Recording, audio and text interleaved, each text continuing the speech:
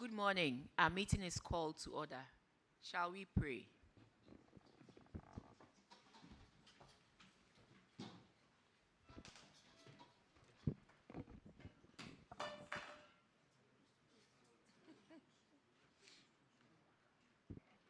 Almighty God, we humbly beseech thee to look with favor upon this Parliament of the Republic of Ghana.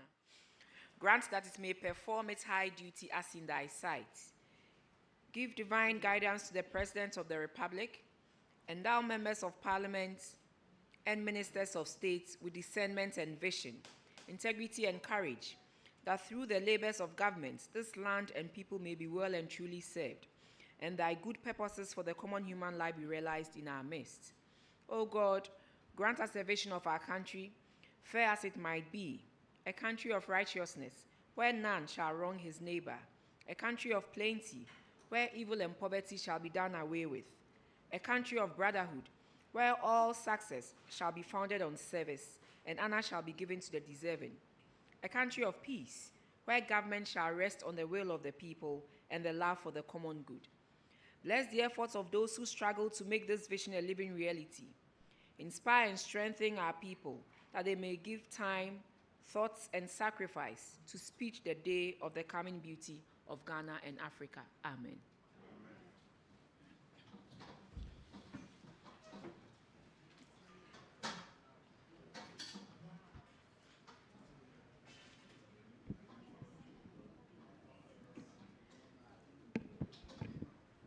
Today, the Public Accounts Committee of Parliament begins its second zonal hearing.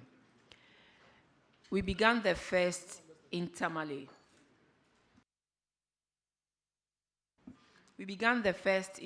And so this is the second. In Tamale, we looked at the 5 northern regions. And today's hearing is made up of these 4 reports. This week's hearing is made up of these 4 reports. The first is a report of the Auditor General on the accounts of districts' assemblies for the financial year ended 31st December 2024. The second is a report of the Auditor General on the management and utilization of the District Assembly Common Fund and other statutory funds for the year ended 31st December 2024. We also have a report of the Auditor General on the public accounts of Ghana pre-university educational institutions for the year ended 31st December 2024, and a report of the Auditor General on the public accounts of Ghana public universities and colleges of education for the year ended 31st December 2024. These 4 reports are a consolidation of the significant findings and recommendations emanating from the routine audits of these institutions. The committee, as you know it, will work with transparency by throwing light on the nature and origin of the infraction. We'll also act in fairness, as all persons and institutions cited will be given the opportunity to fully show us or tell us reasons why they were cited in the Auditor General's report. And finally, we also want to promote accountability where irregularities, negligence, and any other infractions cited or confirmed. We, the committee, will recommend the appropriate corrective measures and sanctions in accordance with the law. The Ghanaian people expect Parliament to protect the integrity of the national purse, and we will do so with diligence. Ladies and gentlemen, with these remarks, I welcome all of us to the hearings of the Public Accounts Committee on these 4 reports. Thank you very much. And as you heard me say, these reports are reports for the year 2024, in which my government was in power. And as part of promoting transparency and accountability, in years that my government was in power, I cede the proceedings for this particular sitting to the ranking member.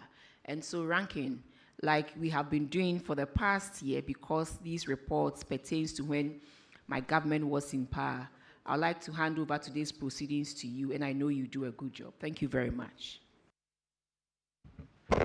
Thank you very much, Madam Chair. We will start off, ladies and gentlemen, by the members of Parliament introducing yourselves. May we start from my right, please.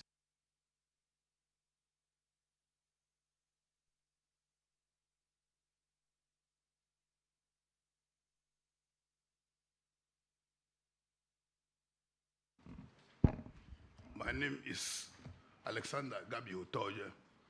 I'm the MP for Central Tong and a member of the committee. My name is Simon Akebang Awergo, a member of Parliament for Navrongo Central and a member of the committee. Thank you. Good morning. My name is Misbahu Mahama Adams, MP for Mion constituency and a friend to the committee. Good morning, Chair. My name is Ernest Yawani, Member of Parliament, Kumau, and a member of this committee. Good morning. Geoffrey Kinney is my name. representing the people of Nkwanta South and a member of the committee. Thank you. Good morning. I'm Frederick Yao Ahenkwa, Member of Parliament for German North and a member of the committee. Good morning. My name is Godfred Seidu Jesau. I'm MP for Wa East and a member of the committee. Thank you. Good morning. My name is Sebastian De. I'm the member of Parliament for Kpando in the Volta region and a member of this committee. Good morning. I'm Shirley Che, Member of Parliament for Achuma-Webeja South in the Ashanti region and a member of the committee. Thank you. Good morning, everyone. My name is Frank Yabua, MP for Achuma-Webeja North in the Ashanti region here, and member of the committee. Thank you. Chairman, good morning. Good morning, everyone. Akwesi Kunedu, Member of Parliament for Menchia North constituency and a member of the committee.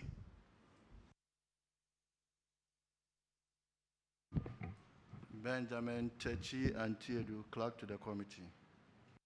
Good morning. My name is Samuel Atta Mills, MP for Commander Edina Iguafo Abrem. I'm the ranking member of Public Accounts Committee, but I'm presiding today. Thank you. My name is Abna Osei-Asare, Member of Parliament for Etiwa East and the chairperson of the Public Accounts Committee of Parliament. May we have the auditors introduce themselves? My name is Dr. Alexander Kumson, Assistant Auditor General with the Audit Service team. Thank you. Good morning. My name is Michael Ado, Assistant Auditor General, Audit Service. Good morning. My name is Augustine Boating, Assistant Auditor General, Audit Service.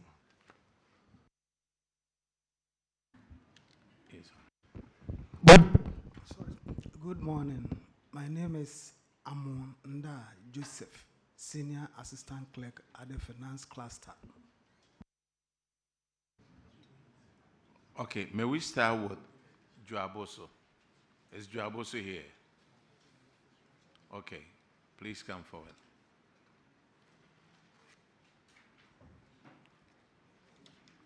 And the clerk will administer the oath, please.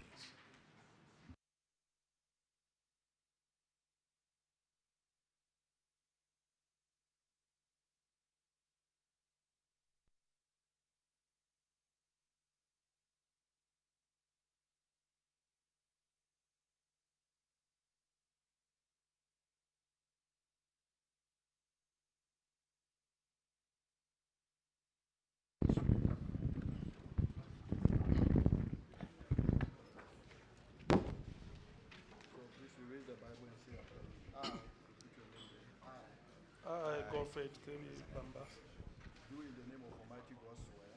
do in the name of the Almighty God swear That the evidence I shall give before this committee. that the evidence I shall give before this committee Touching the matter in issue. touching the matter in issue Shall be the truth. the whole truth, and nothing but the truth. So help me God.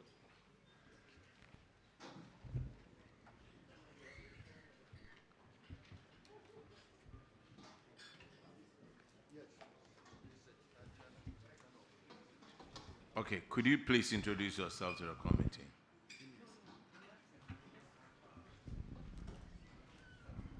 My name is Yusuf T.F. Canton, the District Finance Officer, Joaboso.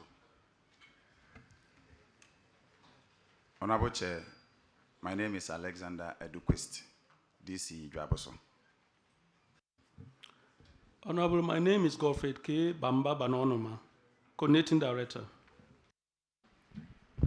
My name is Idrisu Imoro, the Internal Auditor.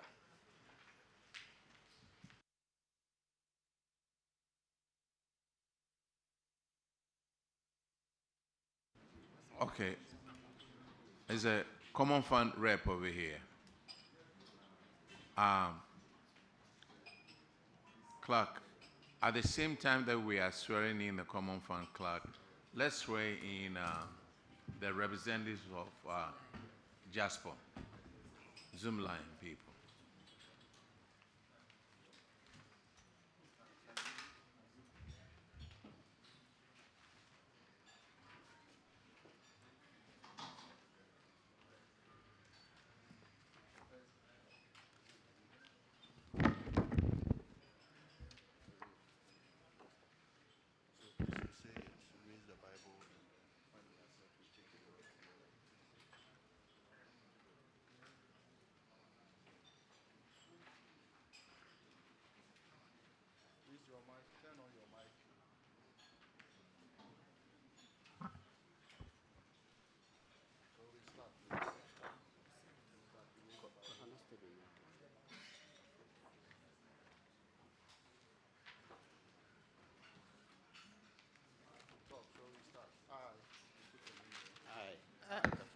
Cynthia Dagadu.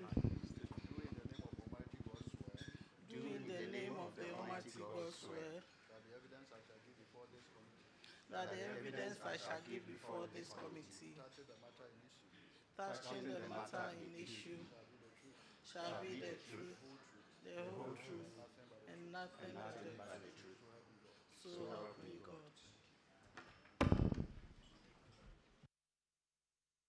All right. Joaboso, we'll start with you. And your first infraction is on District Assembly, accounts of District Assembly, and we'll start with Honorable Frank Yao Ahinkwa. It's on paragraph 591. Frederick, I'm sorry. Thank you, Chair. This infraction is on uncollected revenue. Your outfit failed to collect revenue to a tune of 126,000 Ghana cedis from these various institutions, and then off it for me. From these institutions, I want to ask what necessitated this, or what was the cause for your inability to collect these monies?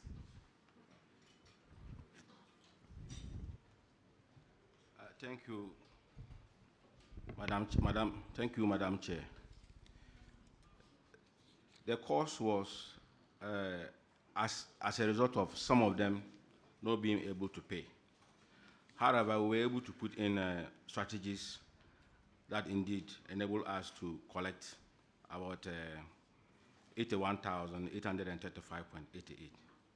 Those that were not able to collect, indeed, folded. There are businesses that are folded up. The first amount that we were able to collect, that was verified by the district auditor, was 24,960. Then the second recovery that we made was 56,875.88. And this represents 64% collection, as against the 126,000. So which specific institutions have folded up? In fact, some of them, most of them are these cocoa sheds. And then some of them too are these minor, they are into minor businesses that we always issue a BOP to collect. We went into the fold and realized that most of them are folded up, and that accounted for the difference. Which of them? Can you walk us through those companies? You should have the list. So let us know those companies you are talking about. Madam Chair, I might not be able to mention all, but we have some of them are into minor businesses. Honorable Like, DC, we want specifics. You were cited per the report. It says 154 property owners, cocoa buying companies, and corporate organizations. Yes, please. So my colleague is asking, which businesses are you claiming they have folded up? They are cocoa businesses, please. So specific ones. That is what he asked you. We're talking about the PBC. Because the PBC property companies. rates were given to specific companies. Yes, please. Yes, so share with us those companies, corporate organizations, and properties that you think have folded up. And so, Madam Chair, there are PBC companies, and then this minor company that has to do with some of them are into what's the name, hairdressing and all those things. Some can are you give us the specifics? We want the companies. specifics. You say they are petty. That's what we are but the asking for. petty, they have Specific, names. yes. So the petty. How were they identified to that number, 154? We had a data. We had a data, the revenue data, and That was how they were identified. But Revenue data entails. What is there? They have names. These entities have names. Yes, respectfully. So let us I might know not be those able entities. to provide the names right now. Then but how did you generate the data that you have 154 institutions that are indebted to the assembly? If you don't have the names, then how did you come out with those institutions? Madam Chair, as I speak, I don't have the list here. I only have the collection, what has been collected. Honorable member. So his is 129. We have it in the office. Institutions.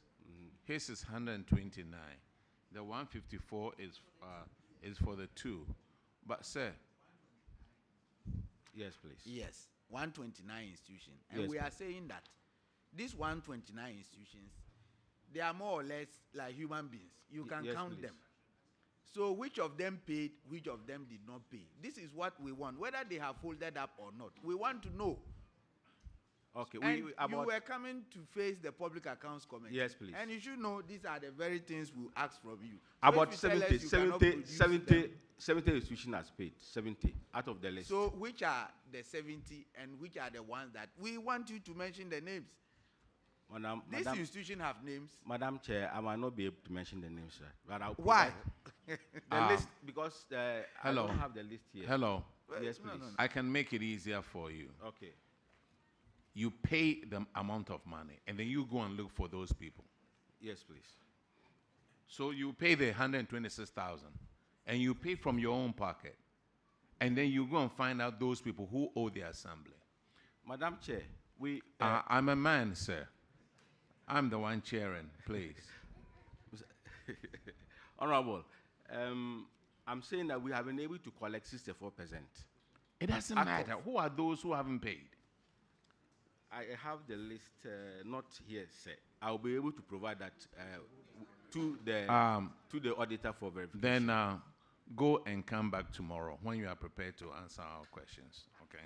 You knew you were coming here. You knew that you owed 126,000. Yes, please. Some have paid, some haven't paid. Yes, please. Then you come and sit here. No, I have the list. Where is the list? I'll make it available, sir. And so you go and then you come because other people are waiting. It's here, sir. I'll make it available. Yes. No, it's in the car. Yes, please. Sir, I'll let me make that. remind you. Mr. Chair. Yes.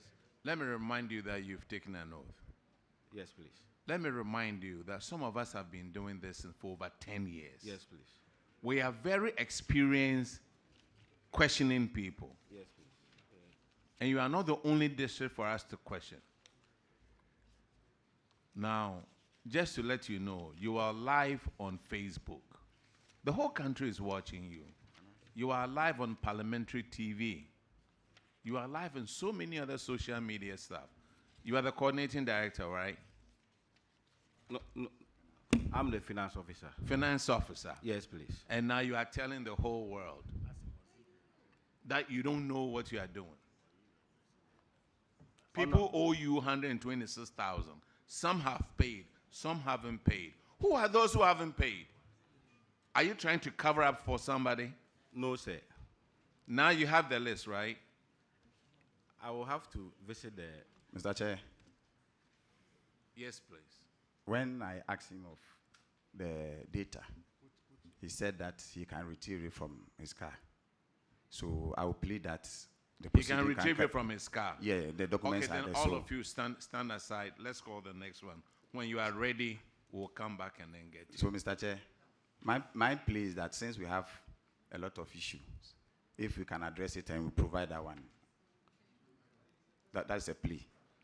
Since our issues are many, if you can respond to the others and we make provision for the list, with all due respect. We are not playing here.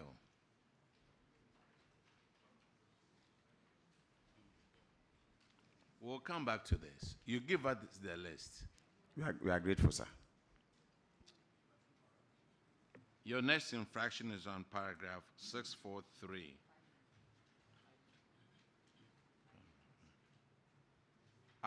Your next infraction is paragraph 595 again. And Honorable Akwesi Kunedo will handle that one. Thank you very much, Chairman. Chairman, this infraction has to do with insufficient revenue collection. And first, Director, I think you are in charge of the payment of remuneration for these revenue collectors. Are you in charge of the payment of remuneration for the collectors of revenue in your district? Honorable, I'm the finance officer. You are the finance officer? Yes, okay, please. Good. So what is the basis upon which you pay revenue collectors in your district? Because here, I asked this question on this background, that you paid in excess of 124,000 as against the amount of revenue that they collected. So even the amount that they collected was not sufficient for the revenue collectors' remuneration. So what is the basis upon which you pay them? Are they paid on commission basis or they are mechanized revenue collectors? Honorable, they are mechanized revenue collectors. Therefore, you have in excess of that the number that you need, because you know why. They are mechanized and you pay them a standard rate at the end of the month. And the collection that they do, for instance, let's take Mercy-Kra. You paid her 38,000 while she was only able to collect 7,000. The next person, you paid that person 39,000. The person collected 10,000. That is Nkrumah Millicent. And then Stephen Ansah, you paid him 41,000. He collected 9,000. You have Ajiman, Rosemary, 38,000, and she collected 6,007. On what basis can you justify? Is it that you have more revenue collectors than the revenue collection areas or points that you do have?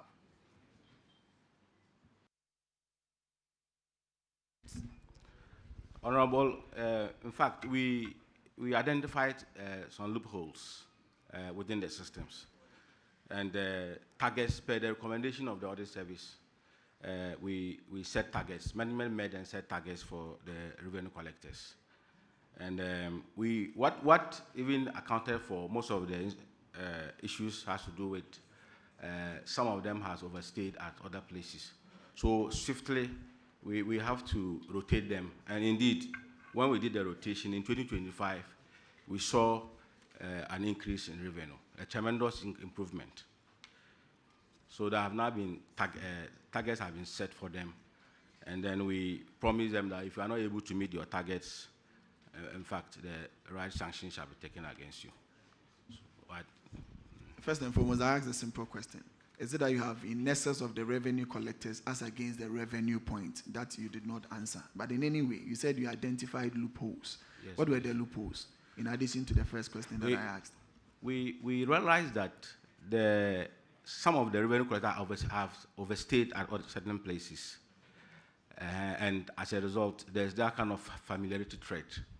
So as management, swiftly, we decided to rotate them. And indeed, when we did that, we saw that there was improvement in the revenue generation.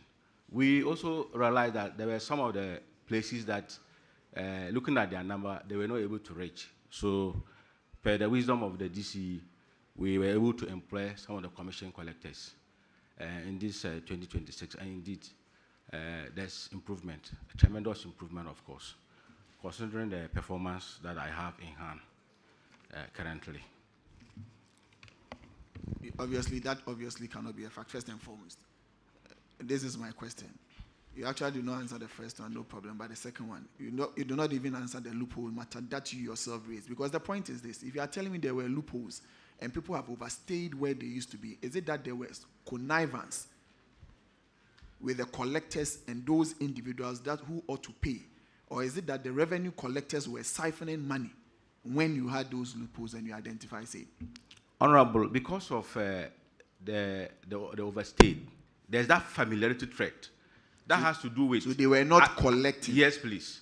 Because I'm free with you, and then that familiarity, when I come, you will talk and then I'll go. That is what is happening. That is what we identified. When did you identify that? Because you see, so all the meantime, you were not setting targets for them. In fact, we have been setting targets, but revenue generation is a process. Please. Yes, please. Once you set targets, you have timelines to the target, either quarterly, monthly, or half-yearly.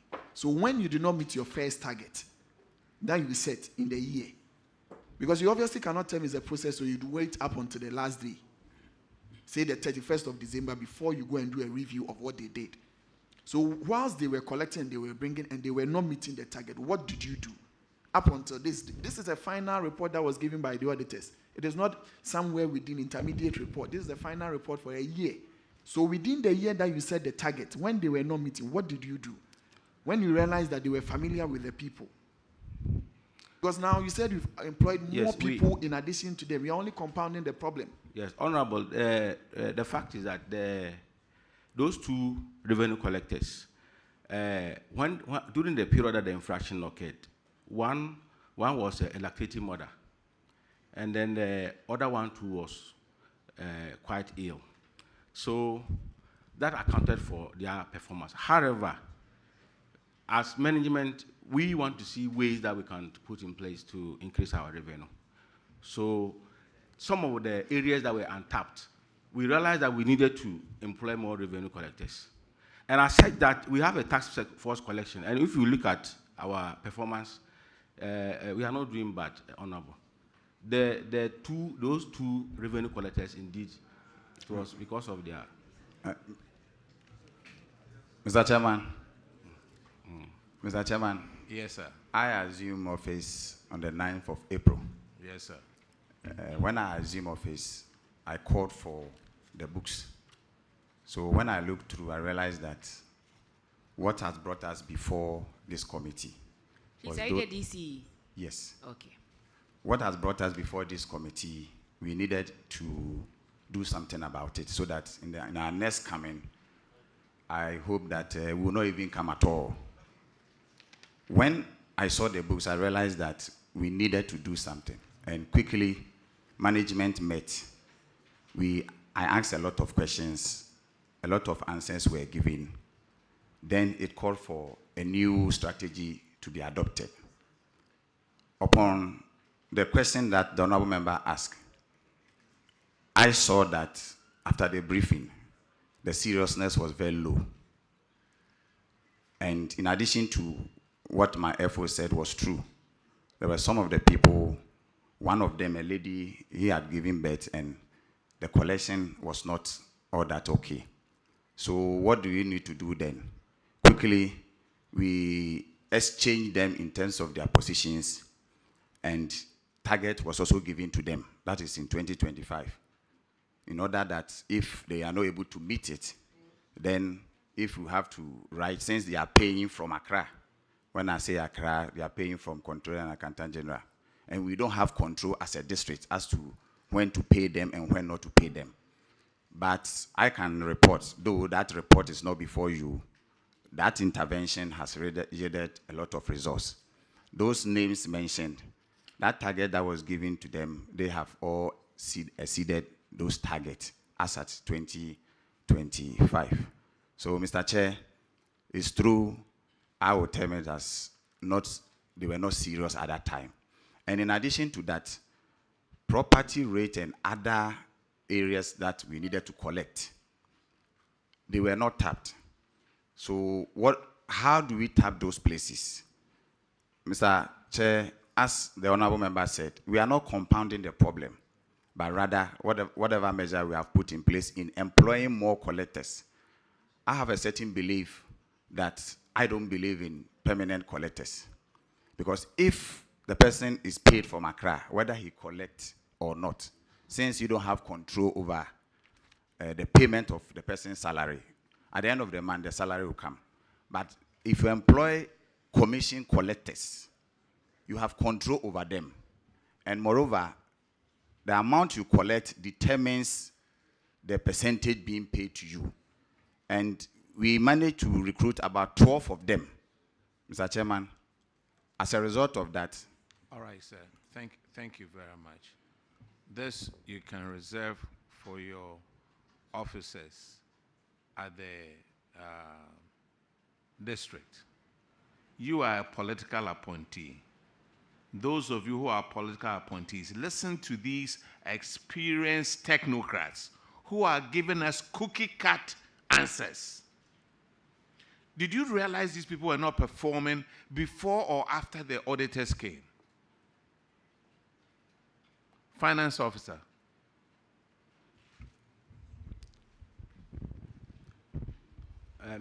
Mr. Chair, we have checks that we have been doing. We have monthly checks, sir, and weekly checks. I just asked you a question. Yes, please. This is a free SHS question. Yes, sir. Did you realize it before or after the auditors came? I realized it before they came. And what did you do before that? When did you realize that? What year? What month? I realized it when that was 2025, around July. Look, this is a 2024 report. Sorry, 2024, around July, because I was moved into the district somewhere April. So in July, I called for the books to see where we are not doing well. As a new person in the place, that is what I'm supposed to do. So I realized that some of them are not doing well. There are even instances where I go into the market myself to observe and see what strategies I can put in place, at least to help the system. So I realized that the two officers I mentioned, one was almost due to give birth, and the other woman too was sick. So what we did was that there's one of the revenue collectors that I made her to be assistant at the market. However, that wasn't enough until the auditors came.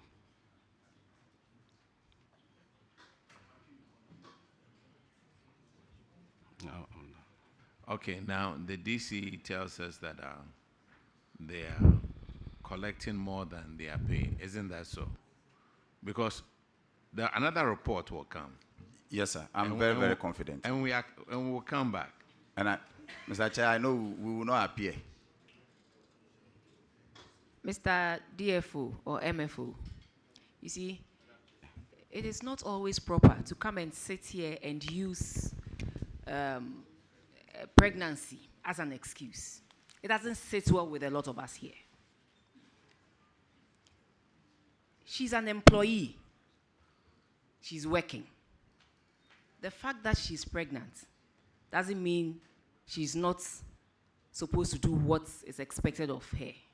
So please, let's not use that as an excuse. It's not right, it's not proper.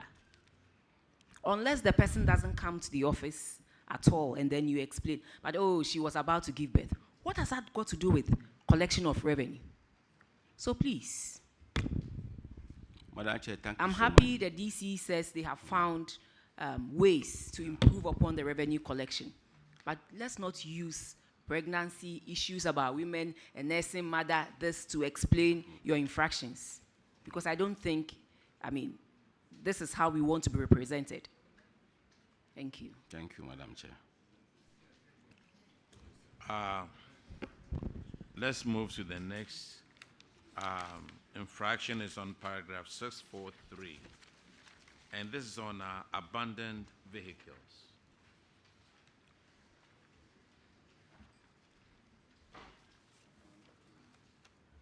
Hey, Joaboso.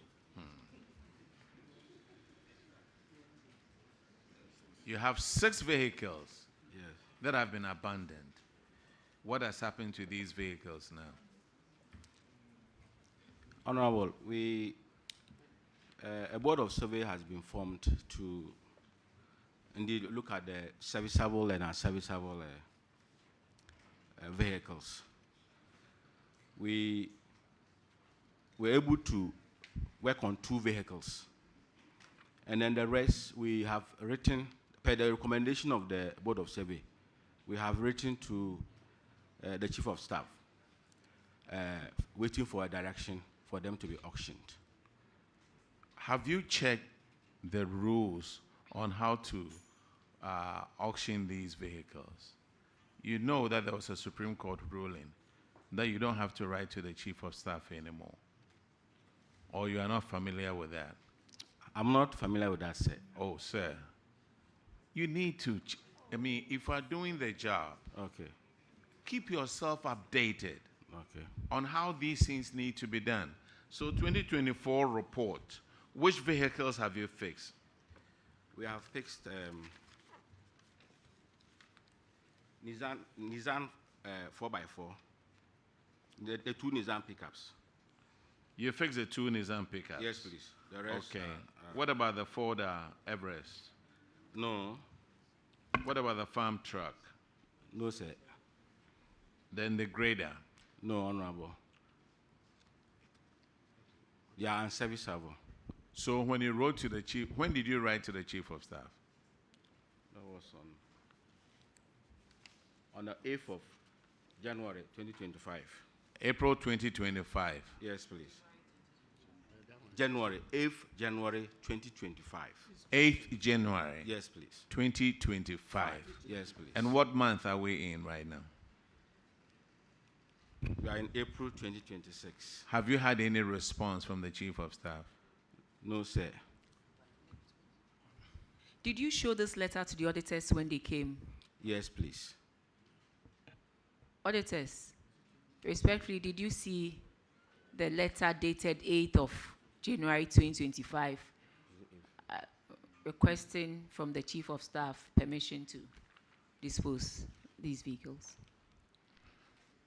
Honorable Chair, we have not cited that letter. And indeed, regarding the status of the issue, we only know of GV 1876W. Is that the Nissan Navara? Yeah, that is the only one we know has been given to a new mechanic to work on. With the status regarding the other cars, we can't say anything about. We don't have any status to that effect. Chair, let me come in. MFO, you said you wrote this letter 2025. Is that not so? Yes, please. This report is talking about 2024 report. So there is no way you show that letter to auditors. The audit was done in the first quarter of 2025, so that's why I asked. The audit for 2024 is usually done in the first quarter of 2025. So that if you wrote the letter in January and the auditors came around that time, why did you not show? Can you let the auditors see a copy of that letter and the dates on that letter? Because if this was the letter you had on you when the auditors came, I don't think the auditors would have cited you for this infraction in the report. Okay. Can we see the letter? Yes, please. Can you pass it on to the auditors?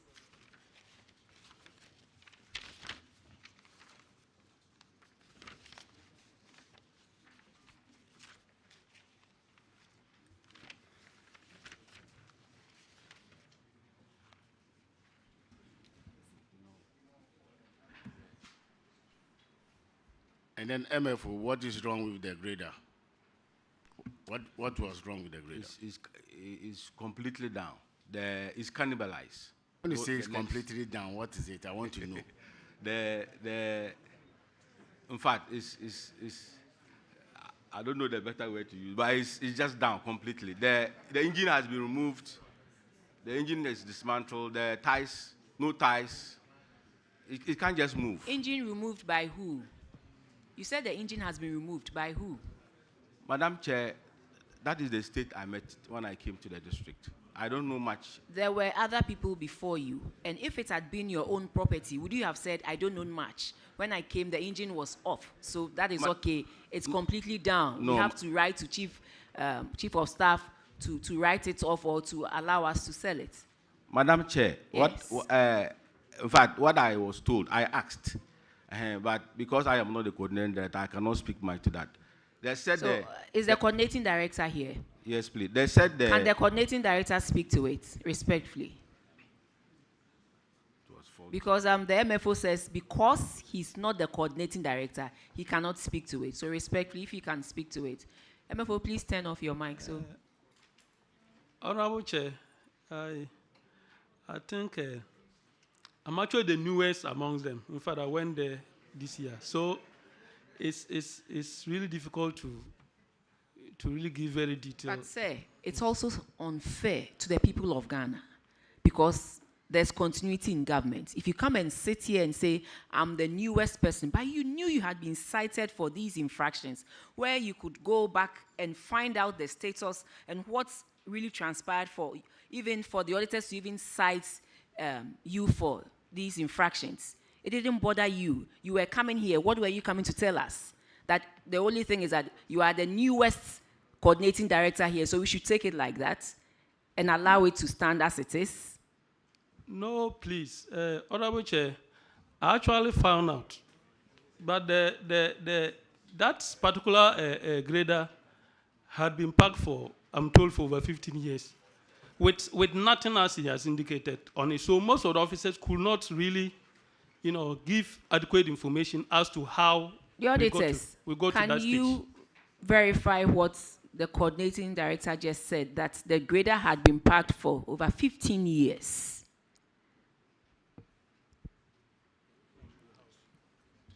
Mr. Chairman. Honorable Chair, would you leave the district auditor is here? I would like him to speak on the matter.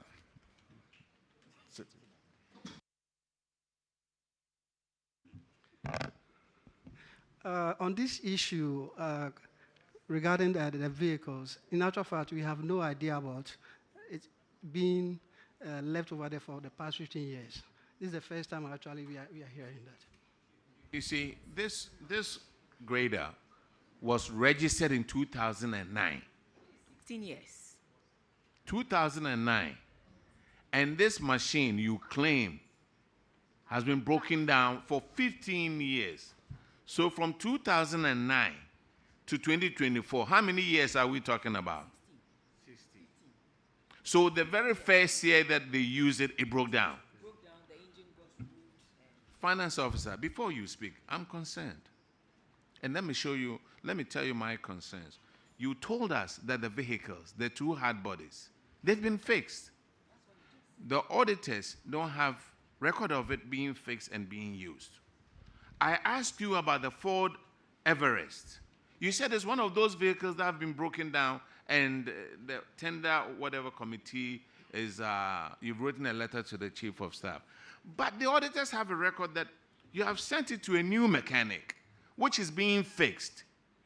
So that letter that you've written to the chief of staff, have you amended it to exclude this one? Do you have a copy of the letter that you wrote to the chief of staff? Yes, please. Mr. Chair. Yes, sir. With regards to the vehicles, as I indicated, I assume office April 9th. When I saw it in the books, we had a meeting to look one after the other, which one is serviceable and which one is not serviceable. So as we speak, one pickup service being used, what I came to meet. Which pickup is that? In fact, it's a Nissan hard body. Yeah, you have two of them. Okay. One with the registration number GV83-S. Another one is GN8101-12. In fact, I don't have the numbers offhand, but one has been serviced and being used. Okay. It's even being used by our physical planning unit and the engineers. Okay. Your finance person said two. Yes. And there's another one, the 4x4. 4x4. Nissan, that one too has been worked on. We brought it to Kumasi, has been worked on and is being used as we speak. So since I came to the office, there are two vehicles that we have spent on. The other ones in question, when we brought the mechanics, the report they gave to me, as in the management, we realized that putting in money to service those cars, when the auditor even comes and we even tell him this is how much we have spent on it, I think we will still come back here. So when I was briefed that a letter has been written, we're waiting for a response as to the action to take, since we are not of our own. So in respect of the vehicles, yes, two has been worked on. The other ones, very difficult to service. But the auditors just confirmed that the Ford is currently at the mechanic, meaning that you are servicing it, or that is the parking place of the Ford vehicle. That one is not being serviced. It's not being They serviced. it's part of those ones that are just. But they are parked at the mechanic. In fact, yes. Why? Because it's not movable. Very difficult. So when the auditors came and they came to check on your vehicles, was it parked at the mechanic? In fact, yes. Because as far as I'm concerned, that car is not parked at the assembly. The auditors, can you please confirm whether you met all the vehicles, especially for this particular one, parked at the mechanic? Yes, please. So my question is, so those cars that you are in a process wanted to, so are people going to buy? They're not going to fix it. Are they going to do when you are auctioning? People who buy the car, are they not going to fix it? Mr. Chair, since we are managing public funds and it's not our personal money, I think that yes, somebody can buy and decide to fix it in his own way. But in utilizing government money, we need to follow the protocols. At least if a response comes and another assessment is being made and a recommendation comes that no, these two, you can work on it regardless of the amount you spend on. We are always guided that the auditors will come. So we need to do what is right. So not that it can be fixed at all, but we want to follow the protocols, Mr. Chair. Auditors, you want to make a comment about the letter? Yes, Honorable Chair. So Yes, sir. the letter handed over to us is dated on the 8th of January 2025 to the Chief of Staff. Now, a bit of concern is that the nomination to serve on the Board of Survey and then the minutes of the Board of Survey indicates 22nd January. So, under normal circumstance, you should have been done with the work of the Board of Survey before writing to the Chief of Staff. So that is our concern. We will have to really check this letter again. Joaboso, you guys this morning took an oath to tell the truth, the whole truth, and nothing but the truth. Didn't you do that? Yes, sir, Mr. Chair. Now, the Board of Survey was on the 22nd. But you wrote the letter on the 8th. Honorable. Yes, sir. During the audit process, we have what we call the observation. They always come out with the observations. Yes. So it was this period that we quickly have to respond to the audit issues. Listen to yourself. Yes, listen to yourself. You wrote a letter to the Chief of Staff on the 8th. The Board of Survey hadn't been set up yet. You set up this Board of Survey on the 22nd. Master. Let us see the letter. Madam Chair, I believe there's an error in the dating. That is what because what I want I'm saying that. So you see, when I asked you, did you show this letter to the auditors when they came? Because clearly, if they had seen, you had shown this letter to them, they would have pointed things out to you. Okay, Maybe there was never, the letter wasn't there, you just cooked it up. That is why you are saying that now you are admitting that there's an error in the date. Because clearly, if you had this letter, and the auditors have cited you for this, and you go through the exit interview with them, and you refuse to show them this letter, even though you have been cited for this infraction, you refuse to show them this letter, and then 1 year, 3 months, you come and tell the whole world that you wrote a letter to the Chief of Staff asking for permission to dispose of these vehicles, and the Chief of Staff hasn't responded. Do you think it's proper, sir? Madam Chair, we have taken note of that. It is not a matter of you have taken note of that. You come here and you tell the whole world you wrote a letter in January, and to date, you haven't heard anything from the Chief of Staff. I asked you to show the letter to the auditors for confirmation. Yeah. And the auditors are saying, this cannot be. Okay. MFO, you took an oath this morning. Madam, that is what the letter indicates. So I believe I am not the originator of the letter. The administrators. Honorable DC, did you take a look at the letter before coming here? In fact, I Please, have can you turn off? Yes, but as in the Board of Survey 10, I wouldn't say that I'm not part, but I didn't know the timelines as to when it should be set up before what. So that technical question I couldn't ask, but I cited Then, the Honorable letter. DC, your technical people have failed you. Clearly. Because you are the political appointee and the technical people are supposed to advise you on the processes. Auditors, can you please take us through the process so that for the benefit of those who are here and don't know how to go through a process to dispose of a vehicle?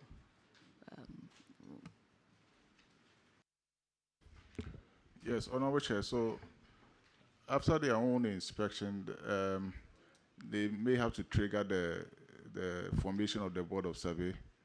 Now they will come out with their report, and based on that report, they would stand on that to go ahead and dispose. Hitherto, they would have sought for permission from the Chief of Staff, but it is no more a process that they have to follow. They can go ahead and dispose the vehicle.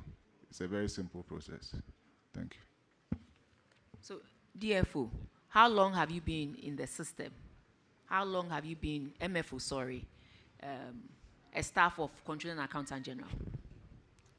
A staff of Controller Accountant General. I've been 18 years. 18 years? Yes, please. And you don't know the process to follow when you are disposing of a vehicle? Such that, yes, please. Madam Chair, the process that I know is that a Board of Survey has to be formed, and when it is formed, they will look at the serviceable and unserviceable vehicles and recommend as to what to do. So based on the recommendation, then you will write to the Chief of Staff for an action to be taken. This is the process that I know. However, So that when new ways, reforms are brought into our public financial management system, because you know of the old one, you are not willing and ready to adapt to the new changes that will make things more efficient for all of us. Madam Chair, I'm willing. I'm ever willing to. However, in fact, this particular one, I think it's escaped me because I Honorable never knew DC, there were amendments. you have a lot on your plate. You need to watch your back because your technical people have let you down. And you have also let yourself down because you should have gone the extra mile of really reading into that letter that was given to you before, appearing before Public Accounts Committee and tendering it in as evidence that you have written to the Chief of Staff. So you have done your part and you are waiting for the Chief of Staff, who for 1 year and 4 months has refused to respond to your letter. Mr. Chair, we are new on the chair, so I take this as a learning process. So I will take note of that. How long have you been the DC? I assumed office on the 9th of April last year. Oh, my brother. Over a year. And you are behaving as if you were just given the position yesterday. No, madam. Since the administration entails a lot, and I will not say that I've not learned anything, I've learned a lot. But I'm not fully up to where I needed to get to. This one was just lack of proper scrutiny. It has nothing to do with the learning process. Lack of proper scrutiny, because if you had scrutinized that letter, that's why I asked that, can you hand it over to the auditors for the auditors to verify? Because there's no way A letter will go to the chief of staff for 1 year, 3 months, and there will be no response. I know, and things don't work that way. That's why I asked that you give it to the auditors to confirm. So it was lack of proper scrutiny, and I hope that moving forward, you get the opportunity to scrutinize things very well for your own education and also for the education of the position in which you find yourself in. Thank you, Mr. Chair. Chair, I'm guided. Chair, I just want to bring this to the floor because the tendency of various district assemblies having graders and then abandon the graders and then they don't take good care of it, it's costing this country a lot. And we have seen it in so many assemblies. They abandon the graders. What is the issue? Or the assembly are not capable of handling graders in future so that we take certain decisions in the future. It's so bad. Yes, sir. Thank you, Mr. Chair. In connection with the process, I just want to add a bit. Previously, you needed to, if it has to do with vehicles, you needed to write to the Chief of Staff. Then when the PFM Act 2016 came to being, then the authority shifted to the Ministry for Finance, the Minister for Finance. So if you want to dispose of a vehicle, you need approval from the Minister for Finance before you can do that. Then the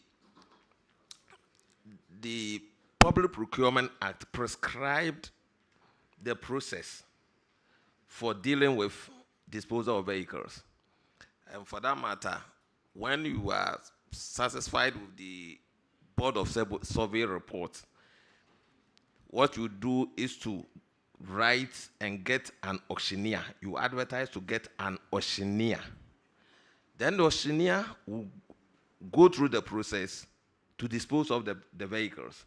So you can't sit down in the comfort of your office and decide that because there's a recommendation in the Board of Survey report that we should dispose of vehicles, you just go ahead and allocate vehicles to people and take money. You need an auctioneer to carry out that assignment. So, Mr. Chairman, this is what I wanted to add. Thank you very much. Thank you very much.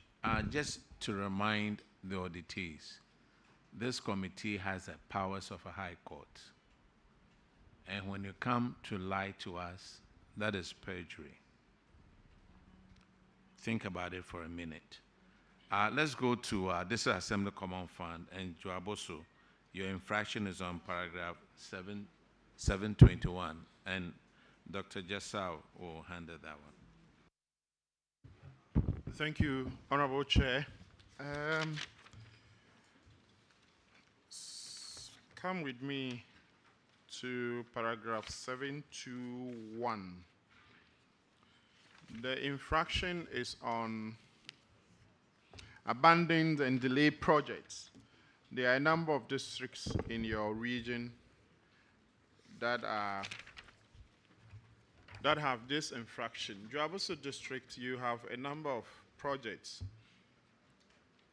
1, 2, 3, 4, 5, about 6 of them.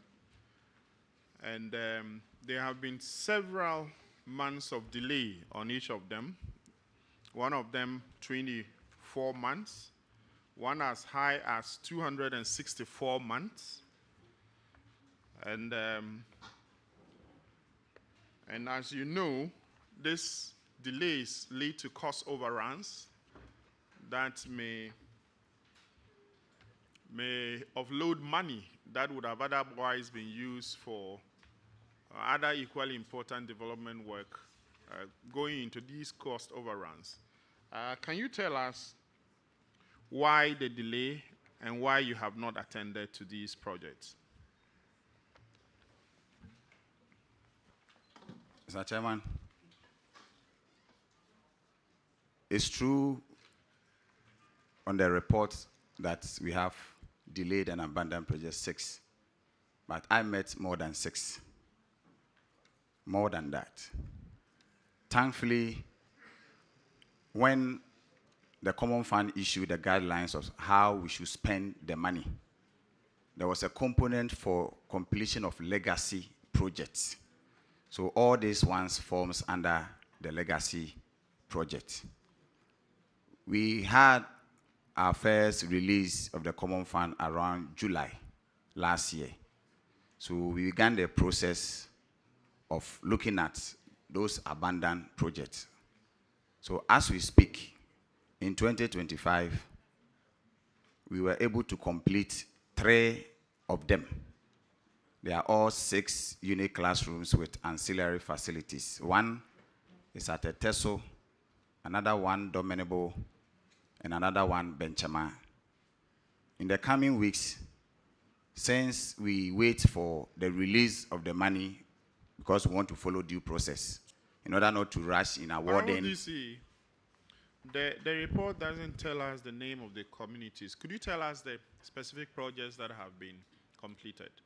It's 6-unit classroom blocks. That's why I said there were more than the 6. 6-unit classroom block at a Teso. So you see, we are dealing with the 2024 audit report. And in that report, it cites 6 specific ones.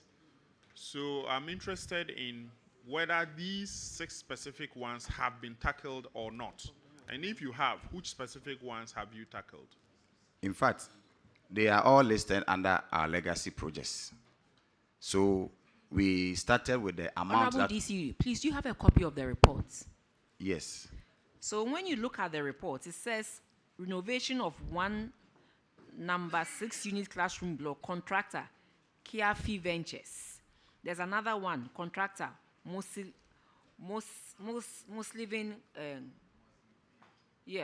Muslivin. So that's what he's saying. We don't have it according to the names of the towns. So that if you can speak to it as has been prescribed in the Auditor General's reports, then we will know which ones have been completed. That's what he means by what he said. Okay. In fact, the ones that are completed, I don't find them in the list. No, that's why I began by saying we have a lot of abandoned projects. Sir, auditors. But, okay. Hold on. Okay. Auditors, Honorable could DC, you help us out? Mr. Chair, just one second. Honorable DC, do you know these 6 listed projects? Do you know them? So can you tell us what's the status of these 6 projects now, as of today? In fact, Yajem is part of the one yet to be advertised. Yajem is here. Madam Chair. Please, the clerk, can someone come and pick my reports and show to the DC and the MC Madam and Chair. team? Because what Madam they Chair. have in front of them is different from the reports the Auditor General generated for this. So maybe just hold on. Let me bring you my reports, and then we can be on the same page. Let me mention it. Let him bring it so that. I'll handle that.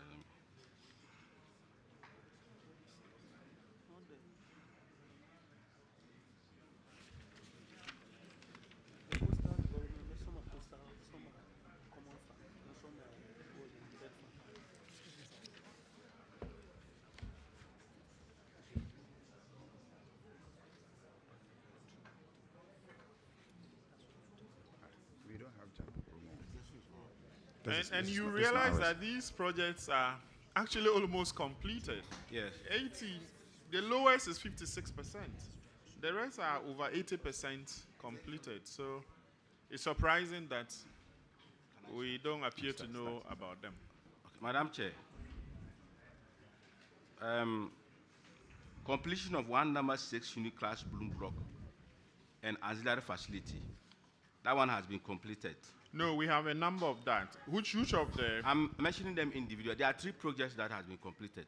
But I want to mention them individually so that you can cross-check from your side. No, mentioned by the names of the contractors as has been listed in the report. We can clear We have Glow Vision. Glow Vision, okay. Glow Vision. That project has been completed and is in use under the legacy projects. We also have Sparks M Ghana Limited. That one too has been completed and commissioned.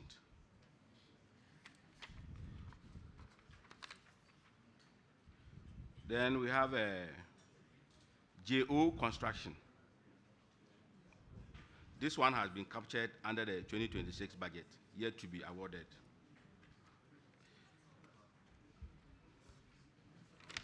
Then we have a MS Glovision Investment Limited. This one has also been captured under the 2026. Sorry, MS what? MS Glovision Investment. Okay, okay. Limited. So we have Glovision. Yeah, we have Glovision Investment. Is that the same? Glovision Investment Limited. There are two. Yes, please. Yes, that's right. Okay. Glovision Investment. That's right. We also have Kiafi Ventures. Yeah. Okay. Kiafi Ventures. That one too is yet to be awarded under the legacy. So two have been completed. Right? So is it correct that 2 out of this have been completed and 2 are yet to be awarded? Yes, please. 2 has been completed here. Okay. Yes, please. Okay. So the rest are to be captured under the 2026 budget. Okay. Madam Chair, what I added was not captured here. So it's not like we lied under oath. That one was not captured here. So it's technically 3. But that one was not captured as part of the report. So it's actually 2 that you have completed from the Yes, report. yes, but there's another one that so was that also is completed. why it's important that we are all on the same page. This No is the problem. report the auditors have cited you for. That's why I want us to speak to this particular report, and then you can update us on the other things that you have done. Thank you, madam. Should I let you keep it, or I should? Well, in fact, I'll be glad if it will be given to me. No. You can't have my personal copy. I'll give you another one. Madam, there's another one, Honorable Chair. That is, Get Fund. Have you made any efforts to have that? That's been delayed by 48 months as of 31st December 2024, and it's 84% completed. Mr. Chair, yes, a number of visits has been made to the office and document has also been sent to them since we cannot complete it with our funds. And as I said earlier, it's even more than the one. If you go to our senior high schools, we have a number of projects that are also abandoned. So we added all of them together and presented to Get Fund. So we have made a step. What we were told that there's reevaluation because the project has delayed. So they are working on it. So we are yet to have a response from them. In fact, they also made us aware that the contractors working on it, if we can help them out. So we sent some of the contractors to the place for them to be aware that these are the contractors working on the project. So a step has been made, Mr. Chair. Who's your MP? Honorable Kwabena Minta Akano. In fact, one of the visits to the place, I went with him.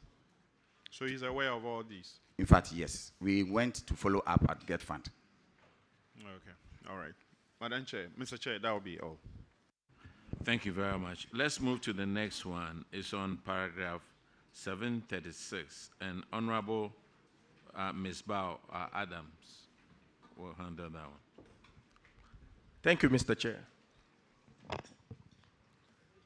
Dwaboso, Section 52, subsection 7A of the PFM Act 2016, Act 921 states, a principal spending officer shall account for government stores by making sure that public goods are consumed in the course of public business and records are made available.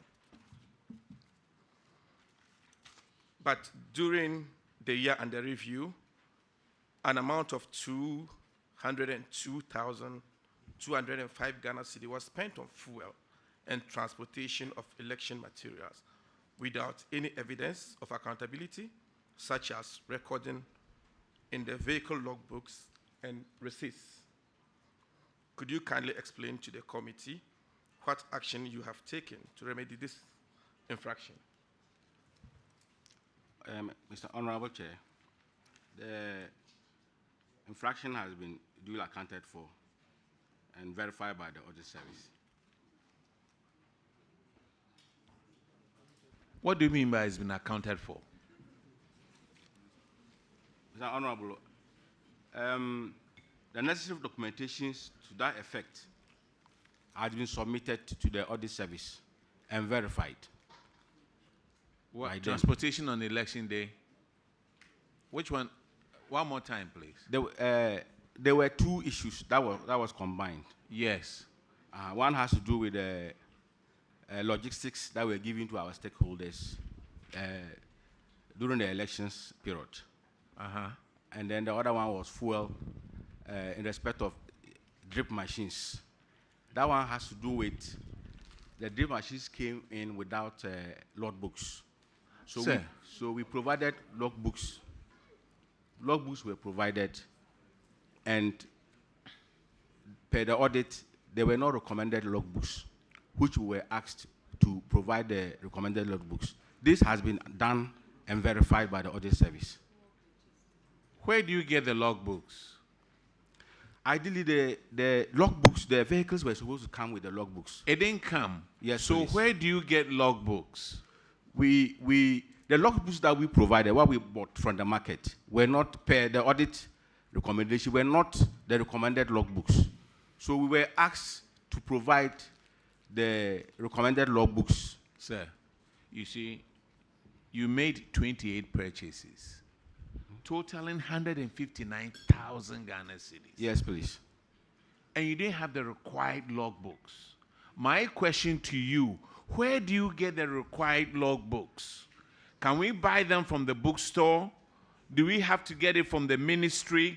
Or we have to pass an act of Congress or Parliament for you to get the logbooks? Where do you get them from? From the market, sir.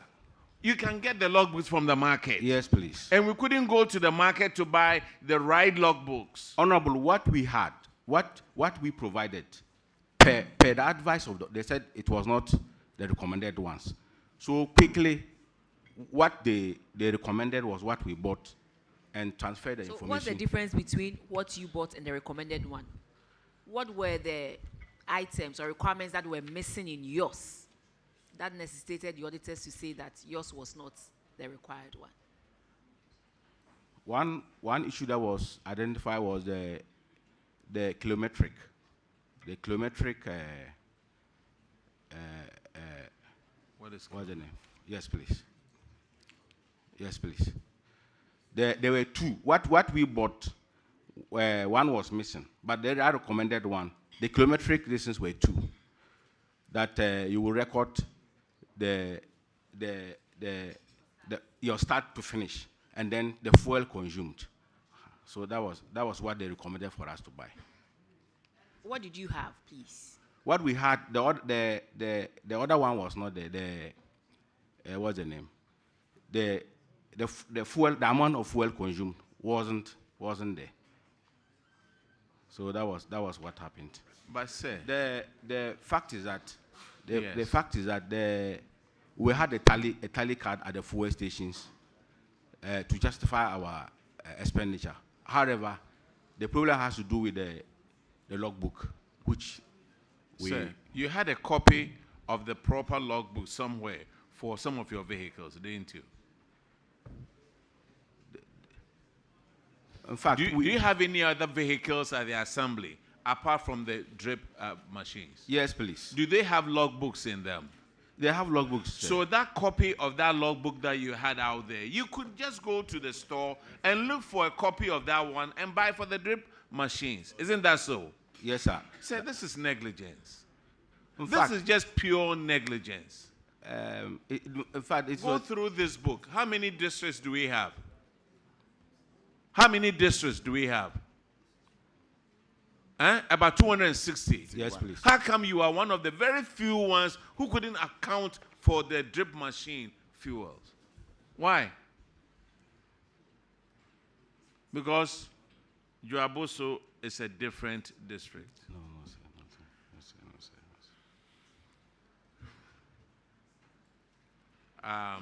Let's move on to. Oh, you have, okay. Yes, Jabos, did you look at the recommendation of the Auditor General?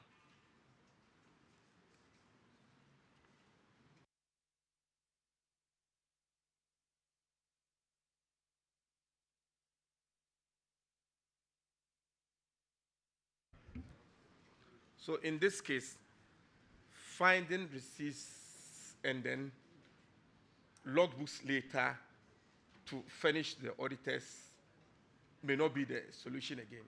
The Auditor General recommended that that amount is refunded to the state by the district coordinating director and the finance officer. And that was the recommendation.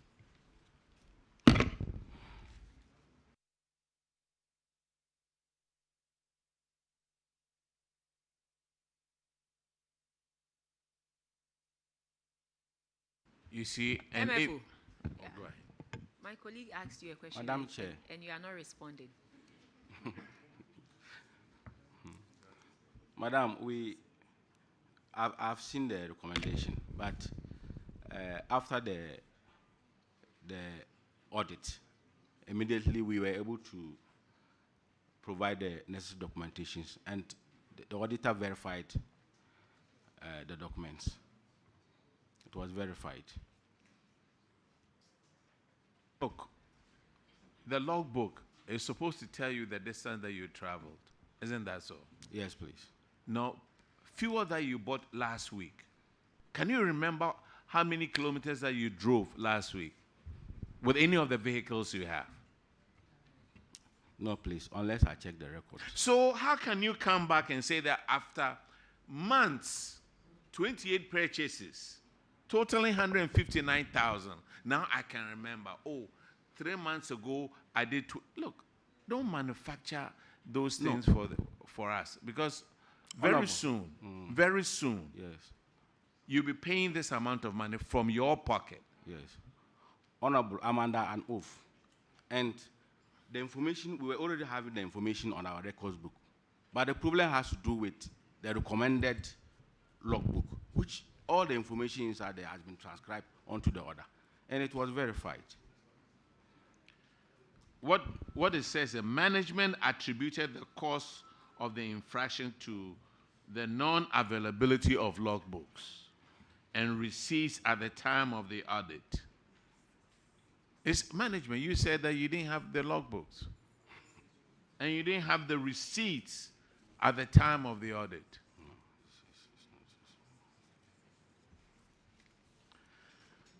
Let me move on. I'm sorry. Auditors, if you could come in, please. Honorable Chair, at the time of the audit, we were not given any documents to account for the usage of the fuel. It was after the audit they brought some documents, and even that one, it was not as we recommended. So, and like you said initially, I mean, you have used fuel to take some journeys, and then you didn't, make records of those journeys. After some time, you are now doing that. How sure are we that those journeys you are now, indicating in the records are really what took place? And that is a risk. And that's why we advise that do it whilst you are on your journey. Make sure that the records are being kept to account for the usage of the fuel. So it is because of that that we recommended in our report that they should refund the amount, because we couldn't assure ourselves that they have actually used a fuel for the purpose for which it was purchased. Thank you. You heard that, finance officer. Yes, Honorable.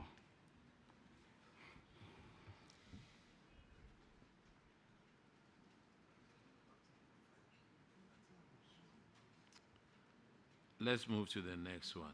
Your infraction is on paragraph 744, and Honorable Frankie Eboa will handle that one. Thank you, Mr. Chairman.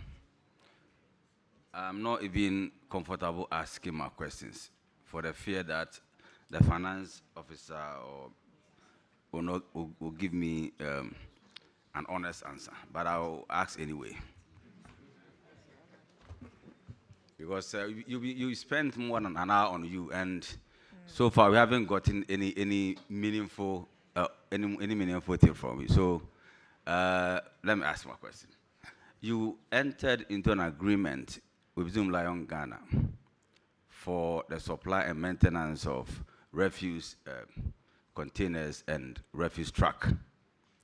The auditors, in the course of their audit, found that 4 of the refuse containers that you signed for had not been supplied.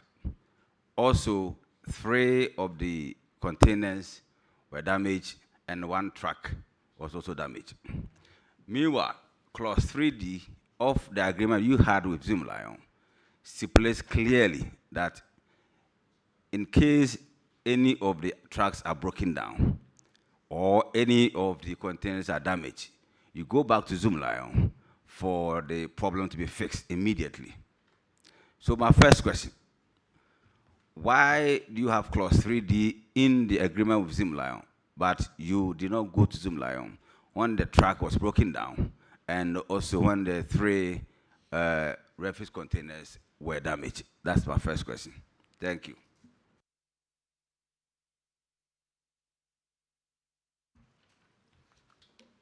Mr. Chairman, with regards to Zoom Lion, when I assume office, like I did to all the other things, I went through the books and saw the same thing as being mentioned here, that there were things that they needed to provide to the assembly, and that wasn't done. We had our first meeting with them at the Regional Coordinating Council. That matter was raised before them. And as a result of that, we even indicated that if that is not done, it will be very difficult to work with them, because when we appear before this committee, we will not know what to say to the committee, since there's something that they need to do. The second meeting that we had with them, the team visited us at Draboso, at my office. We raised the same issue, that the first meeting we had, there wasn't any action. So they left. And upon assuming office, I also cited a letter dated... Honorable DC, MC, please just go straight to the point. Let us find out what has become of it. There are quite a number of your colleagues also waiting to be heard. Already you've taken more than an hour. So please Mr. just Chair, update us. Nothing has been done from the part of the Zoom Lion as far as with the engagement we've had with them, whether repair or the ones that they need to provide to us. They have not taken any action. But we have met them severally in Accra, at the regional level, and at the district level. Okay, so were you making payment to Zoom Lion Ghana for these services? In fact, since I assumed office, no payment has been made. Previous payments, I cannot speak to that. But since I assumed office, they are here. I have not made any payment to Zoom Lion Ghana Limited. This is 2024 audit. So you said you cannot speak to that. You were doing very well before this question. You were answering all the questions from 2024. So why are you saying that you cannot speak to that? Because in fact, Mr. Chair, I didn't say I can't speak to that. As at that time, as far as I'm aware, those monies were paid from Accra. It wasn't paid from the district, as now His Excellency has given the power to us. Yes, I understand that, but we're not given any indication at all whether or not money that was allocated to you, part of it has been paid, has been given to Zoom Lion to offset whatever agreement we have with them. Not that I'm aware of. So this question you answered, was it in relation to the non-supply of the 3 refuse containers or the damage of the containers? Damage, non-supply together. All of them? Yes, as far as I'm aware. Okay, Zoom Lion is here, but let me read a paragraph of the auditor's report. Paragraph 747. We were unable to quantify the value of equipment not delivered and the services not rendered in the agreement, as the deliverables were not individually priced. Meaning that whatever money we paid to Zoom Lion, we didn't get any value for it because 1, the containers were not supplied, 2, the damaged truck was not repaired, and the damaged containers were also not repaired. So Zoom Lion is here, Madam Chair, Mr. Chair, maybe you may want them to respond to that. Yes, Thank you. I would ask Zoom Lion to respond to it because they are here.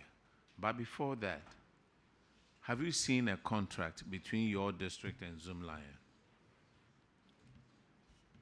The previous one, yes, but as you speak. What was the date on that contract? Off-head, it will be very difficult to mention. It will be very difficult. Yes. Okay. Now, But Zoom there was Lion. something like that before I came to I'm the sorry? office. I said, yes, there was something like that before I came to the office. But off-head date. Yes, there was a I contract. may be wrong. Nobody signs those contracts in Accra. You, the districts, you sign the contracts, don't you? Yes, I'm aware of that. And as soon as you sign the contract, you don't know where the contract is. Now, let me ask Zoom Lion to comment. Honorable Chair, by way of introduction, my name is Dr. Francis Dente, Chief Internal Auditor, Jospon Group. I'm Dr. Stephen Yeboah. I'm the Group Head for Internal Control, Jospon Group. Honorable Chair, I'm Frederick Manti, the Regional Coordinator, Western of. Honorable Chair, respectfully, Zoom Lion has a contract with the Assembly with effective date being the 3rd of January 2024 for 5 years. So this contract ends on the 2nd day of January 2028. 2029, I'm sorry. Now, for 5 years. From reading from the report of the auditors, we believe that this contract was not the basis for the audit. The basis for the audit was a previous contract which had expired at the time the audit was being conducted. And given that the contract spells out all the benchmarks, once a wrong contract has been used to conduct the audit, we do not believe that the findings are right. In fact, when you look at the current... Lion, respectfully, did you say that the auditors used a wrong contract to come out with this report? Yes, the contract... Why do you say so, please? Because the contract that they used, Honorable Chair, respectfully, is that of 2019, effective date 2nd day of January 2019, which expired on the 1st day of January 2024. And subsequent to that, a new contract was signed between Zoom Lion and the Assembly, dated with effective date being 3rd of January 2024. So with respect to the audit of 2024, which respectfully was done in 2025, the contract that was supposed to have been used was the 2024 contract. Did you find out from them whether they used the 2019 contracts or the contract dated January 2024? Auditors, you are here.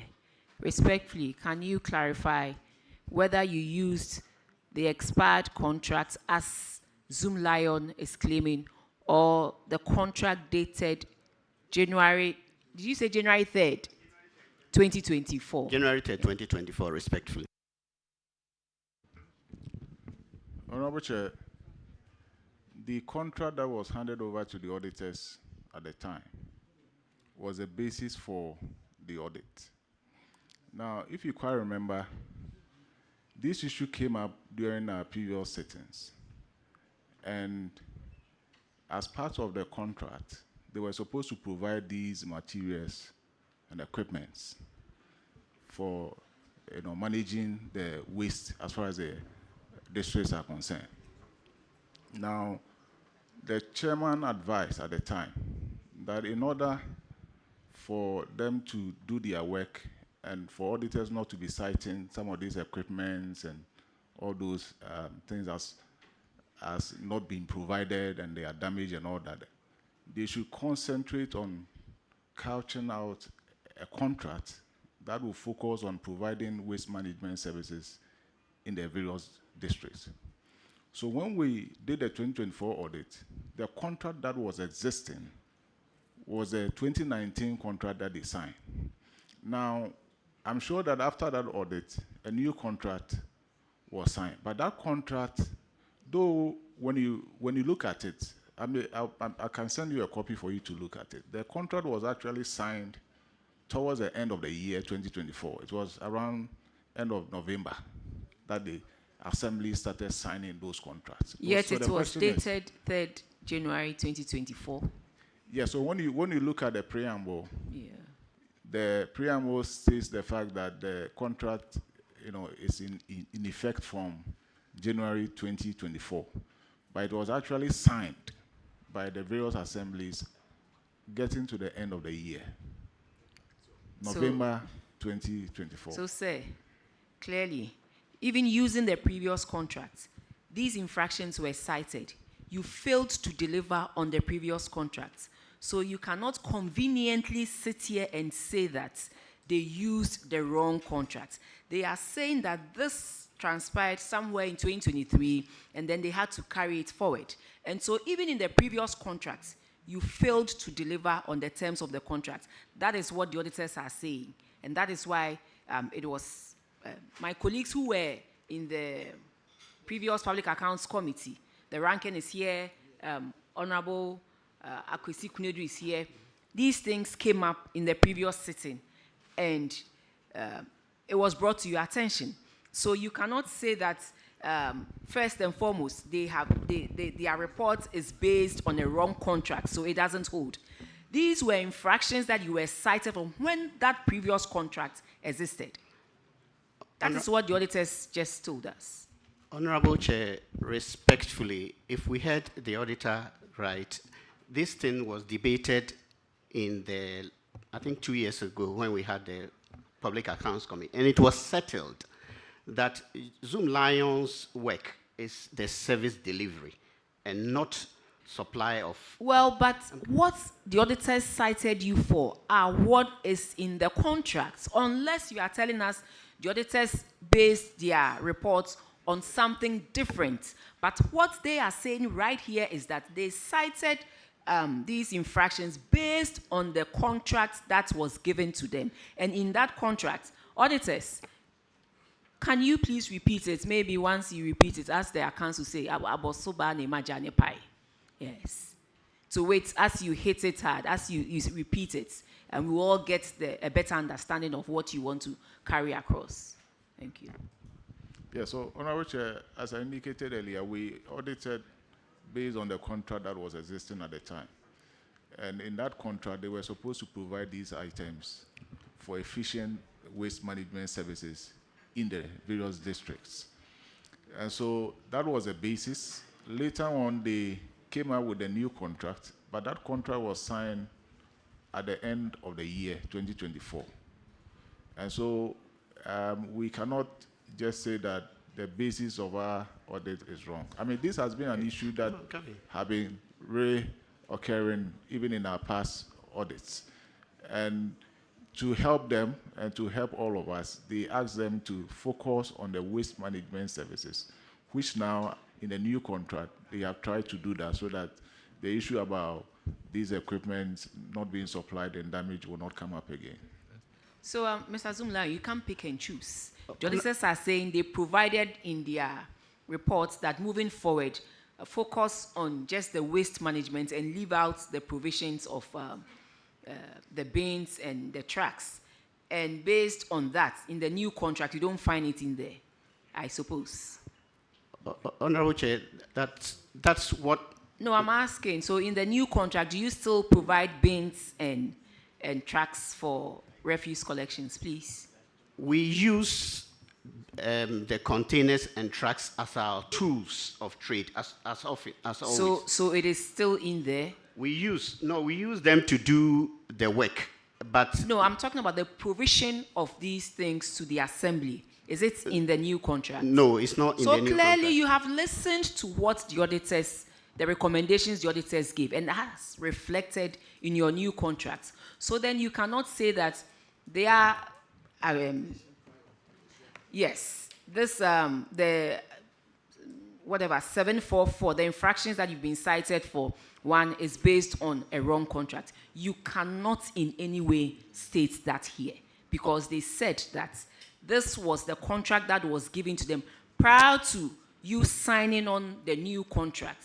The new contract was signed somewhere in November, but then in the agreement, you stated that it should take effect from January. So as at the time they were having this, the audit, it was that contract. And these are issues that have come up in previous years that they have pointed it out to you. So respectfully, you cannot say that they based their report on a wrong agreement.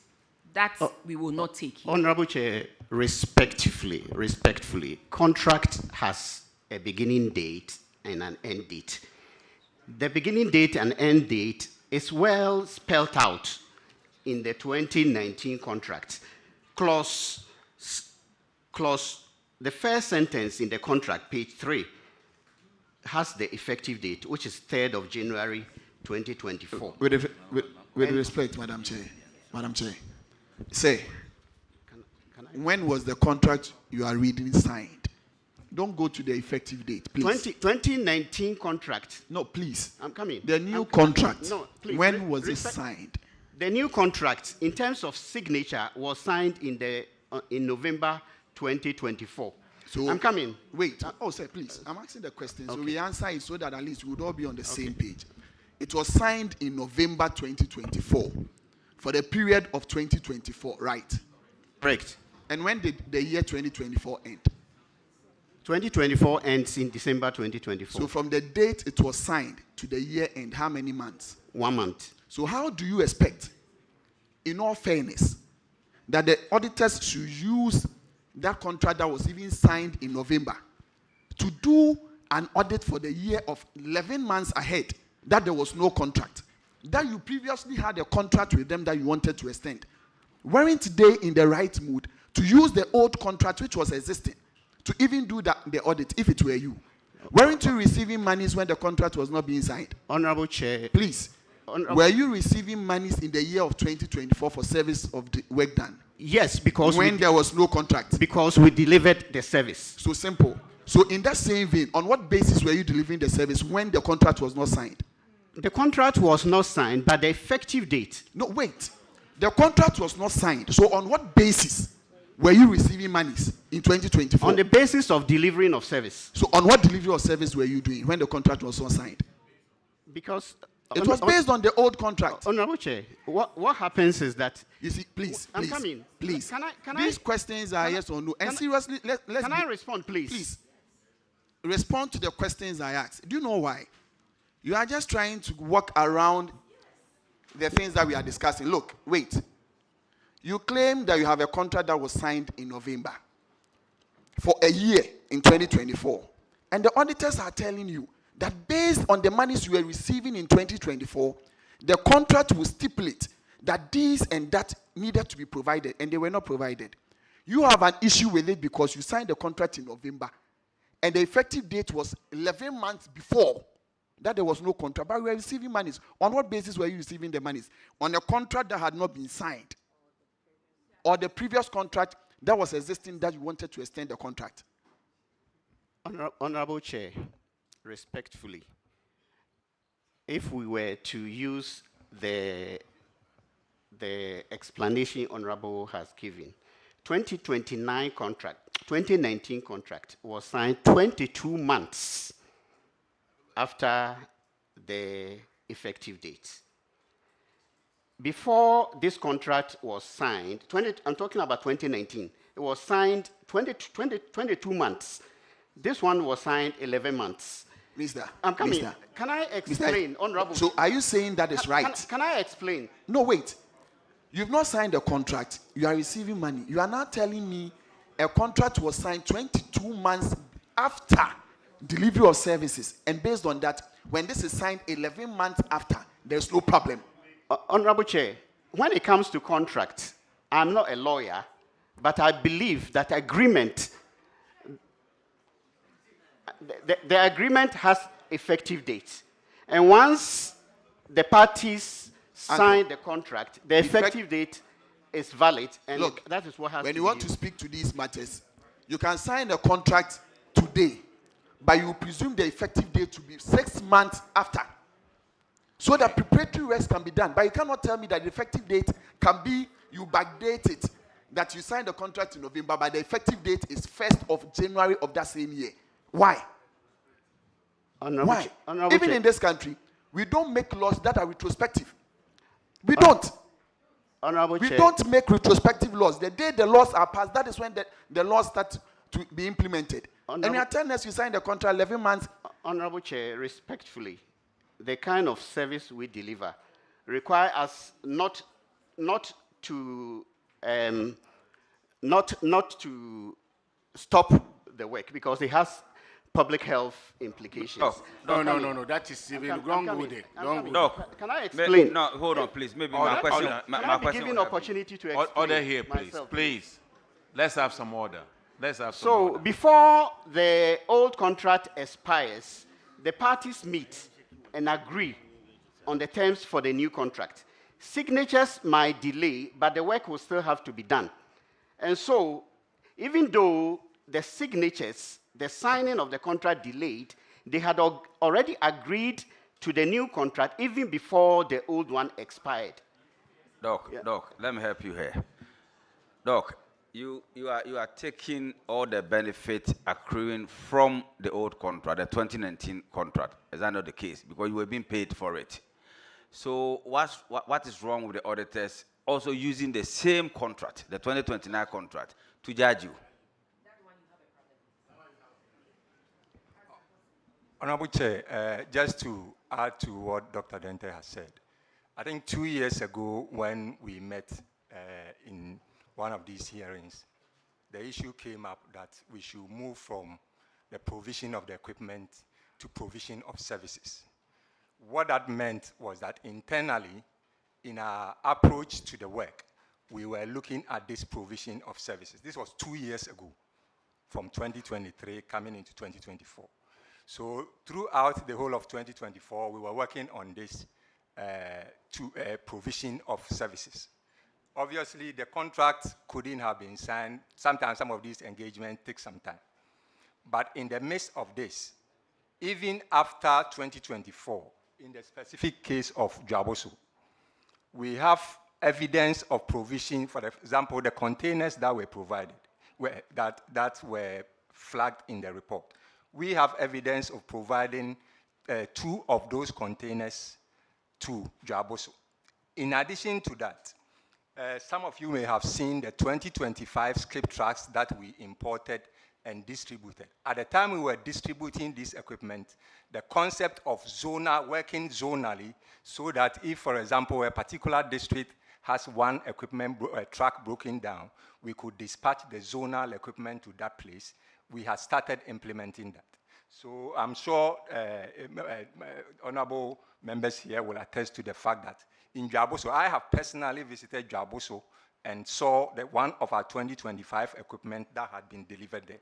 So it's not as if we want to run away from the responsibility. As we've always said, providing this equipment permits us to provide efficient services. So it is in our interest. In some of the cases, for example, if we don't have containers, it costs us more to even do the work. So we have internally tried as much as possible to provide these containers. So it's not as if we shied away from that. There has been some provisions for the truck and the containers. Thank you very much. But my question still remains. Doc, so what was the scope we were working within from 2019 when the contract expired to when the new contract was signed? What was the guiding principle? What was the scope? What were you guided with in providing the service to the district? We're guided by the fact that we have to deliver effective service using the necessary tools, which are the containers and where did you get that information from? Was it not part of the stipulation or the whatever provisions in the contract, the expired contract? Is it not from the expired contract? Whatever you are telling us now, is it not coming from the expired contract? Honorable Chair, unfortunately, no, it didn't come from the contract. Because like we said, when we met in 2023, it was clearly stated, it was clearly agreed, because the same situation arose, and it was agreed. It wasn't proposed by the auditors. This was something we mentioned, and the chairman accepted that going forward, the contract should spell out that we are supposed to deliver service and not to deliver the tools for the trade. But hold on, please. But you are just using different language. You are the tools. Are not the same tools you were using before? Honorable Chair, respectfully, the tools do not belong to the assembly. The tools belong to Zoom Lion, be it containers or trucks. So they are the tools we use to conduct the work. So the way it is captured is it's looking as though the trucks and the containers belong to the assembly, and so once they are not provided, the work has not been done. But it is our tools. So whenever we are challenged and there is a truck breakdown, what we do is that we deploy available truck from neighboring district so that the work can get done. So I've heard you, but my challenge is that we have both the Safioso and the rest here with the same problem. So let's try to make progress. Okay. This one, please. All right. This one, non-supply of 4 refuse containers, whether it's tools for the service or supply to the assembly or belongs to the assembly, they are saying that you did not supply. 3 containers were damaged, you did not replace them. 1 truck was broken down, you didn't service it. That's the problem you're having now. So it's not about you, whatever. So that's what we need to explain, so that we'll make progress, please. Honorable Chair, we have, as we speak, we have about 150 containers that we are molding. As at the last audit hearing here, we supplied 300 containers nationwide. As we speak, we are molding 150. So any shortage anywhere that we find, we believe we will be able to supply and do the work. But it still stands to reason that the containers and then the trucks still remain the property of Zoom Lion as our tools for trade. And wherever we are challenged, and the challenge may happen anyway, because these are trucks, these are equipment, they can break down anytime. Whenever it breaks down, as an effective deliverer of the service, we make sure we deploy from wherever we can to ensure the work gets done. Thank you. Mr. Chair, thank you very much. Doc, it also stands to reason that when we were going for the contract, looking at the magnitude of work in each district, you tell the district chief executive and the management that for your district, we are bringing you 5 trucks, 10 skips. So if you don't supply that number, you cannot come and sit here to tell us that it stands to reason that those machines and those skips are not for the assembly, but they are your work tools. Why then would you put those into your contract? Because that is the effectiveness of how you'll be able to perform. So if you do not produce those numbers of your equipment that you told them that you were bringing, you cannot come and sit here to tell us that it stands to reason that those are your work tools and therefore not the property of the assembly. We are not here telling you they are the property of the assembly, first and foremost. We are saying that in the contract, you told the assembly that you provide them with 5 skis. You did not.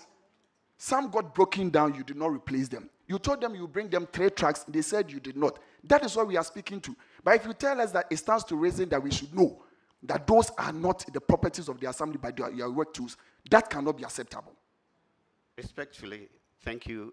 I am not saying that that's what you have to accept. I'm just laying it bare, our responsibility, which is delivery of the service using the tools that we think are appropriate. That is what the contract says. And that is exactly what we have been doing. And indeed, we have always made sure we deliver the service. Where even if the tools are not available, we deploy from other sources to make sure the service is delivered, because that is the foundation of the contract, delivery of the service. And that's what we have always done and will continue to do. However, as I have said already, we'll continue to ensure we have adequate resources, including the containers and the trucks. 150 containers are now being molded. We will supply to wherever there are gaps to ensure that we don't have to probably even deploy from other locations. Thank you, Honorable.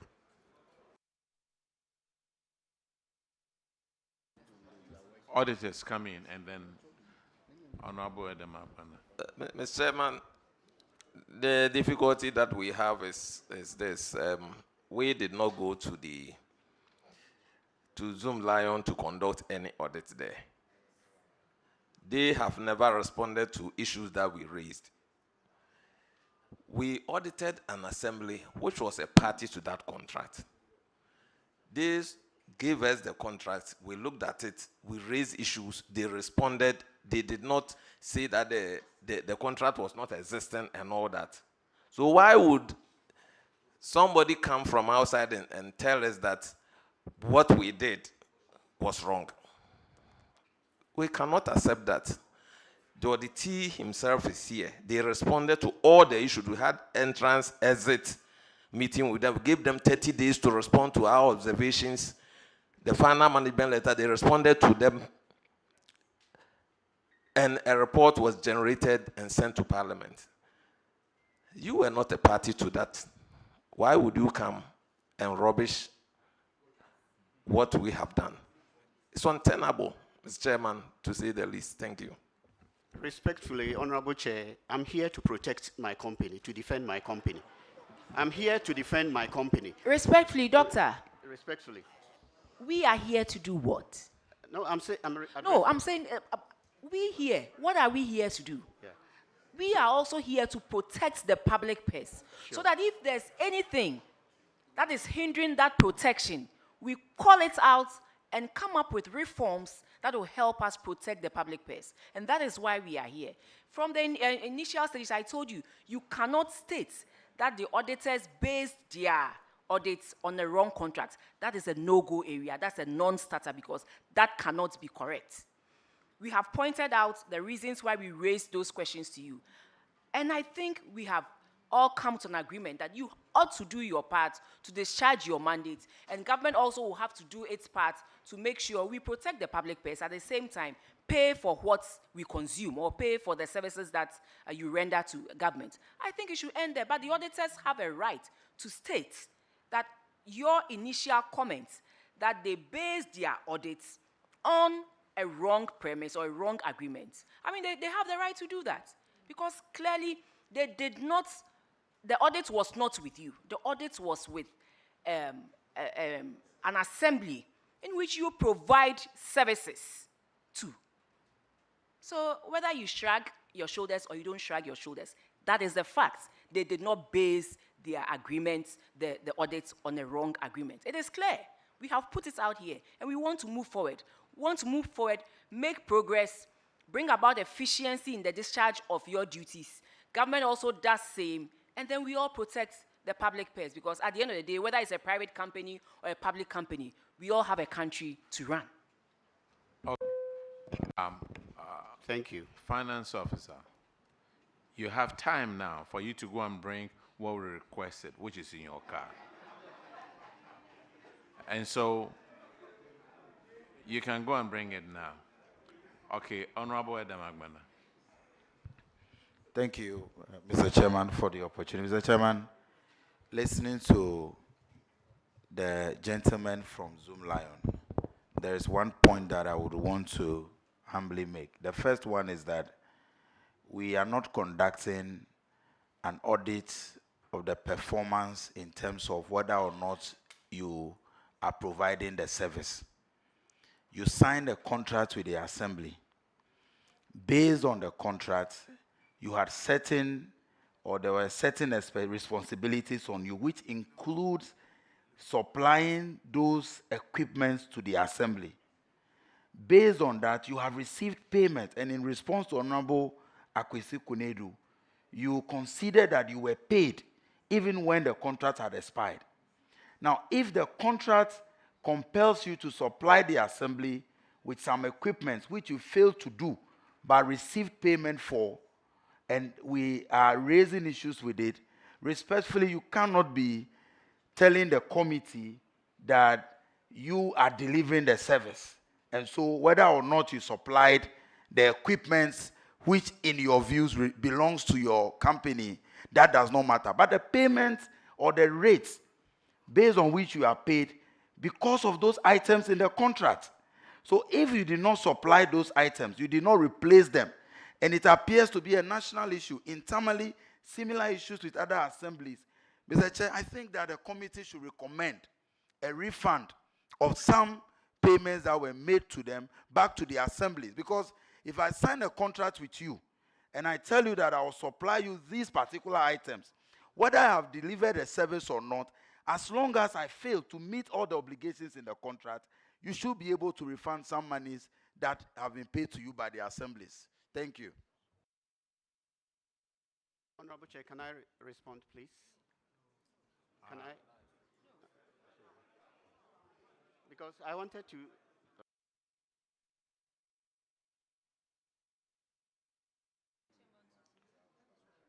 You see, the bottom line is this. From what the auditors were saying, they were using the existing contract that was there. And in the old contract, it stated how many containers they were supposed to have, how many trucks. So this is where I was expecting that the answer would be, oh, in the old contract, this is what was stipulated in the contract, this is what we're supposed to provide. But now the new contract does not specify that. We are not going by the new contract yet. We are going by the old contract. So those are the questions that we need to answer. But Joaboso, you've stayed here for more than an hour and a half. There's a truck over there to pick up the trash, right? Is there a truck to pick up the trash? Mr. Chair, the broken one has not been fixed, but there is. That's not what I'm asking. There's a truck that is serving. Does the truck come? There's a truck that is serving more than 2 districts, so it's not for Jabosu alone. Sir, it doesn't matter whether the truck supplies the whole of Ghana. Mr. Chairman, there's a truck. There's a truck. Whether it comes from here or there, you see, in the olden times, you had a dedicated truck that was parked at your yard. What good would that truck be if it wasn't performing? So the question is, do they come and pick up the trash? Mr. Chair, we have engaged them, but Sir, let's make not as often. Let's make progress. Not as often. How many times do they have to come and pick up the trash? In fact, because right now, the contract that you assemblies have signed, it doesn't state how many trucks you are supposed to have.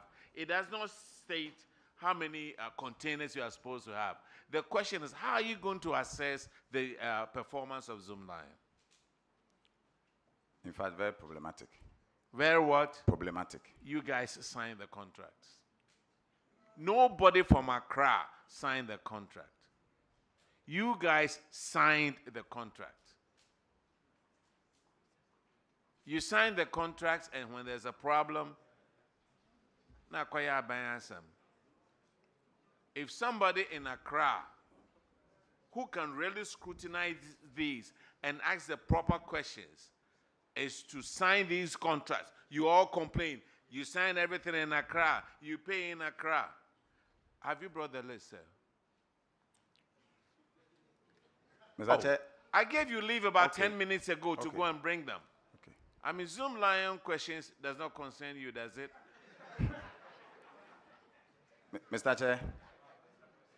Mr. Chair, since this committee is a committee of records, the Zoom Lion company stated that they have evidence to the effect that the matter in question, they have supplied 2 of the containers. I am the DCE from April 9th. I have not seen any new container. They have also not reported to my office, not my environmental officer. So I want to state it here on record that we don't have any new containers. Where he got the information from, he can help us. This is where I said, you guys have signed new contracts. Haven't you?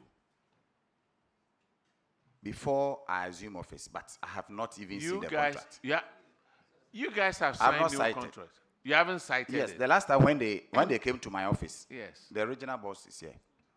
I complained. They were saying that they have contract, but I have not cited. I told them that if you have a contract, let's have a copy. But as we speak, no copy has been provided. You said your original. The original officer is here. Okay. We came Let and him. asked them to provide a contract, but they haven't showed up. Honorable Chair. He's going to respond. Yes, sir. Yes, I met Honorable in his office. Yes, and then the issue about the contract came up. Yes, sir. And then he directed that I should send the copy to his environmental health officer, which I duly did. That was last year, June. I still have the records on my phone. Thank you. You see the problem at the assemblies.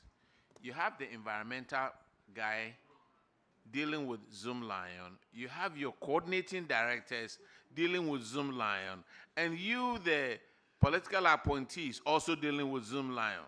Now, there are 3 of you. Zoom Lion is dealing with the 3 of you. And so he may give it to this one, or that one, or that one. Have you checked from your environmental I have guy? followed up. And He what has did never he say? given it to me. He said the man has not provided anything to Okay. him. Today's hearing is not going to be based on Zoom Line either doing it or not. I just want the information that he has in his car. No problem. He should bring it. No problem, sir.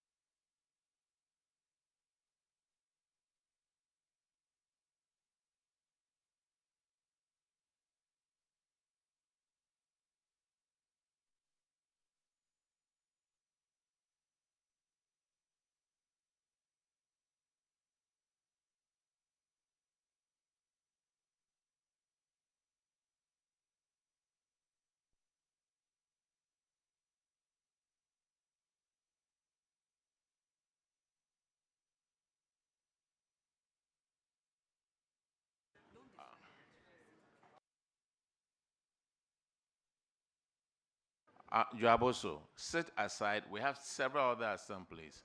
And then when he brings whatever he's going to bring, we'll continue. Now let's call our win.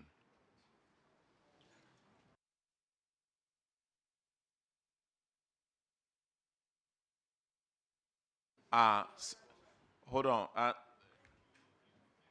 Apart from our win, let's swear all these people in.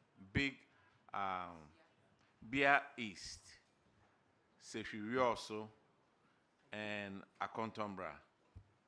Let's all of you take the oath.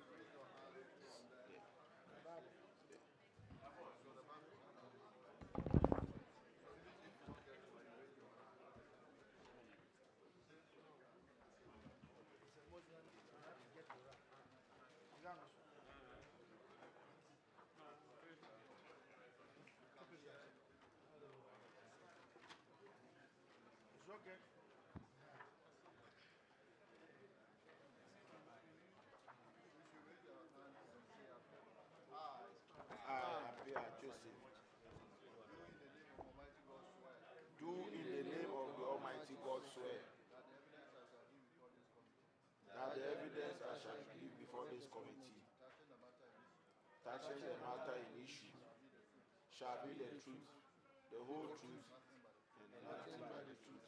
So help me God.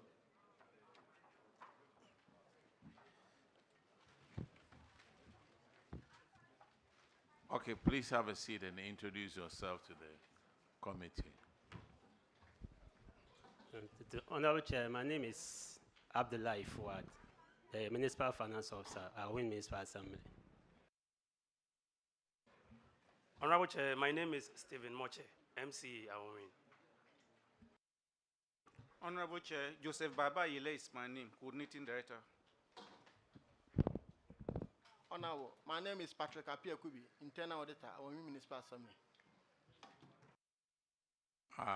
We'll start with unsupported payments, and no, I take about unrecovered rent. Honorable Edemagbana will start with that one. Thank you, Chairman. Chairman, this infraction relates to the inability of the Assembly to recover rents that 28 occupants within the Assembly were expected to pay between January 2023 and December 2024. Why couldn't you recover the rent? Thank you, Honorable Chair. The issue in question, it has been cleared, we have paid, and the receipts are here for verification. Auditors, can you confirm if all the 12,930 Ghana cedis was paid? Honorable Chair, our last status is still outstanding. We are not aware that it has been recovered. Mr. Chairman, if I may find out from them, when were these payments made?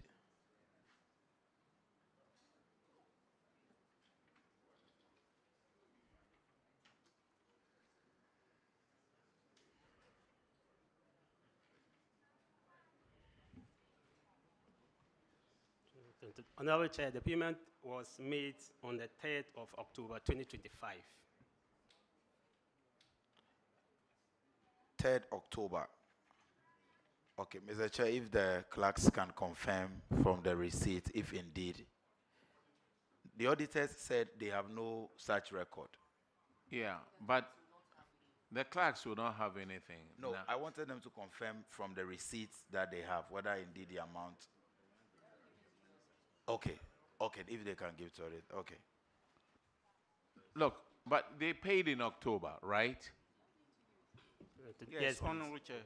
October 2025. Yes, please, Honorable. Why didn't you give it to the auditors? Why didn't you give the receipt to the auditors? The Honorable Chairman, we were supposed to pay it alongside withholding tax, so I was waiting for the withholding tax to be paid so that I can add it to the payments. You know what I'm going to propose? If I'm supposed to give all the stuff to auditors and you don't do it, we just withhold your salary. You will learn sense from it. Auditors have come to audit. You have a problem over here. If you have paid, you go back to the auditors. Hey, here it is, I've paid. You were waiting for. And you say, "Koto, we need to now." You.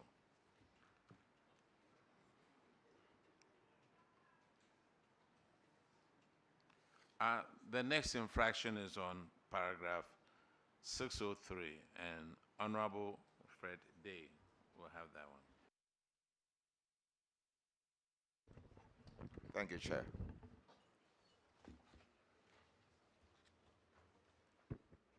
This infraction is pervasive in most of the assemblies, and our win. This is our win, is it? Okay. Specifically, when the auditors came to you, 9 PVs that you had raised, totally 19,050 Ghana cedis, you could not provide any document to support this. The auditors were with you for some time. They finished their audit and left. What do you have to say to this? Honorable Chair, that is true. As at the time of the audit, in fact, some of the documents were misfiled. And when you look at their observation, the relevant supporting documents that they were requesting, some of them were like reports, receipts, and what have you. However, going forward, this is what we are trying to actually avoid in the near future. Sir, this relates to IGF, internally generated funds. Yes, Honorable Chair. Yes. So how did it happen that documents relating to internally generated funds that you were using, you could not have documents on hand? Using it on goods and services, you did not have documents on hand to support what you had done. This is not a general case of filing, which is, like I said, pervasive across the assemblies. Explain this particular one. How did it happen? That is why I indicated earlier that during the course of audit, there were so many files, and some of the documents could not be traced. But subsequent to the audit, we were able to trace such documents. In fact, it's been recommended that you are held responsible for refund of this. And my chairman is here. He would recommend, and I'm suggesting that he recommends that you refund the money. Honorable Chair, we were able to attach the relevant documents and submitted them to the auditor, which he validated. So the auditor said he can confirm to it. Auditors, you may want to do that.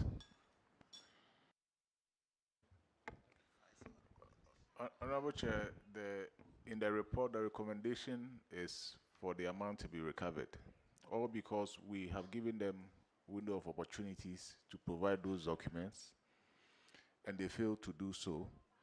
And so because of that, when we are compiling the Aegis report, it is no more provision of documents. It is about recovery of the amount. Because if you had the documents, you would have provided them to us. So subsequently, they provided the documents after the Aegis report, which yes, the auditors have gone through, they are verified, but we await the decision of the committee. Thank you. How come you didn't give the receipts to him at the time that they came?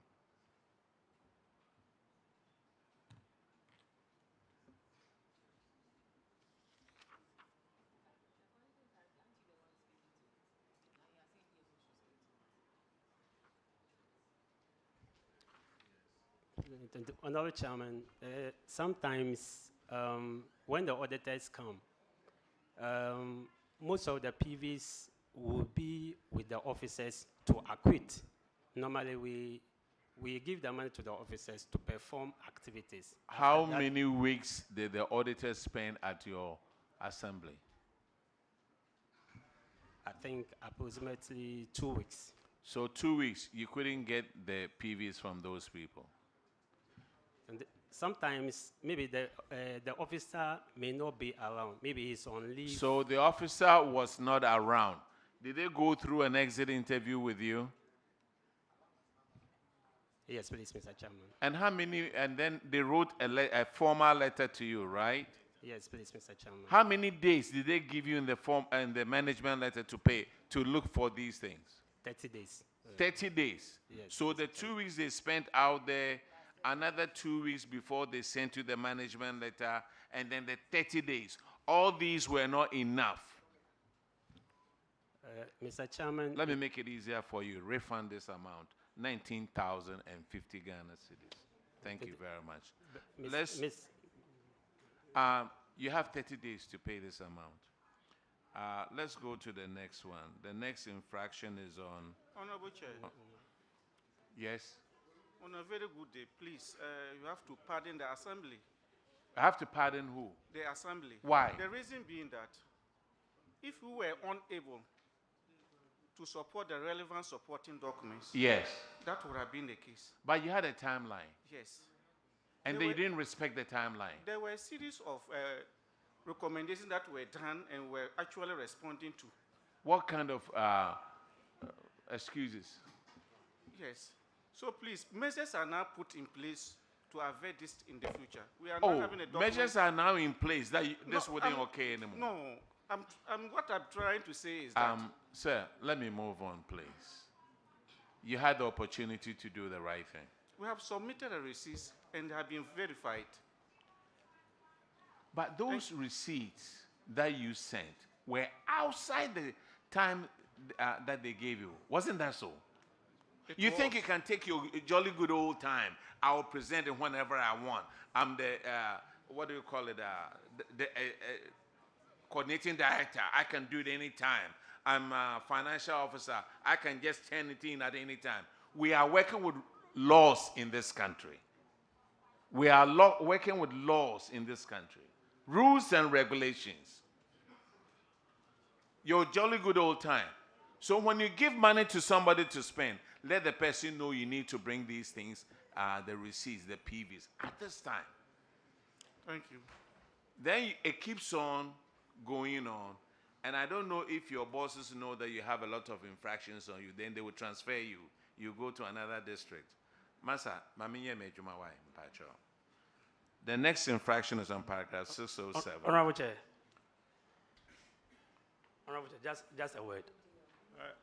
Honorable DC, I hope you are not challenging the ruling of the chair. No, I'm not. Can you allow him to navigate the session, please? Okay. Thank you. The next infraction is on paragraph 607, and Honorable Kinney will take care of that one. Thank you, Mr. Chairman. Mr. Chairman, this infraction has to do with unpresented payment vouchers to the same assembly. 7 separate amounts totaling 16,060 Ghana cedis were paid without PVs being raised. And according to the Auditor General, they were asked to make a refund of such an amount. And that should be done by the coordinating director and the finance minister. Finance officer, sorry. I want to ask whether that has been done. Yes, Honorable Chair. Those vouchers were traced and submitted to the auditor for verification, and he's here to confirm. Auditor, has that been done? Yes, Honorable Chair, after the report, they subsequently submitted those PVs, which we have verified. Why couldn't you give it to them in the stipulated time? This is very similar to the first one. The recommendation over here is we were unable to authenticate the authenticity of the payments, and therefore recommended that the coordinating directors and finance officers involved should jointly be held liable for the refund of these amounts into the designated accounts of the assemblies. My ruling stands again. This is another 16,000. Coordinating director and then finance officer. Honorable Chair, those cited PVs were submitted to the auditors and there is a time limit for you, sir. they validated, Honorable Chair. When was it validated? Auditors? When? Mr. Frank. When was it validated? Within the time limit that you were given? Within the timeline that you were given?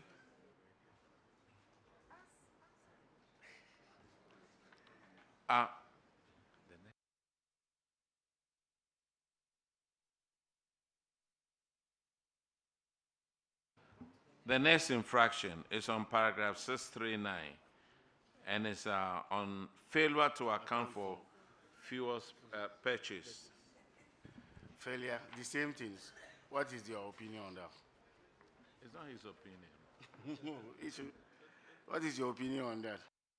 Yes, these were fuel purchased, that is 6,700 cedis, In fact, it was like a pre-finance system which we could not update the logbook.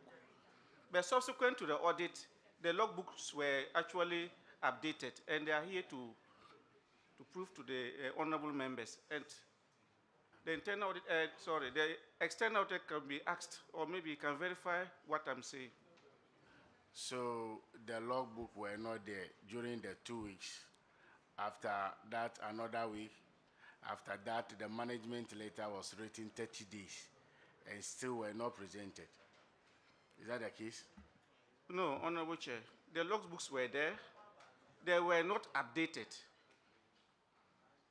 Were not updated. The transactions in question, they were like pre-finance. So they were refunds. For instance, you have been invited for a program. As at the time the assembly could not support with funds, you have to pre-finance. So it was after the program that we wrote for refund. Even if you wrote for refund, this is fuel. Whether you are pre-financing or not, so long as you use the assembly car, it must be logged. It was logged in subsequent to the observation. No, what I'm saying is that normally, in every organization, we all have been working with a government institution before. When you are buying fuel with your own money into the government of Ghana car, you log in. Because it's a program you envisage that you'll be attending and then you'll be getting refund. So why didn't you do the needful?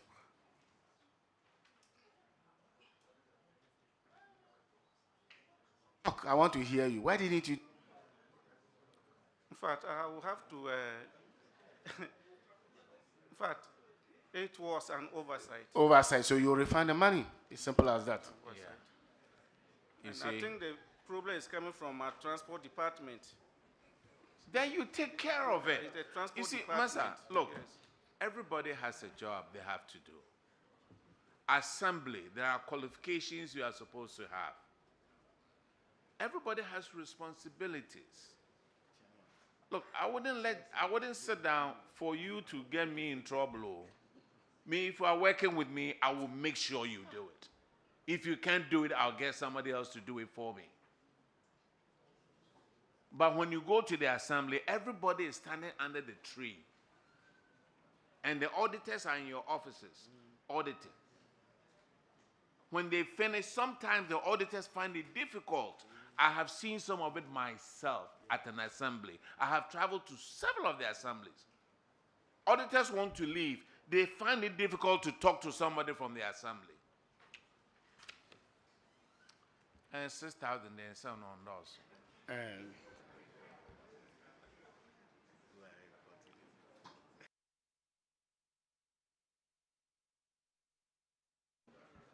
And also, Honorable Chair, I have a word to say, please. Yes, sir. So, Honorable, after the audit's report, the auditor's report, yes, sir. I sat down with management and I realized that, seriously, like what you were saying, there are so many infractions here. Failure to deduct, failure to account. So I advised them and we took a decision that it was not going to be repeated. So I will plead.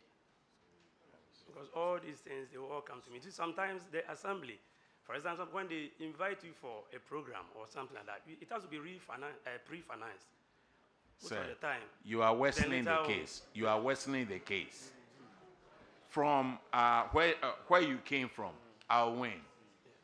If you paid with your own money, you will go to the fuel station, buy the fuel, you will get a receipt, wouldn't you? Yeah, sure. And there's a logbook in the car. You will log it out there. Yeah, sure. Now, you use your own money. I understand. But when you come, you can get a refund. So if auditors come in and ask you, hey, here's the logbook, here's a receipt, they wouldn't know whether you use your own money or assembly's money. Yeah, Honorable Chair. So what is the excuse? So now it's been resolved that they are not going to repeat the same mistakes. You will learn from it. Ghana say, what bodia kasa, and you're not bow. Honorable, this time, Let's move to the next one, please. It's on paragraph 651, and Honorable Simon will take care of that one. Thank you, Mr. Chair. Owen. Owen. Owen. Sorry if I pronounce your name wrongly. Owen. You're welcome. I can see you're hot. You cool down, don't worry. So you failed to deduct tax to the tune of 1,727.25 from 6 transactions. And you are supposed to do that and remit it to GRA within 15 days. How far? What has happened? Honorable Chairman, we have done that. Auditors, can you confirm, please? Honorable Chair, we can confirm that. Awin, I told you to be cool. You see, this one is cool. Thank you. Chairman, I'm done. They've paid it, right? Yes, the auditors have confirmed.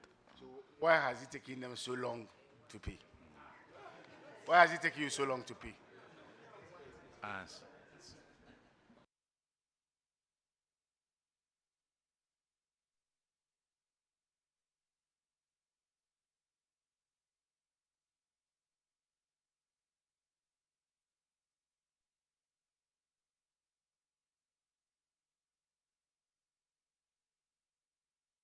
Now, I'll win. You see, I see a pattern. You are the MC, right? Yeah, Honorable Chair, yes. I see a pattern. Yeah. Your finance office needs help. Okay.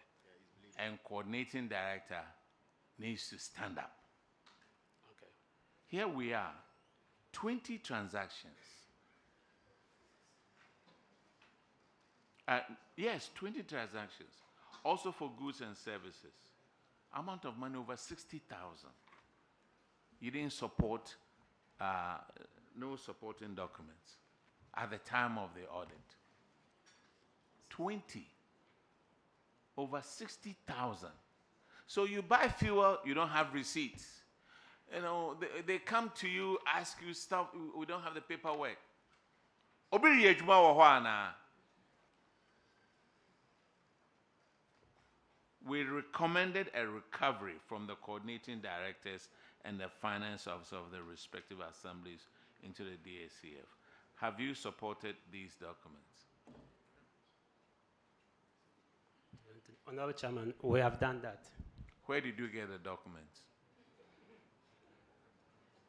Honorable Chairman, some of the documents were reports. They were what? They were reports that we had to attach to the payment vouchers. And then we went into the files and we found the reports and then we did attach them. But there was no sense of urgency. You are the finance officer, right? Yes, Honorable Chairman. So you were there at the time of the audit, weren't you? Yes, Honorable Chairman. Oh, Controller and Accountant General, look at the people you are sending to the assemblies. So. There's a DACF, goods and services.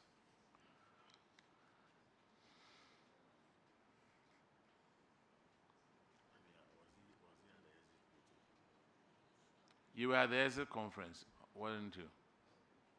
Yes, Honorable Chairman. And what does 30 days mean to you?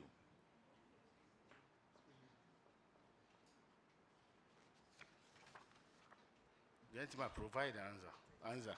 Answer the question.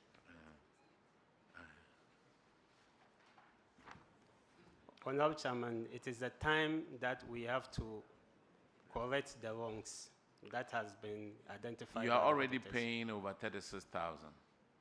I've given you guys 30 days. 30 days.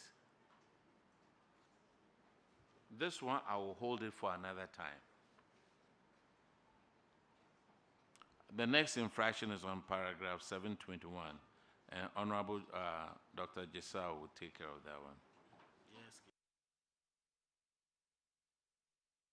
Yes. Thank you very much, Honorable Chair. This infraction has to do with delayed projects. And Arwin, you have renovation of the Municipal Agric Office. In fact, this one I have a personal interest. Because it's agricultural office. And I chair the agri committee, so my biases are clear. Why is it that it's still standing? 85% complete. You've not done anything about it. And you know that these costs contribute to overruns. These delays contribute to overruns in the overall costs. That deprives other development projects the necessary financing to execute, and therefore retards the progress of your area. What do you have to say? Director? Yes, sir. Honorable When Chair. did you go to that assembly? I'm going to my third year. Your third year. So you are sufficiently old there. So what happened? Exactly. Yes, it resulted from lack of fund releases. However, it has been captured under the legacy fund. So the contractor is on site as we talk. Okay, so contractor is back on site trying to finish it.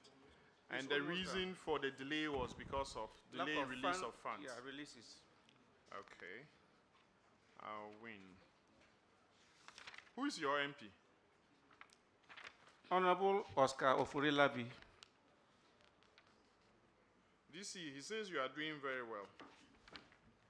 Yes, please.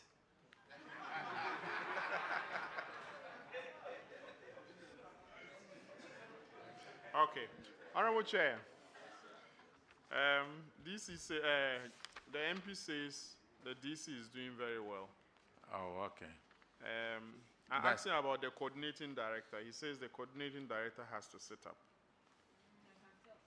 Coordinating director. So you have to sit up. Hmm?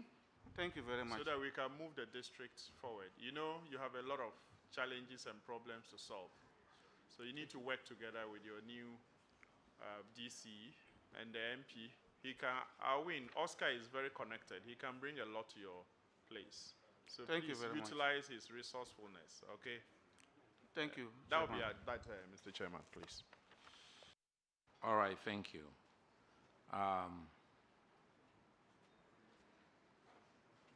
That is it, right? On your side? Okay. This is our win. You are discharged. Thank you. But 30 days you are paying the money. Thank you, Honorable Chair. And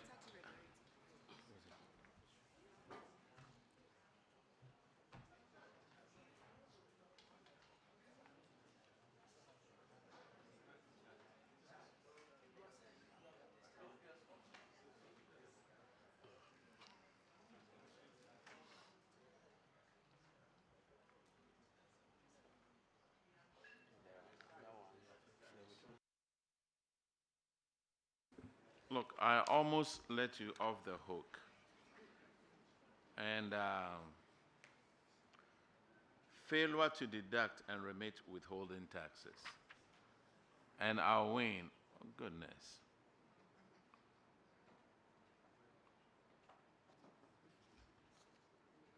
These amounts on the DACF 4, taxes not deducted, 1,041. And then taxes not remitted, 11,949. What has happened to these taxes? Honorable Chairman, we have paid all of them. You have paid all of them. Yes, Honorable Chairman. Auditors, could you confirm, please? Honorable Chair, we can confirm that they have remitted the tax entirely. All right. MC, you have a flat tire at your finance office. Try Thank and you. fix it. Thank you. I'll fix You it. guys are discharged. Thank you, Honorable Chair.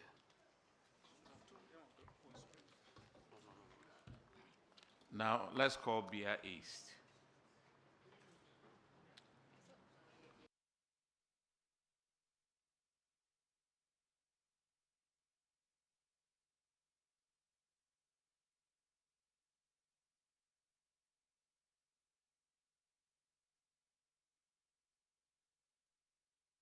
Please introduce yourself to the committee. Carlos Jojo Dolphine, District Internal Auditor. Mr. Chair, I'm Francis Amankwa, the District Chief Executive, Bia East. Abukar Baba, Coordinating Director, Bia East. James Kofi Buai, this is Finance Officer, Bia East.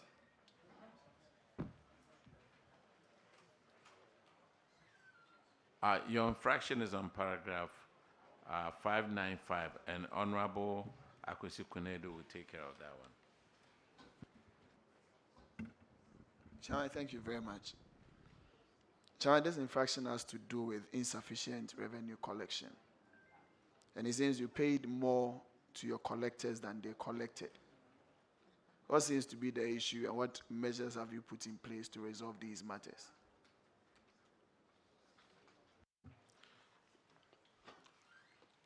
Honorable Chairman, the auditors recommended that they just give the revenue collector targets, which we did.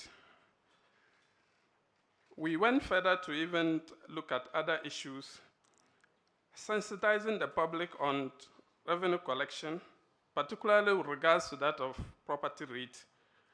We also noticed that the revenue collector in question was competing with commission collectors that were sent to that particular area. That has resulted in her not being able to collect more than her salary. So we took actions on all of that. We reassigned the the commission collectors there. We carried out sensitizations. We set target for a revenue collector, and that resulted in a significant improvement in revenue collection in 2025. As at the target that we give her to be 40,000, she has collected over 44,000 in 2025. Thank you. So now the measures you put in place are yielding results, and that this is not going to happen again. Chairman.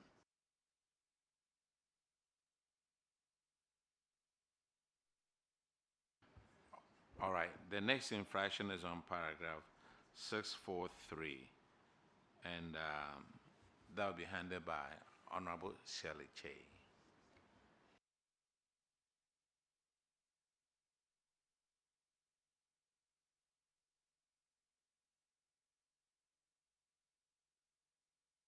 And it's about abandoned vehicles. Hello, and thank you, Honorable Chair. Oops. This is to do with abandoned vehicles. The auditors noted during their inspection of assets that 9 unserviceable vehicles and equipment of the assemblies had been abandoned and left under the mercy of the weather. The recommendation is that management should take the necessary action on the abandoned assets by repairing these. And also, if there's any that needs to be disposed of, they should do those using the existing laws. Can you give the committee an update on the status of these vehicles?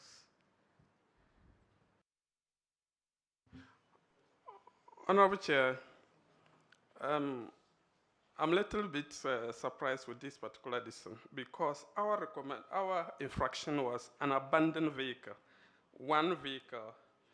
That was our infraction. That has been effectively handled. We have worked on that particular vehicle. It's not 9. That's with other assemblies, so it's all lumped together. So your one, you said it's been handled? Yeah, we've worked on the vehicle, that particular vehicle. Auditors, can you please confirm this?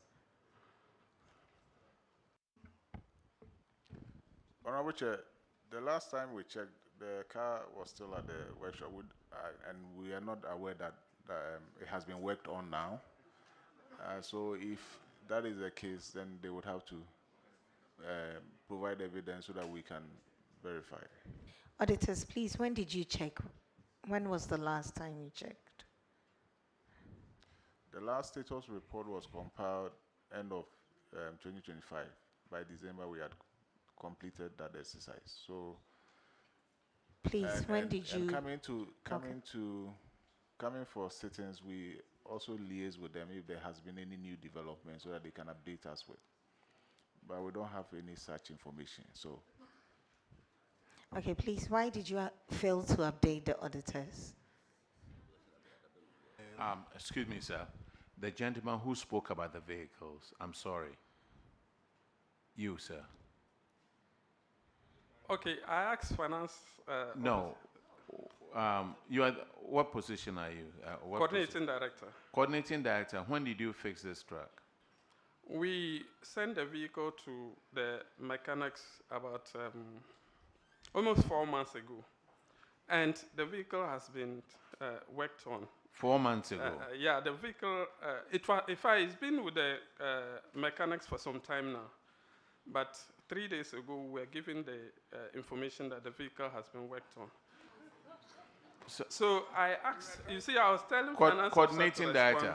Yeah. Coordinating director. Take your time, because you are being watched live. Yes. On Facebook in the whole country. Okay. So your credibility is at stake now. Okay.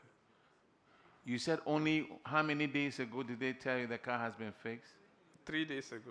3 days ago. Yes.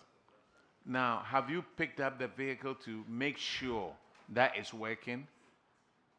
Honorable Chair, that's why I wanted my finance officer to respond, because when they told me the vehicle has been fixed, I sent finance officer to go and verify. But you said that it's been fixed. Yes, that's the information I got from a finance officer who I sent to go and check and to inform the auditors on the status of the implementation. So that's why I wanted him to respond to that. Finance officer. Honorable Chair. Have you received the vehicle? Not really. But when we are going to our district, we will take the car. So what you are telling us is just hearsay? No, no. We have maintained the car. It's just at the sprayer. So they are spraying the car. So we will send, when we are going, we send it. Excuse me, I don't think you should be laughing. We're not joking here. All right? You said you fixed the car. And when you come to this committee and tell us you fixed the car, we expect that your word should be what it is. So you can't come here and say 3 days ago you were informed that the car has been fixed and you're going to take it on your way back. And you've not even informed the auditors. You have not even received the car in your possession. Your answer should have been different from what you gave us. With all respect, please, let's take this committee serious. Give us a better answer. When are you going to get the car moving? Let us know. Okay, the car is going to be on the road. By Wednesday, it's going to be on the road. The mechanics promised us by Wednesday. He has finished everything. But just listen, finance officer. You are showing your naivety. And it's very troubling. The mechanic told you that he has fixed it. Haven't you ever taken a car to a shop before that they will tell you that it's been fixed, and then when you go, oh, if only I fix the battery and I fix the tires and the car is fixed? Haven't you heard or seen that before? You haven't taken possession of the vehicle. You haven't ascertained that the vehicle has been fixed. Then you come and sit here and you are laughing and you think, oh, this is just a joke. Wow. You were brought there by the Controller and Accountant General, right? Finance guy. Finance guy. Controller.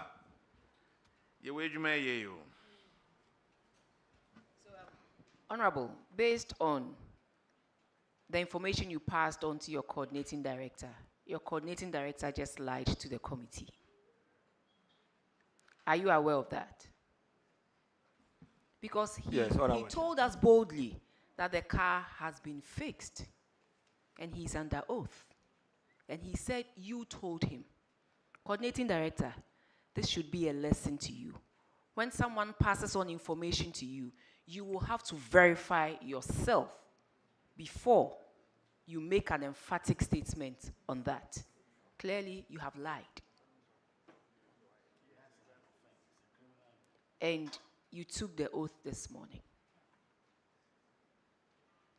We all need to go the extra mile to discharge our mandate. When he told you, you should have verified. You should have had some concrete evidence before coming to sit here and tell us that, oh, we have the vehicle, it's been fixed. This should be a lesson, say, that in discharging your mandate, you go the extra mile. Otherwise, today we'll let you go. Maybe tomorrow, wherever you make this thing happen, they will not let you go scot-free. So that infraction still stands, that the abandoned vehicle is as the auditors have reported in the book, and you need to find ways to fix it and clear it from this infraction. God willing, next year, we don't want to see this infraction in your books. Noted. And when you've done it, please update the auditors. We'll surely do that. Just a caution. It's not in our interest like we come here to sit down and waste all the time, and then we have time. That's why we are doing this. When you do your work right, we will also not sit here.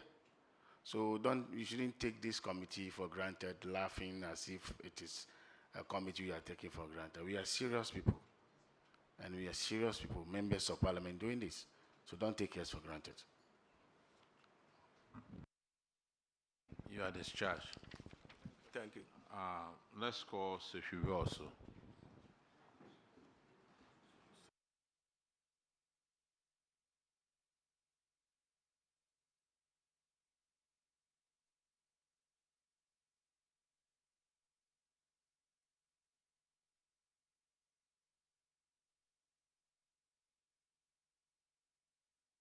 Please introduce yourself to the committee.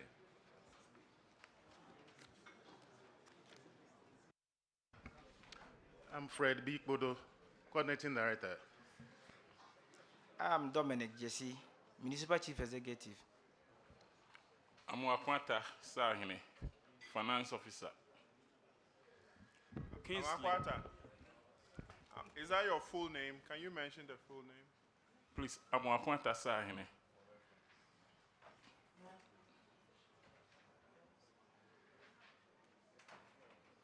Okay. Kingsley Millie, Internal Auditor.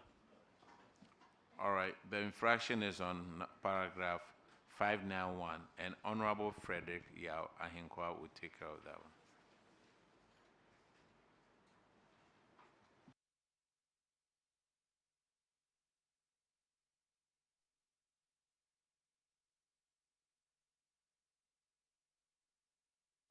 Thank you, Chairman. This infraction is about uncollected revenue from 25 institutions, totaling 256,000 Ghana cedis.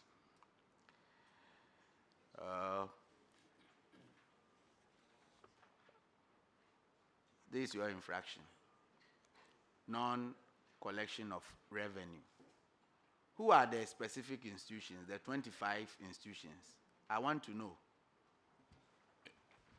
Yes. Mention them, the 25 institutions. Honorable Chair, we have the list here. We have Total Filling Station, Dallas Microfinance, Zoology Company Limited, Kokroko Hotel, Minado Hotel, Danwell Insurance, Cargill Cocoa Sourcing, ECG, Canroya Somme, GPLTU, Jombita, Biofield Diagnostic, ECG again, Boadak Company, Royal Density Investment, Enyema Hotel, Share Filling Station, Petrosol Filling Station, Zoology again, another Zoology, Ken Rosie's Hotel, Millie Guest House, El College. How much is each of the institution owing? And are they still in existence? Yes, Honorable Chair. Apart from Cargill, that's currently they don't open their office.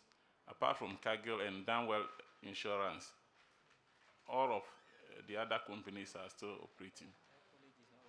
Right. So if these companies or institutions are in existence, what necessitated your failure to collect these monies from them? Honorable Chair, we were able to recover an amount of 80,000 from them, with the exception of ECG.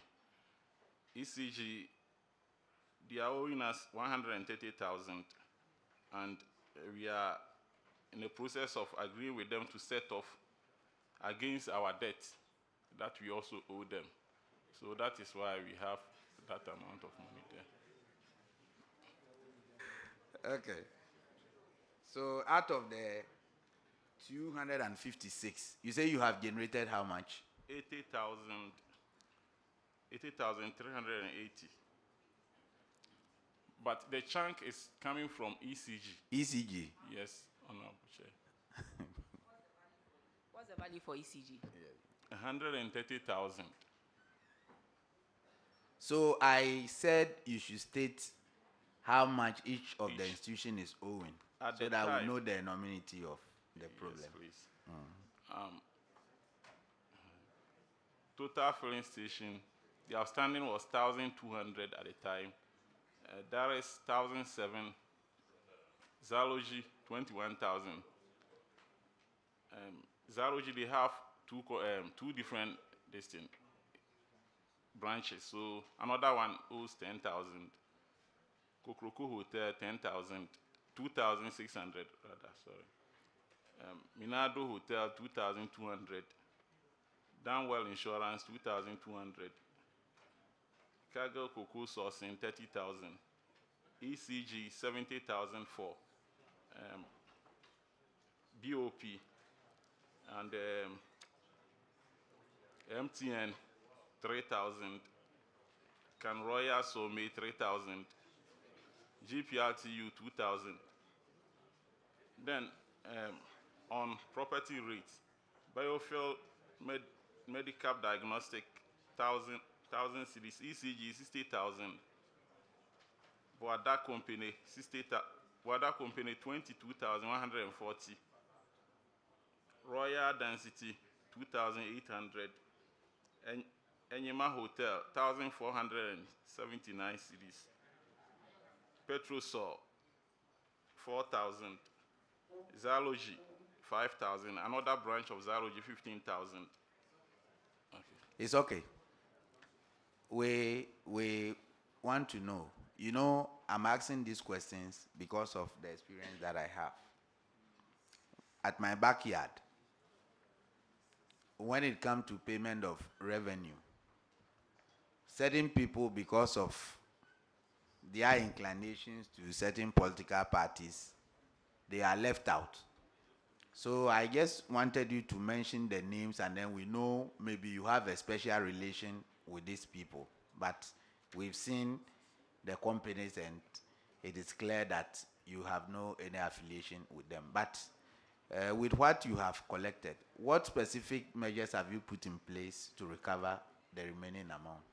Thank you, Mr. Chair. The issue had to do with the property rate. The companies were arguing that we were giving them so much. So what we have done is we've written to all those companies and every other organization, institutional bodies over there, that we are going to do property valuation so that we can give them the correct figures for property rates. So that is one thing. And the other thing is that we've been going to the radio station to make public sensitization on the need to pay rates. So if they are claiming that you are overtaxing them, is it that you don't have a fee fixing figures? Yes. Because these figures are set by the finance committee. Yes. And then the assembly will accept them at general meeting and then you implement. So you charge these monies based on what the assembly has agreed on. Yes. So if they are saying you are overcharging them, you are not doing it off head. Yes, it's based on what you have agreed on as an assembly. So you have to compel them to pay. Yes, Honorable, but we call that one unassessed. If you are charging for property rate that you don't even know the value of the property, and you charge the person so much, and they also have the right to protest. So that is why we are going to conduct this valuation of the properties. In that case, we are giving you as it is required by the value of your property. So you agree that you are overcharging them? No, we don't agree entirely. But to substantiate our charges, we have to do that. How many years have you been working on valuing these properties?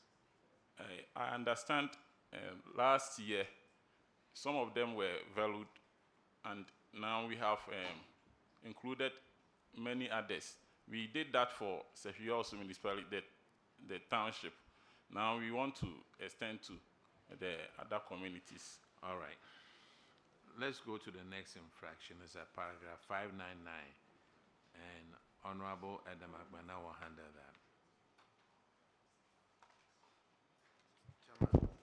Thank you, Chairman. Chairman, the infraction relates to the inability of the Assembly to retrieve 64,880 Ghana cedis as rent from 17 occupants.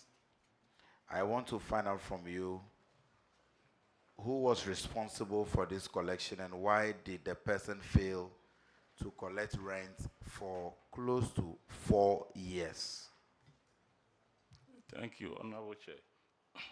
The responsibility is on the finance officer, though I have other staff working under me. Were you the finance officer at the time?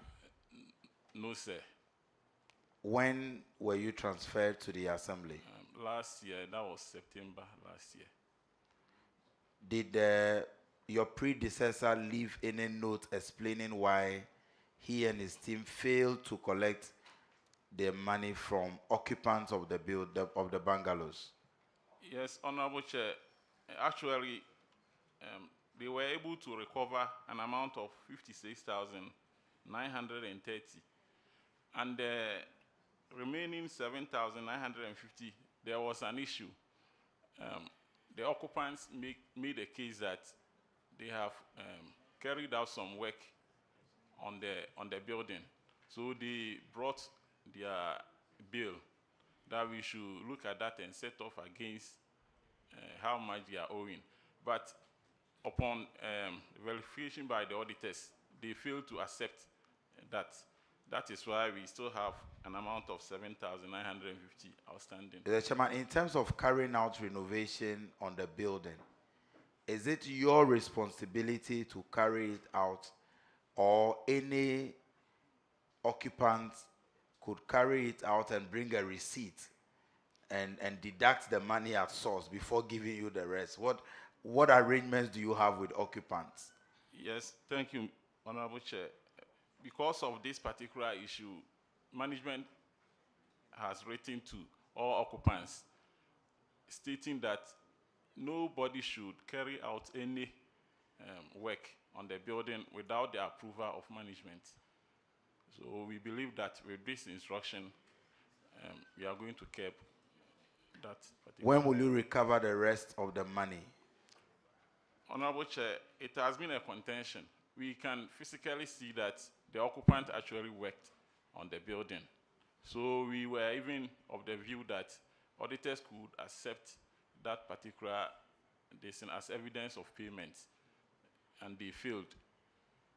And we could not compare. Looking at the work and the bills that they brought, it is even more than the amount they were supposed to pay. So we don't know how to force them and still take those monies from them. Okay, my last comment on this is that you clearly have to up your game in terms of the collection. So you don't even get to the point where for close to 4 years, occupants of the building were not paying the rent. Then they will now tell you they have carried out renovation works and so they intend to deduct it. Some of these issues must not be identified by auditors before the assembly acts, and so you need to take note of that. And secondly, since it was not in the arrangement with those occupants to carry out the renovation before informing you, you have to proceed and still recover the rest of the money so that all the money will be recovered for the assembly, and then they will take a cue from that going forward. Thank you, Mr. Chairman. Thank you. All right, your next infraction is on paragraph 6A6, that is on the DACF book. And Honorable Ms. Bao, Mahama Adams will take care of that. Thank you, Mr. Chair. Sefi, we also, per section 36 of the DACF 2023 guidelines, these assemblies are not allowed to spend more than 10% of their DACF allocation on an administrative expenditure. However, during the year, your assembly spent in a whopping 32.75%, clearly in excess of 415,287.82 on administrative expenses. Could you kindly, and the auditors have tasked you to do a refund from the internal generated fund account into the DACF. How far have you gone with this? And again, what steps have you taken to improve on your IGF collections to avert this situation going forward? Thank you. Thank you, Honorable Chair. At the time of verification by the auditors, on a follow-up to the Auditor General report, we had recovered 320,000. But as we sit here, we have paid everything from our IGF account to the common fund account.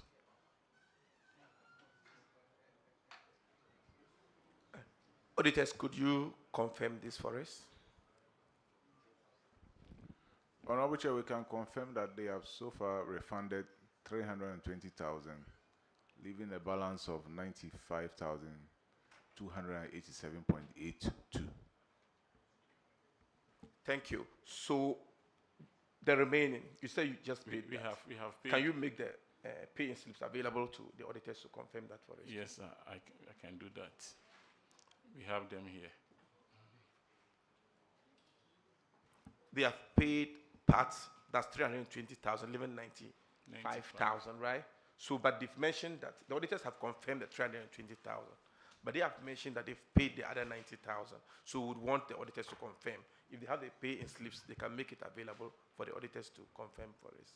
Okay, so you've done well refunding the amount of money. I won't see a sika kakrebiti.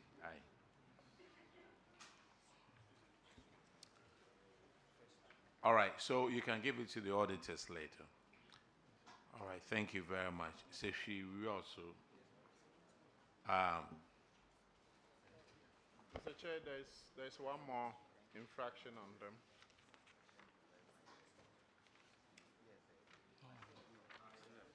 Yes, on paragraph 721.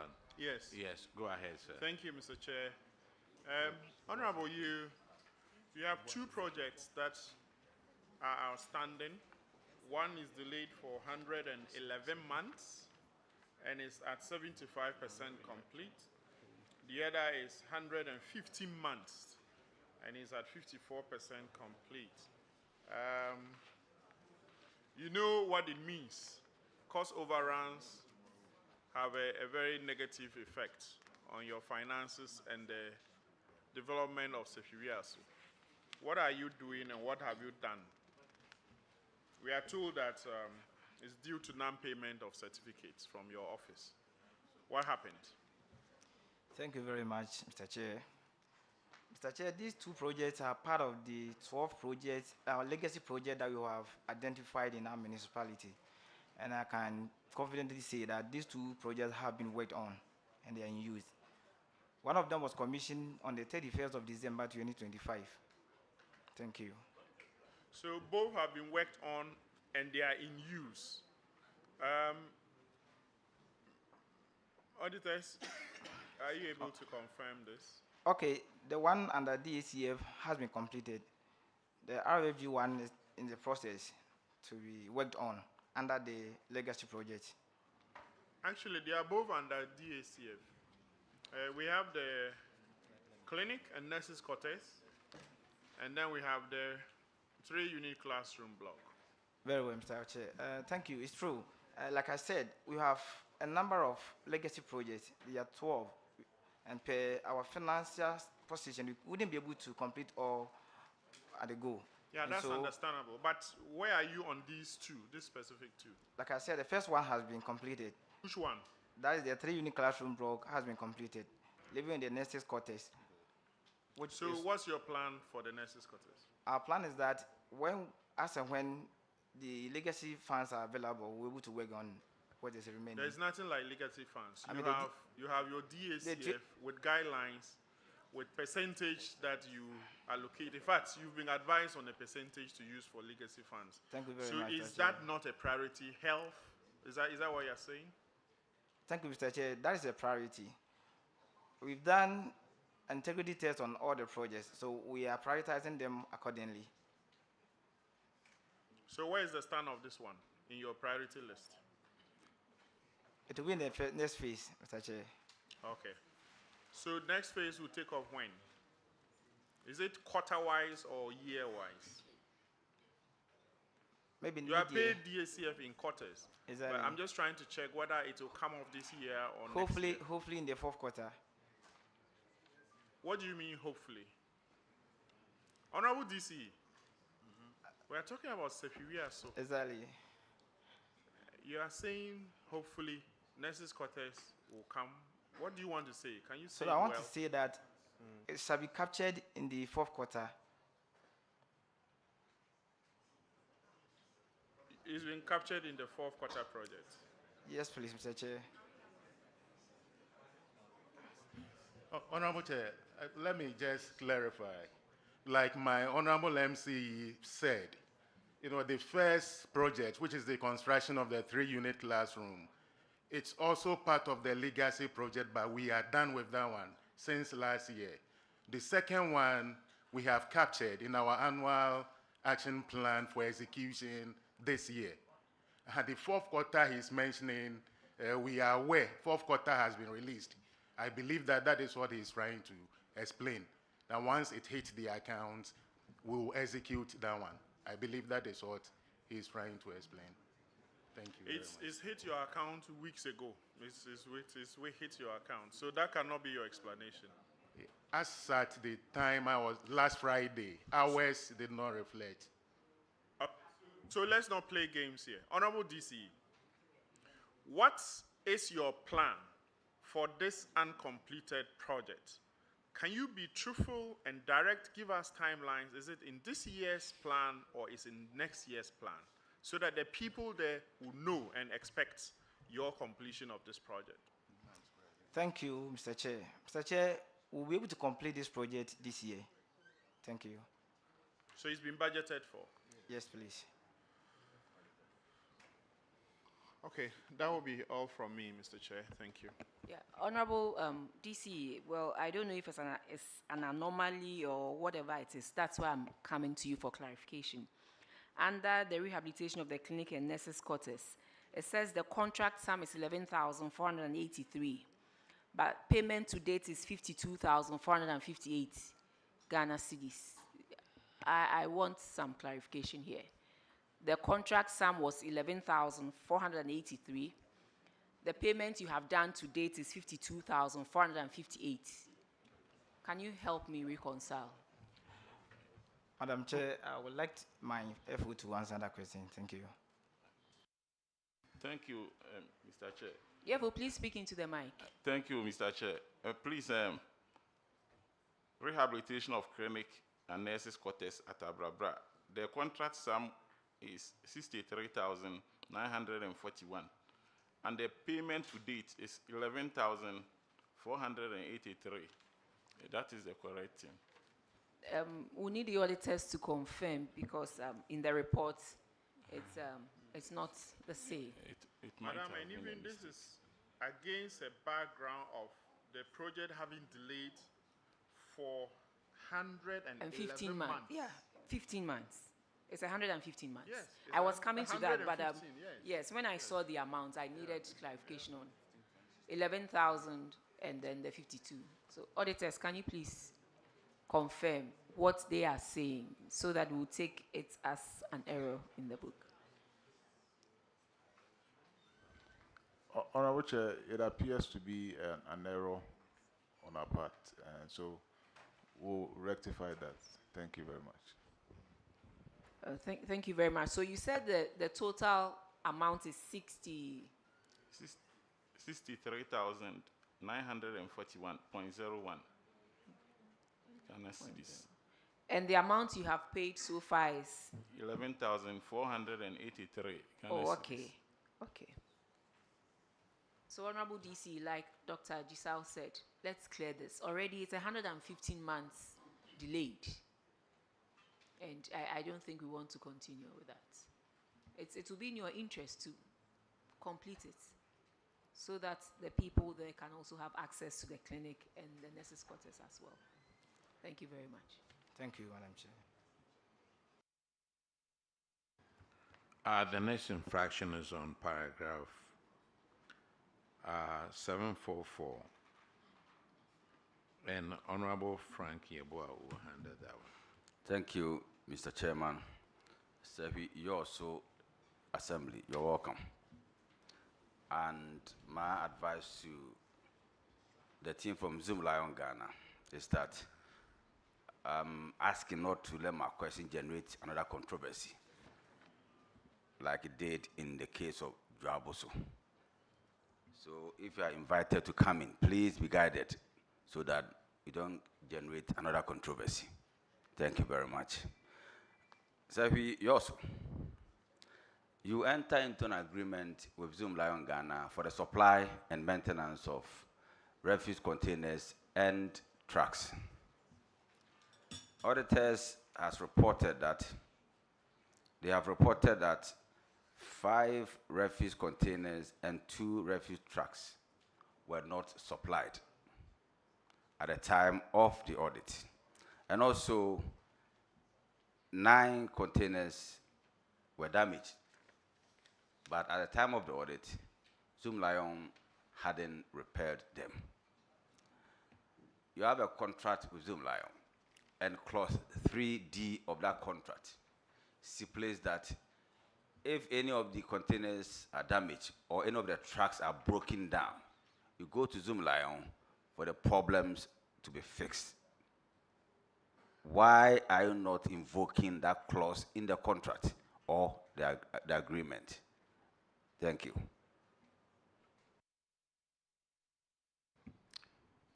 Honorable Chair, thank you very much. Zoom Lion, we've had several discussions with them. So, as part of invoking the said clause, we refused the payment of the second quarter. When we did that, they finally supplied 6 out of the 9 skip containers. That record is available.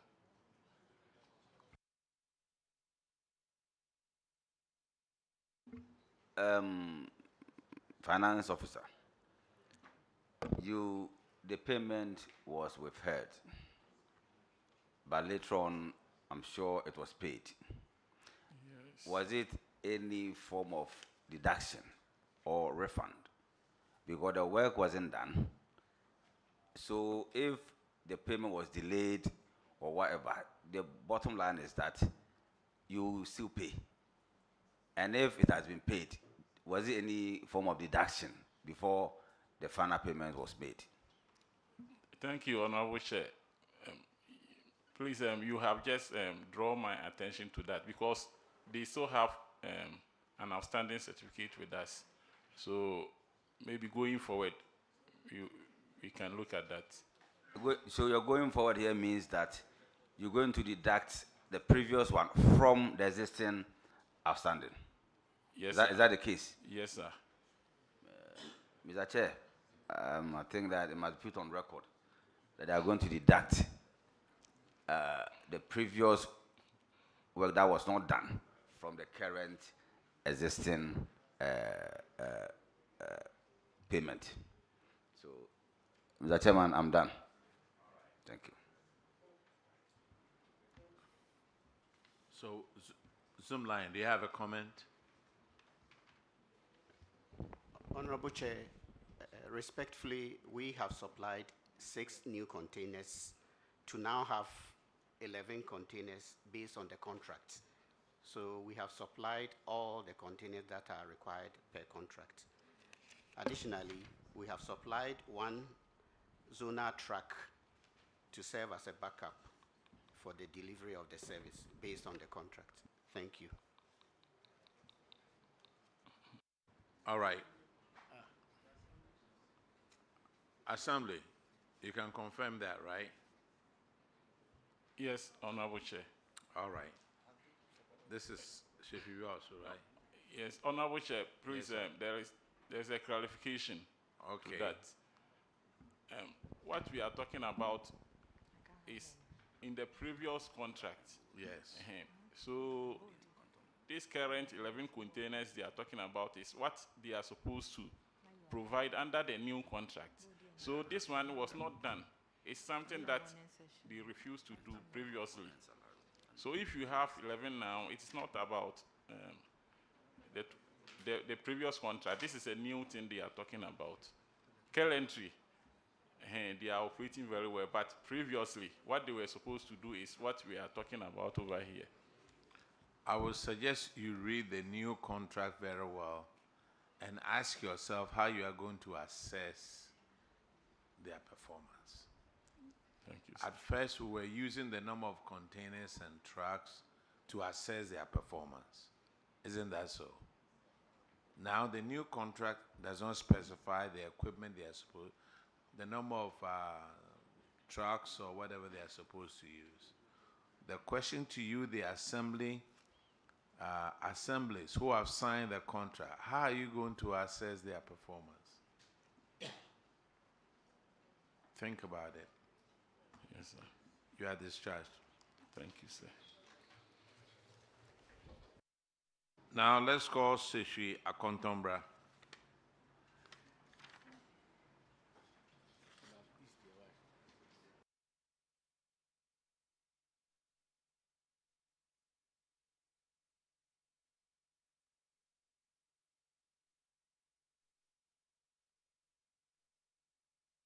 Please introduce yourself to the committee. Honorable Chair, my name is Richmond Anson Boateng, the Finance Officer. Honorable Chair, my name is Apia Joseph, the District Chief Executive. Honorable Chair, my name is Lati Charles Christian, the Coordinating Director. Okay, just to find out, Juaboso District, are you back? Juaboso, with the information that we needed? Honorable Chair, I'm told they had the bulky document and they are taking the one you asked for. So they are working on it. They are going through it? Yes, sir. I think they elected the clerk of this committee. They elected the clerk? Yeah, they elected him. But I'm sure they have had information that they were coming to Public Accounts Committee. Anyway, when they come, I'll ask them. When they found out, and why couldn't they do that at home before coming? Anyway, Seshi Akontombra, your first infraction is on paragraph 595, and Honorable Akwesi Kunedu will handle that one. Chairman, thank you very much. Chairman, this infraction has to do again with insufficient revenue collection by two of their revenue collectors. So again, I would want to ask, you paid them more Please than hold they on now. collected. Our regional minister is here to join us. This morning we paid a courtesy call on him, and he said he would pass by. So our regional minister is here. Yeah. Honorable Minister, you are welcome. Thank you, Madam Chair. Thank you. Please go ahead. Chair, thank you. Chair, the infraction has to do with insufficient revenue collection. And as I said, once again, they paid more to the revenue collectors than they collected in terms of revenue and remuneration. So what measures have you put in place such that these infractions will not happen again? Are they now collecting more than they are receiving? And are these individuals also mechanized revenue collectors, or they were commissioned revenue collectors?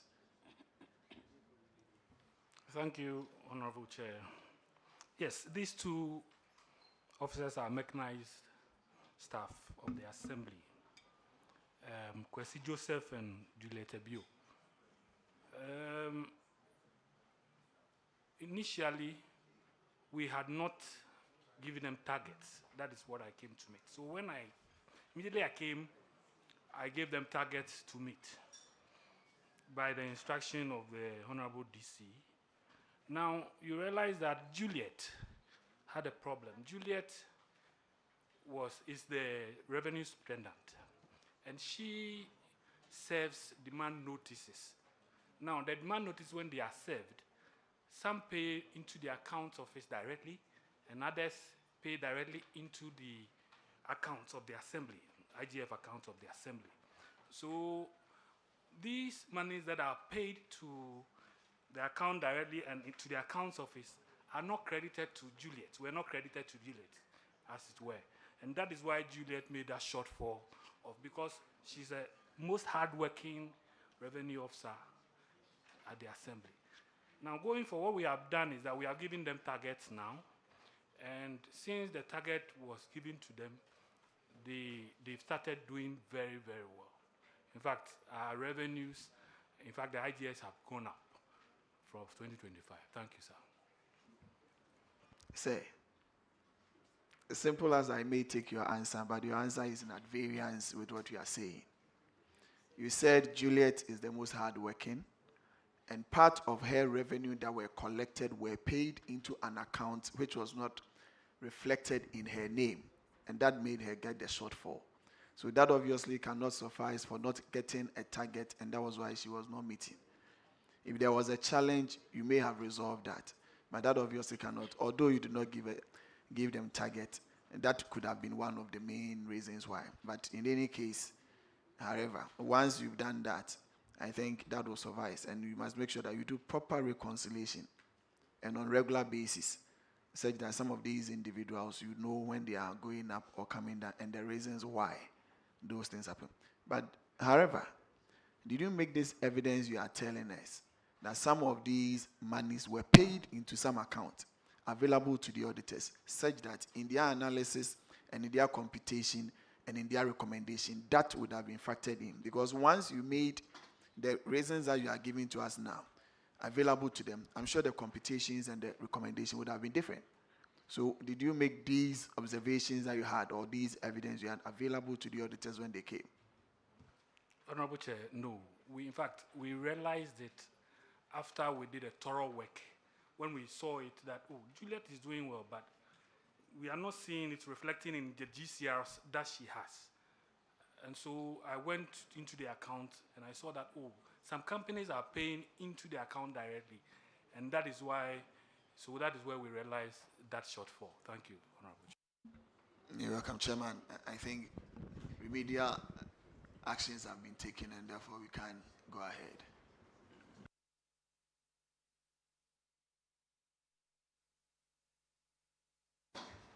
Okay, the next infraction is on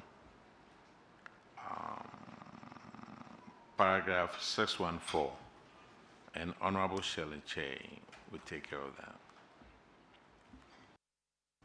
Thank you, Honorable Chair. This is to do with unpresented value books. So, Seshia Contemporary, we noticed that you had some GCR booklets that had a value of 20,400 Ghana cedis that you had not presented. So I would like to ask the current update on the books. What have you done with those outstanding booklets? Thank you, Honorable Chair. As of today, we have already submitted those GCRs to the auditors, and they have been verified and reconciled.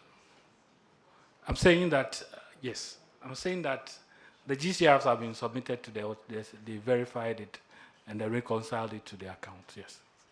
Auditors, can you please confirm this?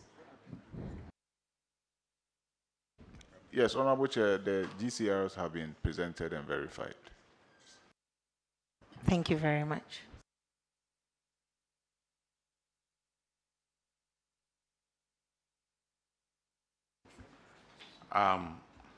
The next infraction is on paragraph 626. And Honorable N.S.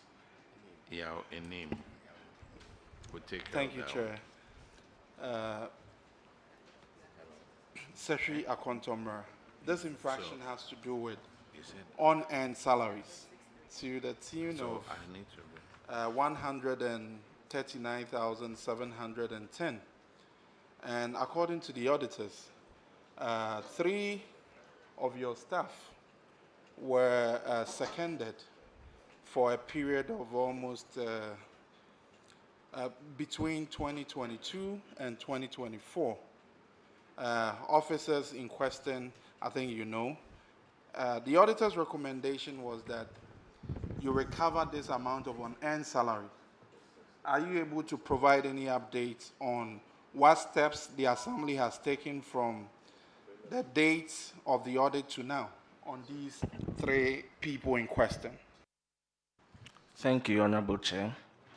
Honorable Chair, we have not recovered the amount as stated in the Auditor General's report.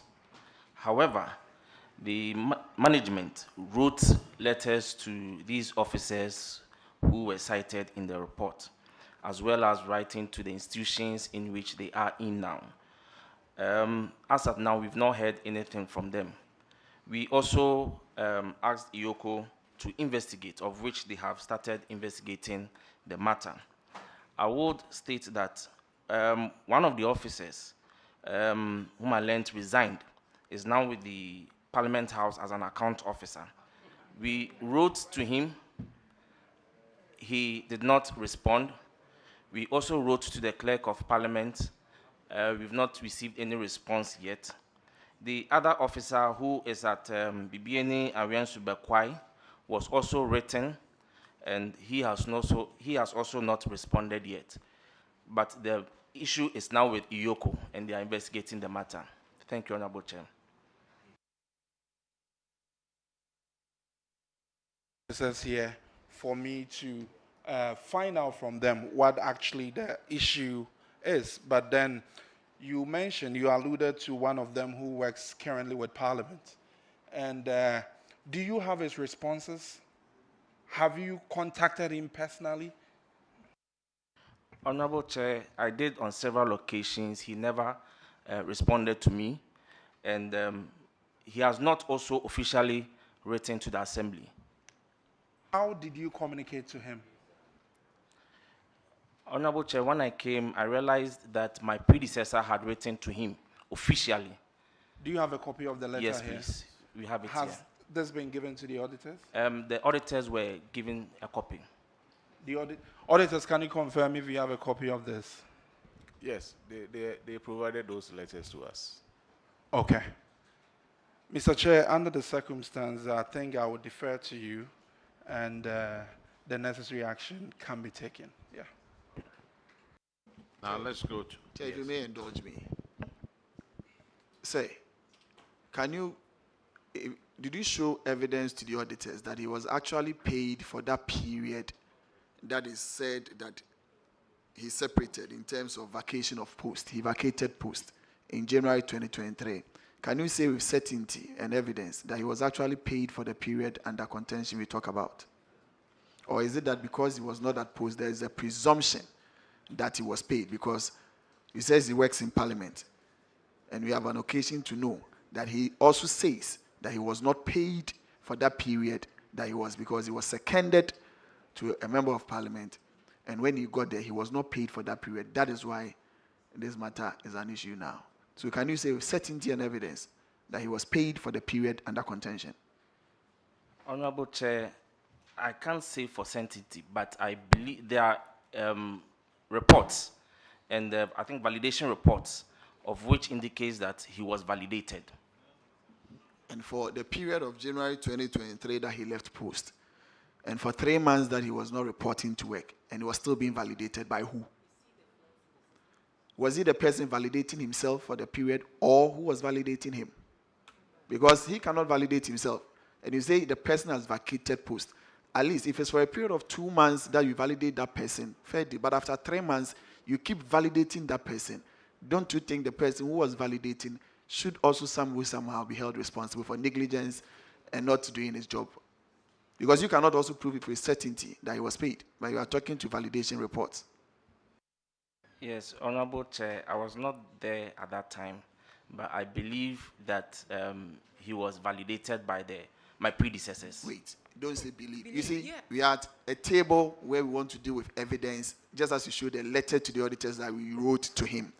You can't say to us that you believe. We cannot take your word of belief to be the fact.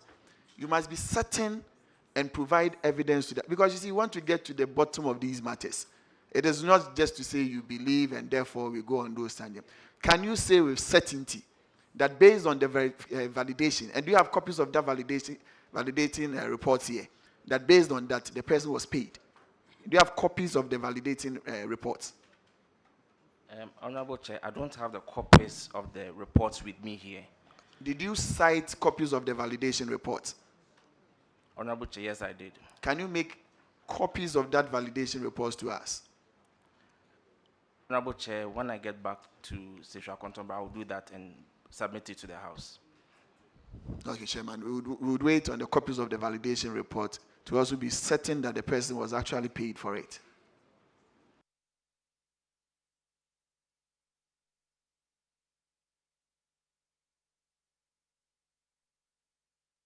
Okay, the next infraction is on paragraph 639, and Honorable Gape will take care of that one. Thank you, Secretary Contemporary. This matter is just simple. Auditors have revealed that your purchase of fuel, the cost of fuel purchase was 39,595 Ghana cedis. And you failed to account for it. No documentary evidence. What is the status with regards to this? Yes, thank you, Honorable Chair. Evidence have been given to the auditors, and they have looked Chair. at it. Mr. Chair. You said? Mr. Chair, on the issue we just passed before Honorable Gape came, I feel something is not right. What is not right? The gentleman submitted that the fellow now works in Parliament. And here's the case. They've made an argument that they've written to the person, and the person has not responded. And written to the clerk of Parliament, but no response. I feel these are heavy issues, and we need to know who those that are involved and whether these are true, that this committee can follow and double check, because that's if you are contemporary, right? We have Nicholas Atta, internal auditor, Stephen Etuahini, driver, Benjamin Wuntumi, technician engineer. Who are you referring to here? Honorable Chair, please, I'm referring to Nicholas Atta. Nicholas Atta. So, Mr. Chair, I think you need to take proper notice of this, and then we'll deal with it, because the name of Parliament has been called in this. Thank you. Clerk, take note of this. This is something that we need to follow up with our main clerk in Parliament and find out what the information is. and then we would advise that the clerk, if this is true, will get with the auditors on it. All right, thank you. Yeah, so though we studied that, still go back to my question. You say you have accounted. So when was the returns given to the auditors? I'm sure I don't have the date now, but I think it was in October. Not that you think, we want certainty here. So, please.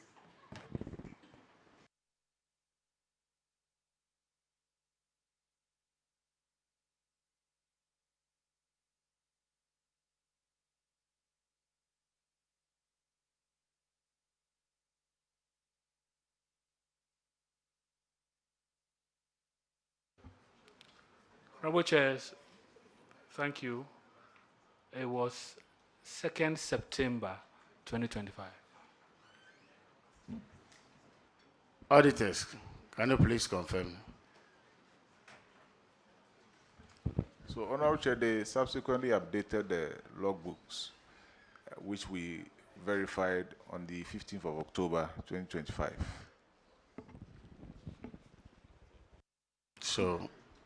So henceforth, please do the needful.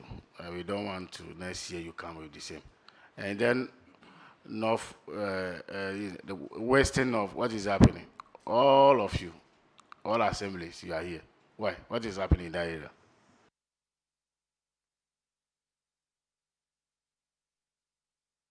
I think it's the water. The next infraction is paragraph 651, and Honorable Simon will take care of that one. Thank you very much, Chairman. Mine has to do with tax that you're supposed to deduct out of it's 5,367 Ghana cedis, 13 transactions. You're supposed to deduct the tax and pay it on to GRA. Have you done that?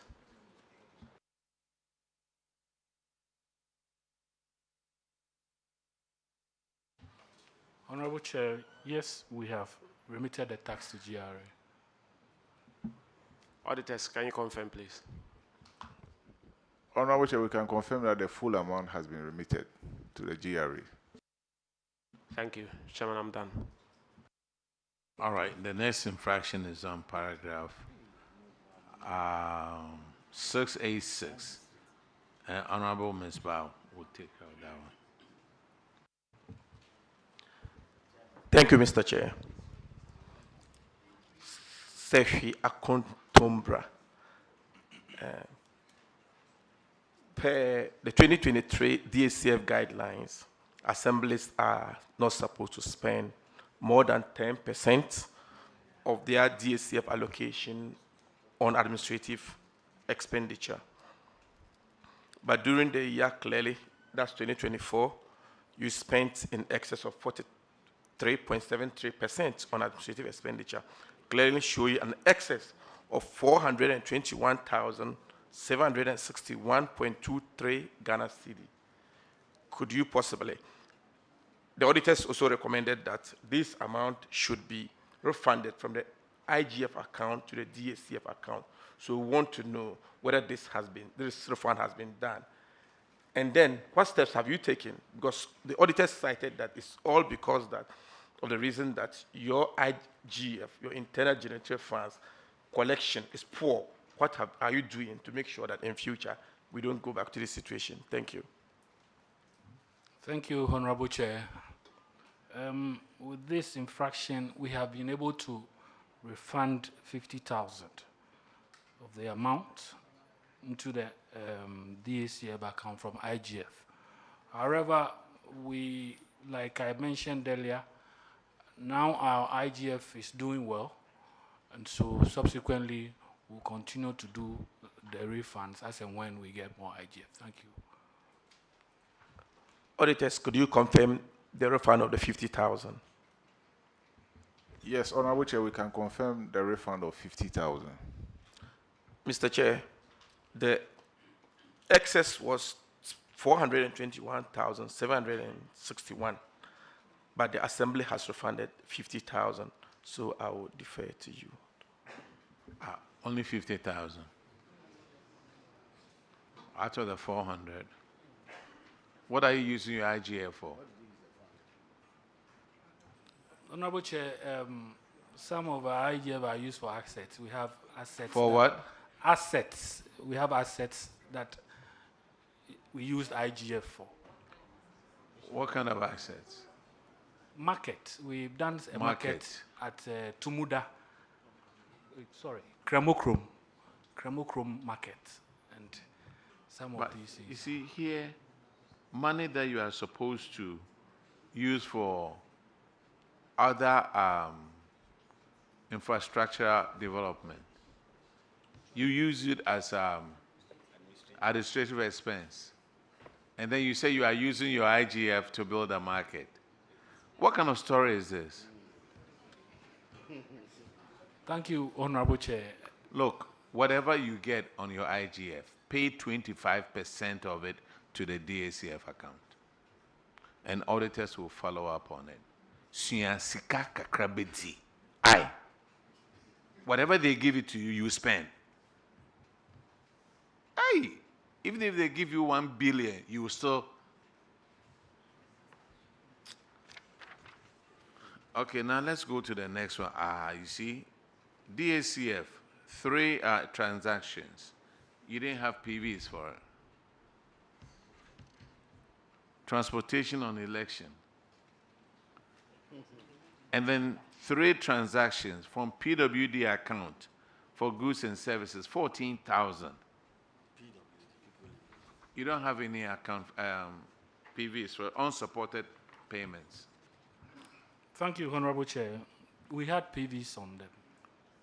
Look. We had PVs, just that.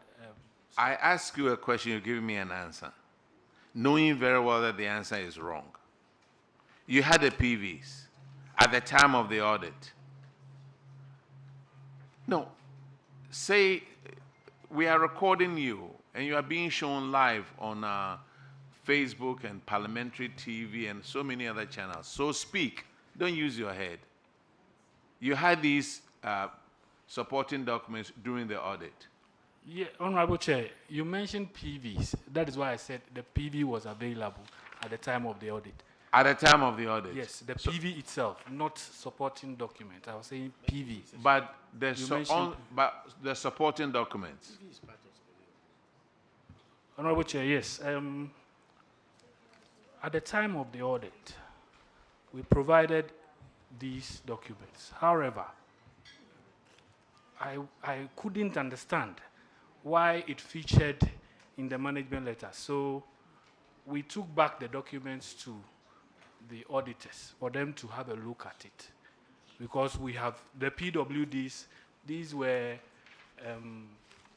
payments done for a little boy who had legs problem and stuff like that. So we took it back to the auditors, and they were able to verify them for us. That very day? No, not that very day. When? It was after the Auditor General's report. So you didn't support these things during the time of the audit or the 30 minutes leeway that you had? Honorable Chair. Where was the document? Where were the documents? The documents were at the time in the office. And Honorable Chair, I was part of the audit. During the audit, I was there all the time.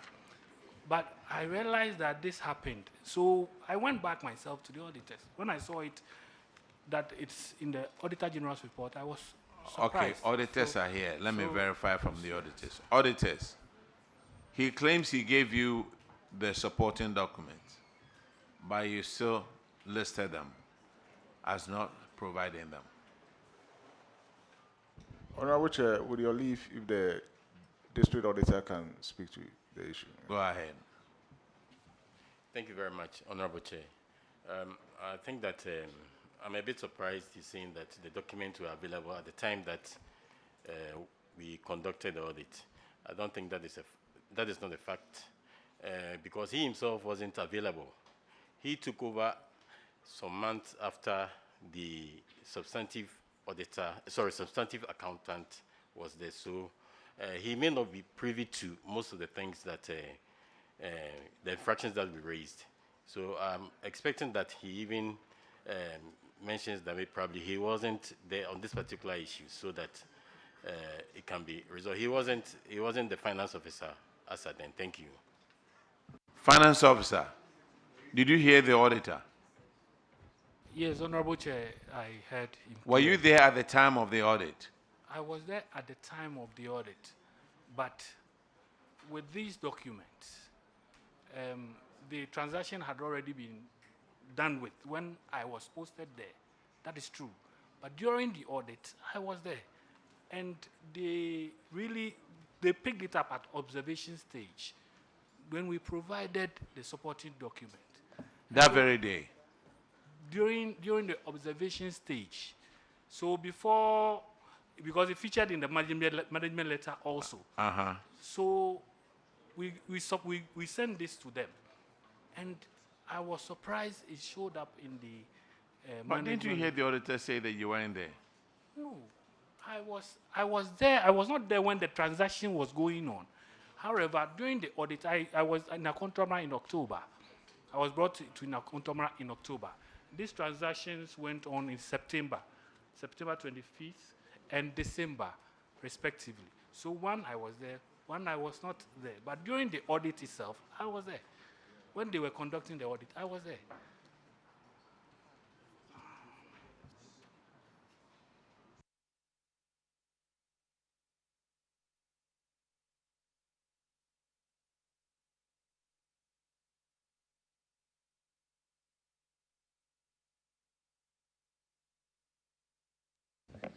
Chairman, with respect. Finance officer, are these PVs the original PVs that you submitted to the auditors? Does it bear the mark of the auditors? It bears the mark of the auditors. Into the microphone. Use the Afterwards. microphone. Honorable Chair, when we realized that it has featured in the Auditor General's report, we took the document back to the auditors to show it to them that, oh, these ones, you've worked on them already, so how come it featured? That is when, the date is 2nd September 2025. That is when we took these documents to them. 2nd September 2025. Yes, Honorable Chair. When they had already issued the report. So 2nd September, that's when you found out. Honorable Chair, please, it was when the Auditor General's report was released, because we didn't know it would feature, honestly. So when it featured, that is when we were caught off guard, and then we had to go back to them and they show it to them. Thank you, sir.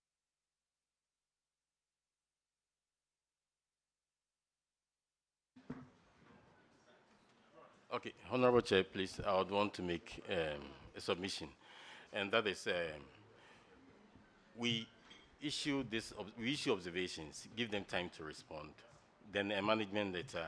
Yes. Then 30 days is also given. So Yes. if these issues, which he's saying that we had already worked on, were Yes. still there, then I believe that we could have even expunged it from the management letter. Yeah. Exactly so. Again, I would say that I'm surprised that he keeps saying that we had worked on it. Thank you. When they gave you a management letter, did you reply to it? Honorable Chair, yes, we did. Do you have was it in writing or verbal? Yes, it was in writing, Honorable Chair. Do you have a copy of that? Okay, please, I'll look at That you addressed these with them?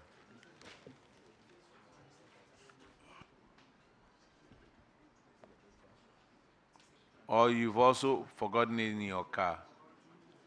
Honorable Chair, I brought the management letters here. So Okay, I let's can't have say. it.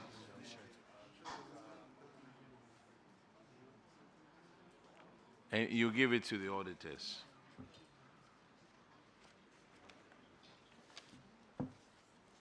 Okay, let's move on. But you need to find it and give it to the auditors.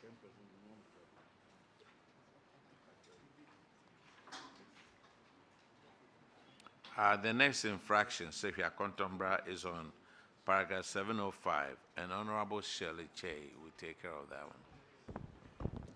Seshia Contombra. Section 3 of the guidelines for utilization of the DACF for 2023 requires that up to 2% of the Assembly's total net DACF receipts after the provision of funds for mandatory projects should be used to establish and strengthen sub-district structures. Sefia Contombra, you failed to allocate your 2% to the account sets aside for such projects. Can you give the committee an update on the payment if you have done it or otherwise? Honorable Chair, we have not been able to allocate funds to the substructures as at the time of the audit. We had not done that. Sorry, can you speak up as of the time? I am saying that we were not able to allocate funds to substructures like it's been raised here as at the time of the audit. Well, when I spoke to my predecessor about it, what the information I got was that some projects was undertaken at the various areas, and looking at the quantum of money that was used for to construct the project, it suffices with the amount that was supposed to be allocated for the substructures, and that is why, yes, the area council office at Inzara was constructed in Inzara, and is at Inzara Your area. response is not forthcoming at all. I don't know if there's a break and if you can get close to the microphone.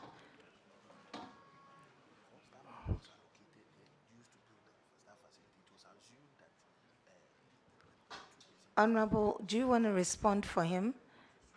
Okay. He will do it. Honorable Chair, what I was saying was that we have not been able to allocate funds to substructures like it's being said here. However, I spoke to my predecessor, and the information he gave me was that there is a project, the substructure have gotten an office in Inzara, and when you look at the quantum of money that was voted for that construction, it's, well, suffices for the allocation of the funds to them. So not directly, we have not allocated funds to them directly. However, there have been structures that have been put in place at the area council office. Thank you. That's not good enough, because you have guidelines for a reason. And if you want to use the money or expend it the way you are saying, you should follow the guidelines and expend accordingly. So you have records to indicate that you use the money in that way and manner. Since guidelines are not to be flouted, you have to pay the money back into the substructures account. When do you intend to do so?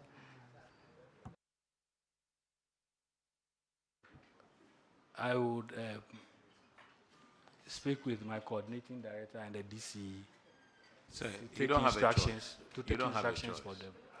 Thank you. You don't have a choice. Otherwise, you leave the substructure ineffective. Transfer the money out there.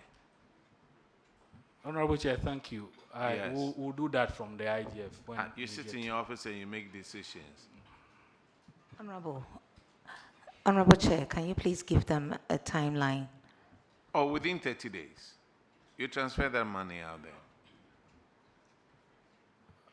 Honorable Chair, I would want to plead with you to extend the date a bit, because truthfully, IGF is not as good as...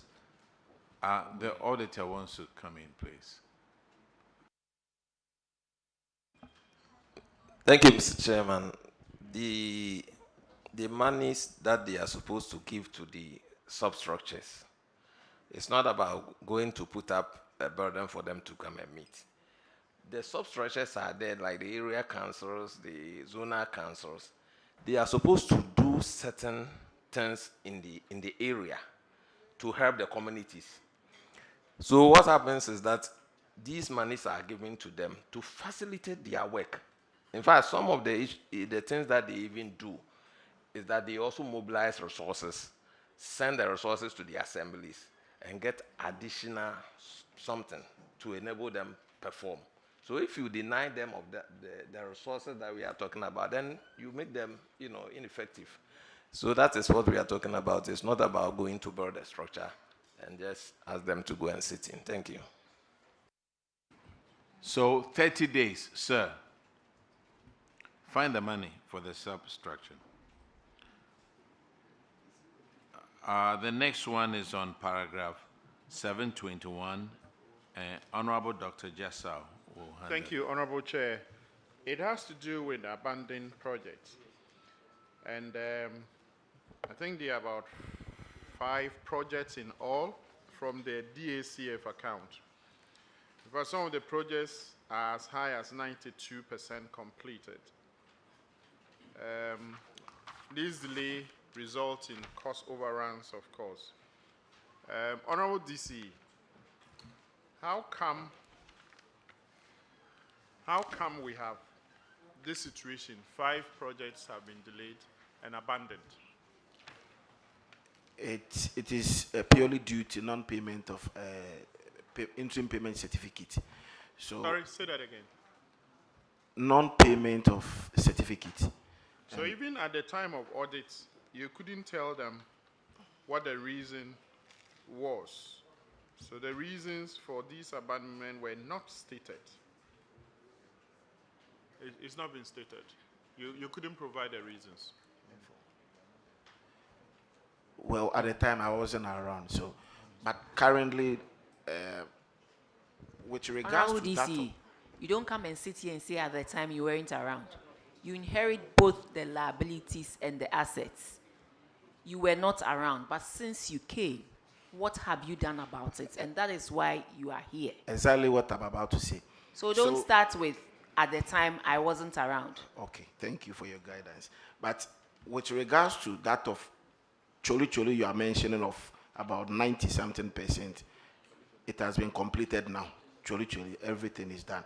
Then with regards to the shed, the chip compound at shed, it has been commissioned, handed over to Ghana Health Service, and now they are there right now.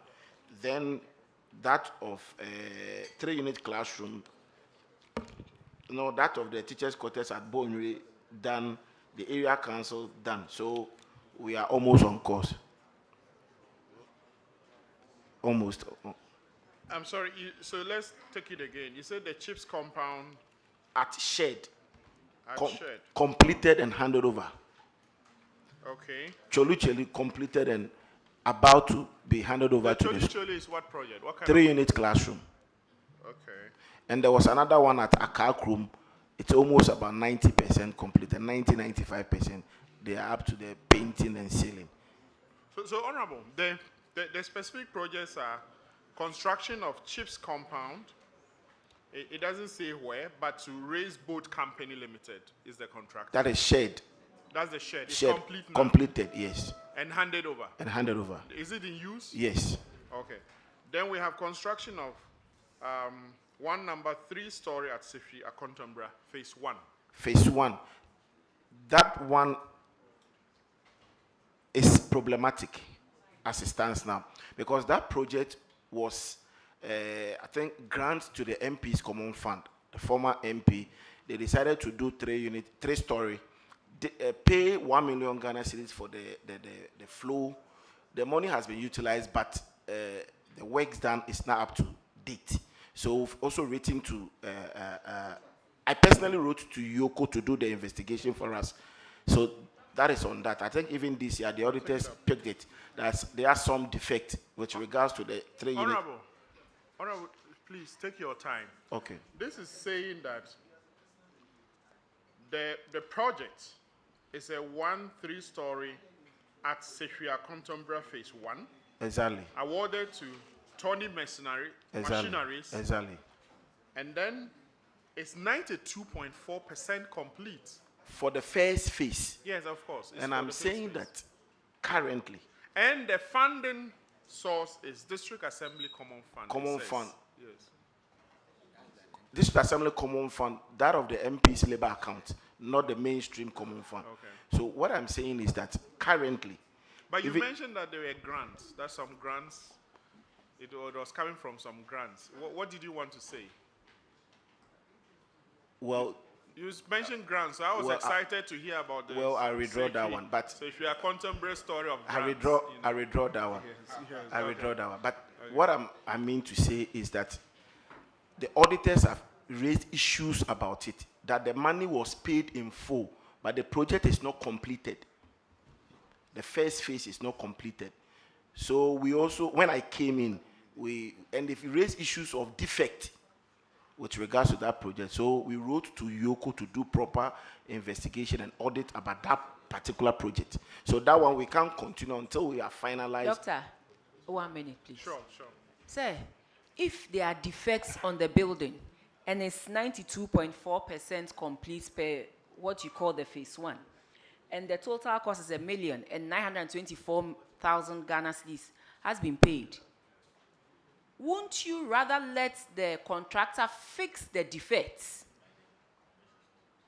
and bring it up to speed, but rather you want to delay the contract, take it to Yoko for any economic crime committed, as you put in it, and then as you delay, the cost of completion increases? Madam, you see, the money source comes from the MP's labor account. And you know, there was a change of, the MP was voted out, a new MP came, and you can't say the MP should continue with that project because he also raises questions. Respectfully, let me ask you, is that building the MP's personal building? No. Is it in the MP's compound? No. Private compound? No. Is it not for the assembly? Yes. Was the MP not going to deliver it to the community for community use? Yes. So, Your Excellency, Honorable DCE, Honorable MCE, I don't understand. You should understand because you know. You cannot tell me I should understand this. Please, with all due respect, if you. Hold on. Please, listen. The MP has completed to 92.4%. You claim an old MP has gone, the new MP, so you do not want to touch, well, it's the MP's priority whether to continue with it or not. But then, it is a property of the assembly. It is not the MP's personal property. So that when you come and there are issues, you rather rectify the issues and complete the project. But rather you say you've written to Yoko because when the auditors came, the auditors said the building is not up to speed, there are structural defects. When there are structural defects, is it Yoko that you take to? I was thinking that even if there are structural defects, you take it to ESL, AESL. Please, what I'm saying is that you award the first phase of a project costing 1 million Ghana cedis. The total amount has been paid. That you need to see that the whole project has been completed. The contractor did not complete the project. Sir, respectfully, that is not what the report is saying. It's like you are prejudiced against the MP. The report here says 1 million is the cost, and 924,000 has been paid, and not the 1 million. And the process is 92.4% complete. This is not a building on the private compound of the former MP. This is a building to be used by the community, to serve the community's interest, so that when you come and there are structural defects, respectfully, you work to make sure you correct the structural defects. This is 92.4% complete. Why do we do this to ourselves? Please. See, we are not here for politics. We are here in the interest of the nation. The former MP has spent some money, public funds, to start a project. They haven't completed the project. And you come in, you notice, you claim there are structural defects. What do you do? Because these are public funds. We are here to protect public funds. It is not Party A that built it, so I don't want to have anything to do with it. Rather, I will send it to Yoko for Yoko to come in because there are structural defects, and that will translate into some economic liability. So then rather, let me delay, send it to Yoko, and then increase the cost of completion at the end of the day. And it's at whose expense? The public person's expense. Honorable, Your Excellency, MC, whoever you are, please, please, let's put our personal political sentiments aside and look at the interest of the nation here. Please, respectfully. Please, the issue you are raising, the auditors are saying that the whole 1 million, because there's a retention aspect of it. So the do you have a copy of the report, please? If you can. If you have, can you please read what the auditors said in the report for all of us to hear?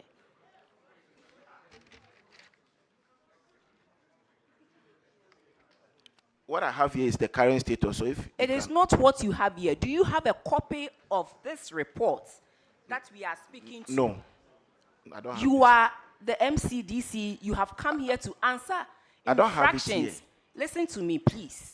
You have come here to answer infractions on the Auditor General's report on the management and utilization of the District Assembly Common Fund. And you say you don't have a copy of the report that, based on which we are asking you the questions, you don't have a copy of that report. Madam Chairman. Yes. Madam,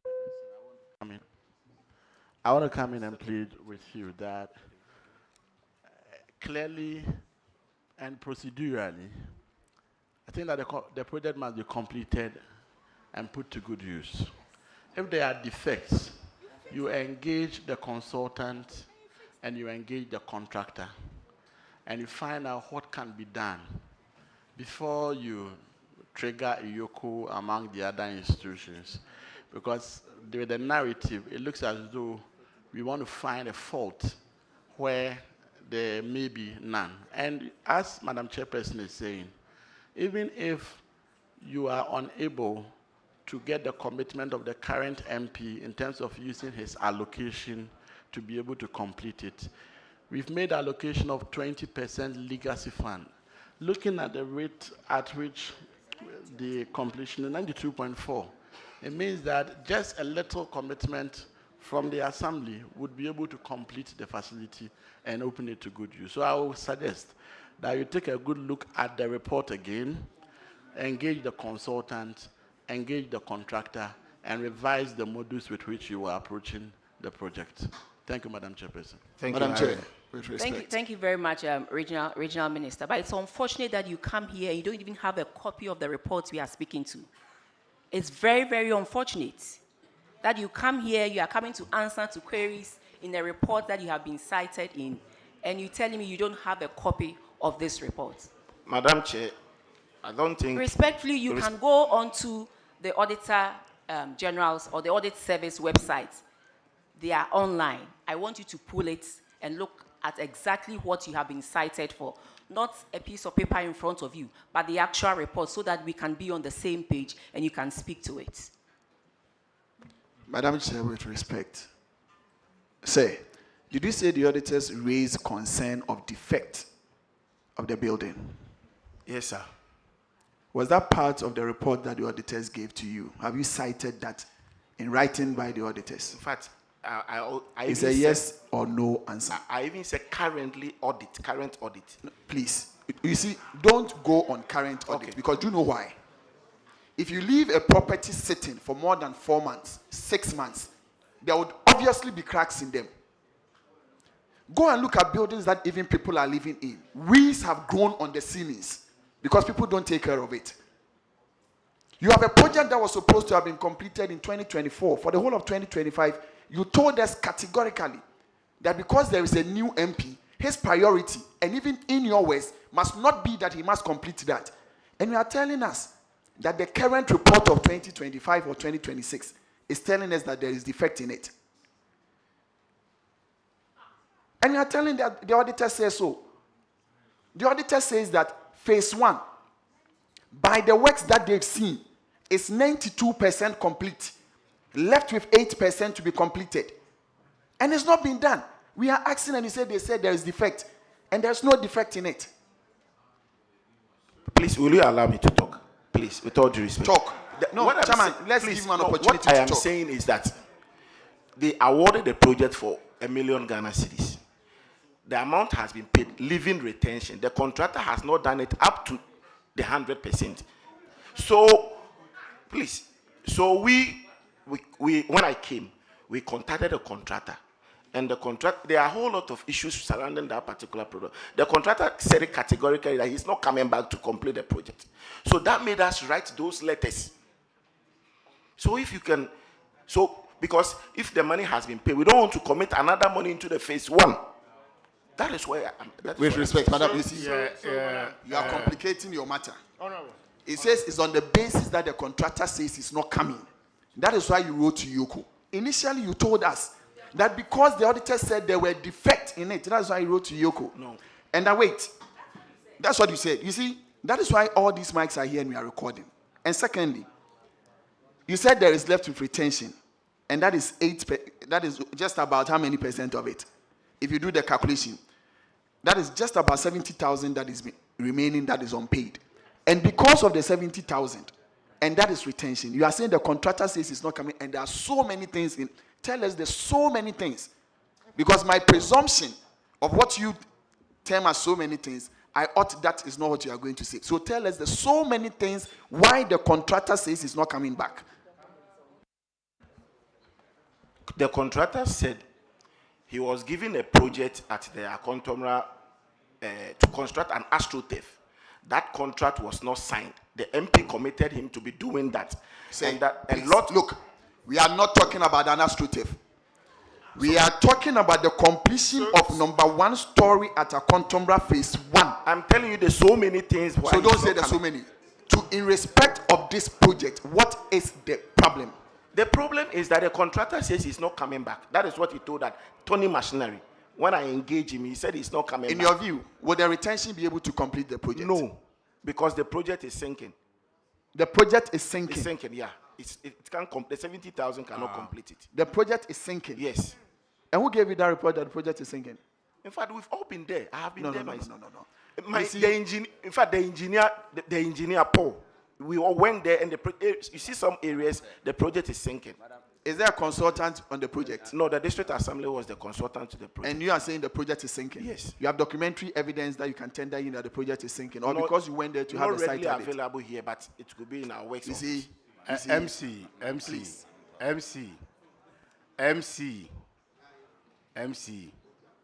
please, these are all public money. Let's exercise restraint and then do the right thing. So, yes. Well, please, where you coming? Yeah, Frank, just 1 second. Let me set this boundary so that we can make progress. Because it's technical. I understand what he's doing. That's why I want to ask. All right, please go ahead, Frank. Thank you very much, Doc.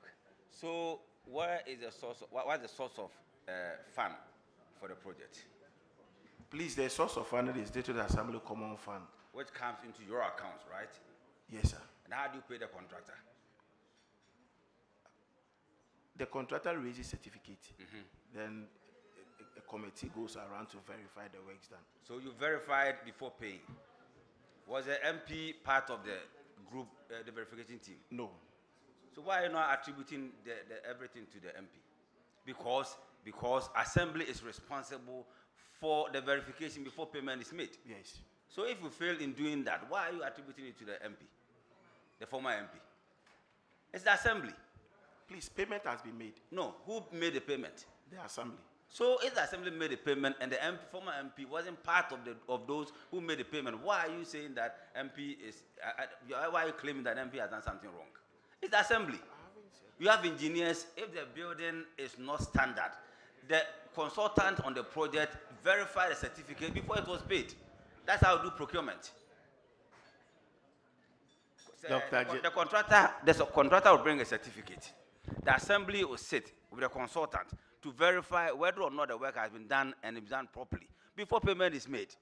You waited for about a year or two, and you're not telling us that there are defects on the project. When your consultant approved the payment to be made and the payment has been made, Payment has been made. So why are you saying that? So, Honorable DC, hold on. MC, right? DC. Okay, so I think we have to make progress. And what I just want to find out is, this amount was paid before you became MC. Is that correct? DC? Yes, sir. Okay. So, as of that time, the first phase was 92% complete, as you have assessed the documents, correct? Yes, sir. Okay. Now, what do you want to do with that building going forward? Currently, we don't have an engineer. Engineer has been transferred. So since he was the one that supervised it, we want to have the new engineer to assess the whole facility. Then we will look at management will meet and take a decision on it. Okay. Okay. So I think that we don't want 1 million cedis of public funds to go waste. And so what I will recommend for the chair to rule on is that you can go ahead and do, well, you've written to Yoko. Have they responded to you? Yes, they came around and left. They've not come out with a final report. Okay. So did you draw the auditor's attention to this development? In fact, that is what I was saying. The auditor themselves have even picked it. This 2025, they themselves picked it. They've picked it? Yes. Okay. So it will come in next year's report? Exactly. Okay. So maybe you should follow up on Yoko and get their reports and then see how you can commission some technical assessment of the building so that you can absorb it as a legacy project. That's what my recommendation will be, so that this money doesn't go waste. Thank you very much. All right. DC, sometimes some of us know more than we say. Keep this one at the back of your head. Thank you, Honorable Chair. Sometimes some of us know more about what is going on at the district than we say. This over 900,000 CD project, you will just leave it and let it go to waste? No, Honorable Chair. So why haven't you done anything about it the last few months that you've been in office? Honorable Chair, we had so many of the legacy projects, so we're looking this at... particular one is 92.4%. You know, the amount is 1 million Ghana cedis, and they have paid 924,000.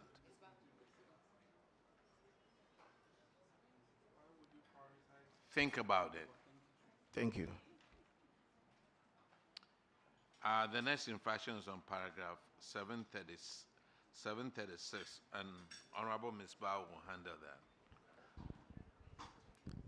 Thank you, Mr. Chair.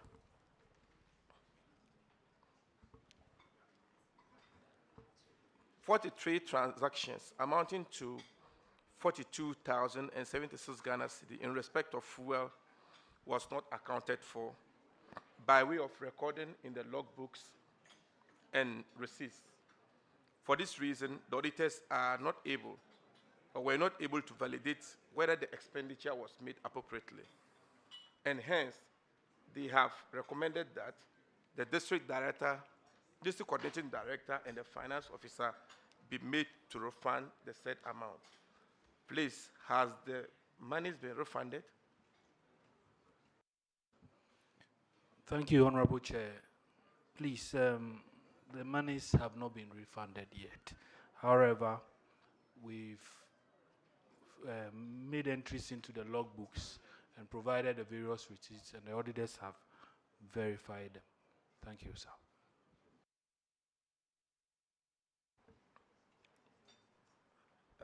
Auditors, please, have they submitted these documents to you? Yes, Honorable Chair, they updated the logbooks and then presented them for our verification. Yeah. Thank you very much. Mr. Chair, the recommendation was clear. They recommended that the said amount should be refunded by the district coordinating director and the finance officer. However, they've done something different. So I would want to defer that to you. So before that, I wanted to know, were you part of the exit meeting? Honorable Chair, yes, I was. Yes, I was. And then you are privy to the management letter issued. Yes, Honorable Chair, I was. 2 weeks plus another 30 days, almost, let's say, 6 weeks or 7 weeks. You were not able to actually, give them the necessary documentation. When was the last time this documentation was given to the auditor?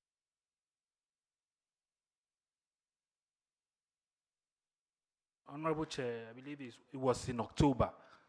However, you know, these fuels that we gave out, some of the institutions that we gave the fuel to were not assembly institutions. Some were given to police, military. It was for election task force. And it will be very difficult for us to get them into our logbooks. And that is why it happened. That is why the infraction. Because So have you explained this to the auditors?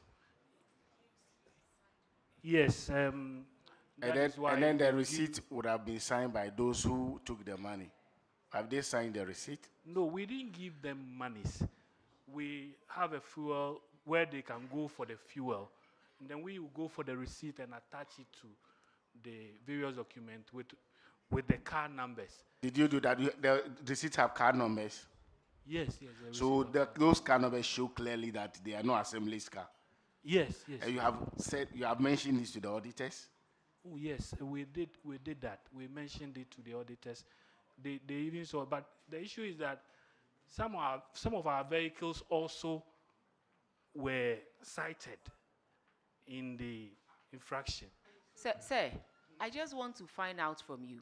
So I can just go to the fuel station because I'm in the category of, and then the attendant or the reports will come to you that this military group went in for fuel to the tune of this. Don't they sign against the amounts they take from the fuel station? Auditors, did you see anything like that, a signed amount? At least, if I'm supposed to go in for fuel, I can just get up and go in there and take the fuel without signing to authenticate that I have taken this quantum of fuel. There's nothing like that. Honorable Chair, this was for election tax. I know it was for election. Was there something like that? Yes. No. No, I don't think there was something like that. Were you there? Yes. So how do you ascertain whether somebody taking the fuel? How do you ascertain that? So, at the end of the day, those that went to buy the fuel brings us the receipt for us to attach. So they go and do you know that, for instance, if you send me to go and buy fuel, I go to the filling station. Maybe I bought fuel less than 100, and then they bring you 500 Ghana receipt. How do you ascertain that it's 500? Without my signal, how do you ascertain that is the vehicle actually? That vehicle was fuel at amounting to the cost of 500 Ghana cedis. Honorable Chair, it was the election task force team. There's somebody. We know it's election. Don't be mentioning election task force. We know that is it. Just go straight to the point and answer. No, somebody was given that mandate to ensure that fuels that are allocated for the various departments are given to them. And so somebody was there that will say, okay, give this amount of fuel to this vehicle, this amount of fuel to this vehicle. But they didn't sign anything, I'm sure. Were the vehicles your vehicles, or they were vehicles from the various institutions? Say the police, army, they all had their own vehicles? They were the vehicles from various institutions. As far as I know, in the 2024 elections too, monies were given to these institutions to fuel their vehicles for elections. So for you to also come and sit here and say that you gave monies to the police, the army, and they did not even sign off when they went for this fuel, because I was at the Ministry of Finance, so I know what I'm talking about. Honorable Chair, I am not bantering that, but really, the district had an election task force that was formed by DISEC, and allocations were made for fuel for these security or departments in the within the assembly who were part of the election task force. Thank you, sir. And they went in for the fuel without any signing off, just that they have been located 6,000, so they go and take to the tune of 6,000, and that's it. That's not proper accountability. I hope moving forward, you will not be cited for these infractions, because these explanations are not, they are not right. And it is okay for you to come, sit here and explain and go away. But it is not okay for your image and your integrity. So I want to find out from, apart from this security, the election task force, during the electioneering activities, were your vehicles also cited for this infraction? Yes, I mentioned it earlier that our vehicles were cited for this. So why are you bothering us as if it's only the security people whose car were? Why are you behaving as if, your cars were not parts? It's only the security agency. Do the needful, and you are under oath. Do the needful. You earlier told us that you have evidence that some supporting documents were given to the auditors. And you said when you replied to the management letter, it was included in it. Have you found that report yet? Honorable Chair, for the PWDs, the 14,000 that you spoke about is here in the management letter. We were talking about unsupported documents that you claimed you gave to the auditors. And then when you replied to the management letter, you wrote in it that you have those and you gave that to the auditors. The document that you have you found it? The document that you were looking for, have you found it? Yes, Honorable Chair, please, with the greatest of respect, I am not doing this to do anything against the order, but then Why are you suspicious about anything? Yes. You said they had the doc. Yes. Have you found it? Yes, this is the management letter that was given to us. Yes. And your reply to it? Yes, I'm getting because I'm being interviewed, I'm getting the responses that we gave to them. However, sorry. Yes, that's the PWD issue. And they said we should provide Do you have the supporting documents there? No. Do you have the letter that you wrote? The responses to the management letter? No. I thought you were looking for it 2 or 3 questions ago. Yes, I had the management letter. I'm now looking for the response. If it's here, I will get it. Look, let me give you this encouragement. If you don't find it, you are not leaving here today. You will stand at the corner and look for it until you find it. If not, we are closing with you. Let's go to the next infraction. It's on paragraph 744. Yes. And Honorable Frankie Eboa will take care of that one. Thank you, Mr. Chairman. Yes, this MC. Honorable. And I'm still coming back to Zoom Lion. Your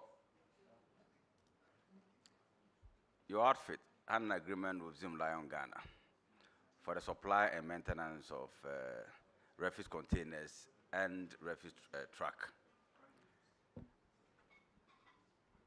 According to the audit report, 5 of these containers were damaged, and 1 refuse truck was also broken down. But you failed to invoke clause 3D of the agreement to call on Zoom Lion to repair the 5 damaged refuse containers and the truck for you, depriving the people of Akontombra the use of these items. What's your explanation? Thank you. Honorable Chair, when I assumed office, I got to know of this information. So their second quarter payment was withheld, that till they provide those containers, I'm not going to honor the payment. And up to date, I haven't done that, and they've provided those containers. And with the car, I think there is a zonal one at Jabo, so they used to come to Akontoma. So I called on the regional director to come so that we'll sit down and talk about the issues going forward. So we are yet to do that.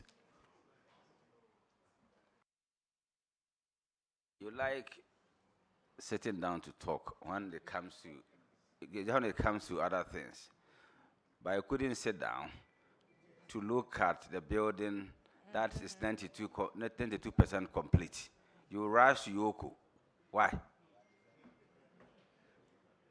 Anyway, Mr. Chairman, I am done. I'm done. Zoomline, do you have a comment?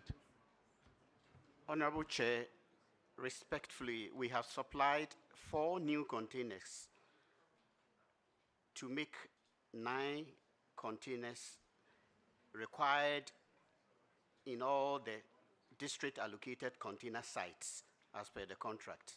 We have also supplied 1 new zonal truck to conduct the service. Thank you.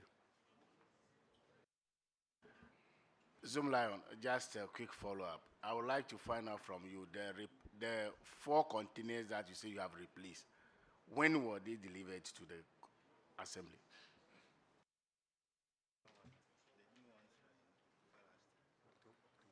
Honorable Chair, October last year, they were delivered.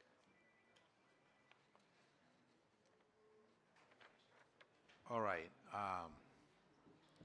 Sophia Contombra,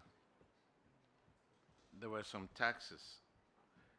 Failure to deduct and remit taxes. What has happened to it now?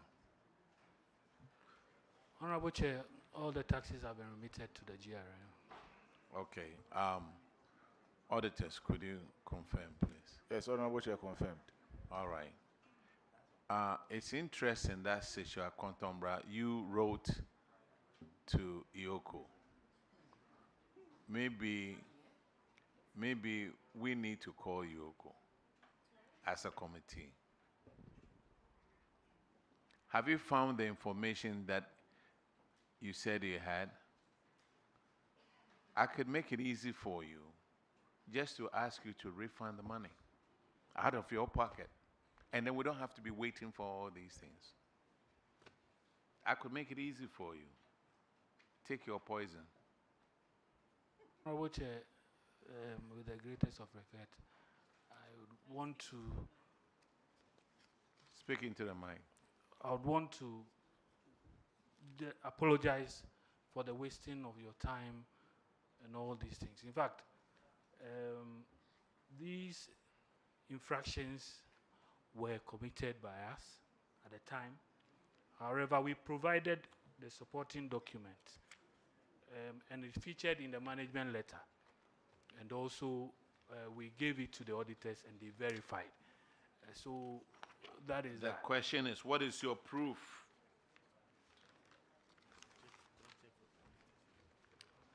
No,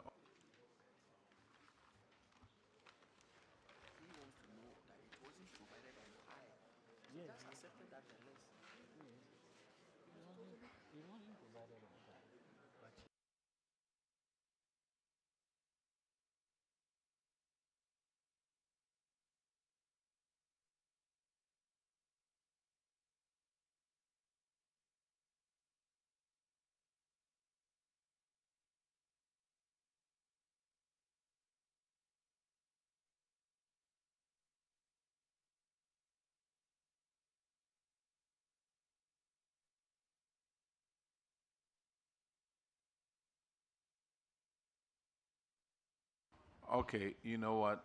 You are discharged pending the information that you're going to give us. So we are waiting. And we are also waiting on Joaboso. Yes. Thank you. Honorable Chair. Honorable Chair, I would want to come in to sincerely apologize on behalf of my colleague, Finance Officer.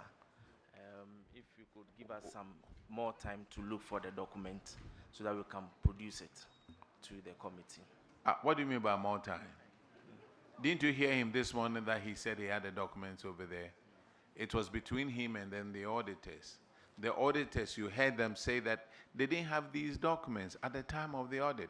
He said he had it, and then he spoke to them about it. It was in the management letter. And when he replied to the management letter, he had it all over there. Imagine if we didn't have auditors to be auditing the ministries, departments, and agencies. Goodness, we'll all be like fish in the ocean. So you are discharged until he finds it. Thank you very much.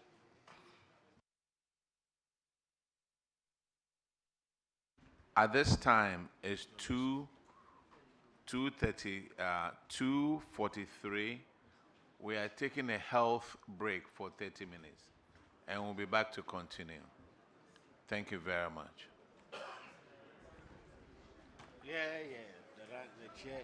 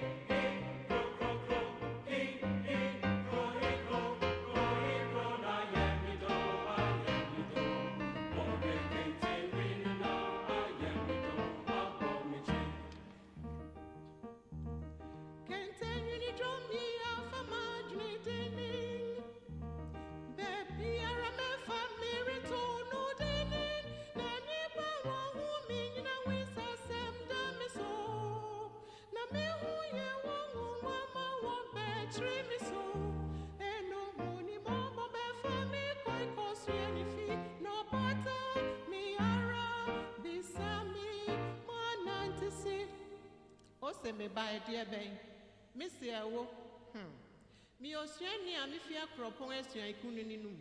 Na mati send your bon repro ye jeding working tininimu. Inti woja and quangi, ma ba, Sam Meshania metino. Me do chrome hop pet, Ofia edikanga me do humuno, mete.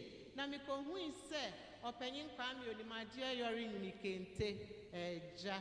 Kwame oni madia yo ni kente dinga minyame boy pe na dwom no de ne ho abɛhyɛ ma no.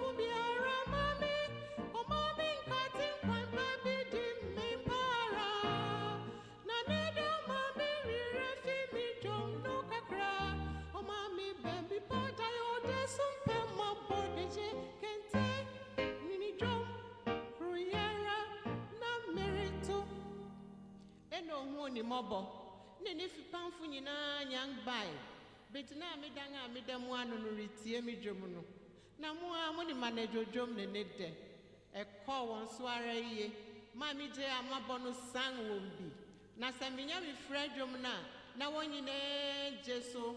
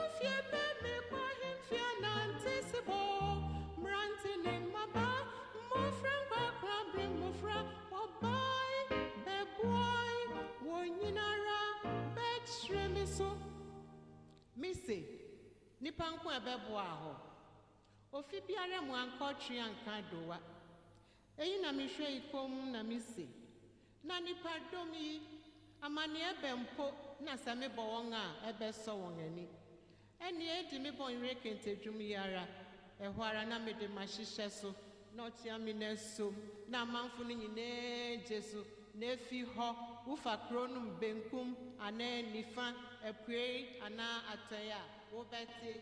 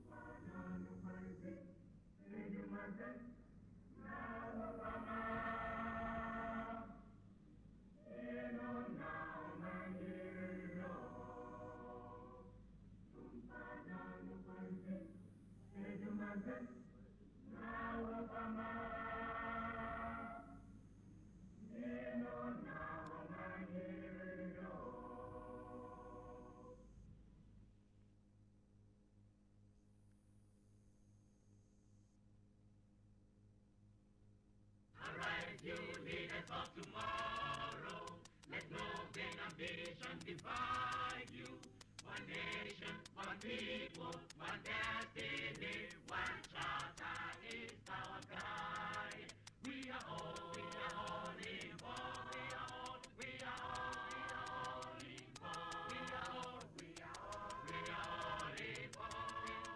In building our fatherland.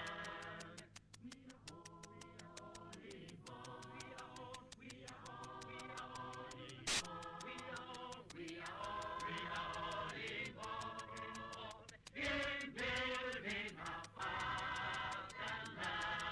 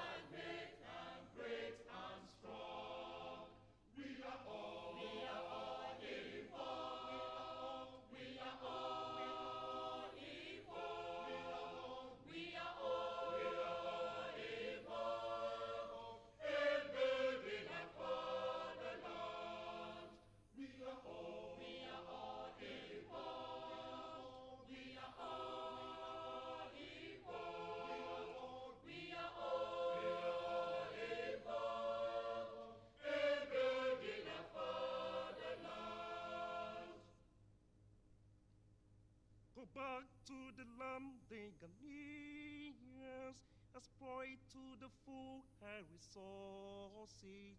No nation just on empty stomach, so help to feed yourself. We are all involved. We are all involved. We are all involved in building a fatherland. We are all involved. We are all involved. We are all involved in building a fatherland. Arise, you leaders of tomorrow. Let love and ambition divide you. One nation, one people, one destiny. One charter is our guide. We are all involved. We are all involved. We are all involved in building a fatherland. We are all involved. We are all involved. We are all involved in building a fatherland.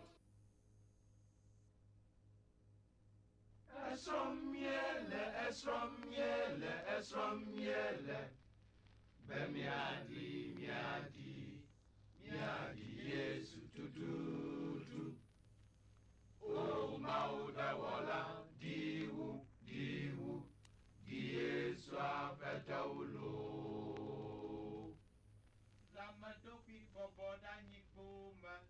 Diwu, di Yesu apeta u. La habi subo bebiemba. Diwu, di Yesu apeta u. La sasadamati tetoma. Diwu, di Yesu apeta u. O mauda wala, diwu, di Yesu apeta ulo. Esrom yele, bemialoi, mialoi Yesu tututu. O mauda wala, loiwu, lo Yesu apeta ulo. La fuwa mapoma viwo kamba. Loiwu, lo Yesu apeta u. Mupadama woto poma vima. Loiwu, lo Yesu apeta u. La blodama woto poma vima. Loiwu, lo Yesu apeta u. O mauda wala, loiwu, lo Yesu apeta ulo. Esrom yele, bemiati, Yesu tututu. O mauda wala, tiwu, Yesu apeta ulo. Lagbadodo dadi nono bebiema. Tiwu, Yesu apeta u. Lagbadade nono katama. Tiwu, Yesu apeta u. Nyatapati nono sasiema. Tiwu, Yesu apeta u. O mauda wala, tiwu, Yesu apeta ulo.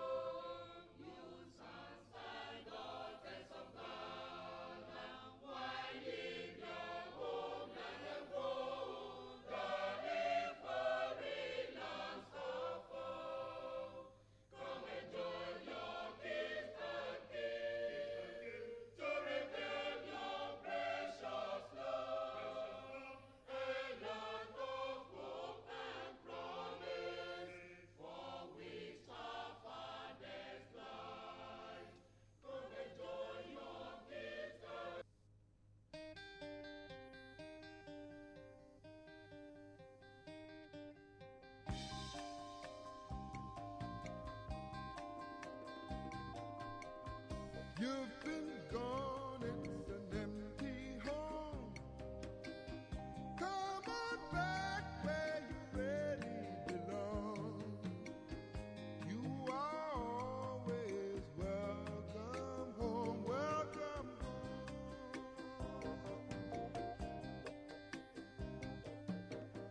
You've been kept down for much too long. Stand up, please, and say I am free. Don't forget you are welcome home, welcome home. Come with me on this happy trip back to the promised land. All will be happy and gay. Come with me on this happy trip back to the promised land. All will be happy and gay. You've been gone, it's an empty home. Come on back where you really belong. You are always welcome home, welcome home. Come with me on this happy trip back to the promised land. All will be happy and gay.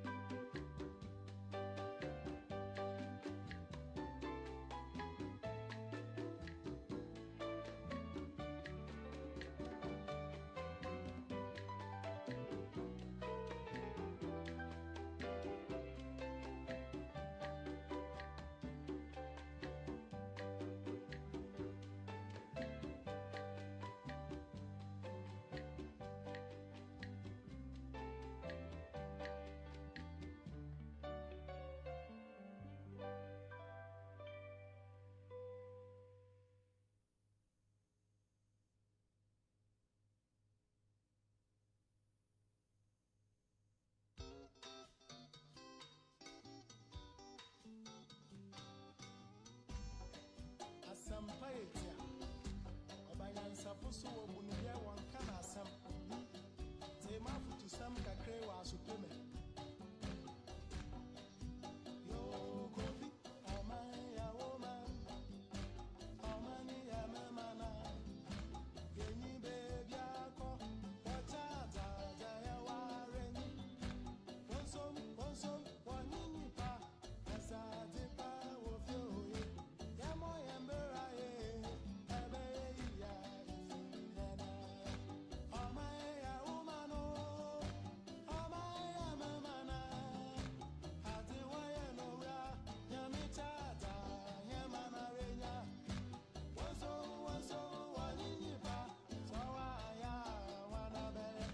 Yamo yembera ye.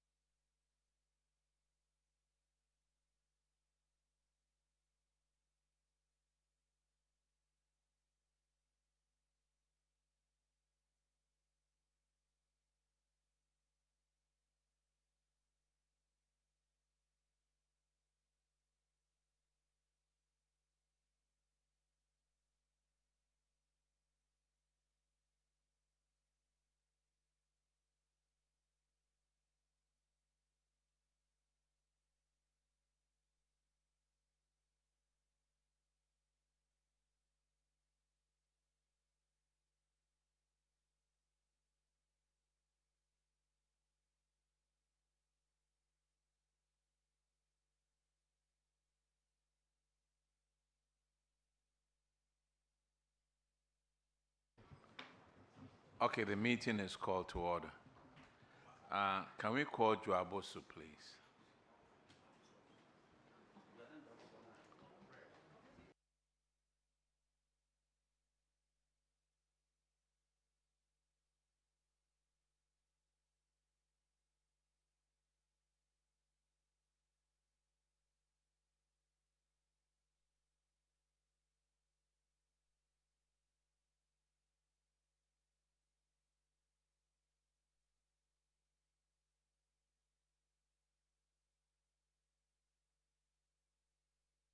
Okay, Joaboso, reintroduce yourself to the committee and to the good people of Ghana watching and listening to you. My name is Yusuf T.F. Canton, the District Finance Officer, Joaboso. Alexander Eduquist, DC, Joaboso. Corfred K. Baba Banonoma, Coordinating Director, Joaboso. Idrisu Imoro, Internal Auditor.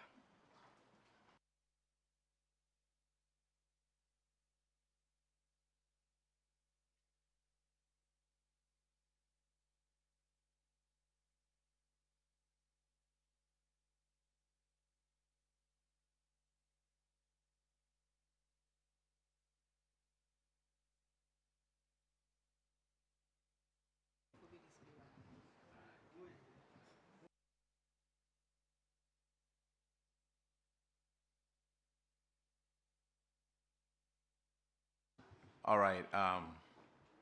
You said you had some documents that you wanted to go and retrieve from your vehicle. Have you retrieved the vehicle information now? Yes, Mr. Chairman. Okay. And are these the documents that you've given us? Yes, Mr. Chairman. Why was it taking so long for you to get them? Mr. Chairman, as is stipulated in the audit report, Yes, sir. the paid and unpaid, but our original list, all of them were together. So we needed to separate it for the purposes of the committee. That was why we delayed, Mr. Chairman. So these are people. It's difficult to read. These are people who have paid, have not paid. Okay. And by the way that you keep your records, you only said amount paid. You don't have any running totals.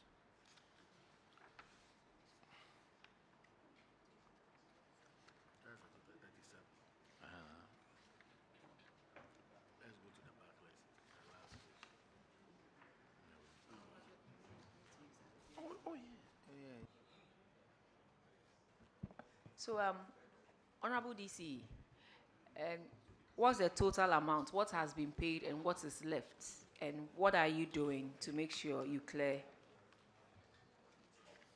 The total amount paid, 81,835.88. 81. Yes. That is what has been submitted. Okay. The remaining ones are the ones that has not paid. So these ones are the ones that have been paid? Yes. Okay, so the difference of close to, is it 40,000? When are you going to collect? 44,165. Yeah, okay. When are you going to collect them? Mr. Chair, we will still pursue them as we did when the audit issue came. So we'll go My according to question that. is, when are you going to collect them? Because this is for the 2024 financial year. So it's not a matter of you still pursue them. When are you going to collect them? Because these monies are for 2024. I'm sure 2025 will come up, 2026 will come up. So for the 2024, if I say the backlog, when are you going to clear the difference of 44,000 Ghana cedis?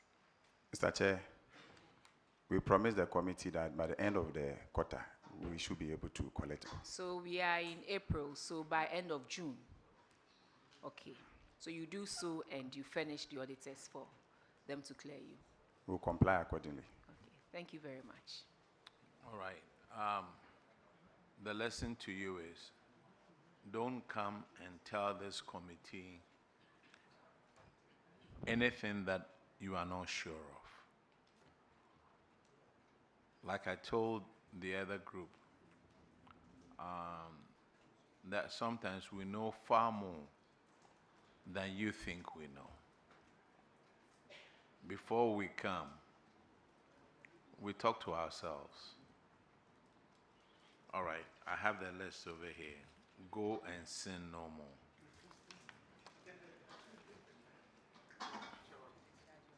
Oh, I'm sorry. Yes, Honorable Chair, the further recoveries that they have made, we are yet to have the evidence. So if they can provide that for us to update our status. What we have is 24,000 recovery, not the 81. Yes. Okay, sir. Make sure that you finish your auditors. Mr. Chair, we will do that accordingly. Or that one too, you have to go back to your car. No, Mr. Chairman. Okay, you are discharged. We are most grateful. Now let's call the following assemblies. Bibiani Ahuaso Meyamfanti Wonfancham. Bibiani Ahuaso Bekwa Municipal Assembly. Bia West, Swaman, and Bodi. And any other, do we have any other Western North? Okay, come in and then let's administer the. Where are the Bodi people? Bodi people, where are you? You are here. Honorable Ahis constituency. Okay.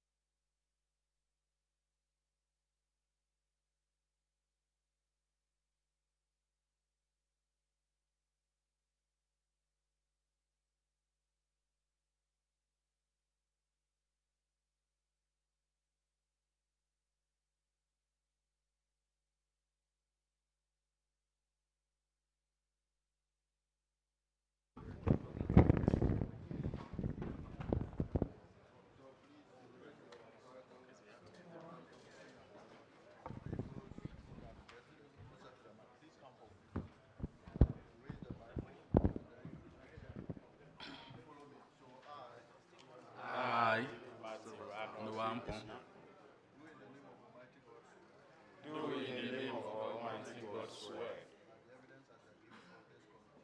that the evidence I shall give before this committee touching the matter in issue shall be the truth, the whole truth, and nothing but the truth. So help me God.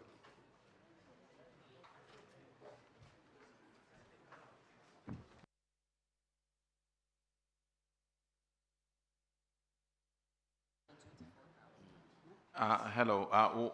Let's Swaman District. Please have a seat.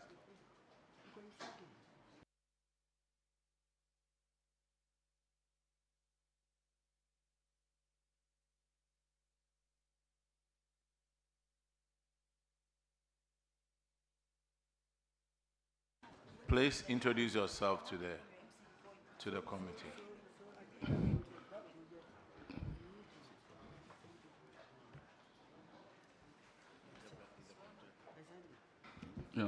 Thank you, Mr. Chairman. Noah Ampon, Finance Officer.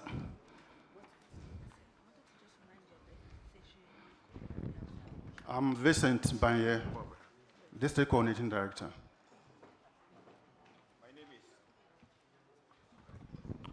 My name is Vasco Obuo, District Chief Executive.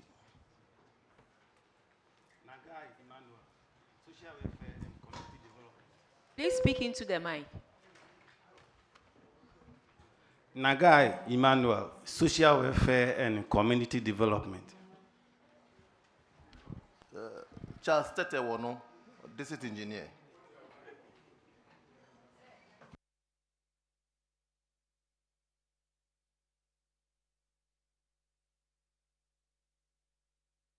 Okay, your infraction, the first one starts on paragraph 603, and Honorable Stabasen there will take care of that one.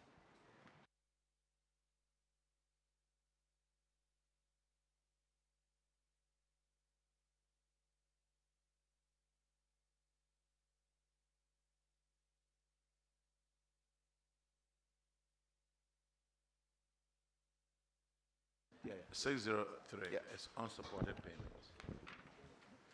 Thank you, Chairman. 603. And in this infraction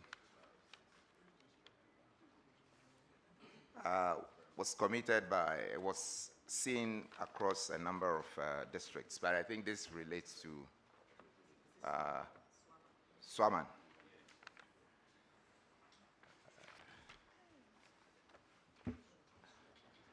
I think the right pronunciation is Swaman, is it? Okay, whatever. The infraction is about 5 payment vouchers, totaling 19,880 Ghana cedis. The auditors found out that you could not support this payment. 5 different PVs, no supporting documents. Now, as a result of that, the auditors are recommending that the coordinating directors and the finance officer involved should be jointly held liable for the refund of the said amount. And the one that relates to your districts, it's 19,880 Ghana cedis. First, how come that you could not provide the necessary documentation to support these payments at the time that the auditors were on ground? And what is the situation now? The recommendation has already been settled, but we would like to hear from you. Honorable Chair, at the time of the audit, there were issues of misfiling. So some of those documents could not be traced at the time. But currently, those documents, supporting documents, have been made available and have been verified. Respectfully, this is, you know, the source of funds that was used for this is IGF, internally generated funds. How could it be that supporting documents for this will be misfiled at the time that the auditors were on the ground, and what did it take to retrieve them now? You may want to educate the whole world on this, because it's becoming an issue that is pervasive across a number of districts that have appeared before this committee. You may want to speak to that.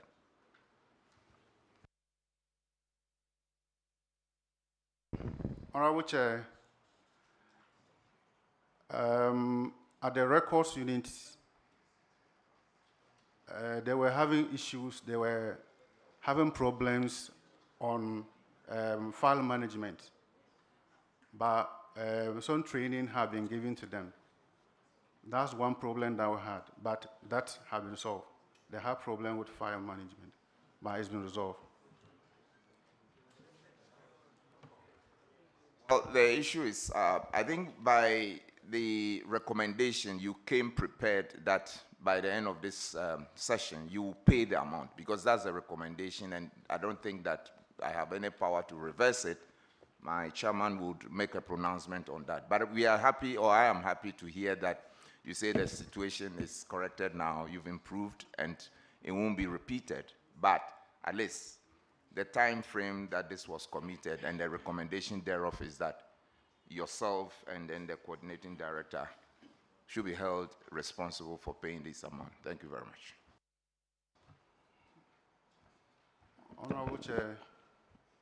Honorable Chair, if I may plead,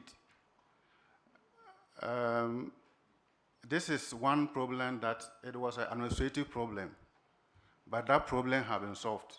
We are giving them the necessary training to make sure that the documents are handled very well so that information needed can be retrieved within a short period so that there will be timeliness in the actions or our performance.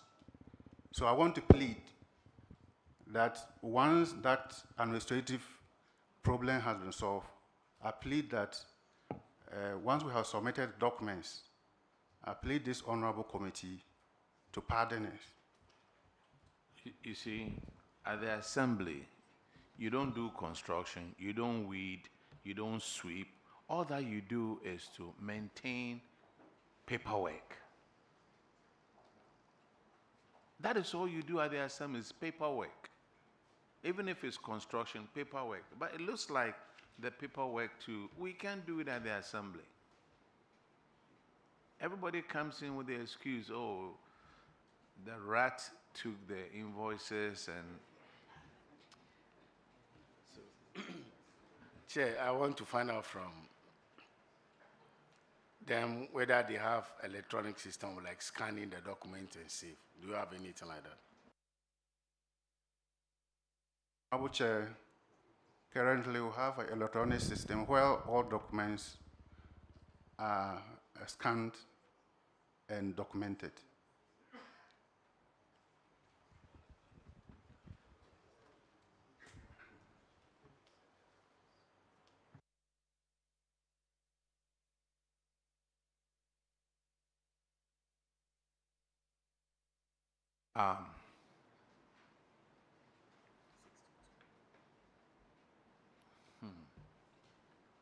You wait, let's go on, and I'll make a pronouncement on these things. You seem to have quite a lot of infractions. Let's go to the next one. It's on paragraph 622, and Honorable Akwesi Ajiman, Akwesi Kunedu will handle that one. Nana Akwesi Ajiman was my uncle and the former mayor of Kumasi. So you are indeed in the same realm. But Chairman, this has to do with the power of the assembly to be able to collect revenue. In that once you do your bylaws and your fee fixing, it needs to be gazetted so that it gives you that power for you to be able to collect. The auditors observed that you do not do that, so you actually don't have the power to be able to collect those revenue. What is the status of your bylaws and your fee fixing now?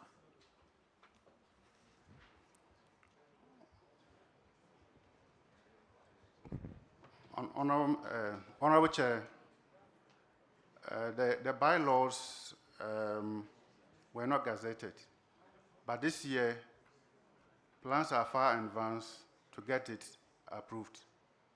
That is the fee fixing.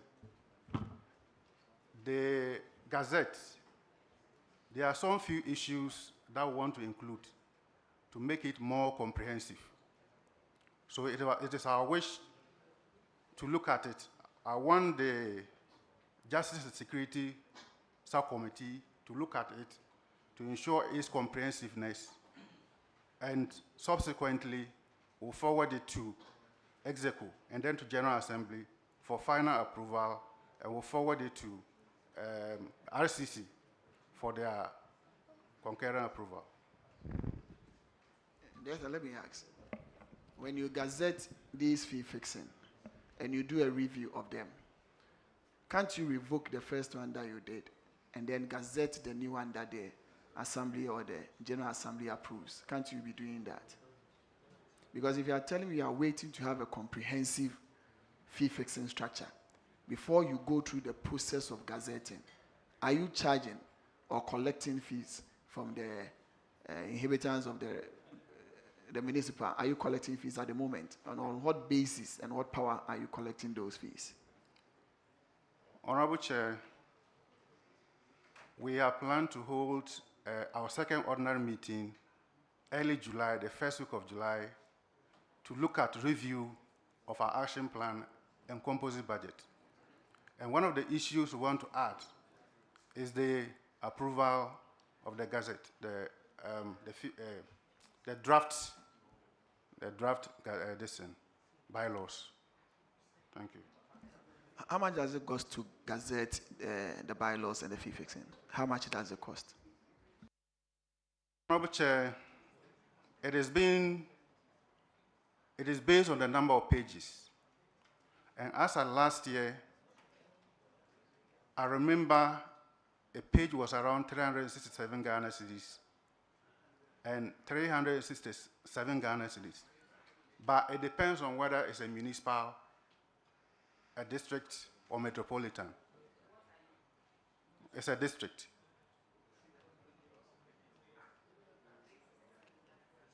It is in the range of between 20,000 and 25,000. Considering the number of pages. Chairman, it's my view that you put things in place and do that before someone goes about challenging your authority and power of collecting revenue in their district. Because once it's not gazetted, you don't have that power to do that. So kindly go through the process and make sure. Because otherwise, when you raise fees for people, they will decline payment because it's not gazetted. So kindly go through the process and do that such that you don't have issues of legality around it. Thank you, Honorable Chair. What time did you say that you are going to get this thing done? Honorable Chair, I said the first week of July. We'll do the approval. Listen. And then we'll send it to RCC. Why July? I've forwarded it to the PRCC to look at it. Why July? Why couldn't it be done earlier? Okay, Chief, Honorable, we wanted to use one stone to kill many birds.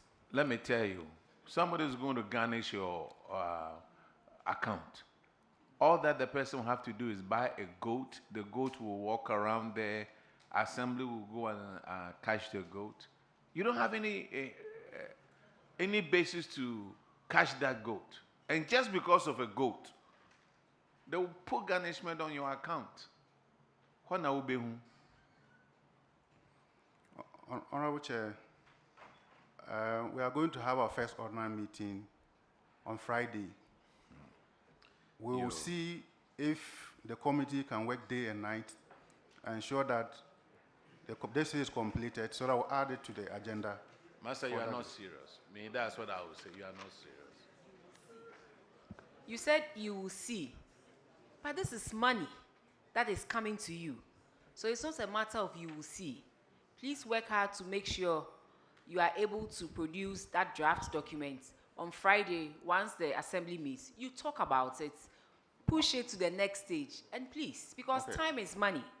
Honorable Chair, I'll ensure that the document is completed. Thank you. For the discussion by the General Assembly. Thank you. Okay, your next infraction is on paragraph 639, failure to account for fuel purchased. Where are the documents?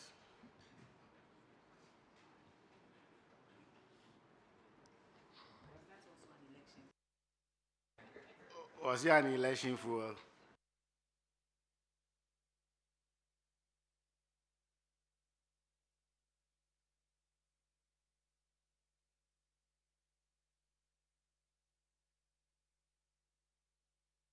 $19,000.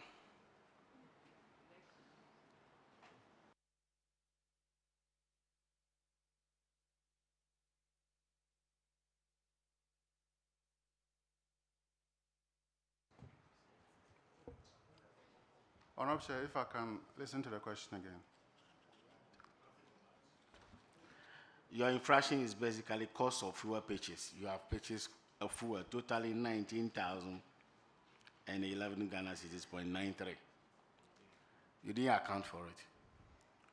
Honorable Chair, the entries have now been made in the logbook and have been submitted for verification.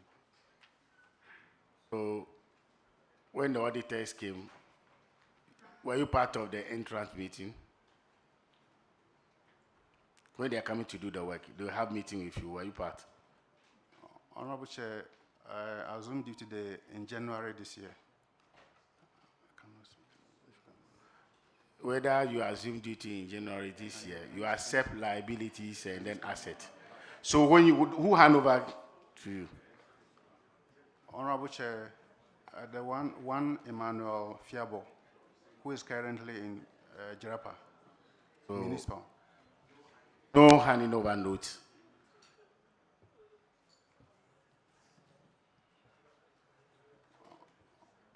Honorable Chair, there was handing over notes. And these issues were not these issues did not reflect in handing over notes. No, it wasn't. So the exit meeting with the auditors, were you part of that exit meeting? Honorable Chair, No, Honorable Chair, he wasn't part of the, The four of you, who among you were there? You? Yes, sir. Your name and your position, please. No, I'm from District Finance Officer. Finance Officer, please answer the questions. Were you part of the exit meeting? Yes, sir, Mr. Chairman, I was part. So at that moment, the auditors were closing, and then you still were not able to submit the documents to them.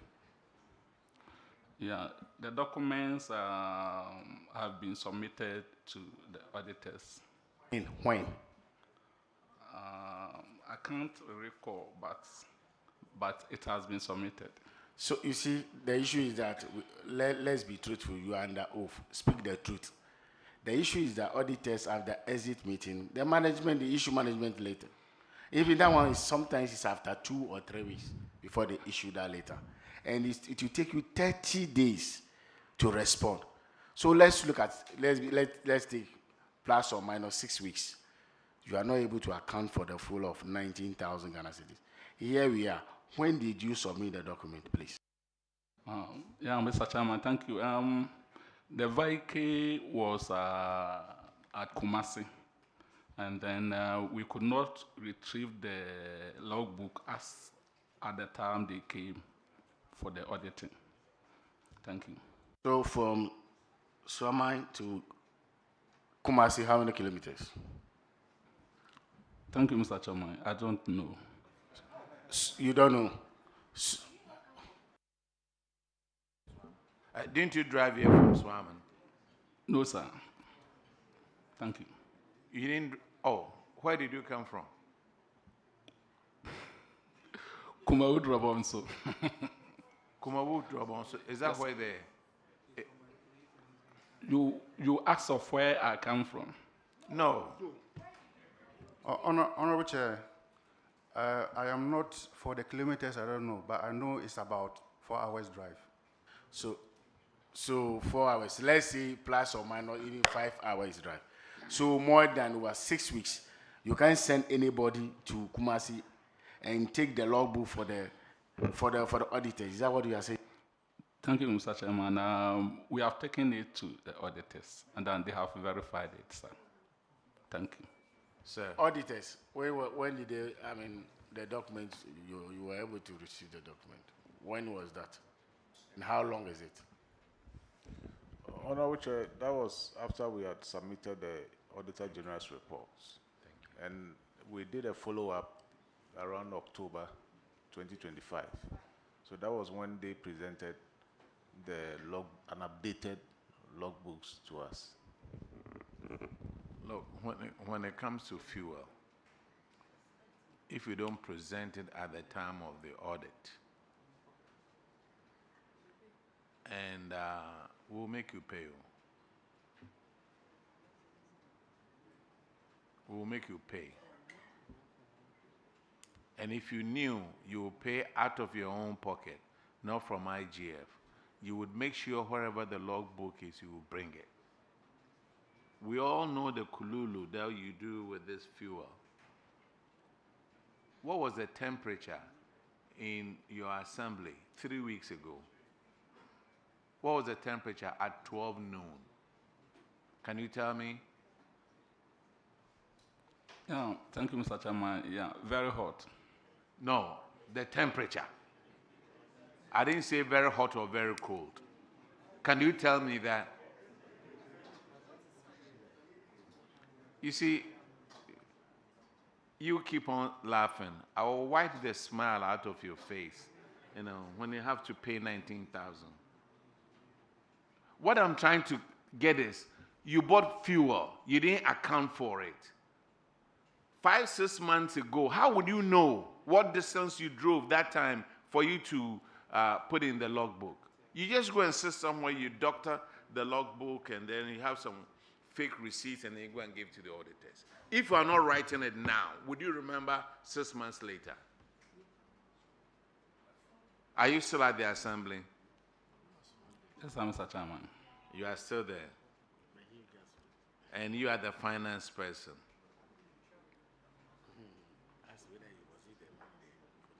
And he was there at the time of the audit, weren't you? Yes, Mr. Chairman. Yeah, so why didn't you get them the logbook?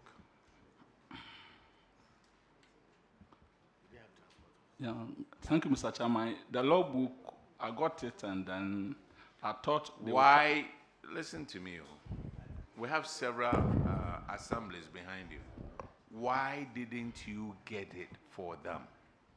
You said the car was in Kumasi. Yeah, the car was at the workshop.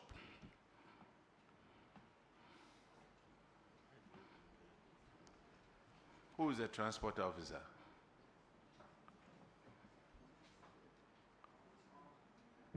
Honorable Chair, the transport officer is not with us currently. Was it on leave or transfer? Okay, let me make it easier for you. The recommendation is you have to refund this amount of money from coordinating director and finance officers. So the two of you, wherever you went to manufacture the resource, it won't work for you. You will pay 19,011 Ghana cedis within 30 days. Now let's go to the next one.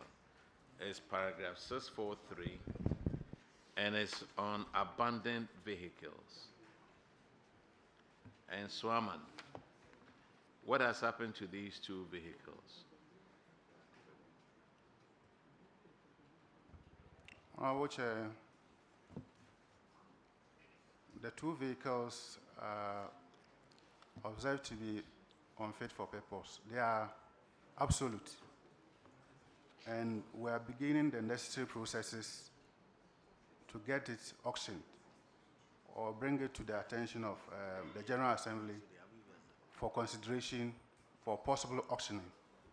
This was audit, this is 2024 audit. So since the time of the audit, what have you done about these 2 vehicles that you say they are what? These are 2 Nissan Patrols. What have you done about it?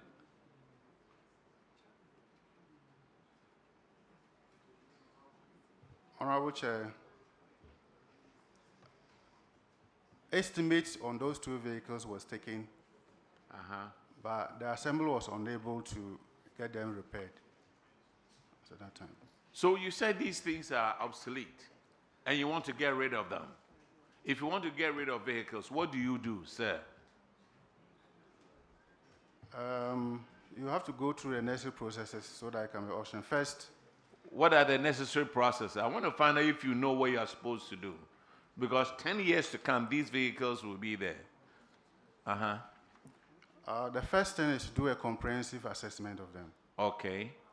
When that is done, you look at how much you spend on it against... Who decides on that? Who decides? What's your position again, please? What's your position again, please? What is your position at the assembly, sir? No, we want to recommend it for for auctioning. Your position. My position, I'm in an assembly currently. I'm a district coordinating director. District coordinating director. Walk us through how to get rid of these vehicles.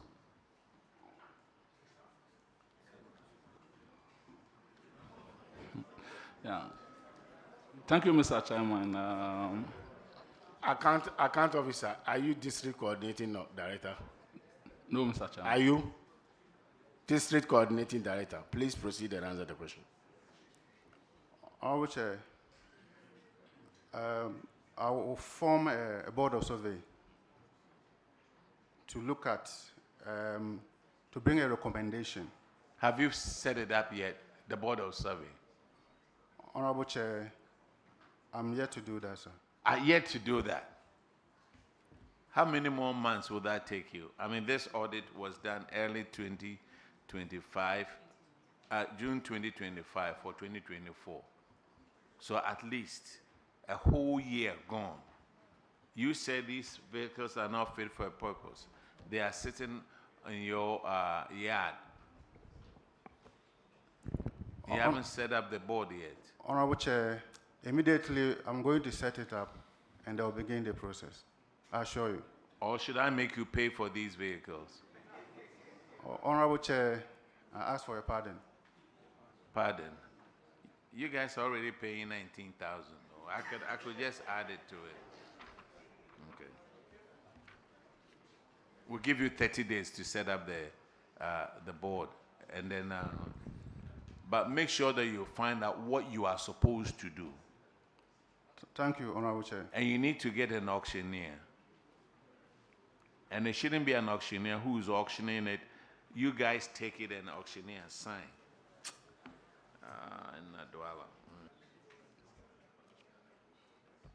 Let's go to the next one. The one is expired insurance.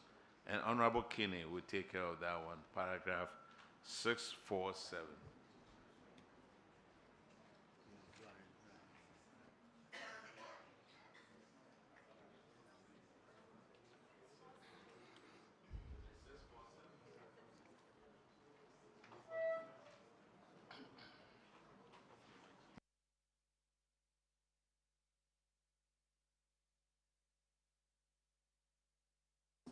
It's about expired insurance and roadworthiness. You have 3 vehicles. And you haven't renewed the insurance or roadworthiness of those 3 vehicles.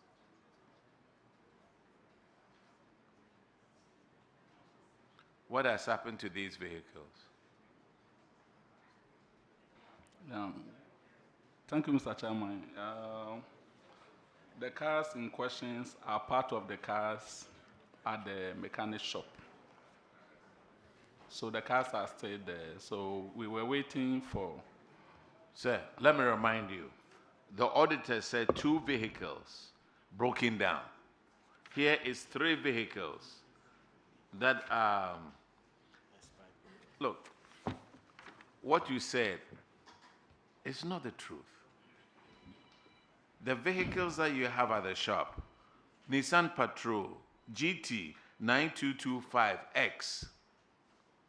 The next one is GM 5733-12. Swarman. Isn't that? And then the 3 that you have it insured, they are Navara pickup and Nissan Patrol, but the number is different from the one sitting at the shop. And then you have another Nissan pickup, GC 866-18. So, yes, please. Thank you, Mr. Chairman. The 2 vehicles are granted vehicles. The first ones, those are the abandoned ones. They are granted. And then the other one that have other ones with expired insurance, they have taken to the mechanic shop. So the Navara pickup, GV 21-15, that one is BEC car. It has been taken to a shop, and then Nissan petrol, that one too is there, and then the Nissan pickup. DCD car, that car too is at the mechanic shop. So. Is it DC or MC? Honorable Chair, DCD. DC, no. Is it DC here? Nissan petrol, that was used by the former DC. DC here, they ask whether DC is here. Where is the DC? Yes, sir. He's here. Honorable Chair, I am here, sir. Are you aware of these vehicles? Thank you, Honorable Chair. I am aware of these vehicles. Now, it's 5 of them that we are talking about. 2 broken down. Yes, sir. These 3 don't have insurance. Yes, sir. These 3 are with the mechanic as we speak.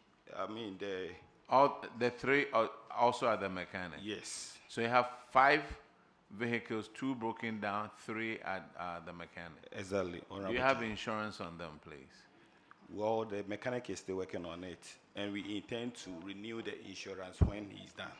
You see, my question was simple. Do you have insurance on these vehicles now? No, Honorable Chair. Why not? And how long have they been in the other shop?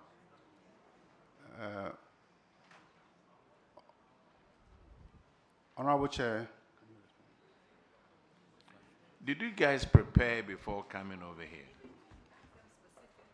Did you prepare before coming over here? Honorable Chair, as I mentioned, I took over in January. January? In January this year. What month are we in, sir? But what I can say for sure is that when I came... What month are we in, sir? We're in April, sir. If you were to come here for an interview for pay increase, you would have been able to answer every question. This report is there, it's on the net. You knew what you were coming to answer. Honorable Chair, if I may respond. Yes, sir. When I took over, those vehicles, I saw that there's an urgent need to work on them. And we have assured the mechanics to ensure that those vehicles are worked on and obeyed. So I assure you that once that is completed, we are going to get the insurance done. Thank you very much. How long is it going to take you to fix these vehicles? Within 1 month, Honorable Chair.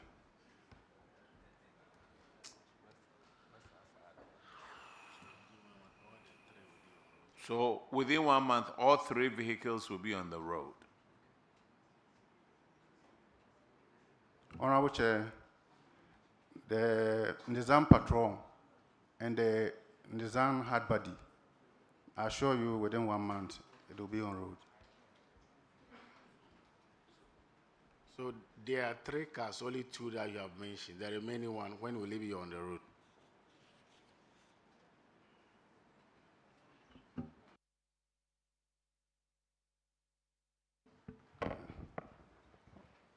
Honorable Chair. Honorable Chair.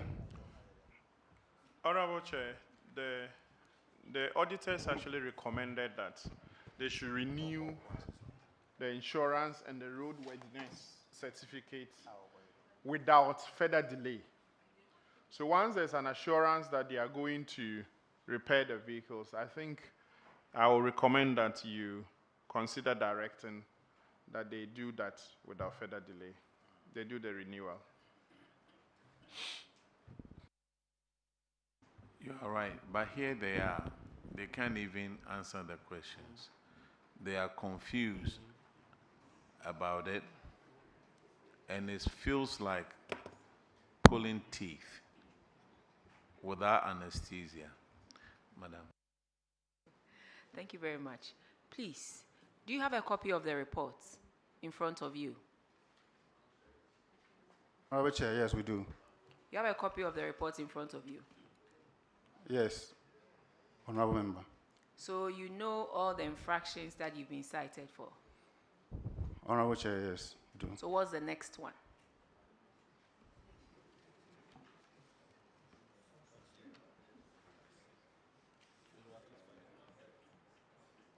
Honorable Chair, it's on failure to remit tax amounting to 4,568.42. Okay. I'll leave it at that. The next infraction is for Honorable Simon. Thank you very much, Chair. Since you already know the infraction and you've said it, can you please let us know the status of that as we sit? Thank you. Yeah, thank you, Mr. Chairman. The task has been remitted and the evidence has been sent to auditors. Auditors, can you please confirm? Yes, Honorable Chair, we can confirm that the tax has been remitted. Thank you. That'll be all, Chairman. The next infraction is on paragraph 690 on DACF, and it's unsupported payments.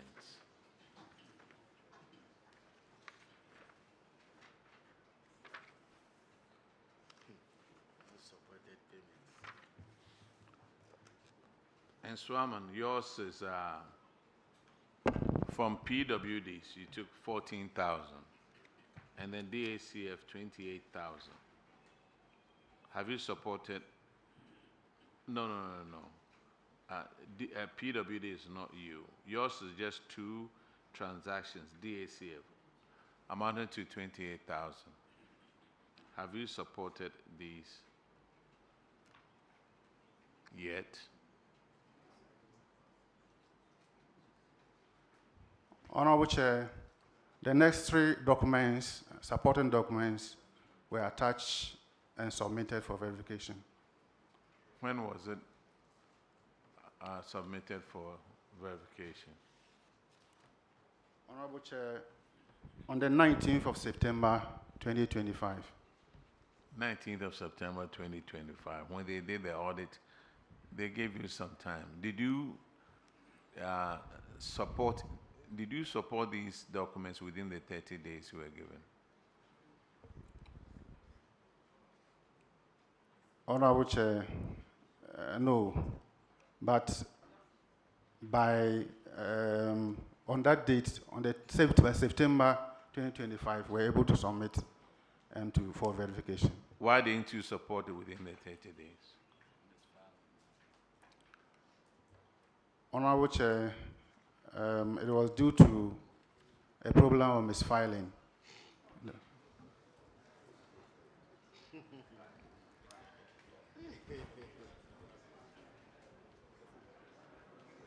So, this misfiling, what is that level? Can you provide more information on that for us? Because, let me be clear and be truthful to you. Sometimes the assembly, you are not taking the auditors serious. You take it's a business as usual. So when they are looking, you don't care. And then when it comes to the situation hits you, then you are running. What is the issue about misfiling? Can you actually provide better and further particulars for this committee?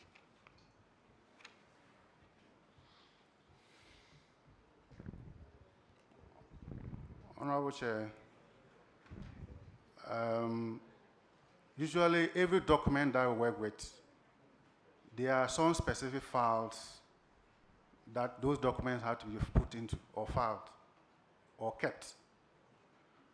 But there are instances where that is not done. It might be put at the wrong file or kept at the wrong place. And some of these issues arise as a result of that inaction or those challenges.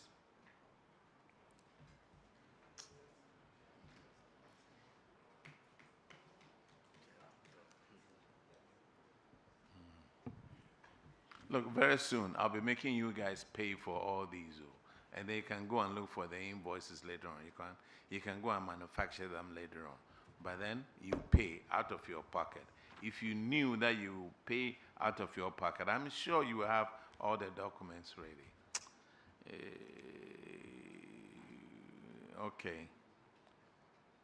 The next one is on paragraph 698, and Honorable Kinney would take care of that one.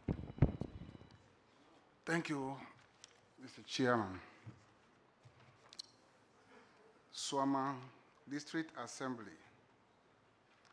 The infraction I have in hand indicates that a total amount of 27,300 Ghana cedis was paid in November 2024 to support 7 people with disabilities under the apprenticeship program without ensuring that the funds were received by the deserving PWDs in apprenticeship. Engagement with the purported recipients of the apprenticeship support revealed that one of them, an official of the assembly who received an amount of 6,000, did not qualify under the apprenticeship program. The remaining 6 purported beneficiaries, however, denied receipt of 21,300 Ghana cedis alleged to have been paid to them as support. Is it true that an official of your assembly who was not on the apprenticeship program did benefit from such an amount? Honorable Chair, thank you.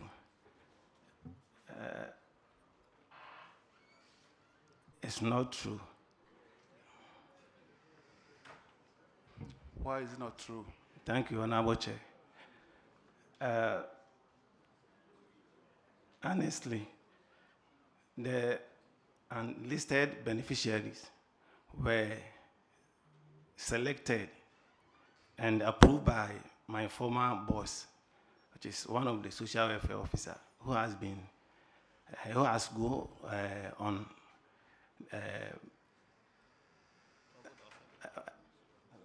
who has now off from the service. He's no more in the service. So he did the selection and approval. So at the time of disbursing the funds, we identified some discrepancies and challenges. So I asked the finance officer to stop paying the beneficiaries, to do more investigation and thorough assessment. So the finance officer stopped paying the amount. So we could see that some of the beneficiaries, they were exclusion and inclusion error. So we stopped paying them. And we did further assessment and verification. So after the verification, the money was retrieved and refunded into the PWD's account. So we did not pay the said amount. What did you see, or what is the mistake you saw that prompted you to halt the process? The inclusion and exclusion error, the misallocation of funds. So we wanted to do... Honorable, please, I want to be clear on something. What do you mean by exclusion error and inclusion error? Thank you, Mr. Chair. Means the right beneficiaries were not receiving the money. So that's prompted us to... And that is what? That is inclusion error. And the exclusion are those who are not qualified, but because of one or two reasons, the money is... But how did their names get onto your books? Thank you, Mr. Chair. That's why we stopped disbursing the funds. No, I'm asking, how did their names get there? That one, that is the inclusion error.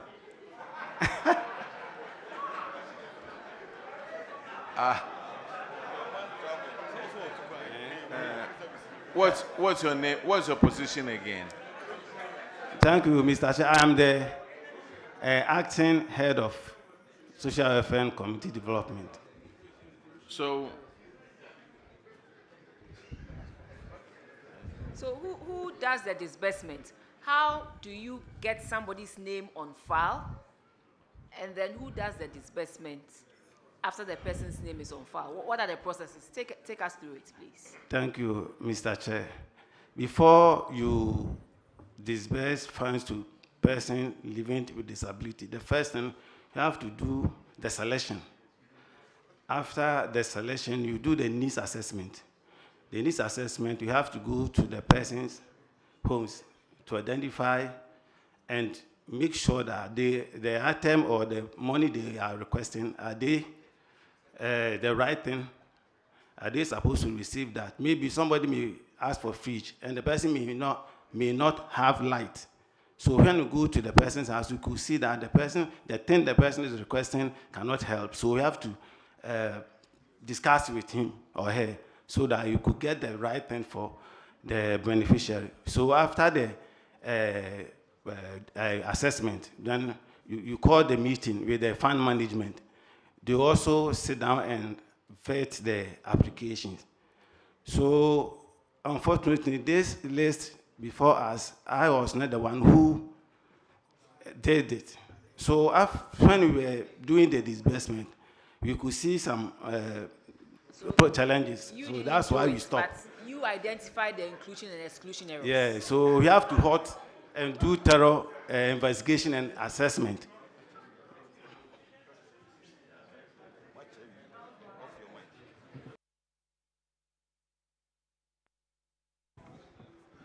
What about the 6 others who were supposed to have benefited but did not get anything at all? Thank you, Honorable Chair. Because we identified the wrong beneficiary, they did not disburse the funds. By virtue that I wanted to visit one of the clients, but in the course of that, I had serious motor accident. So I could not finish my assessment and the investigation. So I asked the finance officer to retrieve the money and refund to the disability account. Why? Because you couldn't complete it. Yeah. You asked the finance officer to retrieve the funds. As recommended by the auditors. This is a recommendation from the auditors. Yeah. That the funds should be retrieved. To retrieve and refund to the account. Yeah. Auditors, you went for the audit. During your audit, did you realize any inclusion or whatever? How will you what will you say about that? Honorable Chair, the district auditor will react to it. All right. Thank you. Please, if I may be permitted, I would like to read the issues in the management letter. Yes, go ahead. A portion of it. So, the Assembly approved the withdrawal and payment of a total amount of 27,300 with check numbers 248 and 250 on 21st November 2024 to support PWD under the apprenticeship program, without ensuring that the funds were received by the deserving PWDs in apprenticeship. A further engagement with the purported recipient of the apprenticeship support revealed that one of them was an official of the Assembly who did not qualify under the apprenticeship support program. The remaining six purported beneficiaries of the remaining amount of 21,300, however, denied receipt of the funds, claimed to have been paid to them as support. Now, when this management letter was issued, we recommended that, as a matter of urgency, steps should be taken to ensure that the intended beneficiaries under the apprenticeship program for persons with a disability receive their support and submit evidence for verification. Now, this is their response. They said that they've taken notice of our recommendation and will comply accordingly. Thank you very much. So I don't think what you said was true. It wasn't factual. You agreed to refund the money. That's why you responded that you would comply with our recommendation. Thank you. Has that amount of money been refunded? Honorable Chair. Yes, Honorable Chair, yes, it's been refunded. Do you have any evidence of the refund? It has been paid and then verified by the auditors. I'm sorry? I said the payment was done and then the documents have been verified by the auditors. Auditors, could you confirm, please? Yes, Honorable Chair, the amount has been retrieved, and then we have verified the documents with that. Thank you very much. So, hello. So I want to find out the staff of the assembly whose disability type was difficulty speaking. What were you going to give to that person?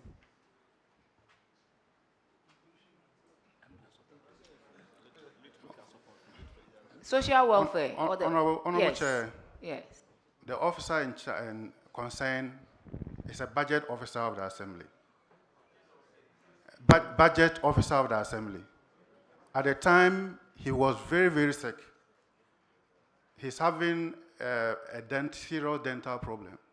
So that's speaking. But that wasn't a disability. Speaking was a problem. I think that's why. But that wasn't a that's disability. That's why he mentioned the exclusion. This I want to believe.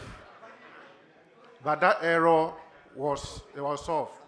But I'm told the honourable MP was able to support him to go for the medical attention. Okay.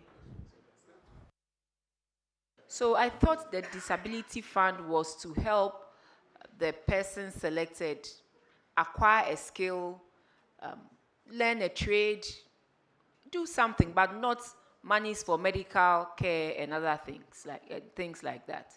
Is that not the situation? Honorable Chair, it is actually true that such money shouldn't have been earmarked for such payment. But to be honest, the officer I'm talking about finds it very difficult to communicate. No, I'm only asking for my own educational purposes. Okay. That what is the money supposed to be used for? It is for my benefits, so that I can also acquire more knowledge. Thank you, Honorable Chair.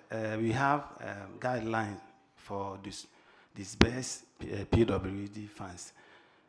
We have education to support the education. We have health, yeah. So they also benefit from they also benefit from yeah.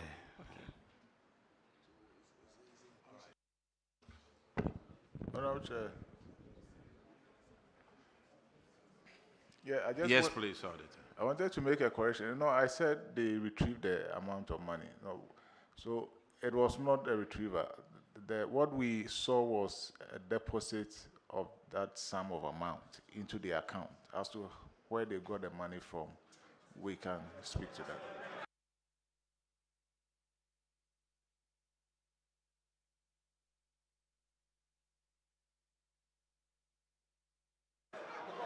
Hello. Hello, honorable assembly staff and DC. Respectfully, it is important that we correct anything that we put out here, because we are working with the law. So if the auditor said what they saw was not a retrieval, but rather a payment into the account, that is how they are supposed to describe it. And that is how we expect you to also behave when you come to sit here. You say it as it is. You speak the truth and nothing but the truth. You don't say something and then later when you are asked to provide evidence, you are found wanting and then you go around asking people to come and see us.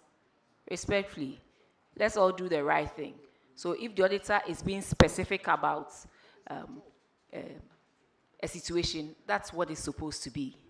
And that is why we audit. Okay, The next infraction is on paragraph 709, and Honorable Shirley Chair will take care of that one. 709.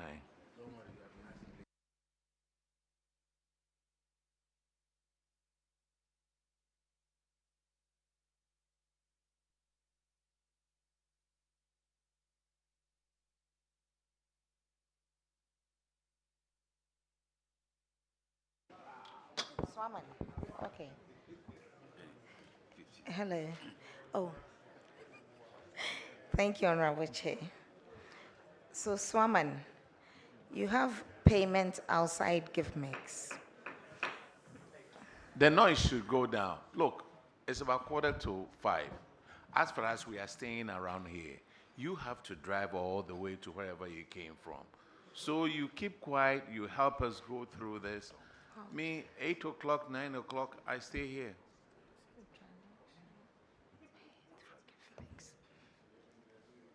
Thank you, Honorable Chair. Swaman, you made some payments outside gift mix. You did it manually. You've been asked to make sure that the transactions are made through gift mix to enhance financial reporting of the assemblies. What have you done about this infraction?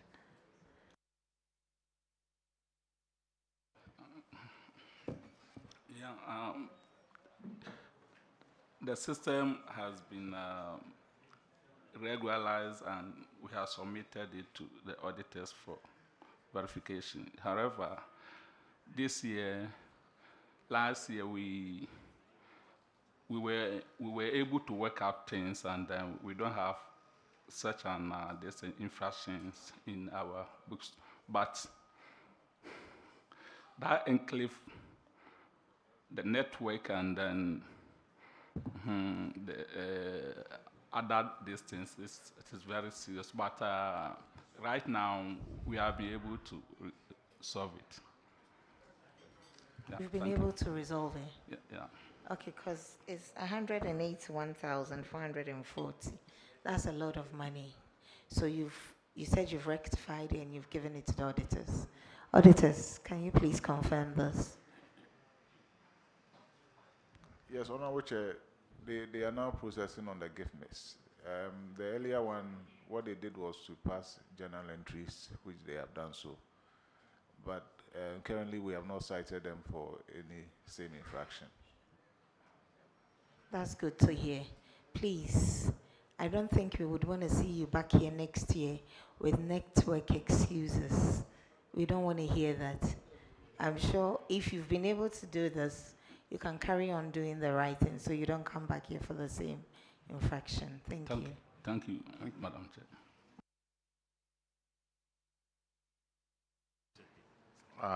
Okay, the next infraction is paragraph 717, payment for contract works not fully executed, 38,463. What has happened to this amount? Honorable Chair, one of the projects, which was a one number 4 unit accommodation for nurses at the SDA, has been completed, handed over, and is in use. What about the district police head office? The district police headquarters, as we speak, the contractor is on site. It is expected that within 1 month, we are going to commission the project. What about the GES district office? Honorable Chair, the phase 2 has been completed, and as we speak, EPA, Environmental Protection Agency, they are currently there. And then I've tasked my estate unit to ensure that some offices are located, or some units and departments are located, or they allocate places for some units and departments to make the place useful. So the place is fully completed. Auditors, could you confirm, please?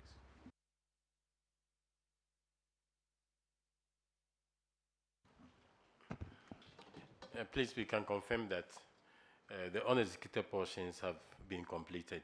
Thank you. All right. The next infraction is on paragraph 721. Honorable Dr. Jessel will handle that one. Thank you, Honorable Chair, it has to do with delayed and abandoned projects. And so, Aman, we have about 7 or so projects. They are at various levels of completion. The first one is a 3-classroom block office and store. And this was because of financial constraints from the DACF. As you know, these delays have got very negative implications. What accounted for this, and how is the situation? How are you resolving it? Honorable Chair, some of these projects were initiated by some other government agencies. That's a Coastal Development Authority. And were authorized last year to include some of these projects as legacy projects in our budget. As we speak, some of them have been captured and have been completed and is in use. So the specific ones stated in this report are projects by DACF. It didn't say Coastal Development Authority. Are you able to clarify?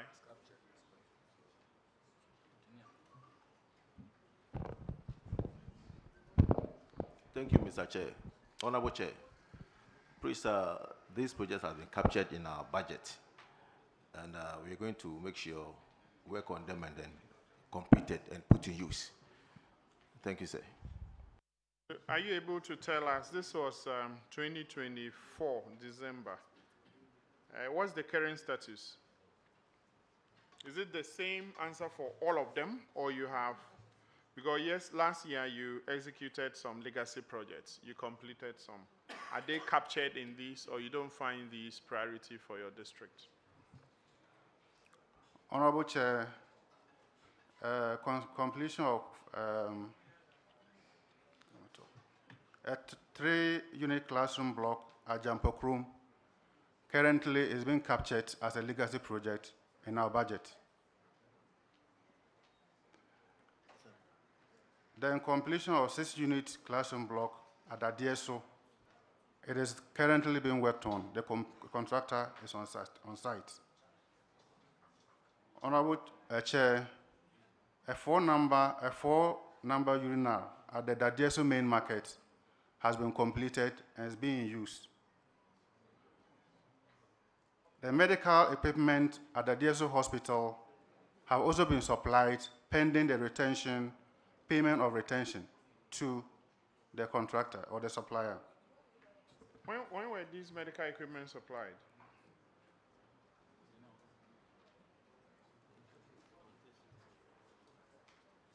Are you able to say? Honorable Chair, I am told around 2016.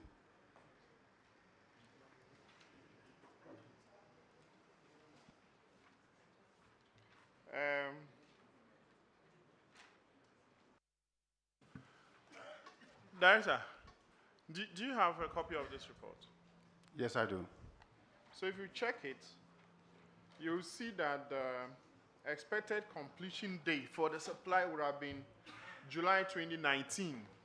And as of the time of this report, it says the work was 80% executed, and some payments had been made.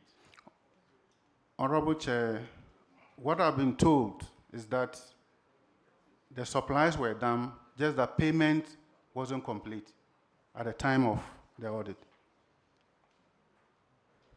So where are the equipment? Honorable Chair, they are in the Adieso Hospital, District Hospital.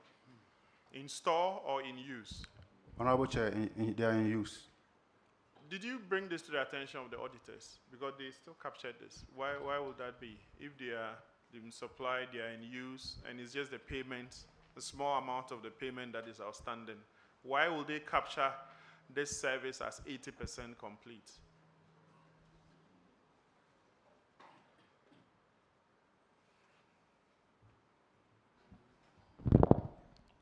Honorable Chair, please, at the time of auditing,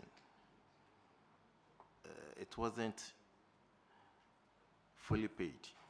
But as we speak, it's paid and it's installed at the hospital and it's in use.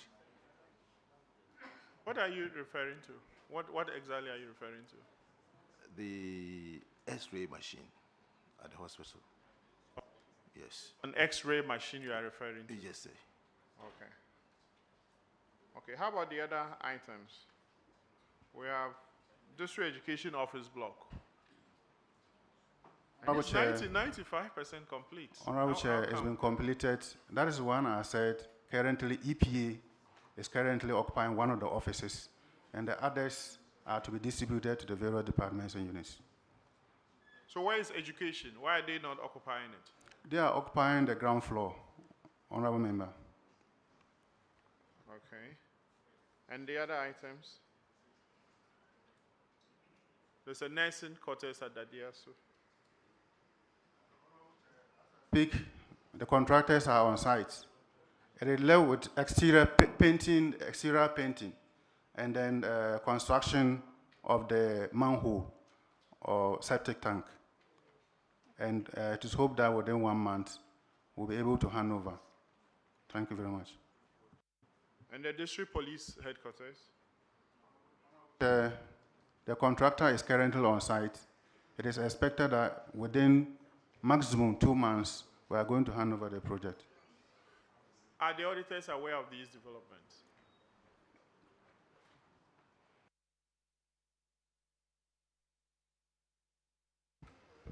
Yes, obviously aware.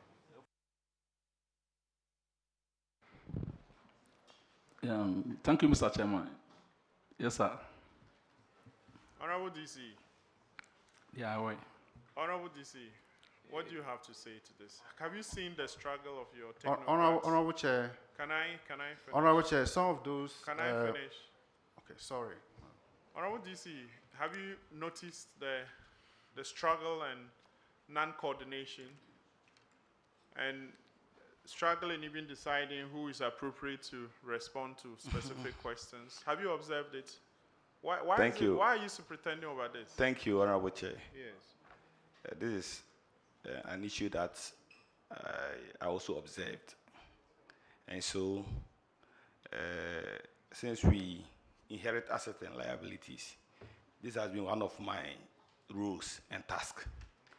And so, as we speak, I've been able to sit my technocrats down and also, discuss with them the need to work in unionism and also, to foster unity amongst us. All right, thank you. Thank you. Honorable Chair, that'll be all from me, please.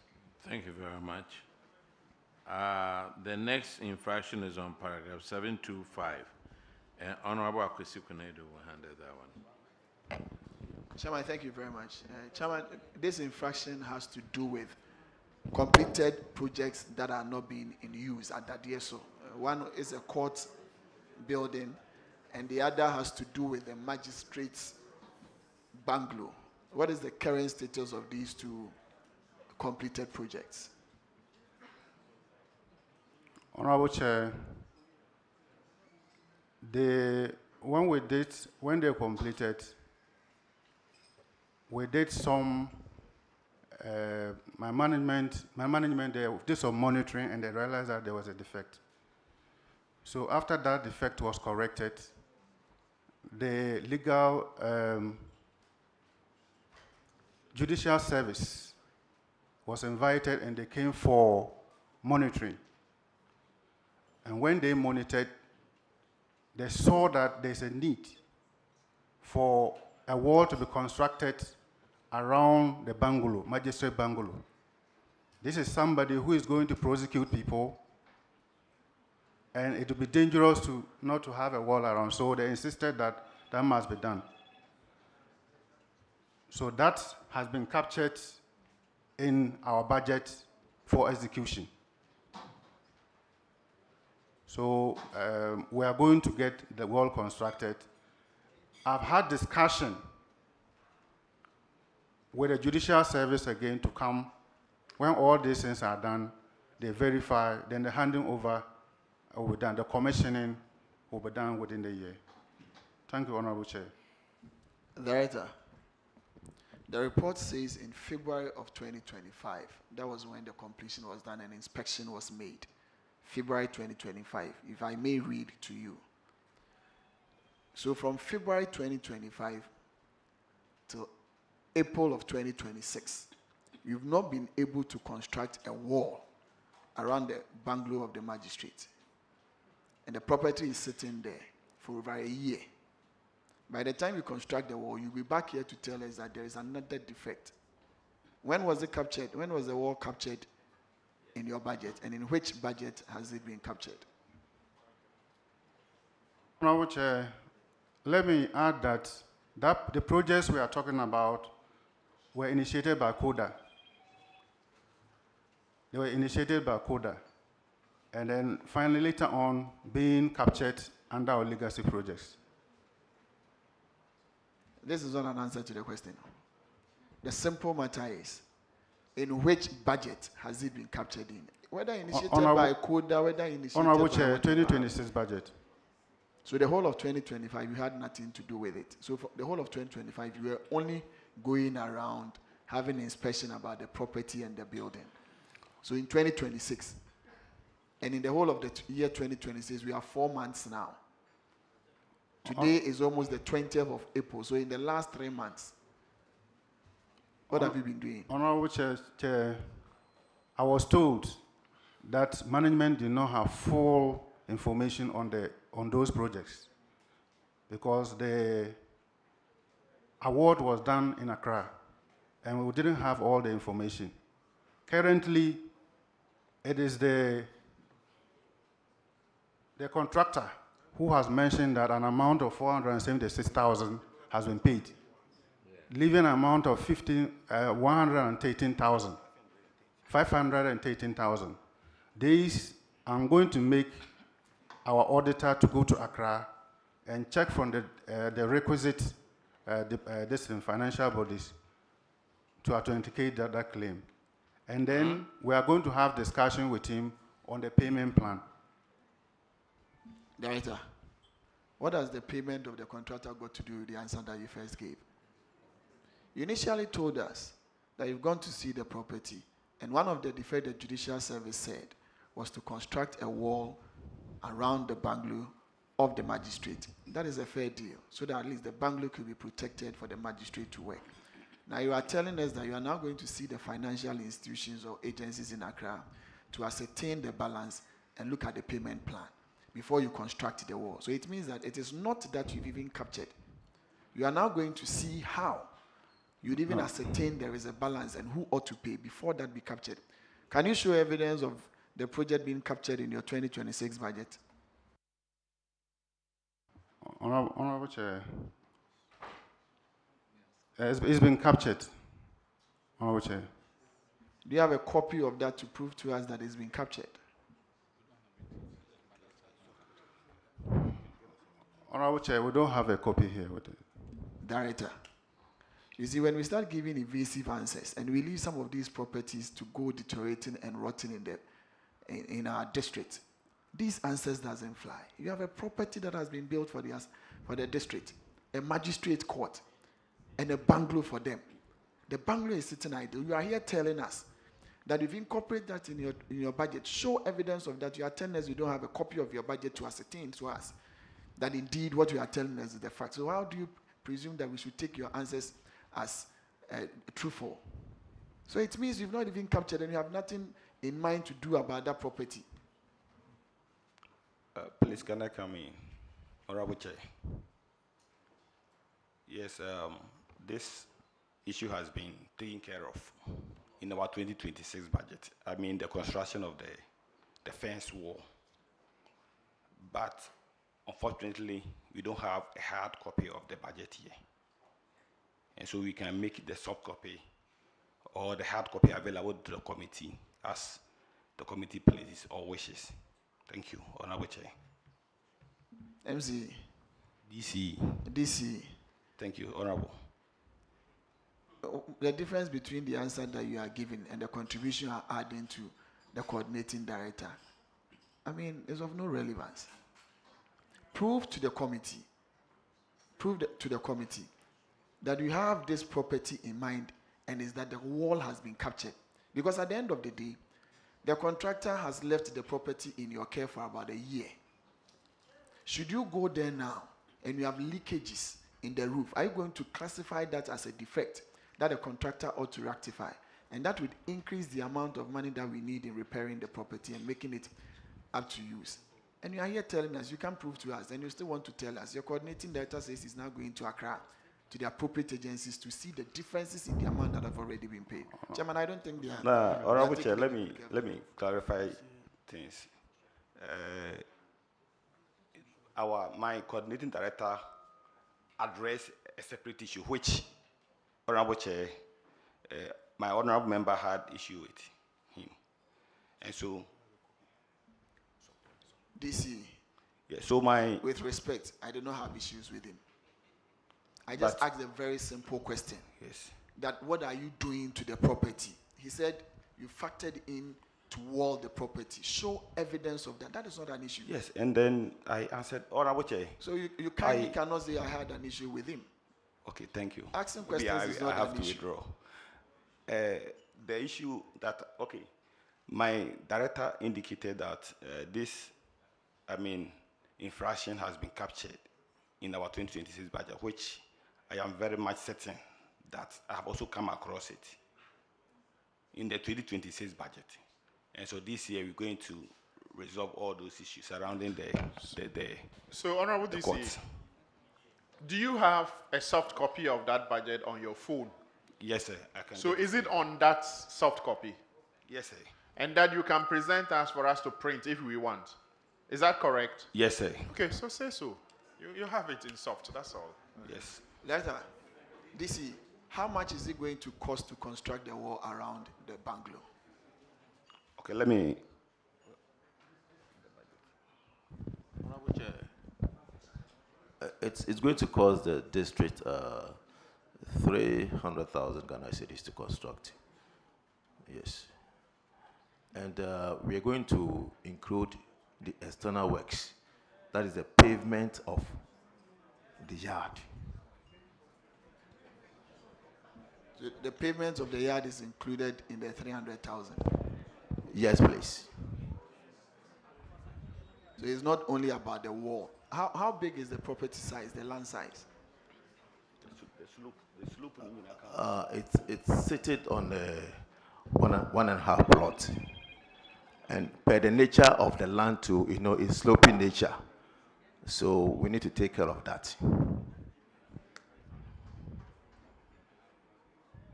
We go. You see, it is obvious to us that you guys did not sit down as a leadership or management team to go over the infractions before you got here. It's very obvious. We've taken so much time, and it's here that you guys are conferring. You Matty. The next infraction is on paragraph 741, and Honorable Shirley Che will take care of that one. Thank you, Honorable Chair. Swaman, on 24th of October 2024, the former MCE requested and was paid an amount of 8,000 Ghana cedis to convey some items from the Regional Coordinating Council to your office in Dadieso.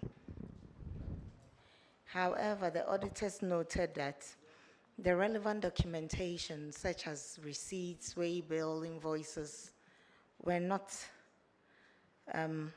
around, like the distribution list as well, for them to authenticate the use of the items. The recommendation is that you recover the amount in full from the former MCE and also a replacement cost of the unaccounted items. What steps have you taken to recover these?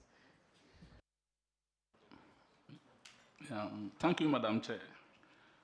Truly, the amount has not been recovered from the former DC, but the distribution list and the other relevant documents have been submitted, and then we have forwarded it to the auditors. Is there a reason why the amount has not been recovered? Honorable Chair, the items concerned were distributed to the beneficiaries and they are using it. Honorable Chair. Okay, it still doesn't answer the question. You had the items, but in conveying the items, there should have been a receipt for the transportation of 8,000, right? Or that's not was in question? No, that was not what. Okay, so the invoices. Let me check with the auditors first, and we'll come back if we need to.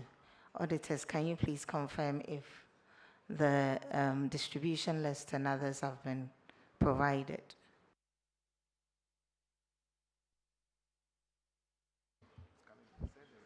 Honorable Chair, the relevant documents, that is the distribution list, the invoices, were subsequently provided to us for verification, which we have done so. And you're happy with it? Yeah, I mean, they were not available to us at the time of the audit, so the recommendation was for the amount to be recovered. But subsequent to that, they were able to provide them. Okay, thank you. Okay, Swaman, you failed to deduct some taxes, and some of it that you deducted, you did not remit. What has happened to these amounts? Thank you, Mr. Chairman. The taxes has been remitted, and the necessary documents have been submitted to auditors. Did you have to pay any penalty? No, we didn't. Auditors, could you confirm, please? Honorable Chair, the taxes have been remitted.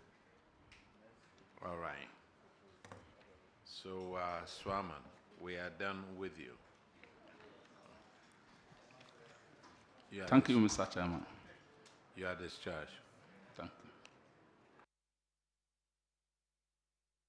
Now let's call Boedi.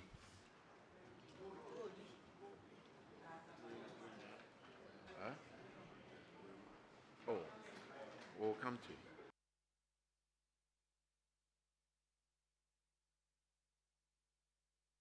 If Boedi is not here, is Boedi here? I'm sorry? Then you guys hurry up and come and sit down then. I told you, we are staying here. But when we call you, it's past 5 o'clock.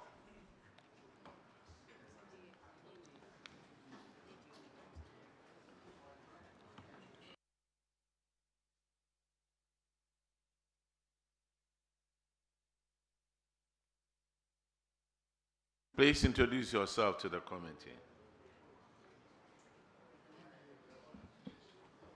My name is Salif Imoro, District Finance Officer, Bodi District Assembly. Pull the microphone to your mouth a little bit.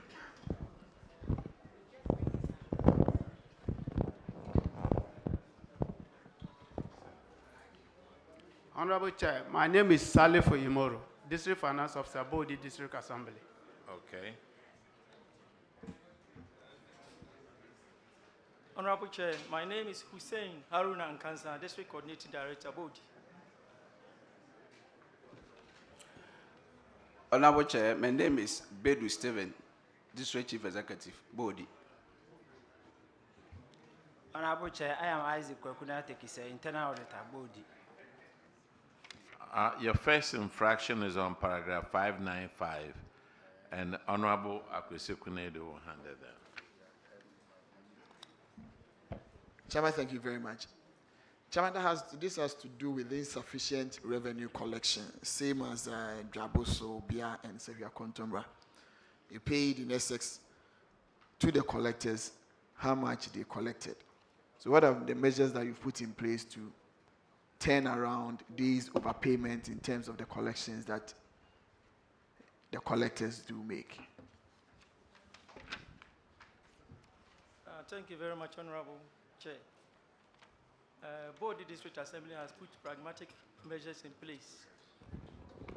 And the first one is that initially, the two collectors were using different GCRs, but now we have individual GCRs. Now they are collecting individually, and now they are collecting more. And secondly, we have also put in place other measures such as...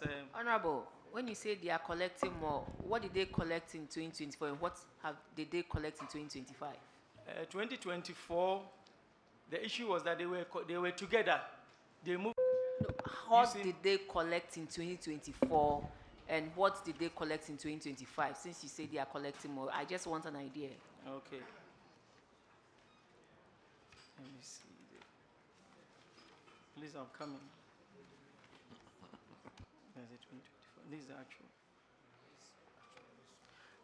In 2024, the revenue that was raised, the IGF, was 516,863.70. That was budgeted, and actual was 399,792.231. And in 2025, the budgeted was 756,147.13, and they were able to collect 570,701.17. So we're not able to achieve your target. Oh, they've done very well. Oh, Honorable, Honorable is it Chair. MC or DC? The director. Yes, sir. You are given a target of 556,000. You do 570 and you want to pat yourself on the back. Don't ever do that. Honorable Don't Chair. ever do that. Honorable Chair. How did you give the district 756? Because they knew you could raise that amount of money. So if you come back and if you raise 570 and you think it is funny to say you have done well, we should pat you on your back. No. If you didn't have the strength to raise 756, there's no way they would have given that to you. So go back and do better next time. Thank you very much, you. Honorable Chair. Madam Chair, if I may, how many collectors do you have? Honorable Chair, we have two collectors. Kwame Isaac and Chris L. Japan. Yes, please. So they are the only two collectors that are supposed to collect the total global amount that you gave to us. Yes, please. Because as you look into, do you have a copy of the report? Because we are looking at the total remuneration that they gave as 31,000 and 33,000. And the amount of money that they individually collected was 20,000 for Isaac and 4,000 for Chris. So when you give that global figure of over 300,000 and over 400,000 and 570 for only the two of them, that is why I asked, how many collectors do you have in the district? And you still maintain there are two. Honorable Chair, we have two. But, you know, sometimes the assembly, the rest of us also assist in the revenue collection. Let me ask. Form a task force to do that. Initially, when you gave your answer, you said they were using different GCRs. Yes, please. You ended up saying that the two of them were using one GCR. Yes, please. So which is which? Were they using one GCR? Initially, Honorable Chair, they were using one GCR for the revenue collection. But now, we've been able to help with the motorbikes for each individual to go around to do the collection. And now they've been able to raise a lot from the former collection to now what we see now. The revenue, let me come in, please, Honorable Chair. Initially, you were having a lot of these cocoa producing buying companies, but now most of them have folded up, and it's very, very difficult for them to get enough revenue as has been stipulated here. Thank you very much, Honorable. You see, the more you talk, the more you compound the problem. The more you talk, the more you compound. Do you know why? When the question was asked on the 2024, you sought to justify increment in revenue of 2025. Now you're also telling us that you had more cocoa purchasing PBCs and the rest, and most of them are gone. So how then do you justify there is an increment? And secondly, if they were using one GCR, how were you able to segregate each person's collection from the GCR so that you could have juxtaposed that to the collection that that person ought to have made?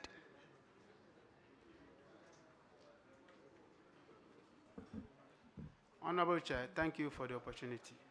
Actually, it wasn't one GCR the two of them were using. There were two GCRs. Wait. Please. You see, I told you, the more you talk and you don't go straight to the answers and be truthful, he just told the committee that they were using one GCR. And it is now that they've separated. So the first question was on why that they were paid more than they received. And he said they were using one GCR. But now they've given them each an individual GCR and even giving them a motorbike. So are you trying to contradict the answer that he initially gave that they were using one GCR or? No, Honorable Chair, what I'm trying to say is the collection, there were two. So the two of them go for the revenue collection. But when they come, the other one, instead of him to go and pay the revenue in his name, he would rather give it to the other person to go and pay on his behalf. So in actual, yes, making it as if the GCR is one. That is what my director is saying. But in actual sense, they were using two GCRs. Please, respect. So when they go out, do they issue the GCR to the individuals they take the money from and come back with the counterfoil of the GCR? Yes. How were you accounting for the monies that they bring in respect of the GCR? Honorable Chair, what I'm trying to say is when they go for the collection, each will collect his money. But then when it comes to the payment, instead of each person go to pay in his name, he would rather give the whole money to one person to go and pay on his behalf. So when I took over, I asked him why that thing, but he told me he was not getting his Ghana card. He lost his Ghana card, so he can't go to the bank to lodge in the money. As a result of that, he has to give to his colleague to be paying. Internal auditor. So when they come from their collection point, yes, please. They come with the GCR that you give to them to go to the field, right? Honorable Chair, one person brings the GCR. You see, you go forward, you come back. Were they giving individual GCRs to go out, or they were not giving GCR at all to go out for the collection? Honorable Chair, what I'm trying to say, the GCRs were two, but it was one person who was handling the GCR. So it was one GCR given to two individuals? Yes, please. So all the two individuals go together and work at the same place together? No, they work at different places. So how was one collecting revenue without GCR? No, he's collecting money with the GCR, not without GCR. He goes with GCR. But when after the collection, instead of him to go and pay in his name, no, he give it to the other guy to go and pay on his behalf. You see, when they are going out to collect revenue, yes, please. Do you give them GCRs? Yes, please. So the GCRs are given to each an individual, each collector. Each one goes out with one GCR. Yes, Mr. Chairman. So the person goes, take money from you and issue a receipt to you from the GCR that you're giving to that person. That is right. So when they come back, how do you assess them? You are now telling us a secondary matter when they go to the bank to pay, right? Yes, Mr. So it is not the bank that the auditors would use primarily. They will use the GCRs that you're giving to them, because that is the accounting point. It is not the bank. So if you tell me that one goes to the bank and pay all the monies in that person's name, how were you even assessing the individuals that they go out with GCRs? How were you assessing them? You mean the revenue collectors? Yes, please. Yes. That is why I'm saying the two of them will go to the field to collect the revenue. But when the two of them collect the revenue and finish, the other guy will give his money to one person to go and pay. There were two, but we'll give it to the other person to add up to his money and then pay in. Let me ask you, do they go to the bank with GCRs to pay at the bank? No. So wait. So now we are talking about the individuals moving from the assembly to the revenue points to collect. And the coordinating director told us they were using one GCR. Now you are saying they were using different GCRs, right? Mr. Chair, what I'm saying is they use different GCRs. Let's wait. When they come from the markets and the business operating areas to the assembly, do you take the GCRs from them and account and compute what they have collected in a day? Yes, but it was one person who will bring the GCRs and He will run bring the account. 2 GCRs. Yes, please. Okay, good. And in the 2 GCRs, there would have been separate recordings in each of the GCRs, right? That is right. So that cannot be a point that it comes in one person's name. Because when you give a GCR, you give the serial numbers. You indicate the serial numbers at the office. Don't you do that? From 001 to 0050, most often there are 50 copies in each, right? Yes, please. So each person that you give to, you indicate the serial numbers in your internal audit books, right? That is it. So that when the person goes out, the number of sheets that is taken out, the person comes, you look at the counter for, and you compute that and expect the person gives you that money, right? Yes, Mr. Chair. So how then do you say one person comes and pay both GCRs in that person's name? I have 001 to 0050. My brother has 051 to 100. So how does it conflict that all the 2 GCRs are paid in one person's name? Mr. Chair, what I'm trying to say is the 2 GCRs are all recorded in one person's name because he will go to the bank and lodge in the money.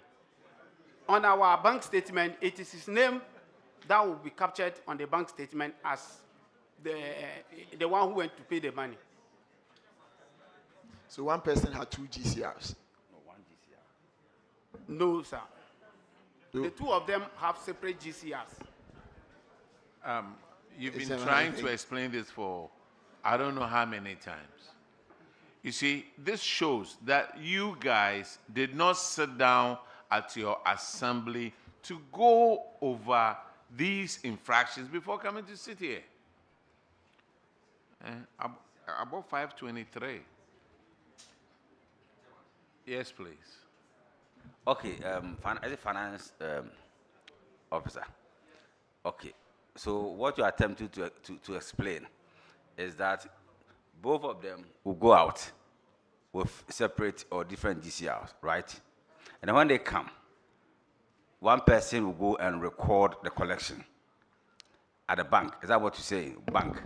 Yes, one person will go and lodge in the money. Yes. So what do you do internally to check how much each one collects? This is the bank. I understand the bank bit because one person will go and lodge the money into your account. So the bank will automatically assume that both collection in the GCR, both GCR are coming from just one person, which is understandable. So what do you do internally to check the collection each of them make? Yeah, thank you, Mr. Chair. I have my accountant who normally writes in the cash book, the revenue cash book. So in attempt to write whatever he sees on the bank statement, the name that goes to the bank to make the payment, he will capture that name as if it's the person who collected so much. Book is it not daily? Pardon me, sir. The cash is not daily. Daily. And the bank statement will come after some days, right? So internally, how were you checking their collections? And if the accountant was recording all the collections in one person's name, what were you what were you recording in the other person's name? The person was just there doing nothing, and you didn't say anything. You didn't do anything about it. No, Mr. Chair, it's as if the person is doing nothing, but he's not. He's also collecting revenue. But just that he doesn't go to the bank to lodge in the money. So I asked him, Kwame Isaac, Lincoln, what was your problem? He said his problem was that he lost his Ghana card. So he cannot go to the bank and lodge in the money. That's why he gives to Kwame. I get that point. That is fine. I mean, how were you checking them internally to see how much Kwame Ghana or Kwame Isaac brings and the other person brings? I look at it inside the GC because I know their handwriting. Director, let me say this. You see, you've made the problem so serious to the point that you give me a GCR as a revenue collector. I go to market and collect the revenue. And I'm the same person who goes to bank to deposit the money. Then I bring the cash book for somebody to record in the cash book, right? So what was the role of the internal auditor or the accountant that enters in the cash book? Isn't that person at the assembly supposed to take the GCRs, compute the amount of money on each counterfall, and take that money from that person and record? Then subsequently, the assembly does the deposit yourself. Why must the revenue collector be the collector and be the depositor at the same time? Do you think it's it's proper for internal controls? Mr. Chair, in our case, what we do is when you go and collect the revenue, at the end of the Sir, collection, let me you stop you deposit right it. there. What is the proper way of doing it? The proper way of doing it is revenue collector has gone to collect the money. When he finish, he bank it and brings the pay-in slip together with the GCR and then render accounts in the accounts office. But he doesn't bring the fiscal cash to us to go and pay on his behalf. But in this case, most of them will go, when they collect the money, because he doesn't have Ghana card, he gives it to Kwame Isaac to lodge it for him. At times, Okay, he let's wouldn't bring move the cash. let's move away from the Ghana card. Now let's go to the next infraction. It's on paragraph 618.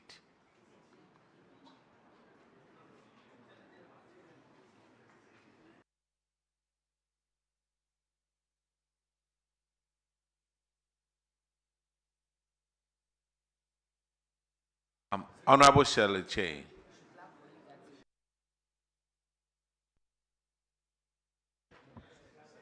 Thank you, Honorable Chair. The auditors noted that the management of, assemblies, some 6 assemblies, including Swaman, is it?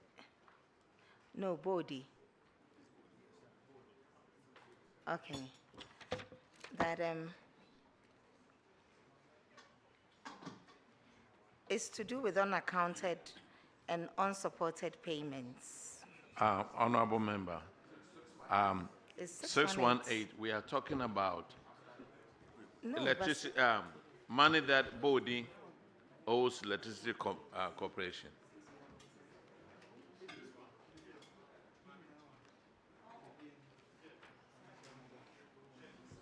And Bodi, you owe 175,000 Ghana cedis on electricity.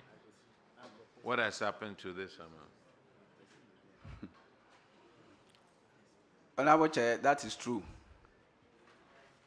We are owing Ghana Electricity Company an amount of 175,617.47.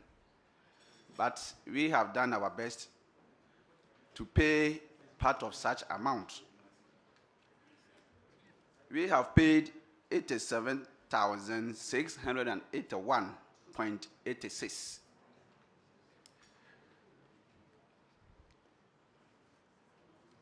Leaving a balance of 87,935.61. So we are doing our best.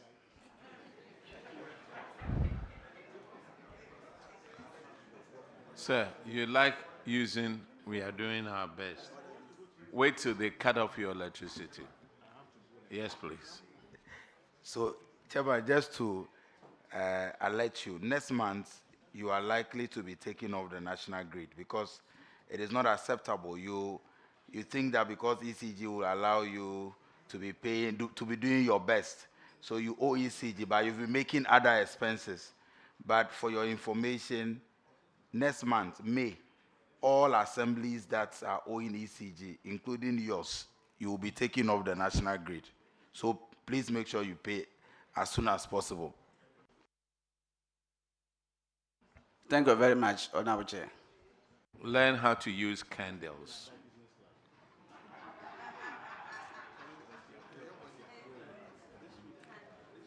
The next infraction is on paragraph 626, and Honorable Enim.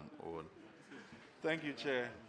Chair, this infraction has to do with on-end salaries. So, Bodi, there were two staff members who vacated posts as at January 2024. And the auditors recommended that we recover the over 26,000 Ghana cedis from these two. Has that been done?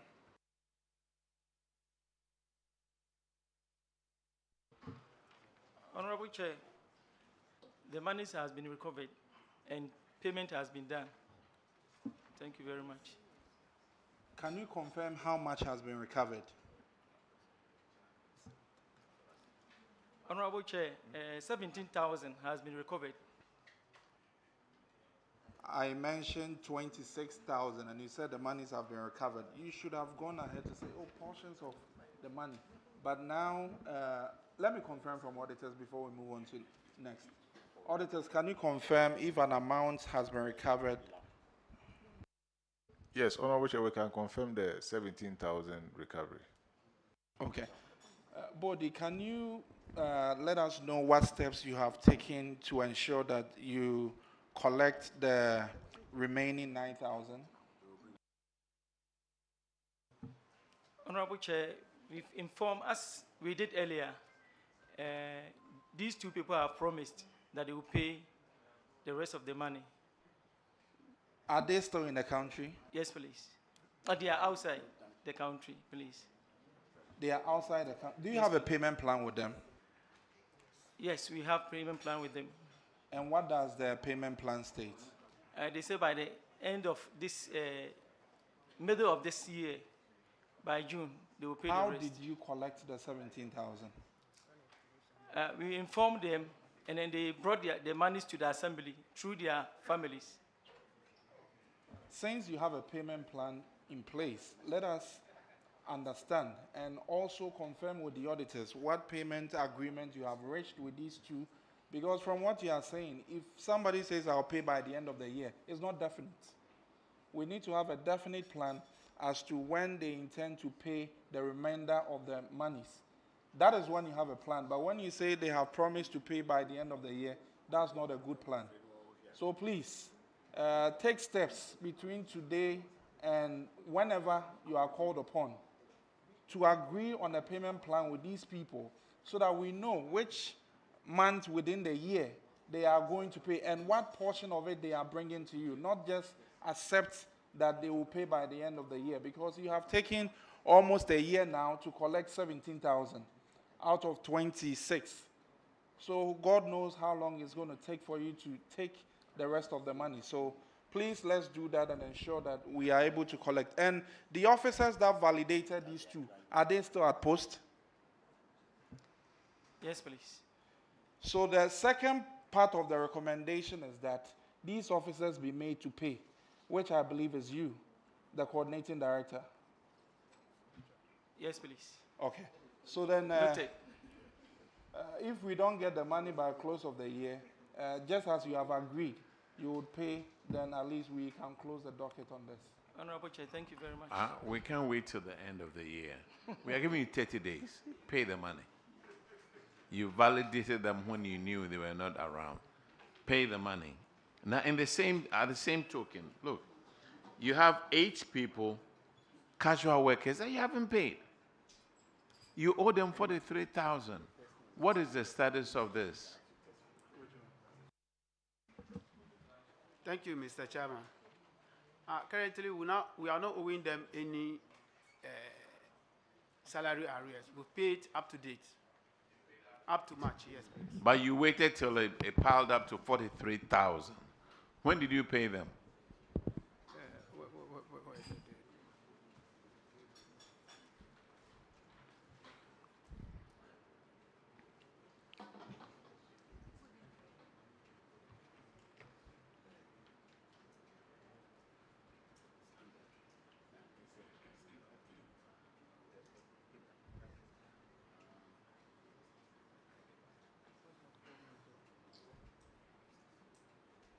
Auditors, could you confirm if they've paid these people, please? Mr. Chairman, the current payment was on 6 February 2026. Auditors, could you confirm? Honorable Chair, we can confirm an amount of 14,363, leaving a balance of 29,383.20. Are you the finance officer? Yes, Mr. Chair. So you've only paid 14,000. No, as of now, we are not owing any salary arrears. We have paid up to date, up to March. When did you pay them? Mr. Chairman, that is why I said the current payment was on 26 March 2026. 26 March 2026. No, sorry, Mr. So Chairman. last month. Mr. Chairman, that is a Senate payment, please. It was 6 February 2026. So 2 months before you came, then you went and paid. Yes, please. Why didn't you give that information to the auditors?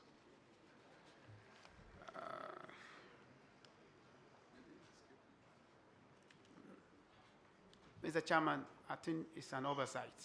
Oversight. I should have given them the information. I was excited because I don't have that headache on my head again. You have a security guy that you owed 7,000. And this security guy has to feed himself and his family. You have a driver that you also owed that same amount. When your computers start disappearing, don't ask the security guy where those things are because you haven't paid him. The next infraction is on paragraph 635, and Honorable Simon will take care of that. Thank you very much, Chairman. You have 8 casual staff. You have failed to remit their Tier 2 pension contribution. Have you done that? Have you remitted now, or is still outstanding? Mr. Chairman, we have remitted that. Why did it take you that long to remit? As a result of inadequate funds in our accounts. Has your own Tier 2 pension contribution been remitted? Yours? Yes, Mr. Chairman. And you think you don't have money for your casual staff because there's no money? Actually, it's paid through IGF, and our IGF wasn't all that normal. What do you mean by it wasn't all that normal? What does that mean? Was it abnormal?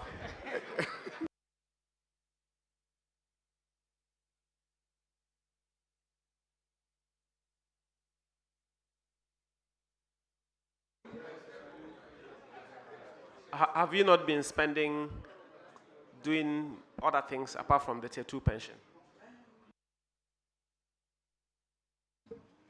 Mr. Chairman, come again. I'm saying that it's because you don't consider it to be very important to you. Otherwise, I'm sure there've been some current expenditure going on from your IGF. Is that correct? No, Mr. Chair. At times when we have money in our account and salary is due, we pay that one before any expenses. If they go on pension, they'll come to your house. Will you have enough to share with them? Thank you. Chairman, I'm done. Thank you, Mr. Chair. All right. The next, please verify from the auditors if they paid. Auditors, is that correct? Yes, Honorable Chair, they have paid. All right. The next infraction is on paragraph 686. That's the DACF. And Honorable Ms. Bao will have that. Thank you, Mr. Chair. Bodi, the DACF guidelines for 2023 clearly prohibit his spending more than 10% of DACF allocation on administrative expenditure. But during the period under review, your assembly spent 21.39% on administrative expenditure. Clearly, an excess of 150,000, 199.56 was spent on administrative expenditure. The auditors recommended that these amounts be refunded from the IGF account to the DACF account. Please, has this been done? Thank you, Mr. Chairman. Actually, we were able to refund 53,820.33 pesos. Please, auditors, can you confirm this amount? Honorable Chair, we are not aware of this. Mr. Chair, an amount of 150,000 was supposed to be refunded from the IGF account to the DSCF account. The auditees mentioned that they've transferred 50,000 back, but the auditor says otherwise. Please, we are in your hands. When did you transfer the money? Finance officer, when Yes. did you transfer the money? Mr. Chair, we have transferred the money on the 4th of March, 2026. March. Yes, Mr. That's Chair. last month. Yes, Mr. Chair. And you didn't tell the auditors about it? In fact, once again,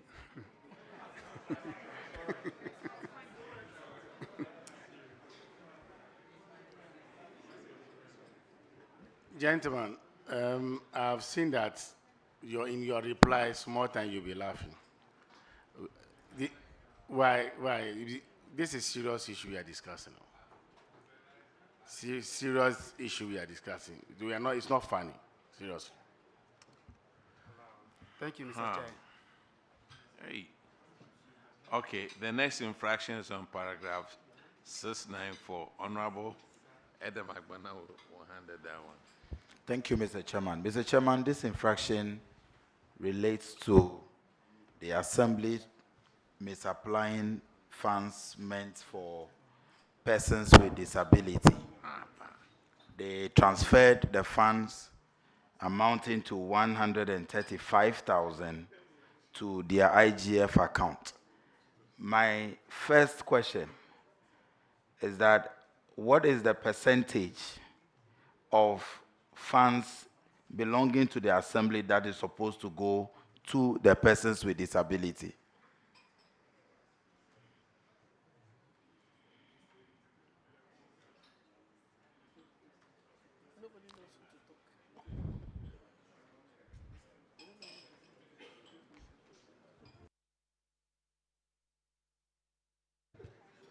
Mr. Chairman, thank you for the opportunity. As and when they transfer our CF, they transfer DS separately.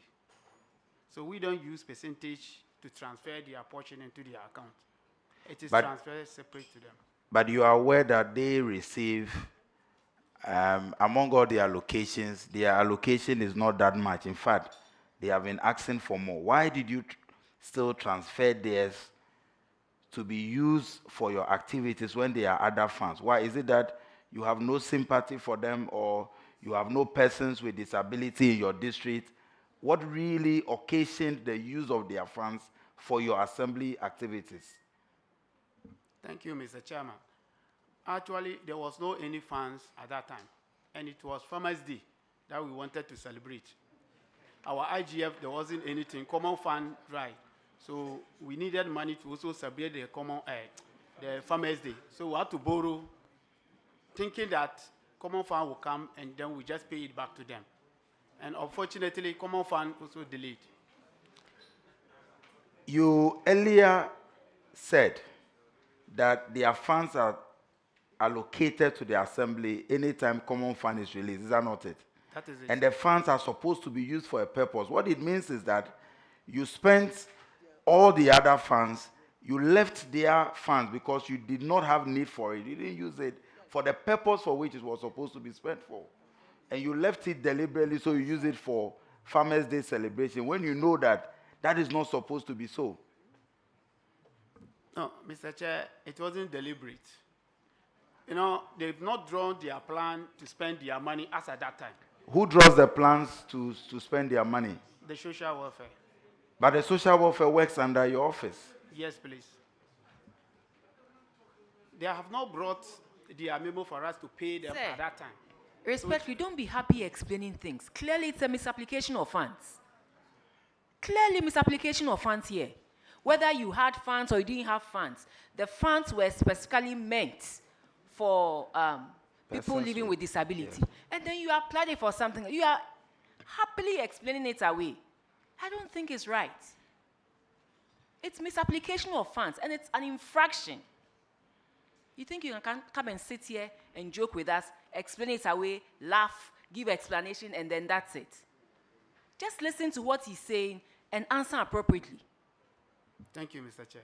Madam Chair, they were also asked to refund the 135,000. Has that been done? Yes, Mr. Chair. All the amount. Yes, Mr. Chair. Auditors, can you confirm? Yes, Honorable Chair, we can confirm that as at date, they have transferred the entire amount into the persons with disability account. Thank you. But moving forward, because the persons living with disability are already grappling with many challenges. And so the little monies that central government allocates for them, use it to implement programs to empower them. Don't leave it at the assembly and use it for activities like Farmers' Day and what have you. Mr. Chair, that will be all for now. Thank you, Mr. Chair. Thank you very much. The next infraction is on paragraph 702. And Honorable Sebastian De will take care of this.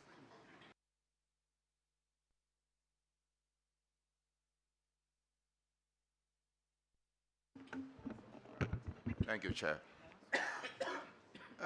Clearly, Honorable Stephen Bedu,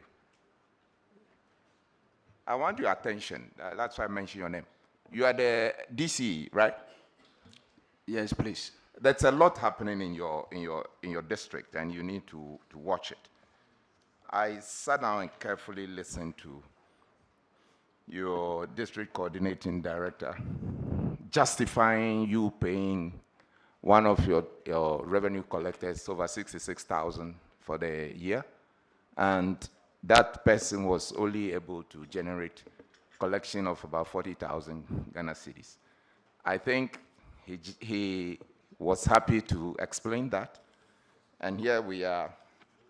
Another infraction that was, I don't think what I said first was anything to be happy about, but he justified it. You are the DC and you need to watch that. We have another serious infraction cited by the auditors that in 2024, the year under review, an amount of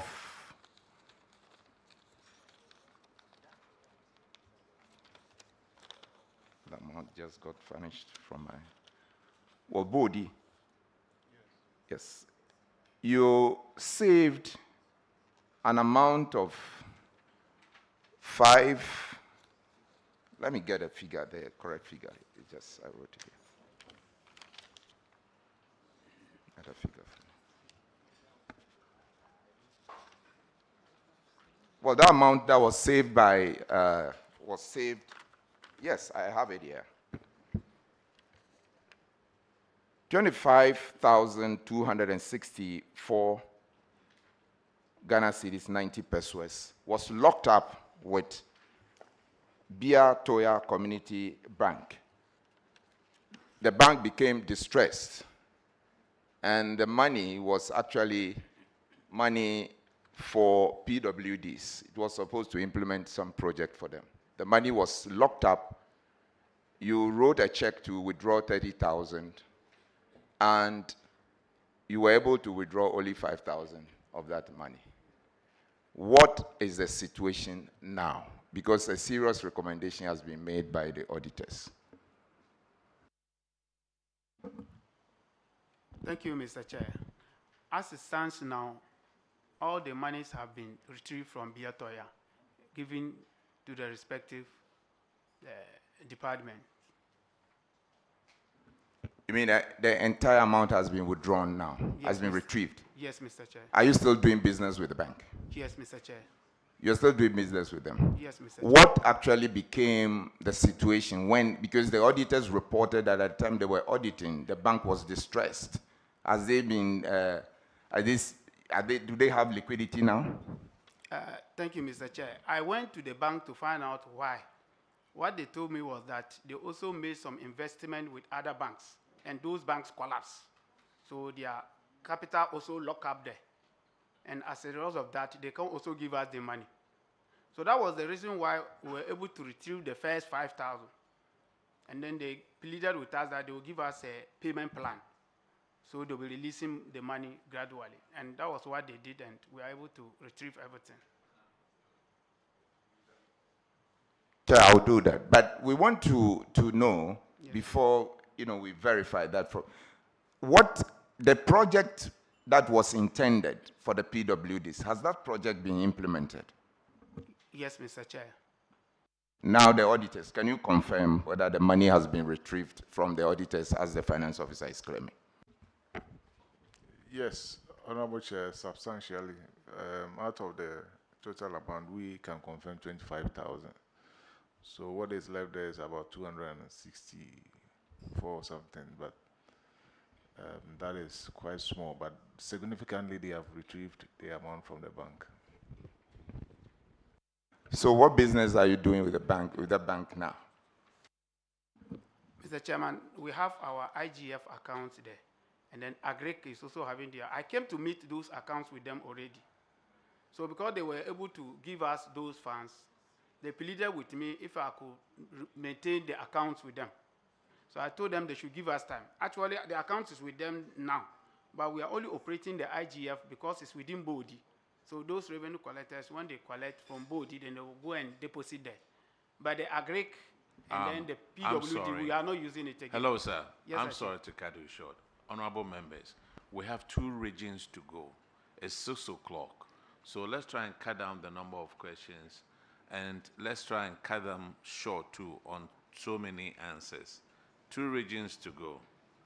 All right. The next infraction is on paragraph 721. And Honorable Dr.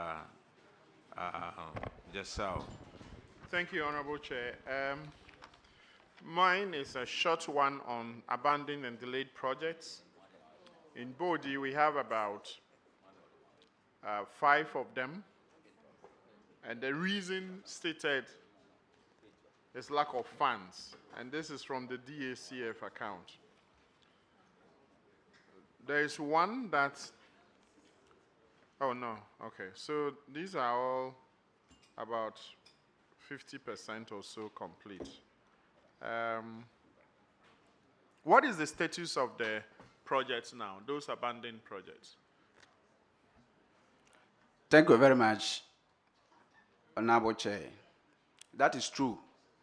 Bodi, we are having about 6 legacy projects which are supposed to be completed this year. Fortunately for us, we had the common fund. So currently, we are at the various stages, and I hope very soon, latest by June or July, you will finish everything. Thank you. So they are all captured for this year's legacy projects, is that correct? Yes, by the exception of Yayaso 6-unit classroom block. Okay, so last year you didn't capture any of them? By the exception of the Yayaso 6-unit classroom board, that is not captured. What is the problem with that one?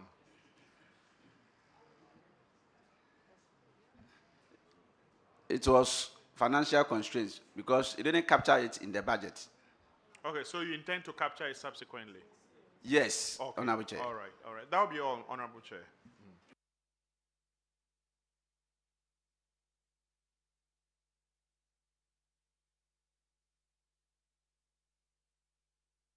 Thank you very much. The next infraction is on paragraph 744, and Honorable Frankie Eboa will take care of that. Thank you, Mr. Chair. Bodi, the service arrangement or agreement you had with Zoom Lion Ghana required that Zoom Lion should supply you with refuse containers and trucks. The auditors in the course of the audit found that 6 refuse containers and a truck had not been supplied. What's your explanation for that? Thank you. Honorable Chair, thank you very much. The truck is still pending. It means we have not received the final one, the last one. And then out of the 6 containers, 3 have been supplied. So we are still left with 3. Thank you very much, Honorable Chair. Zumlion, do you have anything to say? Honorable Chair, Zoom Lion has provided 6 containers for the delivery of our services in Bodi. We are waiting for Bodi, per the contract, to identify 3 more sites. And once we are notified of those sites, we will supply the 3 additional container sites. We have supplied the 3 additional containers to those sites. He mentioned, oh, sorry. And for the truck, we have one that we are using to deliver the service. But we also have additional Zona truck that we also deploy whenever necessary.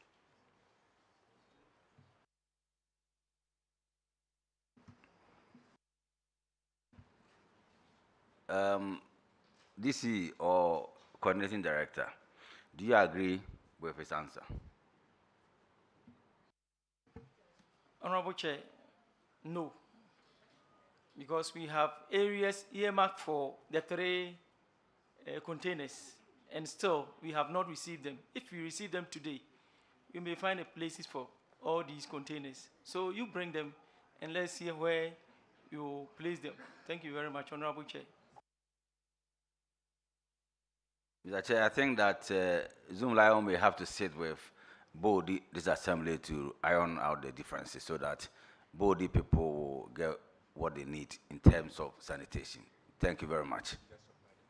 Honorable Chair, I'm done. Respectfully, Bodi District Assembly owes us close to 300,000 Ghana cedis for 3 quarters of our services that we have delivered. 3 quarters. The fee per day is just over 1,000 Ghana cedis for the delivery of the service for the entire district. 1,000, just a little over 1,000 cedis for the entire district, the service that we deliver there. And for just this amount of a little over 1,000, they owe us over 270 days that they haven't paid us, amounting to close to 300,000 Ghana cedis.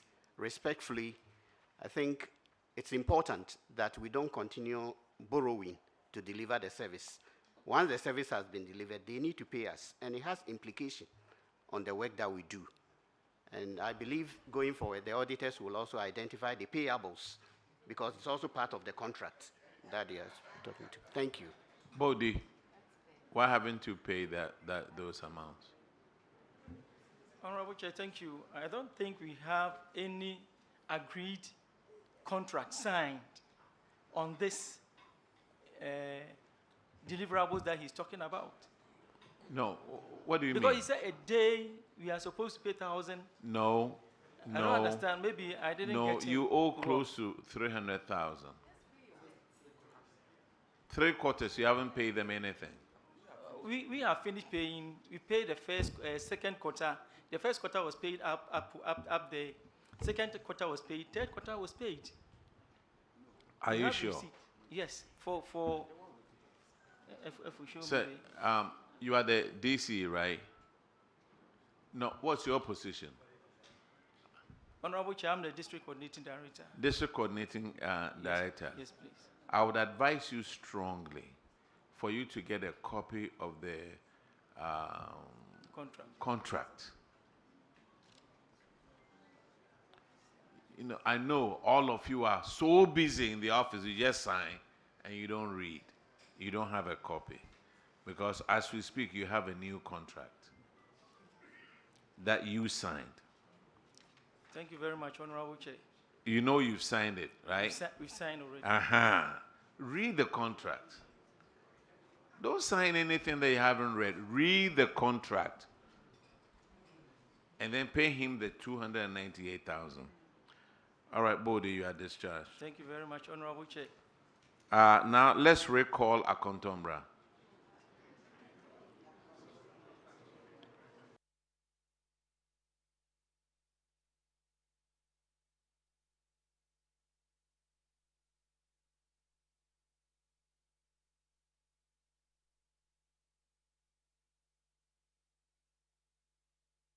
Now, reintroduce yourself to the committee. Thank you, Honorable Chair. My name is Richmond Anson Boatin, District Finance Officer. All right. Apia Joseph, District Chief Executive. All right. Latte Charles Christian, District Coordinating Director. Okay, you were supposed to provide some documents that you claimed you had. Do you have the documents now? Honorable Chair, no. In fact, I would want to seriously apologize to the committee because what I was talking about, I think I got confused at the time and made those things. I got confused. This is my first time at PAC. I was nervous. I didn't understand what was going on. And so, Honorable Chair, I crave your indulgence to seriously apologize and say that what the auditors were saying was right. In fact, I should have cross-checked because I had to call back at the assembly to verify with my staff, and then they told me that, oh, that is not the issue. That issue didn't come at all. I said, Jesus Christ. I have committed an offense. So I seriously want to apologize to the committee for saying this here. And I'm very, very sorry about it. Thank you, sir. Akontomra, I wish there was a screen behind me so that you could see yourself on national TV. You are discharged. Thank you, Honorable. Thank you, Honorable Chair. And that 92 point something percent completion on that former MC's, former MP's building, make sure you complete it. Thank you. Yes, because you are a politician. You are a politician. It could come back one day and bite you. Those people that you came with, right? They are permanent workers. So ask them how many DCs or MCs they've seen. They've gone through so many of them. But as for you, the political appointee, you be held responsible. These people, say seno, you are discharged. Honorable DC, you just said thank you. You didn't say yes, you were going to do it, or no, you were not going to do it. Yes, we are going to look at it and do it. Thank you. Because, like I said, we have already sunk some money into it. So let's finish it and let the community benefit from that. Oh, the MP is here. Honorable MP. I'm grateful you are here with us. So you are confirming what your DC just said. It is all about public funds that have been sunk into a building. Let's all see to the completion of it so that the community can benefit from it. Thank you very much. Now let's call Bia West.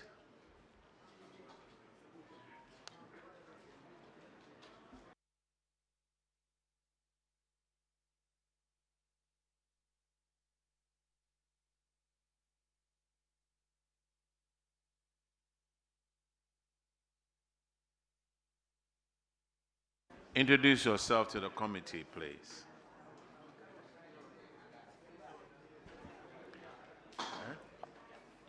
Bia West. Clifford Baba Atanga is my name, District Coordinating Director. Thank you. Upon Ignatius, Internal Auditor. Matthew Ano, District Chief Executive. Ishia Sylvester Kwesi, Finance Officer. Okay, your first infraction is on paragraph 603, and Honorable Sebastian Day will take care of that one. Bia West. Thank you, Chair.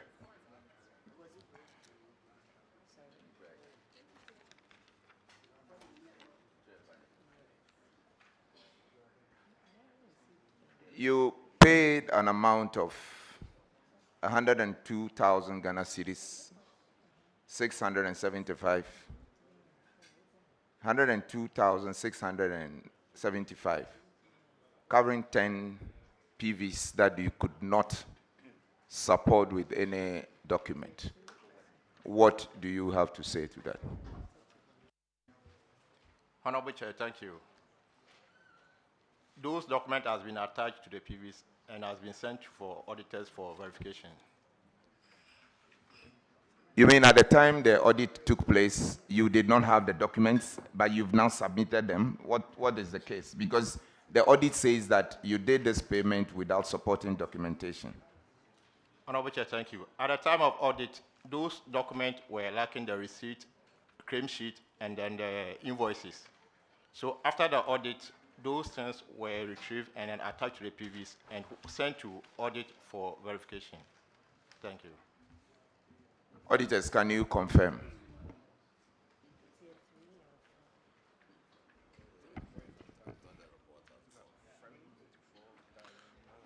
Honorable Chair, we can confirm what the relevant documents that they provided could account for 28,575, leaving a balance of 74,100. So if they have the documents here, they can make them available. Mr. Auditor, can you confirm the figures again? What they paid and what is supported and what is outstanding, please? They have supported 28,575, leaving a balance of 74,100. Have you paid the whole amount? Hello? Did you say that you paid the whole amount?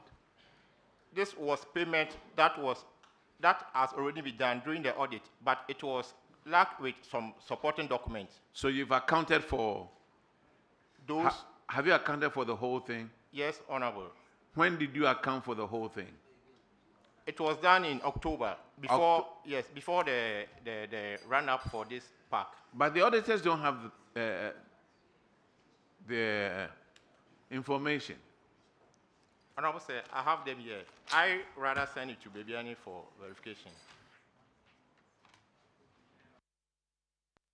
Clearly, you did not do this at the audit time, and the window that was given to you that wasn't done, but you are now claiming that you have the documents. Is that the case?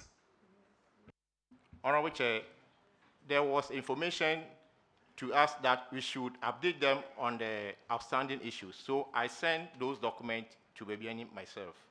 That was October. When was this last done? Year, October. October. Year, October. Yes, last year. Peters, can you reconcile what he's saying with your records or your position, please?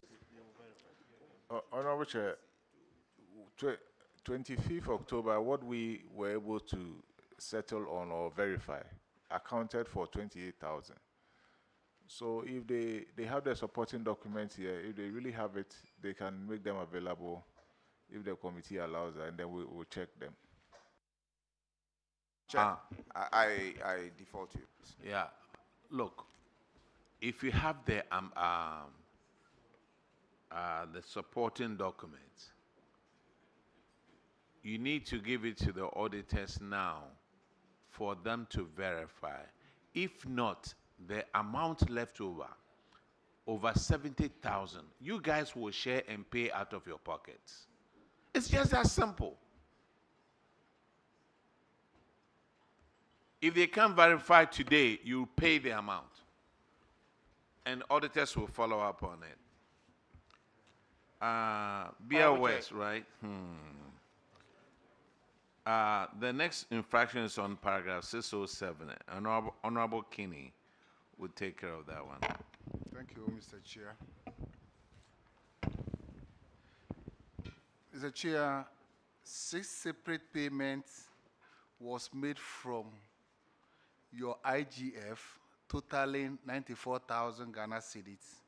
But unfortunately, there wasn't supporting documents to that claim. How can you convince this committee about the whereabouts of the supporting documents? Honorable Chair, thank you.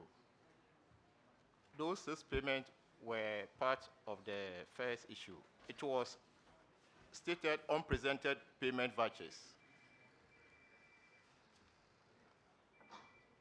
That was the heading for that 94,000. It was stated unpresented payment vouchers. So those PVs were presented to auditors after the audit. And I have them here. Thank you. Auditors, is that right? Yes, Honorable Chair, after the report, they submitted the PVs, which we have verified. What measures are you putting in place to ensure that this doesn't reoccur? Honorable Chair, thank you. In fact, I was posted to the press on 23rd of July after the audit has been conducted. So I took the management letter and then I acted upon per the document available at office. So I took it to the BBN myself. But for now, we are keeping track of every month. That's the act file. We are filing every payment we do for every day in a month. So there is nothing like unpresented or mixing PVs. And we have also assigned one of the internal auditors to cross-check the payment that lacks the documentation, the receipt, those acquittals every month. So that by the time the auditors will come, those payments will be fully acquitted and there will be no infraction. Thank you. Are you assuring this committee that in your next audit report, there wouldn't be this infraction again? Honorable Chair, thank you. For 2025, the audit has been carried out, and already the issues has been, we have worked on some of the issues, but you don't know what will come out of the Auditor General report. But for 2026, I assure you, you will come into park for BRS if we're supposed to be at post. Thank you. So will you still say that because you weren't there before the 2025 report, you will not be answerable to that one too? Honorable Chair, thank you. We are answerable to both asset and we will be answerable once we take over asset and liabilities. So those issues, we work with the auditors. We responded to the management letters. We follow up to those issues that has been addressed, but they told us that the one that they can work on, those that we have worked on, that one has been taken out, but those that we couldn't, they have already sent their report to the original boss. So we should wait until the Auditor General come out with its report. If there is anything for us to follow up, then we take it there. Thank you. Okay, Chair. I'm done. Okay, Beer West, uncollected revenue. Your Mr. Paul Kwame Anderson of Beer West Assembly did not account for revenue collection amounting to 7,730. Has this amount been collected? Honorable Chair, thank you. The amount has been corrected.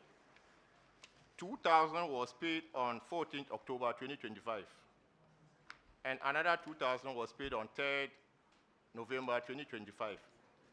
This too has been confirmed by the auditors. We have sent the receipt to them, and then they have confirmed it. But only last week, that was 13th and then 15th of last week, he paid the 3,007. That one, the paying slip and the receipt are here. It's here to be sent for auditors for confirmation. Thank you. Last week, he knew you guys would be coming to Public Accounts Committee. Yes, my director wrote him a letter that if he doesn't pay, his name will go off from the validation for this month of April.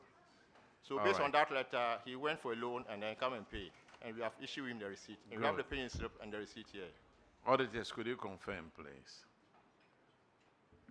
Yes, Honorable Chair, as he indicated, we can confirm the 4,000.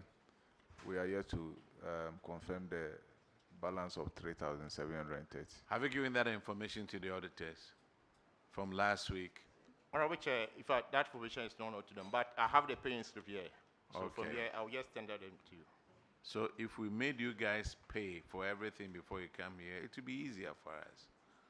We just verify. Have they paid? No. Yes. Have they paid? No. Yes. Then we have policemen to pick you up. That would be easy. Okay. Beer West. The next infraction is on DACF paragraph 705. And Honorable L.A. Agrugu would handle that one.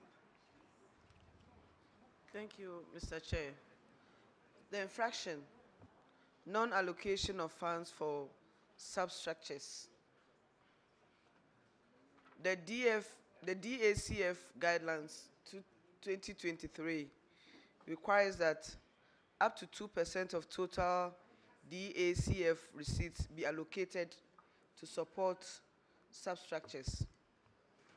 Question: why did the Assembly fail to comply with the DACF guidelines requiring 2% allocation to substructures, and what justification do you have for breaching those requirements? Honorable Chair, thank you. In fact, 2024, we couldn't send anything to the substructures. But last month, that was 1st of April, we transferred an amount of 31,754 for the 5 substructures, which each substructure received amount of 5,297.50. I have the letter, the bank transfer, and everything, which is here for verification. Auditors, please confirm. Honorable Chair, we are yet to confirm that. Honorable Chair, I'm done. I'm in your hands. When did you do the transfer? Honorable Chair, it was done on 1st of April. This year? This year. Okay. The auditors will come and confirm. Thank you. All right. Now, the next one is on paragraph 713. And Honorable Frederick Ahinkwa will take care of that one. Thank you, Chair. Chair, this infraction is about overpayment of contract sum to a tune of 110,000 Ghana cedis. You intended to build a police headquarters for the district. Then you proceeded to pay the full amount. The contract sum was 550,000 Ghana cedis. The project was 80% complete. Yet, you proceeded to pay the full contract sum to the contractor. I would like to know, those of you seated here, how long have you been at post?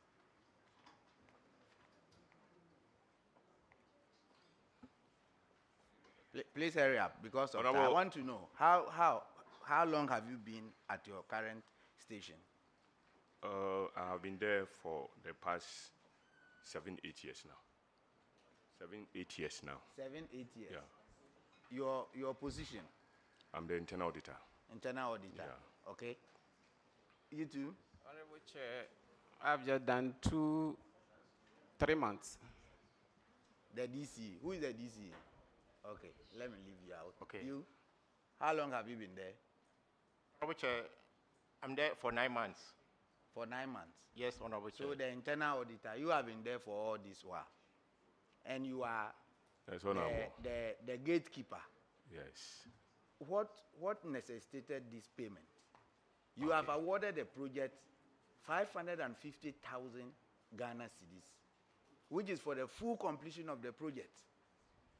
Yet you went ahead to make sure you pay a contractor who has not completed the work 80%, and you have given him our money free to go and squander. Who is the contractor? Honorable, thank you very much. the name of the contractor is Afrikico Ventures. Afrikico Ventures. Honorable, there's a reason to this. And I must say that it is a huge risk management took on behalf of the contractor. And this is how it came about. When the project reached 80% completion stage, that was the very time the engineer was about raising the certificate. In fact, management in their own wisdom saw that though work done at that time was exactly 80%, as the engineer indicated, but they were more interested in the depart assessment. They look at the pace at which the work was going, and they decided that if measures are not taken, though the contractor was on site, but he might not be able to meet the exact timeline, and that will also impact our depart assessment. So the emphasis here, management considered, was on the assessment of the impact and the depart, thinking that once it's reflecting the auditor's report, automatically we'll lose some marks there. So they had a common term with the contractor that though you are at the site working, but what is the problem? Looking at the pace. Then he said financially is, a little challenge. So management decided that per the timeline that is left, then let's agree on a common term. We are going to assist you with this 20% so that you can meet the exact timeline that has been earmarked for this project. In fact, the contractor is known to us, and upon trust, we all agree to that. So that is how come that overpayment resulted. That's the first thing. And Honorable, I must say that I'm sorry. as I initially indicated, it's a huge risk. I'm sorry. What is the status now? Okay. Now, the project is almost at, per assessment, it is almost at 92-93% complete. And the contractor, as I'm speaking now, is on site working. Per the auditor's report, they indicated, I think they hammered on this plastering works. As you speak, it has been done. Fixing of doors, it has also been done. And then the tiling too has also been done. The remaining works, as we speak now, is the fixing of the windows, plastering of the floor slab, and then painting works. That is the exact work that is still remaining now. So we have even had an undertaking with the contractor, and there's a timeline for him to hand over this project to management. So that is where we have reached now. Thank you. Auditors, is that the situation? Honorable Chair, last week, that was around Friday, they sent us some pictures of the progress of work, but we will need to go there physically to inspect the project. So we can attest to whatever statement he's making on the project, but we'll have to do that and revert. This is mind-blowing. You have a project that has been awarded at a particular figure. And we know that when work is done, based on the amount of work done, then certificate is raised. You'll be raising the certificate until work is completed, before you do complete payment. Why will you subside the contract agreement and then go ahead to pay the money?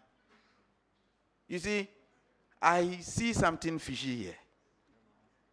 Either you have a personal relationship with a contractor. If not, you wouldn't proceed to take these huge risks.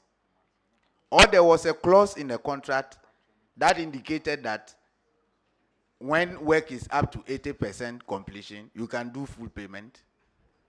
Honorable, there was nothing like that. So why will you go ahead to take these risks? But as I said earlier, our emphasis was on the depart assessment. So that is how come we took that huge risk, like I mentioned earlier. Honorable DC, what do you have to say? Honorable Chair, thank you very much. I think there is another side to the issue. When I assumed office, in fact, I had to be going through all the documents. Then I came across the police headquarters. So I said they should get me the document. I had the document. they had done the payment, and then even retention was even withdrawn. So I called, yes, was withdrew, yes. Then I asked the team. Unfortunately, the coordinating director has been transferred, and then the FO has also been transferred. So the senior officer who knows this is now the internal auditor. So, currently speaking, they had an agreement with the former DC, I must confess. That is the reason why they were able to give out all the money. Now, when I came, I had a series of engagements with the former DC, the contractor. Afterwards, I invited the contractor and then the DC. So,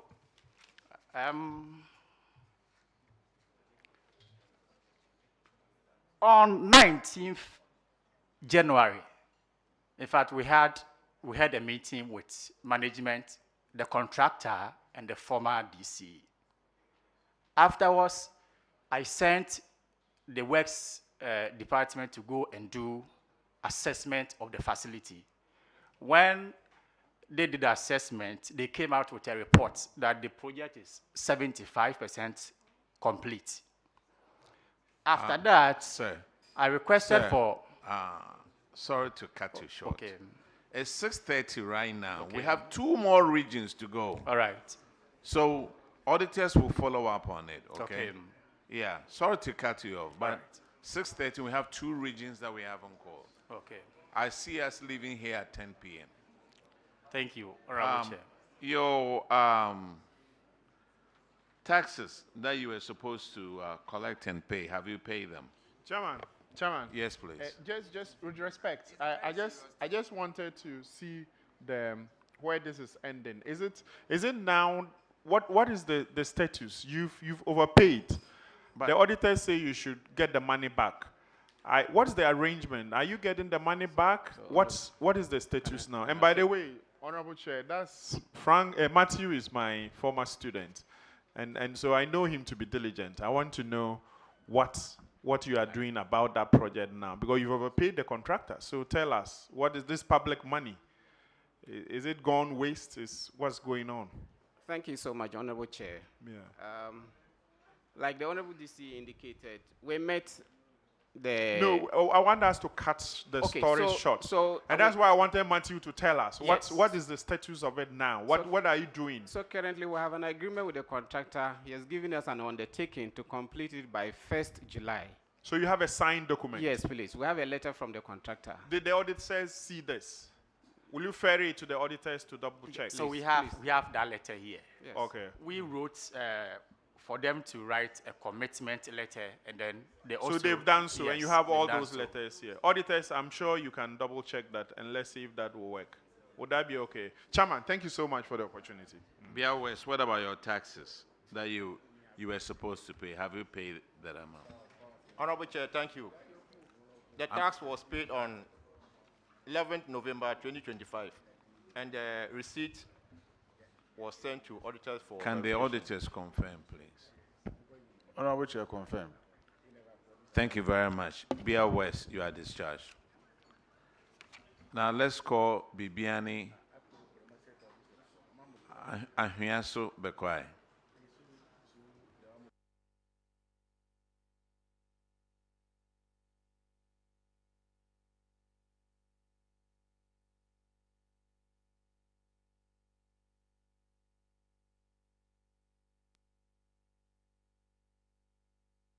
Introduce yourself to the committee, please.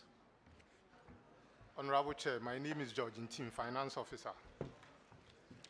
My name is Bafo Ahmed Haruna, District Coordinating Director. My name is Matthew Yinye, Procurement Officer for Bibiana Yantbekwai, Municipal Assembly.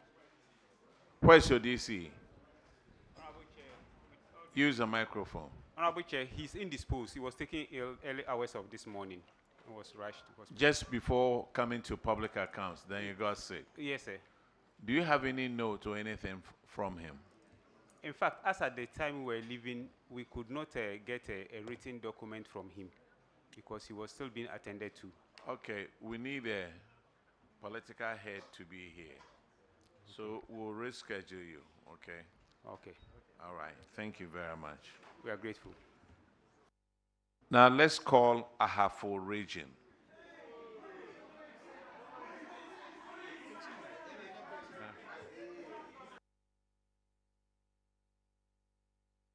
Which one? Hold on. Bono East, right? Okay, Bono East. Okay, hold on. Do we have Techiman here?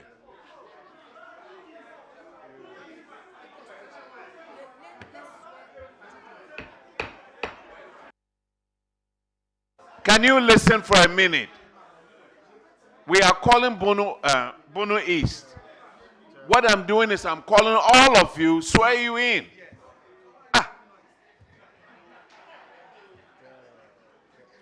So Techiman Metro, are you here?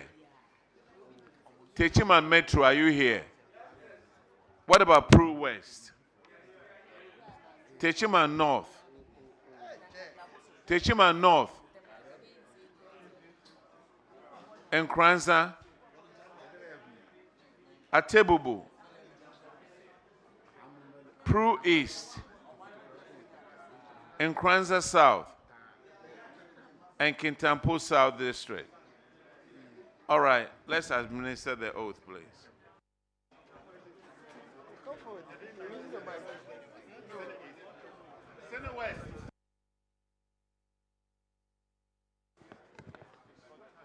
The whole of is it Bono East, please come and let's swear you all in.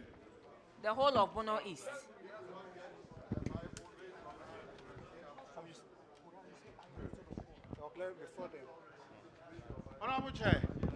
Honorable Chair, before then, we haven't heard Seni West. Is Sene West not part of Bono East? It is, because so it the was whole mentioned of in Bono the East.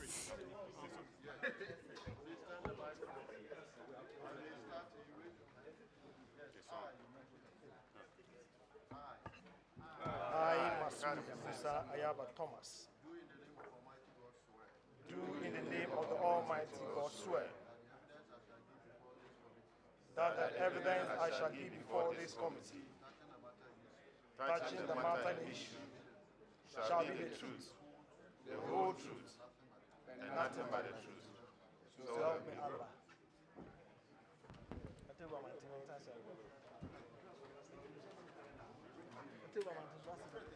First one is Sene West. Have a seat, please.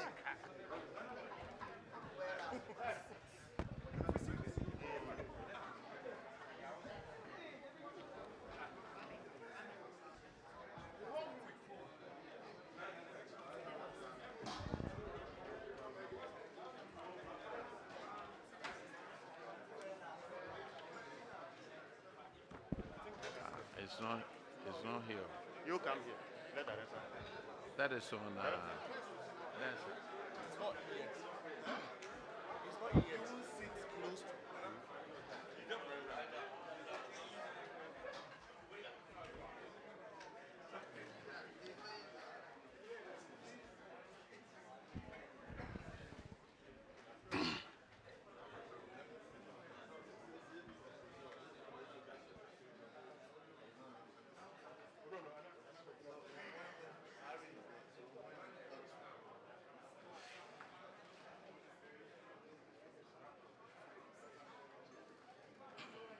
All right, introduce yourself to the committee, please.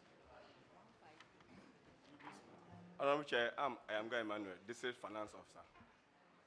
I am Guy Emmanuel, the District Finance Officer.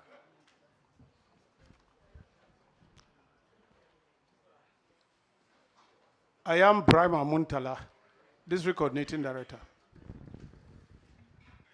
I'm Honorable Kari Fuseni, District Chief Executive.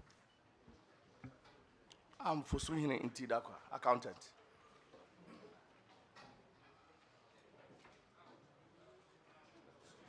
It's Honorable Ampo for your MP.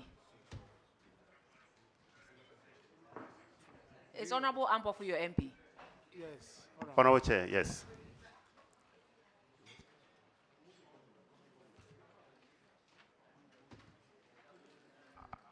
Your first infraction is on paragraph 158, and Honorable Gape will handle that. Senator West, you are welcome. Thank you, Yeah, Honorable Chair. Your infraction is about cash irregularity, unaccounted revenue.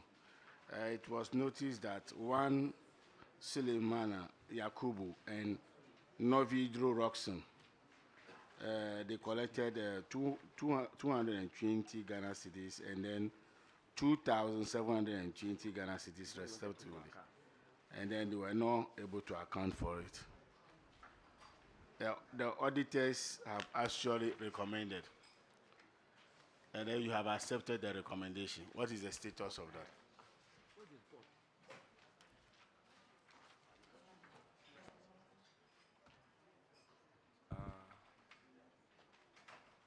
Honorable Chair, please, I beg you the question again. No, you wait. Listen carefully. Your infraction is talking about cash irregularity. And this one related to unaccounted revenue. You remember that you have some revenue collectors, two of them, one Novidro Roxon and Yakubu. In your district, collected 220 Ghana cedis and then 2,720 Ghana cedis respectively.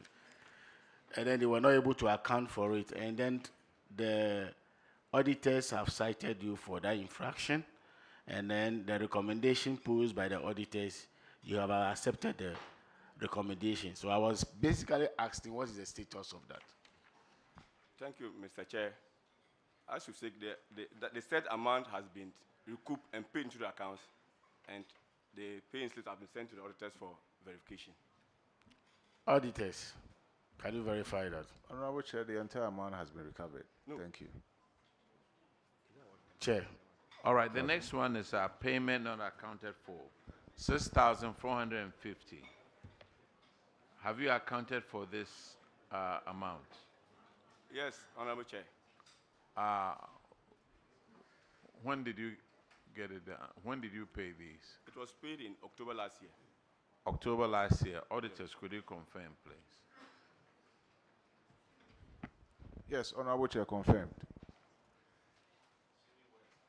Senior West, you are discharged. Thank you. Now, Thank you, Honorable Chair. Let's call Techiman Metro. Techiman Metro.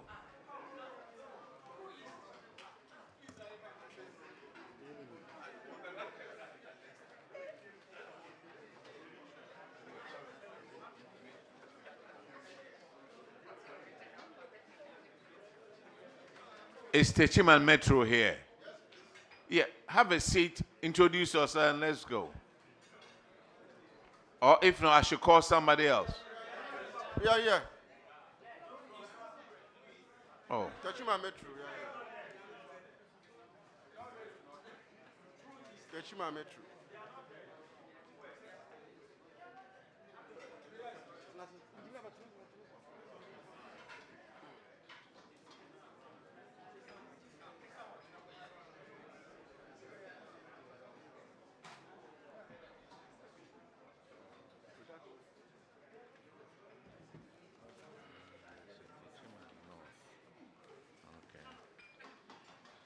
Introduce yourself to the committee. Frederick Akiti, Coordinating Director. Michael Colan, Finance Officer. Emmanuel Asante, Internal Auditor.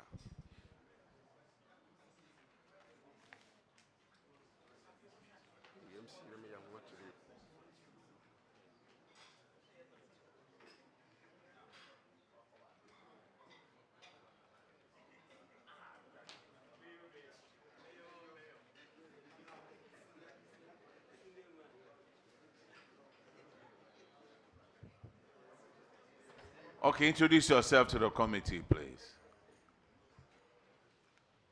I am Honorable Aji Mensah, Municipal Chief Executive, Techiman Municipal Assembly.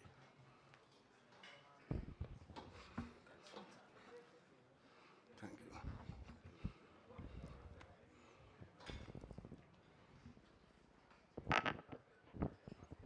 you. Please, I'm Kinsley Kofi Odro, the Municipal Works Engineer. Your infraction is on paragraph 158, and Honorable Gape will take care of that one, please.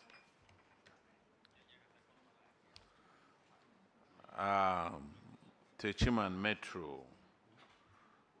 Number of collectors, you have 4. And you pay them a combined salary of 198,000. And they collect 55,000 for you. Difference is 142,000. What has happened now?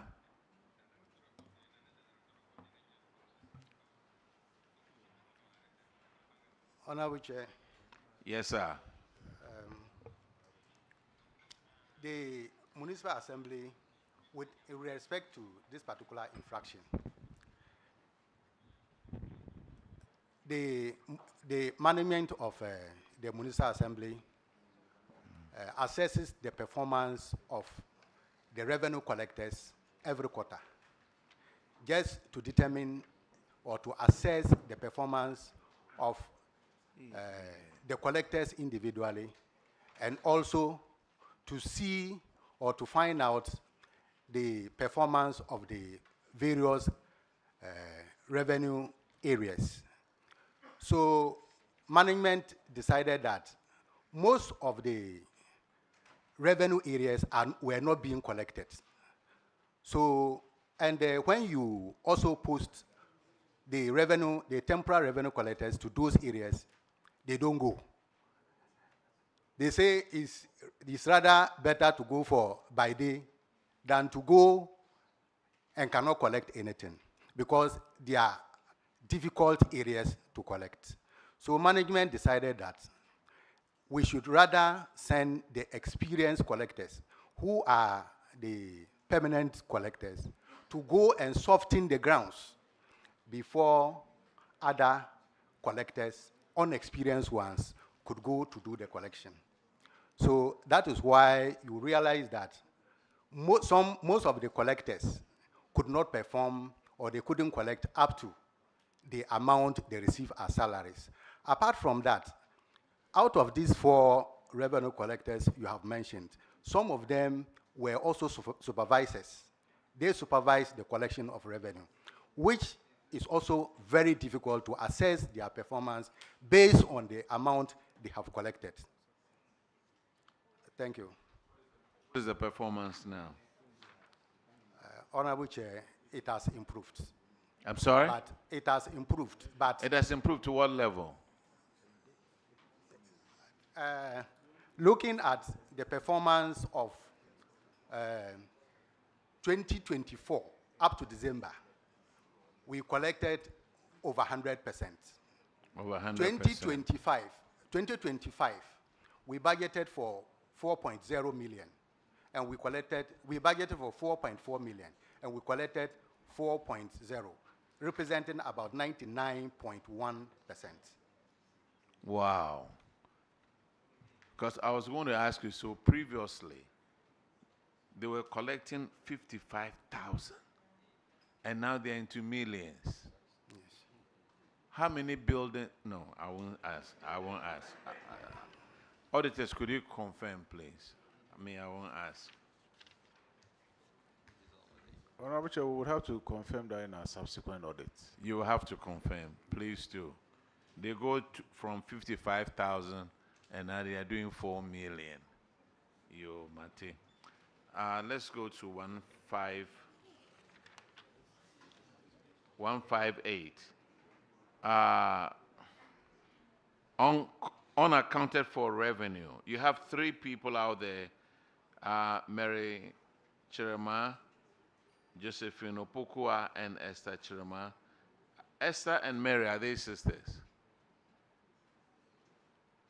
Honorable Chair, it's just by coincidence. Just by coincidence. Okay, what about that amount? Have you collected the amount? Honorable Chair, it has been fully recovered. Auditors, could you confirm, please? Honorable Chair, we can confirm full recovery. Thank you. The next one is on paragraph 174. abandoned project. That Techiman Metro, that 2-unit semi-detached staff quarters, what has happened to it now?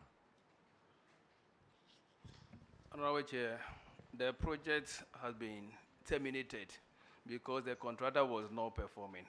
As we speak now, we have repackaged and re-awarded it. You have re-awarded it? Yes, Honorable. Can the auditors confirm, please?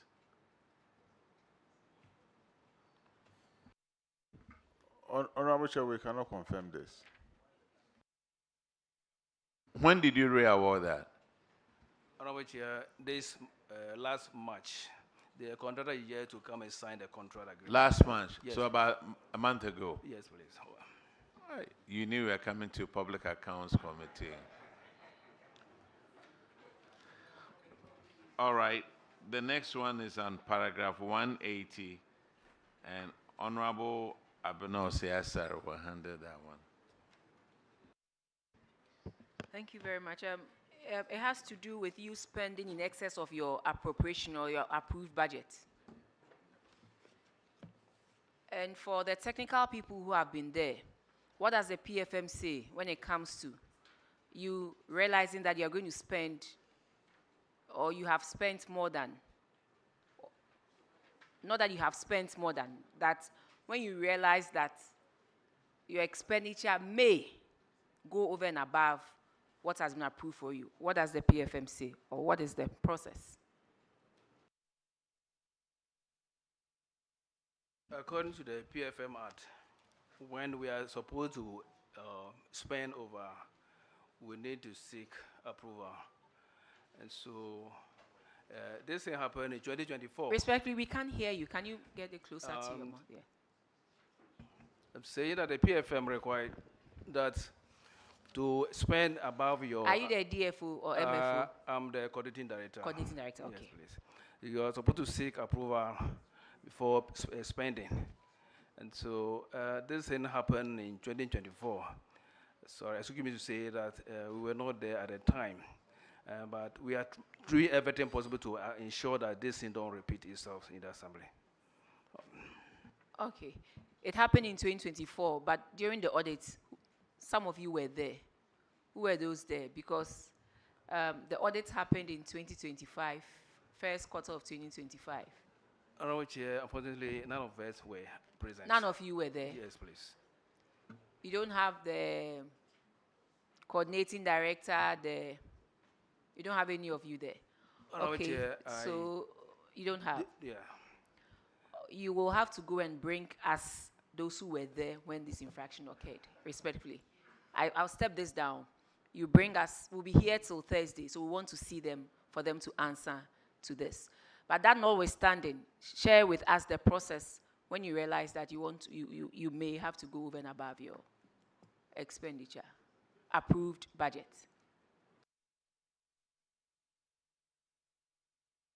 You know why I'm asking you to go and bring them? They explained that it was occasioned by the introduction of the drip equipment. But when you look at the items that they spent the excess budget on, it has nothing to do with drip equipment. Printed materials and stationery, value books, water, maintenance and repair of office vehicle. So this has nothing to do with fuel that maybe you bought to take care of the drip equipment. And that is why I want to see those who were there. And there's the coordinating director here, the regional coordinating director here.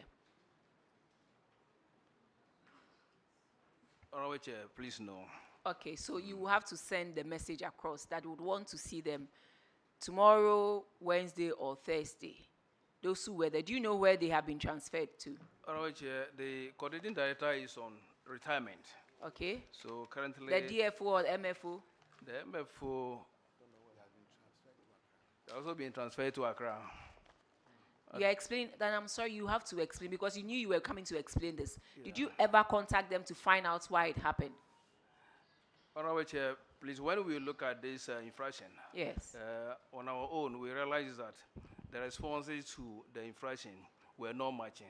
So we thought that maybe it might be a typographical error that at the time that that this thing were recorded.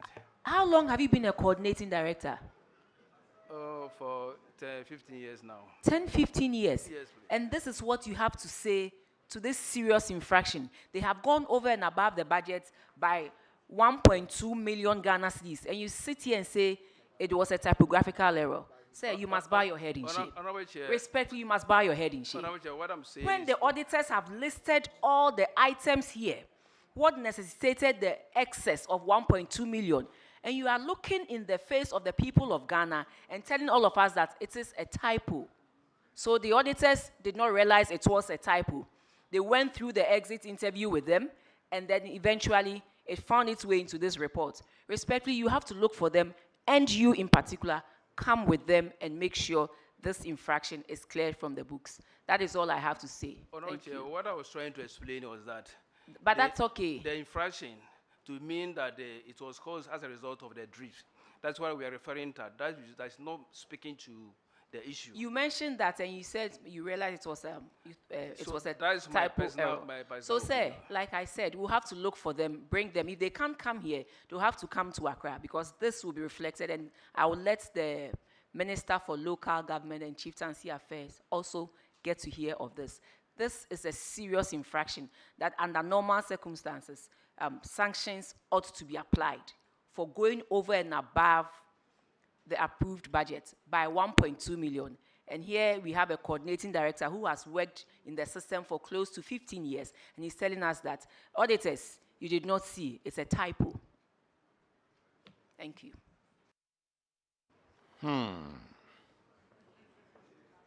Hey, running cost of official vehicle.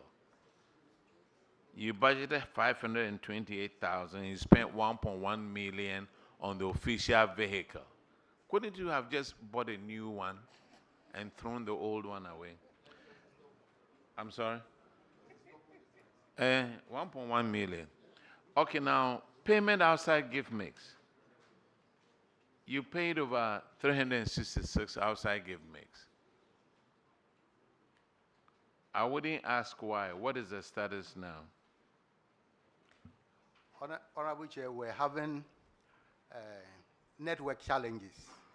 But as of now, we're using MTN. But at a point in time, we were having intermittent network challenges. So we decided to go in or to subscribe to Starlink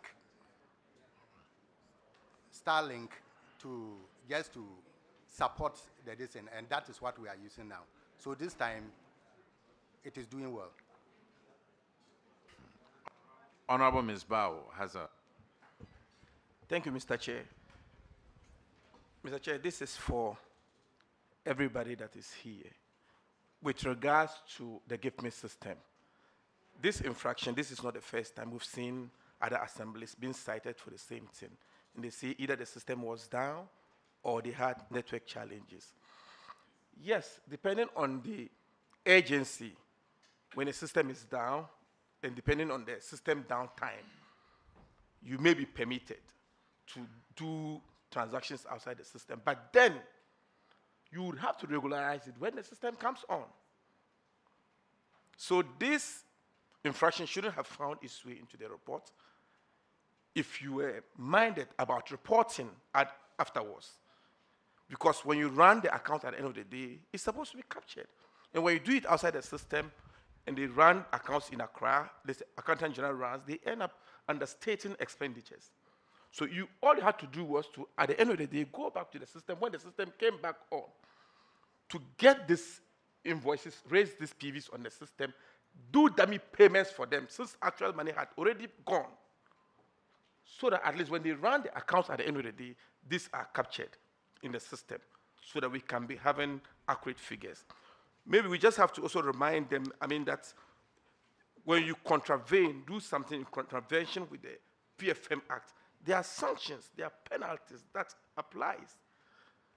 And clearly, it includes demotion, suspension, dismissal, and in some cases, even summary conviction, imprisonment. So these are serious things. Thank you so much, Mr. Chairman. Thank you.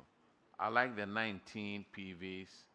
That was for miscellaneous, for 342,000. Anyway, you guys are coming back anyway, right? Yes, we are invited you to come back because going over your budget is a very serious one. So, Mayor, you and your group, you are coming back. All right, so you are discharged until then. All right. Thank you, Honorable Chair. As my coordinating director said, Yes. in fact, all of us here. So bring those people who were there. It's just that simple. All right. So when we are bringing them, we have to accompany them Yes. in full. Yes. Or 2 or 3 of us can bring them. Yes. We have to bring all of them have to come in full. Yes. So if not, whatever punishment it is, you would take it. And if you want it, fine. If you don't want to bring them and you want to come and take the punishment, fine. Okay, you are discharged. Now, Thank you, Honorable Chair. Now let's call Prue West.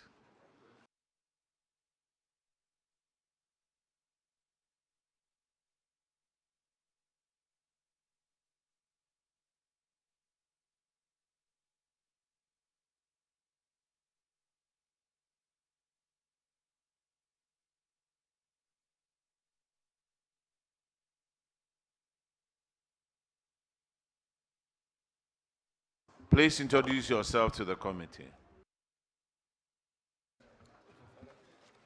Okay. Honorable Chair, my name is Suleiman Ali, the District Coordinating Director.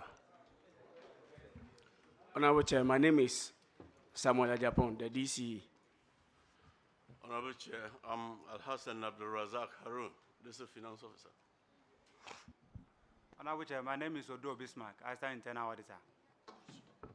Jerry John Amumensa, this is Budget Analyst.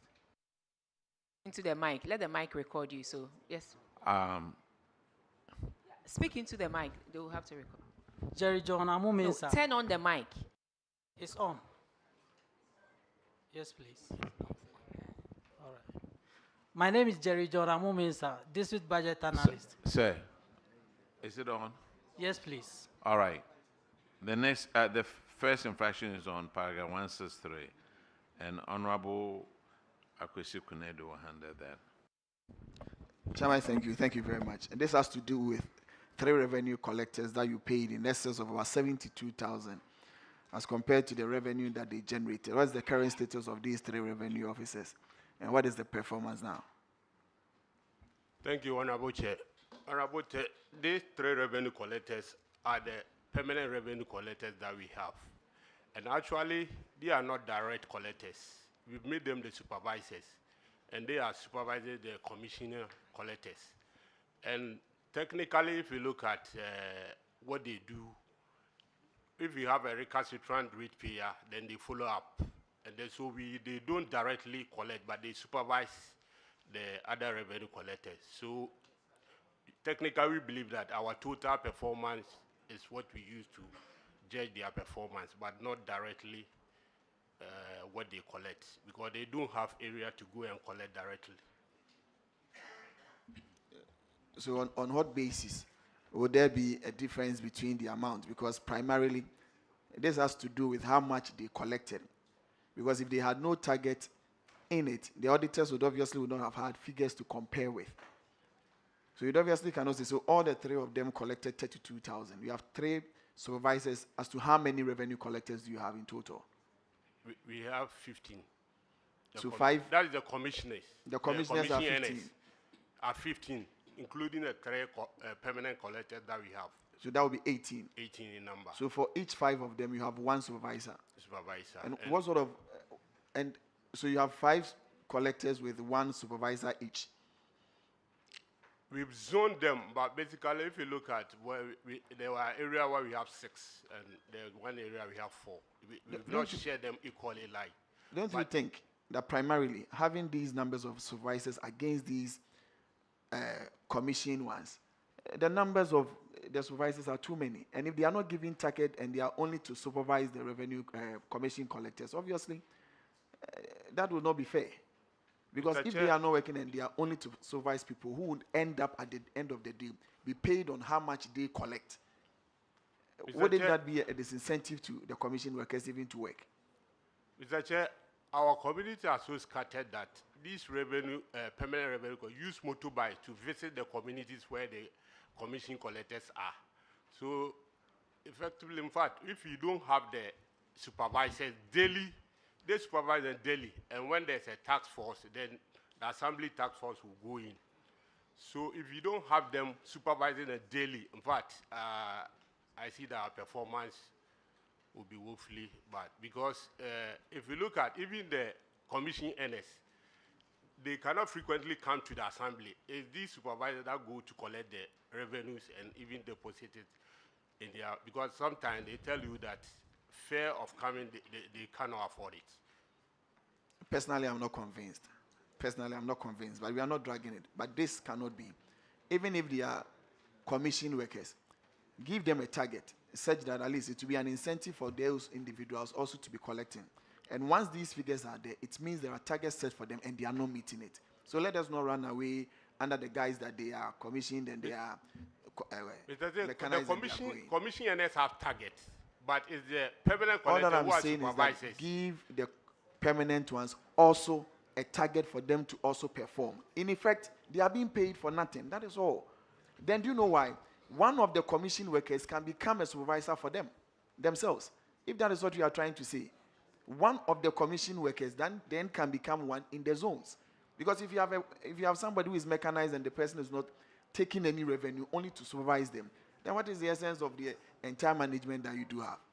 Because they are also revenue collectors. They ought to also be collecting. So if they are not collecting, you are paying them. And you are asking people to go and collect, and they will be paid on how much they take. And then how are you assessing them? So it's just an advice. Go give them also a target. Let them also perform. It's for the assembly and not for you and not for me. Okay. Please. DC, Honorable. are you coming on to this matter? Yes, please. Hey, come.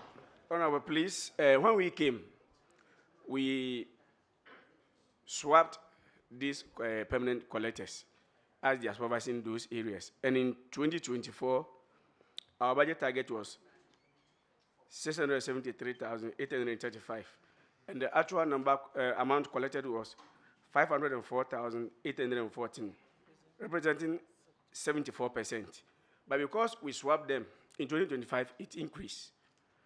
Our target was 695,254. And what we collected was 625,728, representing 90%. So we've seen that we are making a progress. And as you have said, we will not sleep over it. We will continue to be on them so that they will collect more. DC, with respect, that's why I said you need not even have come. This one is the commission workers' value that you are stating to us. These individuals, we have been told by the auditors that they fell short of a target and they were paid more than they collected. All that we are saying that incorporate them into it and give them also a target. But if you tell me that you are now using the revenue, the commission workers as a justification, then I mean it doesn't sit well. Give them a target, incorporate them, let there be an incentive for all of them to work. Simple. We will. Thank you very much. The next infraction is on paragraph 170. And Honorable Frankie Abo will take care of that. Thank you, Mr. Chairman. Through West District Assembly, your infraction is on unearned salary. One of your members, staff members, named Shaibu Mohammed, vacated post, yet you continue to validate him and paid for 11 additional months after he had left you, amounting to 38,647.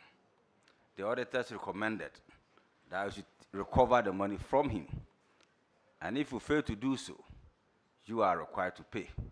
What's the current status of this? Thank you. Thank you, Mr. Chair. Mr. Chair, we've partially recovered an amount of 10,800.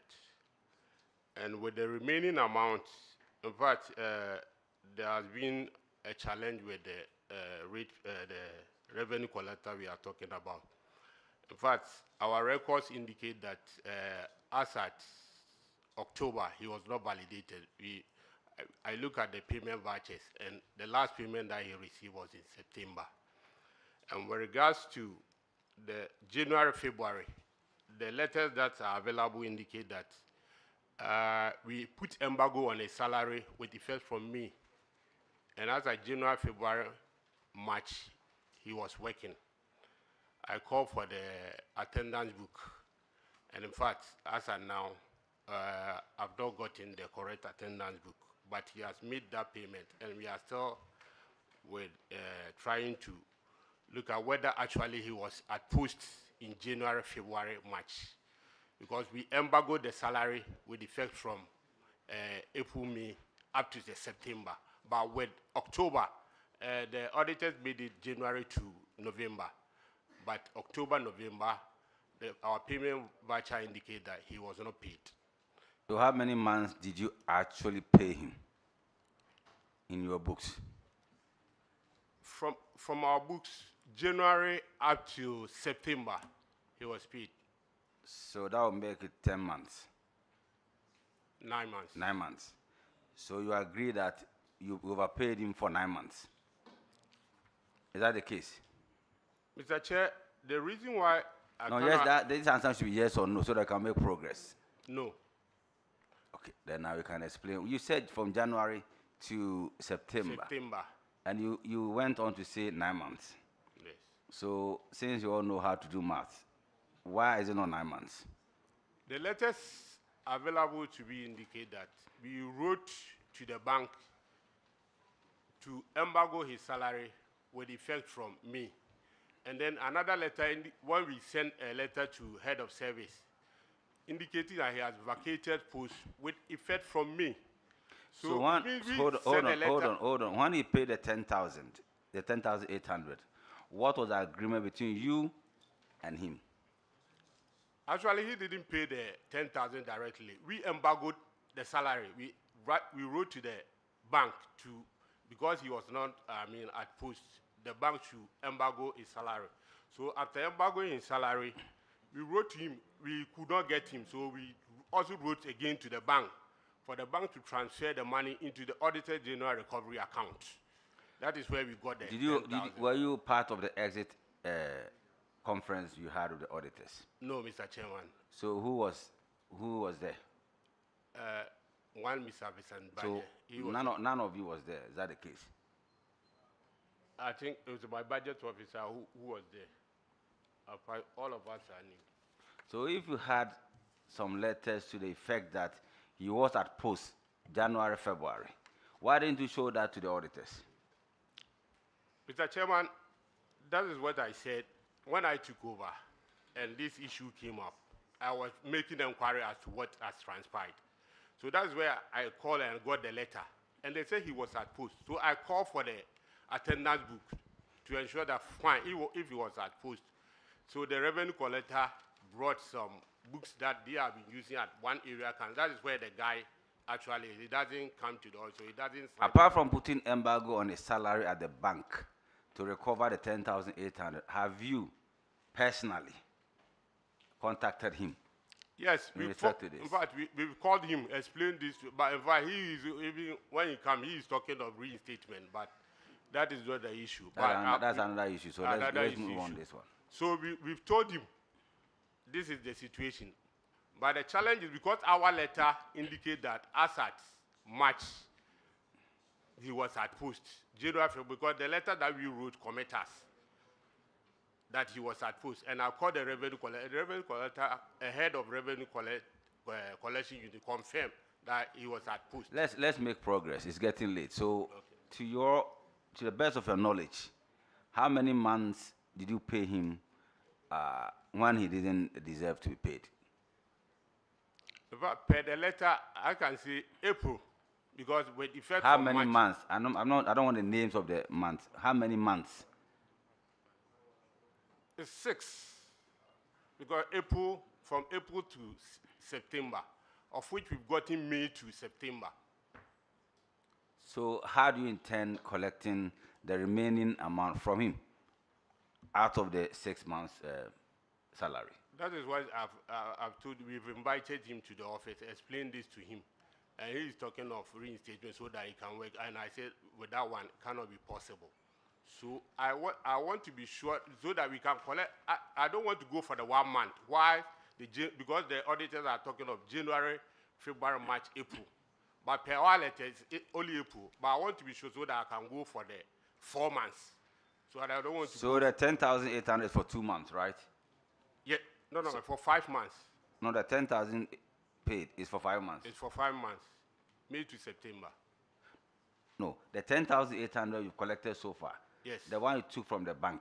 Yes. Is for how many months? 5, May to September.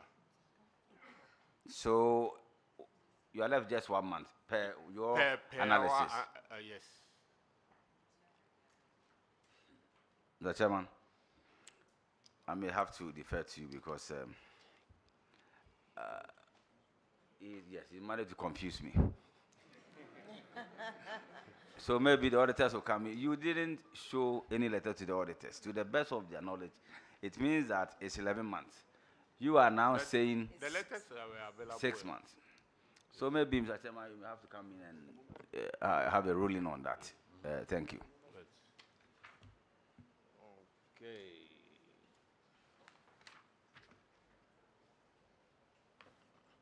That was the payroll irregularities, right?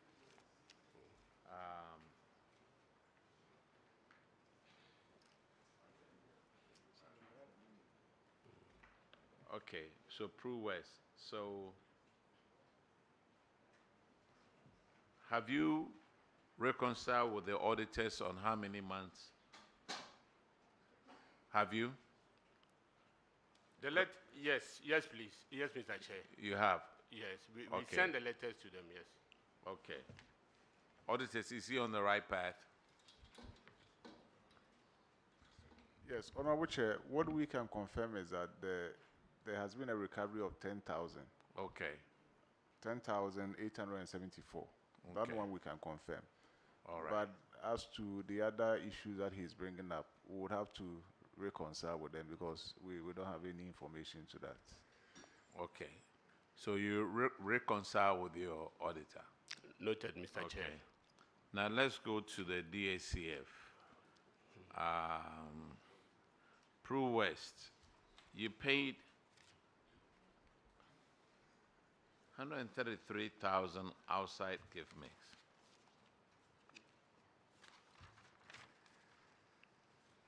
Have you rectified this issue? Did you go back to do the right thing? Mr. Chair, a manager from 3P member, actually we passed journal entries to ratify them. The what? Journal entries. Uh-huh. To ratify them. To ratify them. Yes.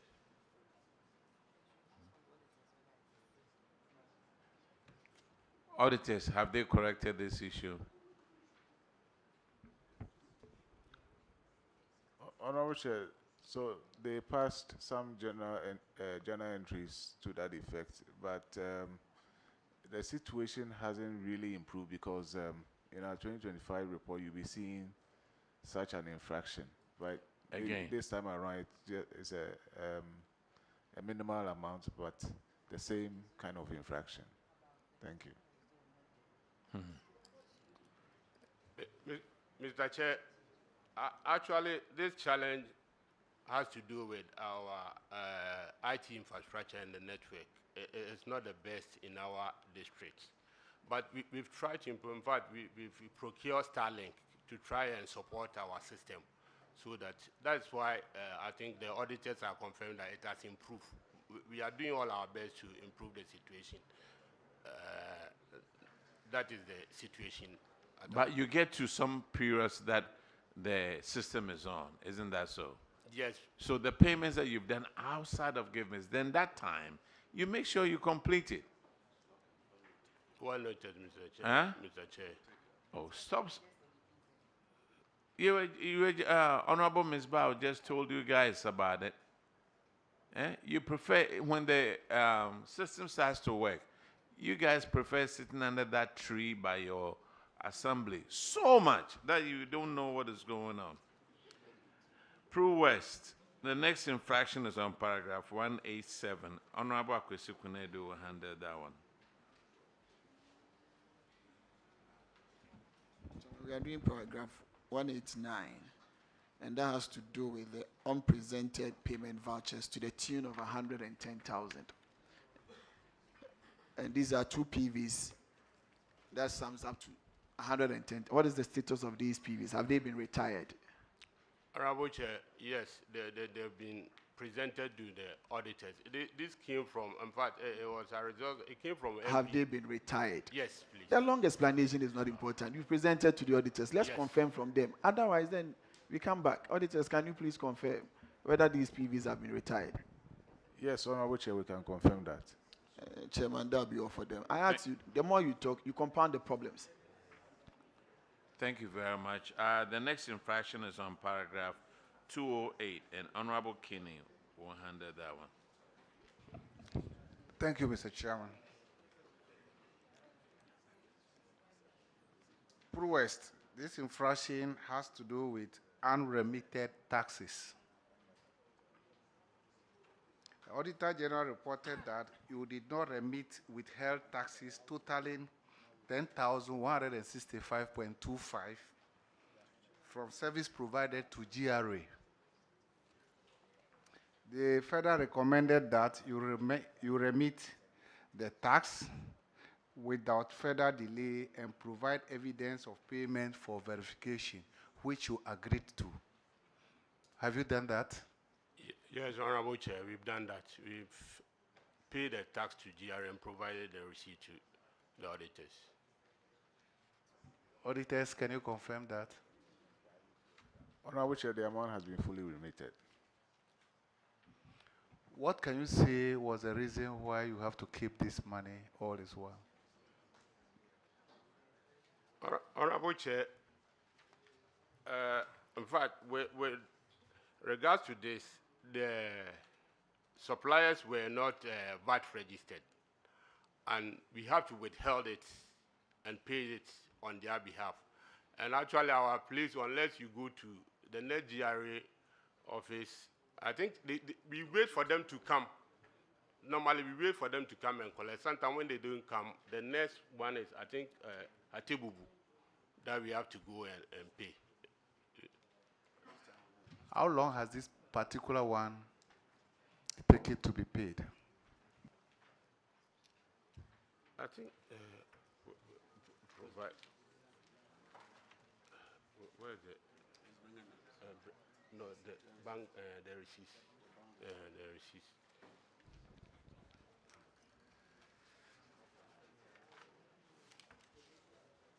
But sir, if you wait for it to result in you causing an infraction, it is okay for you. No, like I explained. Which one is easier? Madam Even Chair, if they don't come, can't you go and do the needful? Because it is your duty to make sure you pay whatever you ought to pay, whether GRA comes or not. But you rather prefer to sit for you to be cited for an infraction like this and then come all the way here to come and answer. Which one is easier? I think, Honorable Chair, we've Please. taken note of that. Yes, please. We will do that. It will help all of us.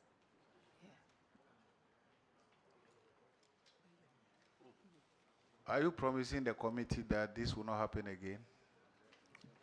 Honorable Chair, yes, it will not happen again because now it has even made easier. There's a system that you can easily pay it online and generate the receipt later. So I think it has helped us. Sometimes you don't need to even travel to Atebubu to do that.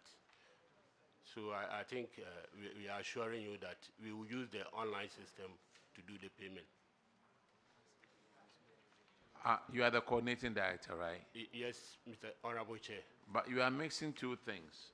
What he is asking you is unremitted taxes.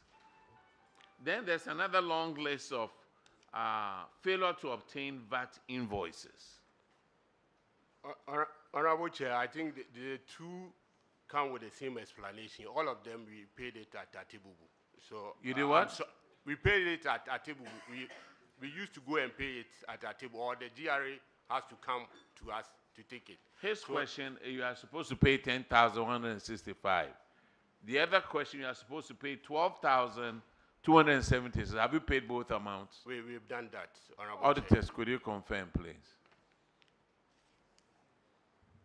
Yes, Honorable Chair, we can confirm that. Thank you very much. Prue West, you are discharged. Thank you, Honorable Chair. Techima North District.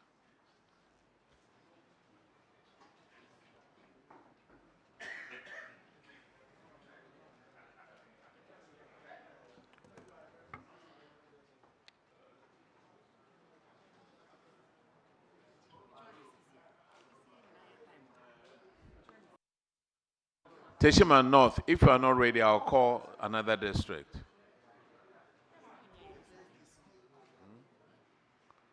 Please introduce yourself to the committee.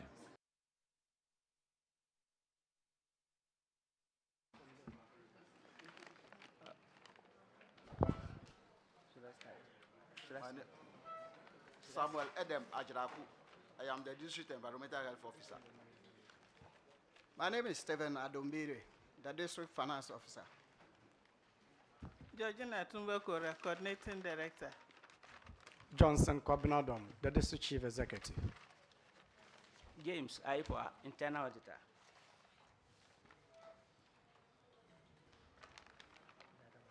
Techima North, your first infraction is on paragraph 185 of the District Assembly. Also paying outside gift mix.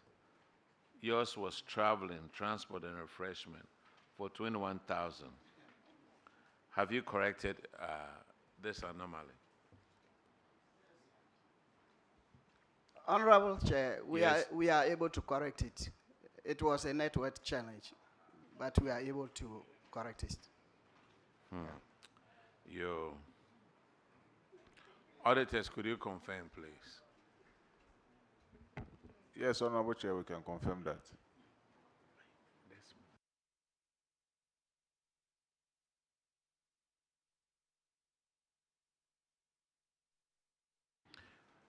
Okay.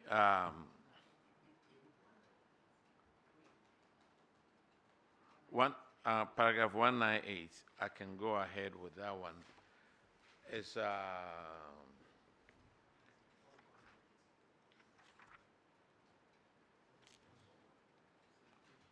198 is on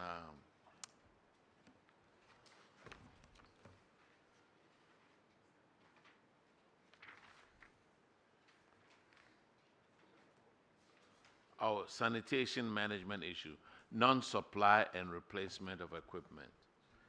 And Techima North, yours were skip trucks, 2 of them. Have those been provided now? No, Honorable Chair, after the audit exercise, we wrote to Zoom Lion laying the complaint about the result of the audit. That was done on 30th April 2025, and we have received a reply from them in May 2025.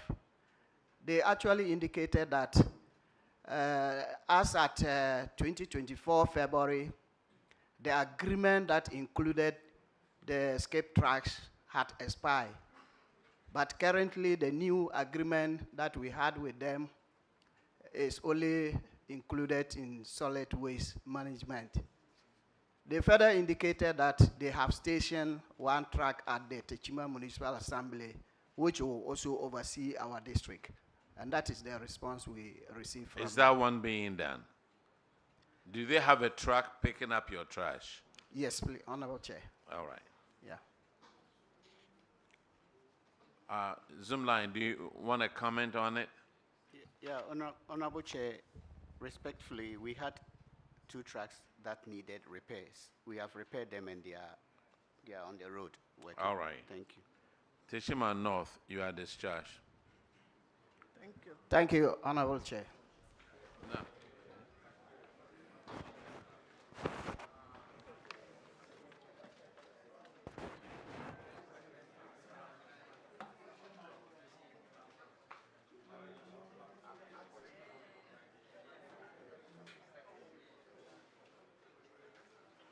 The next one is in Kranza North District.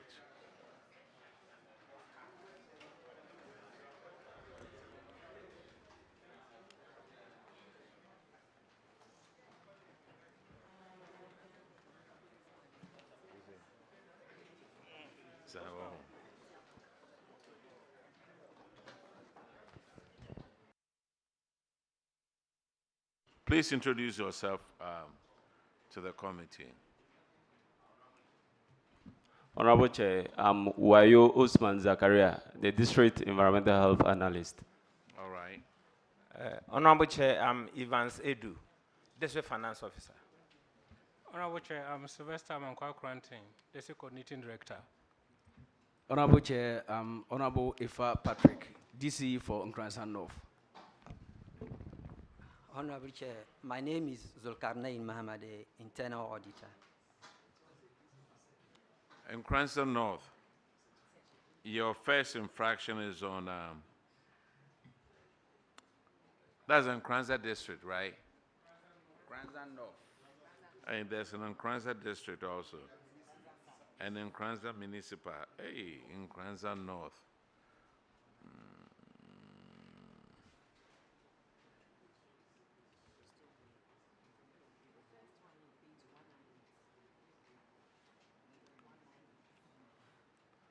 Yes, in Kranza North. Your first one is paragraph 198.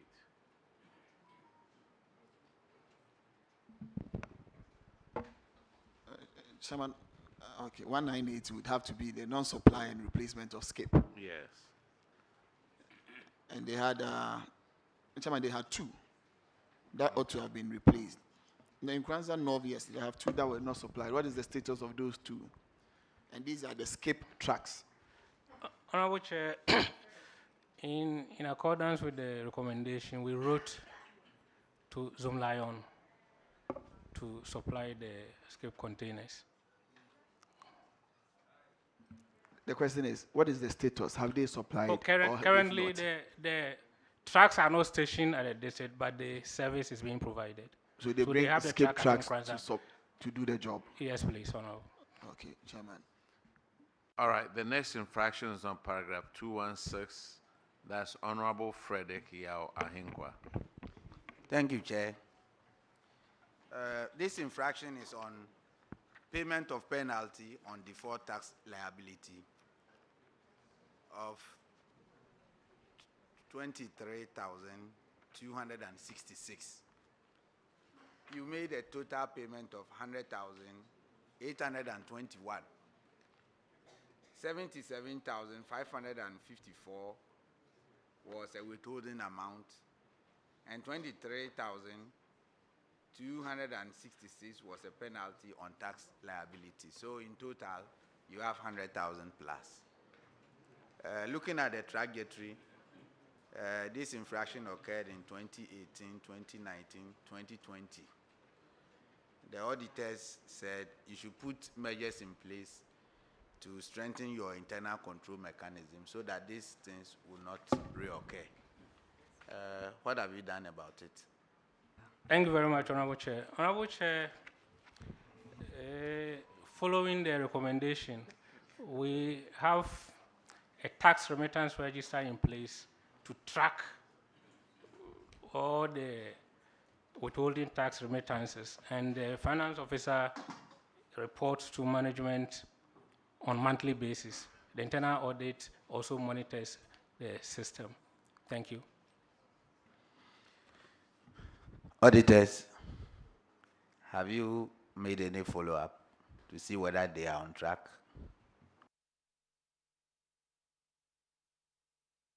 Honorable Chair, in a subsequent audit, we would have to confirm what he is saying. Yeah. Then we hope so. He's my good friend, so the next time, if the writing is not done, I think I'll open the fire. Today, the fire was a little bit lesser, so I hope the writing will be done so that the next time we will not appear here. We want the writing to be done. The next infraction is paragraph 193, and that is funds not allocated to sub-districts. Honorable Akwesi Kunedo will handle that one. Chairman, thank you very much. In Kranza North, we failed to send 8% of the DCF to 4 subdivisions of your assembly. You attributed that to them not submitting to you in earliest terms their plan programs. So what is the status? Have you refunded or submitted these monies to them? Thank you very much, Honorable Chair. Honorable Chair, the monies have been paid into the accounts of the substructures. When was the payment made in respect of the last quarter of 2023 and the first 2 quarters of 2024? When was it made? Honorable Chair, the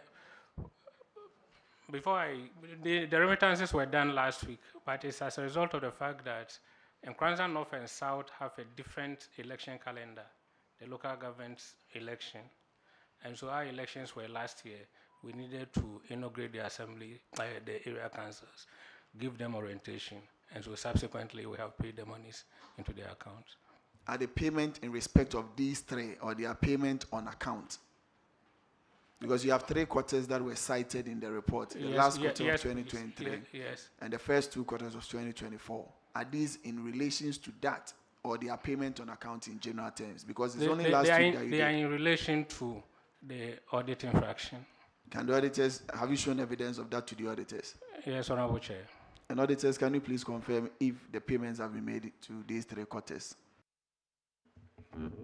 Yes, just last Friday they did that. Okay, Chairman, they've corrected the infractions. All right. In Nkranza North, you are discharged. Thank you, Honorable Chair. Thank you. Now let's go. Nkranza North, you know, I have a relationship with you. I don't want you to be brought here again. You know why I'm saying that? You can't afford to be cited for any infraction again moving forward. I have to disclose. Thank you, Madam Chair. That's where my policeman comes from. Now let's go at Tebubu Amante.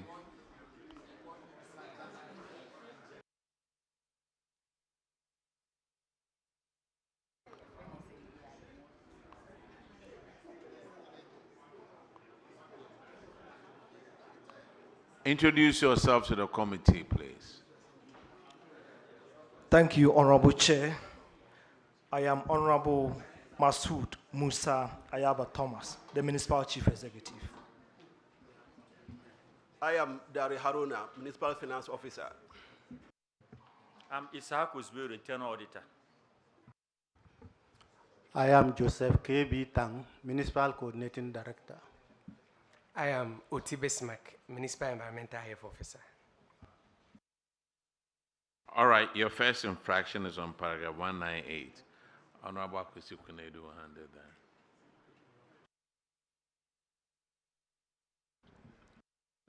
Chairman, thank you very much. Atibu Amante, yours also has to do with the non-supply of equipment by Zoom Lion. You have 2 skip and 9 waste containers, and 4 unreplied. Have you received those ones? Honorable Chair, yes, we have now received them. Chairman, they've been supplied now by Zoom Lion.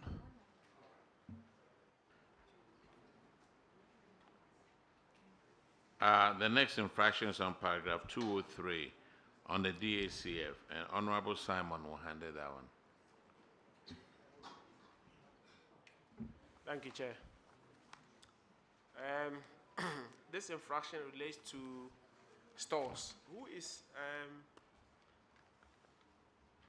Issa Abu and Okono? Who are they? Honorable Chair, Issa Abu was the parliamentary candidate for MPP, and E.T. O'Connor is his aide. Okay. You issued some light bulbs to them, and according to the report, you said it was the regional coordinating director or somebody who asked you to issue those bulbs to them. Is that correct? Honorable Chair, yes. Have you been able to get them back? Honorable Chair, yes. So you can account for all the stores that were issued, all the bulbs that were issued. They were all accounted for, Honorable. When did you do that? When was that? They did that. I can't get the date offhand. Okay. But I gave But them it's to been the done. auditors I'll for ask. verification. Auditors. Auditors. Honorable Chair, Can the you confirm, distribution list was subsequently provided, and we have verified that. And you're happy with it? I can't say we're happy, but it has satisfied the requirement, what we needed to see. Thank you. What I would say is that next time you get public things to distribute, make sure you distribute to the right people and keep proper records. You have a duty to take care of public property. They are not to be given to friends and other people outside of the intended persons to be given to. So take note, take control of your stores and make sure you keep proper records. Thank you, Honorable. Noted. You are discharged. Now let's call Thank you. Pro East.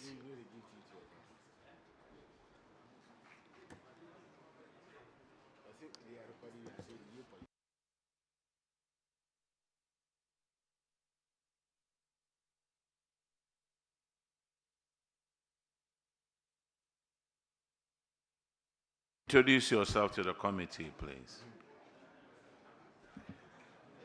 Thank you, Honorable Chair. My name is Frank Nyako, Internal Auditor. Thank you, Honorable Chair. I am from Paul Osu Peter, that is a coordinating director.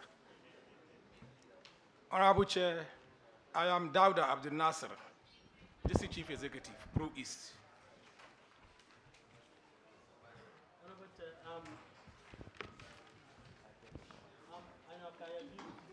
District Finance Officer.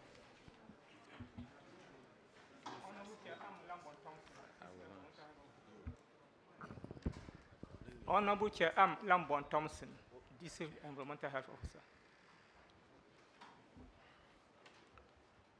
Okay. Pro East. Paragraph 198. Non-supply. Yours is one truck that needs to be repaired by Zoom Lion. Has that one been done for you? Yes, Honorable Chair. Auditors, could you confirm, please? Yes, Honorable Chair, the track has been provided to the Assembly. Okay, Pro East, you are discharged.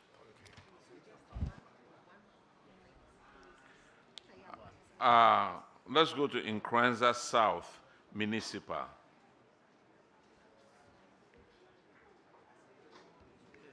Because of that, see how they have to travel all the way.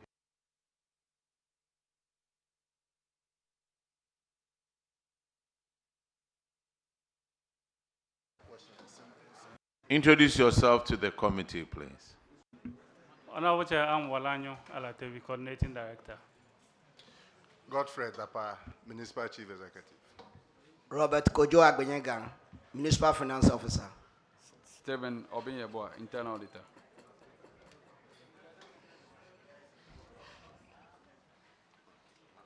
I need to disclose that the coordinating director and I work together at Elmina. Yes. He worked at your place too. Okay. In Nkranza South, Akwesi Kunedu, Honorable, will ask for Nkranza South. It's paragraph 163.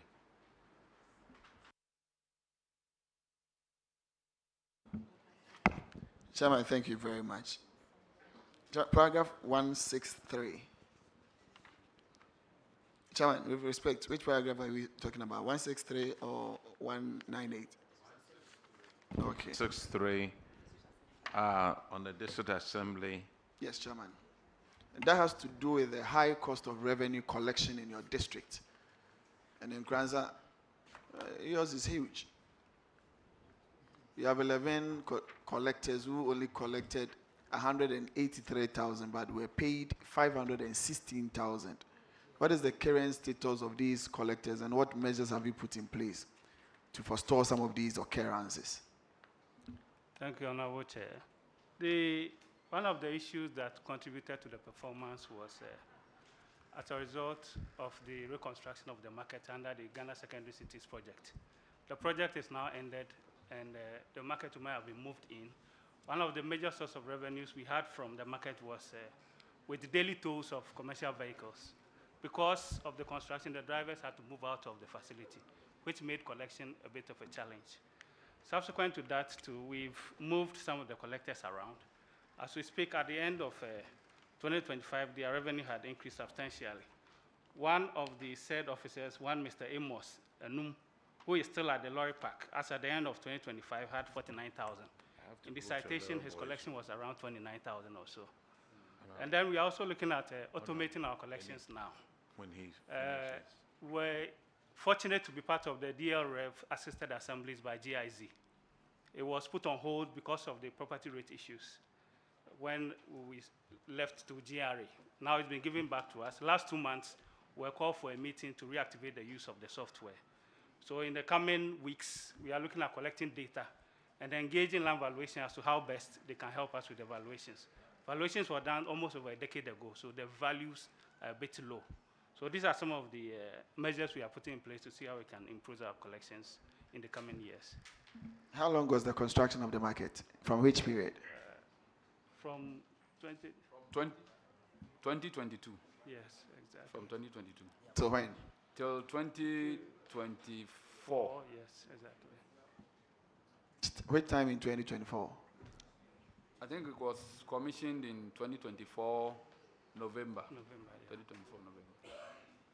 And you have a total of 11 collectors in the whole district? No. How many collectors do you have? We have 17 permanent collectors. You have 17 permanent collectors? Yes. You see, the reason why I asked is that here we are talking about 11 of them. Yes. And if you have 17, on what basis would the auditors find that 11 of them were underperforming? Do you understand what I mean? Yes, I get your point. It would obviously not be that they were stationed at one particular point, but they had cause to complain that only 11 of them out of the 17 were not performing. Our market area is big. So they were only stationed at the market area. Working around those areas, yeah. That's what accounted for the low performance. All right, Chairman. Once the market has been completed, we would obviously see the subsequent results. Okay. Thank you. The next infraction is Honorable Ernest Enim. Yeah, thank you. Thank you, Chair. In Kranza South, this irregularity has to do with short supply of fertilizer, which is to the tune of 87,000 Ghana cedis. I want to find out, the officers that receive these fertilizers, are they still at post? Honorable Chair, they are. The storekeeper is still at post. Were they able to confirm the actual quantity that was supplied on the day of supply? Per the records that are available to us, I think in all we were to have... need to confirm is that it does not need to take the auditors to, identify this anomaly. That's why I want to confirm whether your officer detected the anomaly on the supply or it had to take the auditors before realizing that the supply was short by 300 bags. Yeah. Honorable Chair, from my interaction with the storekeeper, they were called to come for the items. The weighbill at the time wasn't available to them. So they took delivery. Who received the notes? The storekeeper took delivery of the item. Later, the weighbill came, and then the difference was detected. What's the standard procedure? Do you receive items before you get the receipt note? Honorable Chair, mostly some of these items, when they come to the RCC from the ministries, we are called to. Because the RCC now takes time to separate the individual. Sir, the problem I have with this is that you do not receive items when you do not know how much you are supposed to receive. Yes. And for each officer receiving any items will sign against what was received. So if an officer receives items 2,000 and tomorrow comes to you that, no, what I signed for was 1,700. Would you accept that? Honorable Chair, ordinarily we wouldn't accept. So what happened in this instance? When the difference was noticed, we wrote to the RCC, they responded, and subsequently the 300 bags were supplied. So back to my question, Yes, who detected the shortage? The office detected, but then the auditors came to validate it. The office detected. We were engaging the RCC to get a difference. Auditors, can you confirm if it was the officer who received the items who detected the shortage, or it was your officers that detected the shortage? They wouldn't know. Honorable Chair, we prompted them. Yeah. My understanding is that we prompted them on this particular issue. That's not same as what you just confirmed. Upon receipt. So can we say that there was collusion between the RCC and your officer? Honorable Chair, that would be very difficult to establish. So at the time of receipt, did he confirm that he cited the goods receipt note or the way bill? Honorable Chair, like, as I explained earlier, they were called to come for the items. Way bills came later, and then the differences came out. No, we want efforts to have been made. prevent Yes. future occurrences. Understandable. And here, you receive items when you do not know how much you are supposed to receive, and you just accept that this is the entire quantity. And tomorrow, an auditor comes and finds out it's different from what should have been received. Yes. And you sit here and say that it wasn't the ordinary process. No, as a store's manager, you should know that every single time materials or goods comes to the store, this is the way bill accompanying it, and this number matches with what you are receiving. You don't come back the next day and now give a different explanation as to why we have that anomaly. Can you confirm if the RCC has supplied the 300 bags of fertilizer? Honorable Chair, the RCC has supplied the 300 bags. That was Auditors, please, can you confirm? Yes. Yes, Honorable Chair, they have been supplied. This confirms that if the auditors had not come, these fertilizers would have gone missing. And that's the fact. Thank you. Thank you, Mr. Chair. All right, the next infraction is on paragraph 198 on this Assembly Common Fund, and we are talking about 2 trucks that were supposed to be repaired. Have those been repaired? Honorable Chair, they have, and they are in Zoomline? use. Yes, please. They are in use? Yes, please. Okay, that's great. Nkranza South Municipal, you are discharged. Thank you, Chairman.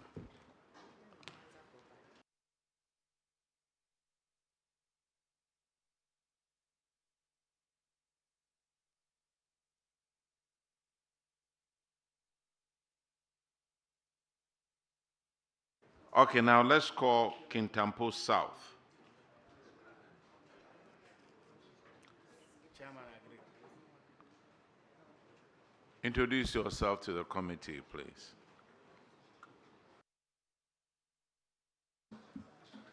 Honorable Chair, my name is Colin Frimpong, internal auditor.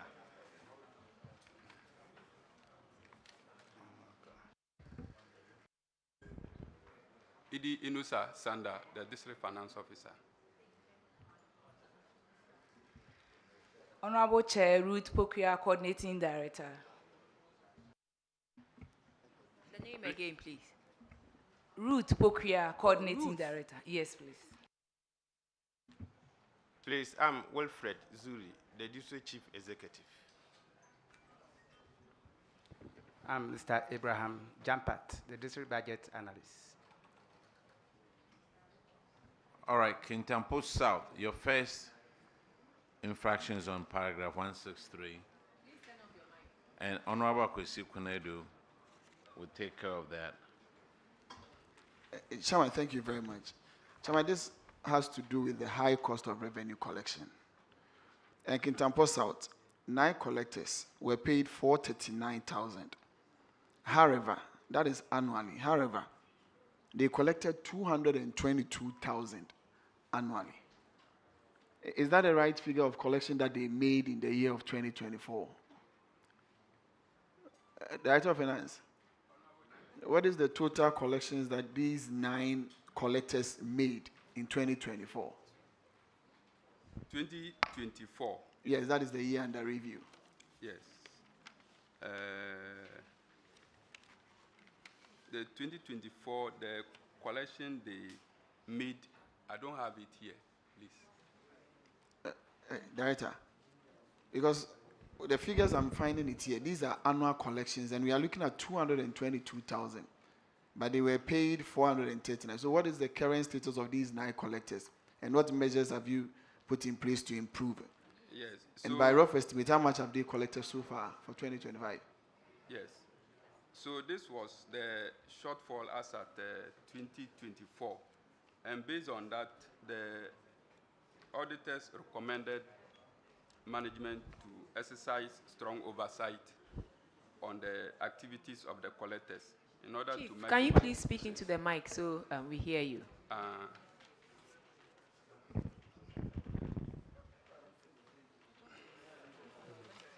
I said, based on that, the auditors recommended that we should exercise strong oversight on the activities of the collectors in order to maximize efficiency of revenue. So when we came, we decided to set targets for them, realistic targets for the revenue collectors, and then also strengthen our monitoring. And if you look at our budget, based on our strategies that we put in place, we're able to exceed our budget in 2025. What was the estimate for 2025? And how much was the collection that exceeded that? Okay, thank you, Honorable Chair. 2025, our budget was... Please speak into the mic. 2025, our budget was 857,000. And at the end of the year, we realized 1,013,126 Ghana cedis. 2024, where the observation was made, the revenue we realized that year in gross was 544,747. So because of the... Against the target of? Against the target of 640,000. So we're able to improve on our revenue by about 85% in 2025, following the recommendation of the auditors. Madam Chair, I asked this question because now there seems to be a bit of disparity, and I've made this observation. Why is that? That's why I'm asking. Is it the auditors in this report says the value of collection, total revenue collected was 222,000. And now you are saying you collected 400,000. Yes, thank you, Honorable Chair. That is in respect of the 9 collectors. But we have commission collectors, we have task force exercises. So for the 9 collectors, their actual collection was the 222,000 the auditors made the observation against their salary. But in gross, we collected 544,000. So how many collectors do you have in total? So we have 9 permanent collectors and about 15 commission collectors. 9 plus 15? As at 2014. But currently, we have 8 permanent collectors. No, so in total, you have 9 plus 15? Yes. We are looking at 24. 24, yes, please. That is quite serious, because these figures, yes, that means you should not be doing the values that you are telling us. And even with that, if you look at the quantum jump, in excess of about 100%, because 400 to 800, even in gross terms as we speak, because the gross for 2024 was 400, and the gross for 2025, you are looking at 800. And that small changes you made could increase it by 100%. That means there were a lot that was happening with the revenue collectors. If that is the argument and the reasoning that you are giving, that means there were a lot that were happening with these revenue collectors as permanent staffs. They were actually not working, or probably not accounting for. Yes, Honorable Chair, I think the issue had to do with other strategies we put in place. There were issues on logistics. But with a new management on implementing the recommendation, which was broader than just focusing on the 9 revenue collectors. A vehicle was dedicated to the revenue unit. And our district is very vast. So there are distant places that unless you use a task force, the individual revenue collector cannot go there. So the vehicle helped to reach out to and reach areas earlier. And then there were task force exercises that actually took over property rate collection. And with property rate, we made more than 3 times what we made in 2024. So different measures, including production of jingles, we intensified public sensitization, and that resulted into the improvement. You see, we are looking at specifically, you segregated them into the permanent and the commission. So now, the value that you gave to us, is that in respect of the 9 permanent workers, that the increment has gone to about 800,000, or it is in respect of the total 24 people that you have, that the value increased to that amount? Okay, thank you, Honorable Chair. With the 9 revenue collectors, the targets that we set for them, they were able to improve from the 222,000 to 409,000. So 409,000 is accounted for the revenue collectors that the observation was made again. So they have just about doubled their collection from 222 to 409 per our report. But the gross revenue is what is above. So speaking for the 9, with the 9, it even tells you that 100% increment, as I said, from 200 to 400. But that even does not even cover the annual salary that they were receiving in the previous year. So I think there is something wrong, and you have to check on that. There are loopholes that you still have to plug. Yeah, we are improving on it. We are working on it. Chairman, with respect, yes, we can. Thank you very much. The next infraction is on paragraph 198 of the District Assembly Common Fund, and it's about 2 trucks, 2 skip trucks, and then 2 containers. Have those been repaired for you? Yes, Honorable Chair. Okay. Those have been repaired. Those have been repaired? Yes, please. All right. Auditors, could you confirm, please? Honorable Chair, confirm. Confirm. That's Kintampo South, right? You are discharged. Now let's go Kintampo North.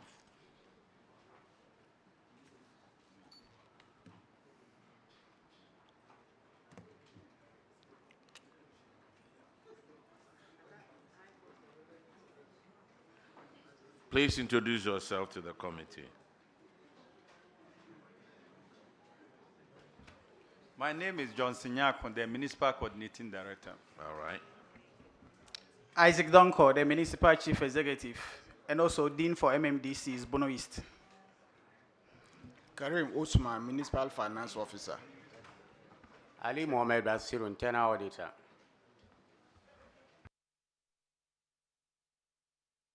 Okay, your first infraction is on paragraph 158, and Honorable Gape will handle that one. Thank you. Your infraction in regards to cash irregularity. Unaccounted revenue. You have Kintampo. You have about two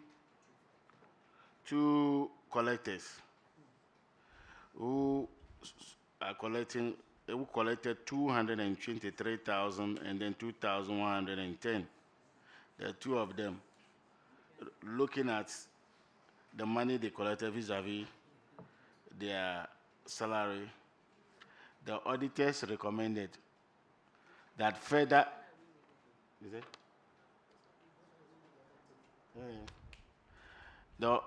So looking at it, they collected the money and then has gone. What is the status with regards to this? Thank you, Honorable Chair. The said monies have been retrieved as at now. Yes. Auditors, can you confirm this?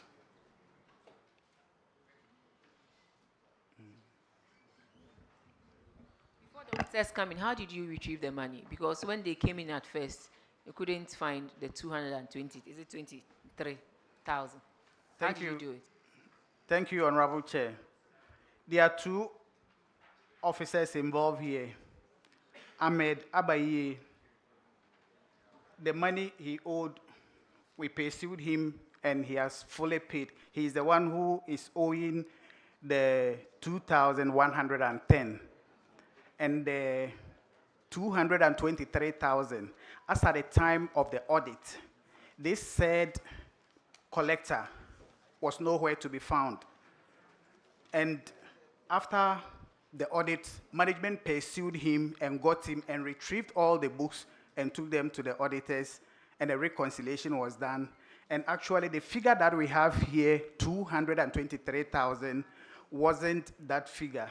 In effect, it was 224 Ghana cedis, which, after reconciliation, which has been paid. 224 Ghana cedis, not the 223,000. Yes, please. Auditors, can you please confirm this huge disparity from 223,000 Ghana cedis to 224 Ghana cedis? Honorable Chair, would you leave the DAO speak to it? Honorable Chair, I think the MC used a wrong term. It's not retriever. The issue was the guy has paid the money. It was in their bank statement, but we needed the collector's cash book and the receipt to confirm the amount they have paid, whether he has underpaid or not. And he was not bringing it. So they have to chase him, and he was not coming. So we have to issue a report, and even report extended to this level. Until later they brought him, and then when he came with his receipt books and his cash book, it was confirmed that he was just owing only 224 cedis. And not the 223,000. Yes, please. Yes, Honorable Chair. But the other one, the 2,110, was rather retrieved. So this report, when did the reconciliation, what time did it happen? Is it after you issued this report? Honorable Chair, it was after we have issued this report. But were you people part of the exit meeting? No, please. No, it's not the collector. They themselves were they part of the exit meeting? Chairman, with respect, Chairman, this is quite a serious matter. The point is that there were countless numbers of GCR booklets with the collector, and we are pursuing the collector for the GCR booklets, right? That's correct, Chair. How do you account for GCRs when you give to them? Because you can't obviously give in excess of about 2 GCRs to one person, and the person goes collect and keep them up until when he is satisfied. So it means that there are no internal controls. How many GCR booklets are we talking about? Honorable Chair, 1.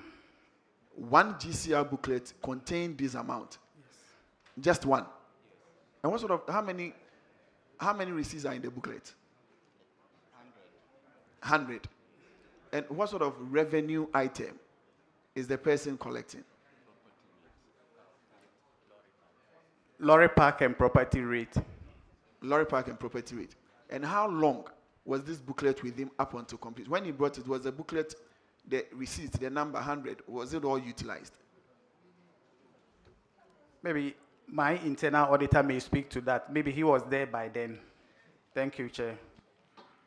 Mr. Chair, he's actually using only lorry tickets, the car tickets, not GCR, for correction there. And then the officer in charge, at the time of the audit, he was not available. Even after when they issued the report, no, they were even waiting for him. They said waiting for him even delayed them to issue the report. We contacted the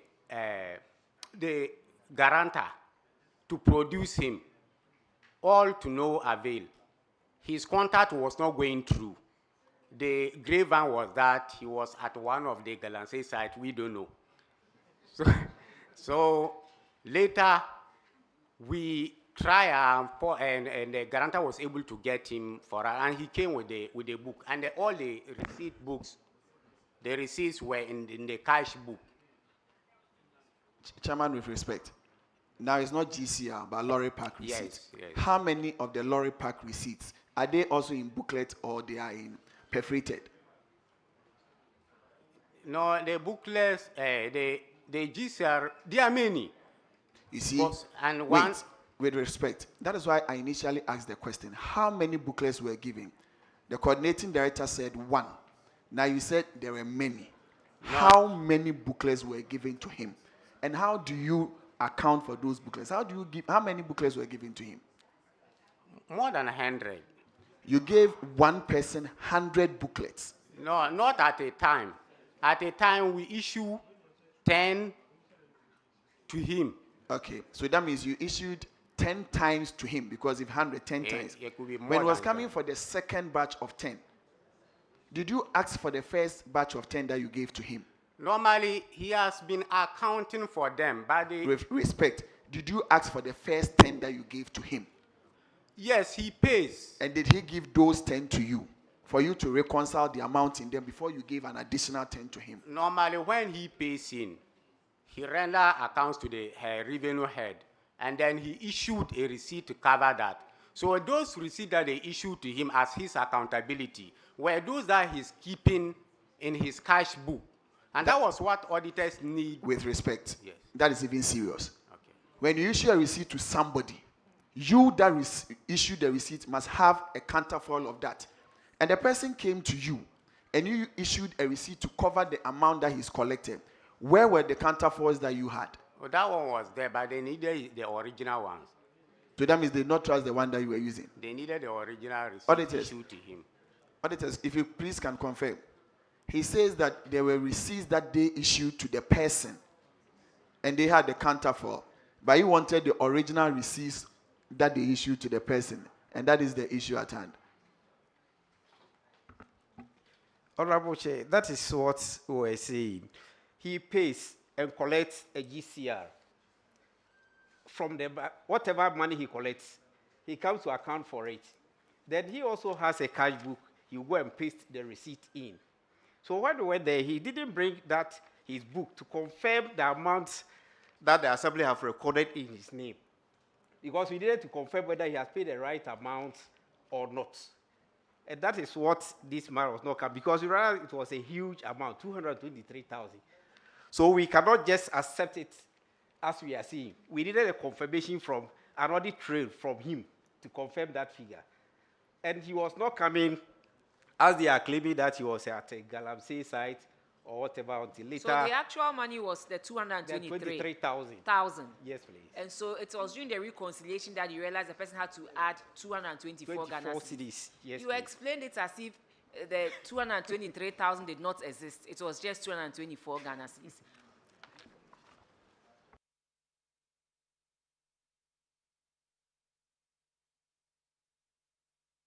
Okay, the next infraction is on paragraph 170, and Honorable Frank Yeboah will handle that one. Thank you, Mr. Chairman. Kentampo North Municipal.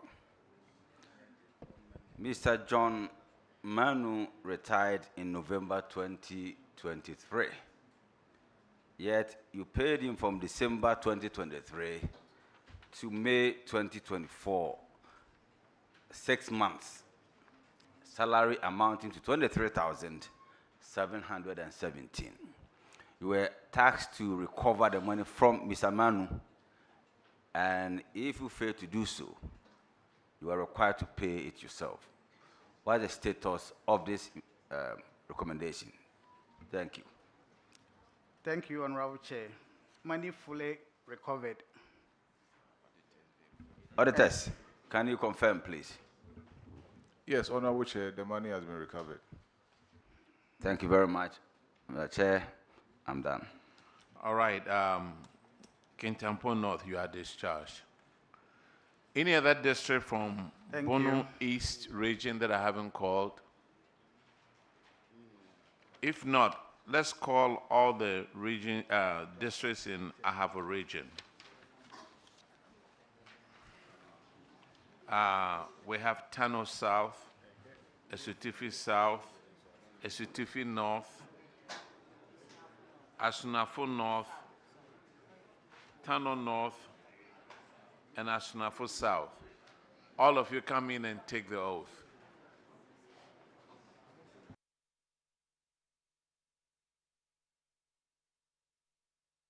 turn on your mics. Bible, no.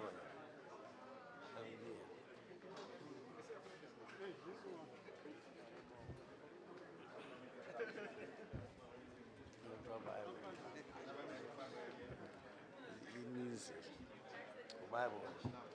No, we use Quran. We use Quran and Bible. I am very unique. I'm very friendly.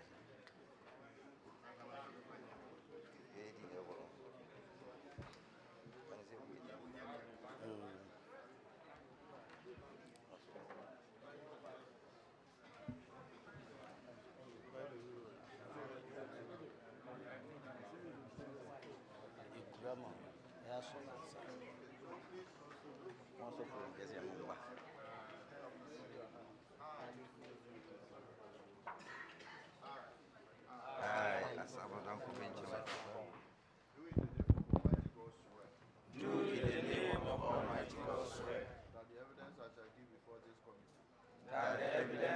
give before this committee, touching the matter in issue, shall be the truth, the whole truth, and nothing but the truth. So help me God. All right, turn us off. Municipal.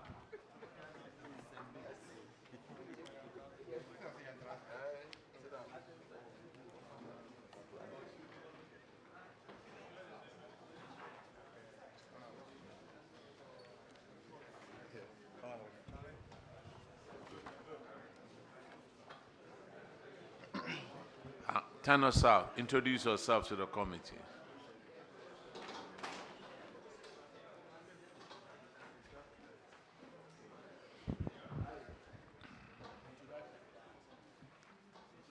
Turn us out. Please introduce yourself to the committee. Nimakon Isaac, Internal Auditor. Baba Karim, Finance Officer. Abdul Rahman Salam, Internal Auditor. No, Coordinating Director.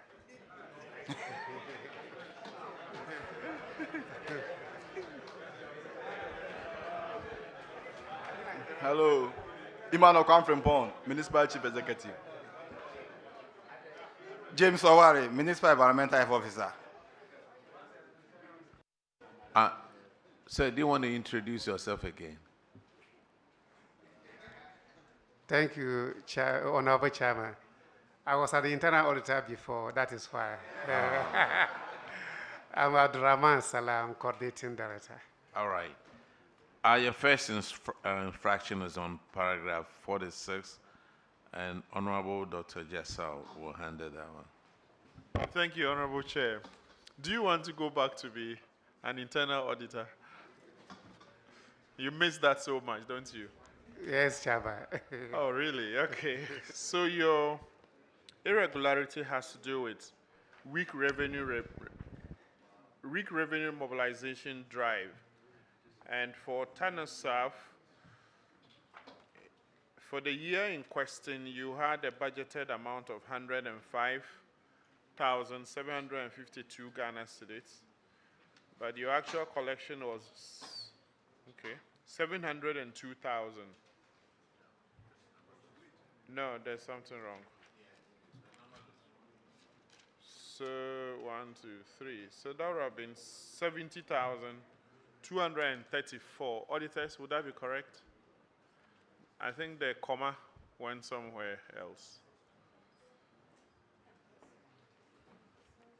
TANASAF, budgeted amount 105,000, actual collection.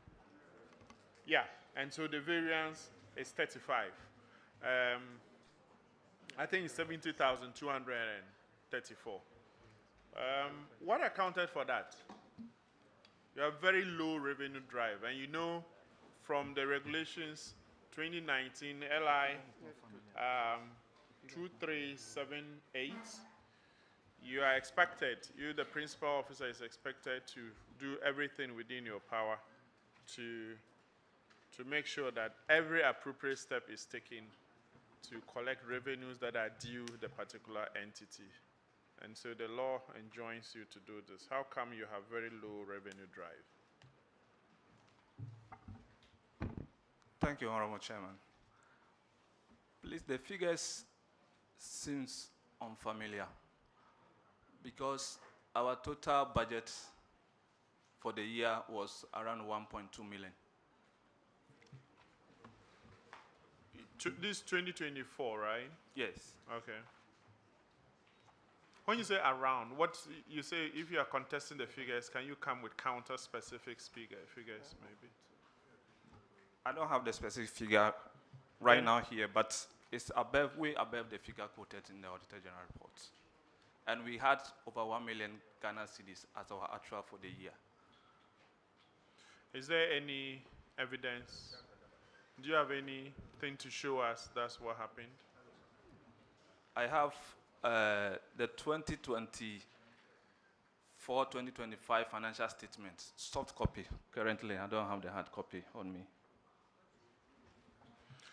So what's your point? You don't have low revenue drive. Is that your argument? You actually have high revenue drive. Is that the point you are making? The issue has to do with low revenue drive, but I was making the point specifically on the figures quoted. But then we still have challenges when it comes to revenue mobilization, which management has taken more steps to improve upon it. So definitely we have challenges, but specifically with the figures that I was contesting. Thank you. So I guess my challenge is, if you are contesting the figures, I expected you to have counter figures. But you seem to be talking about around, and yet you have the audacity to contest what is published. So could you look at it properly and come again on what really you want to contest? All right, sir. Yeah. Thank you.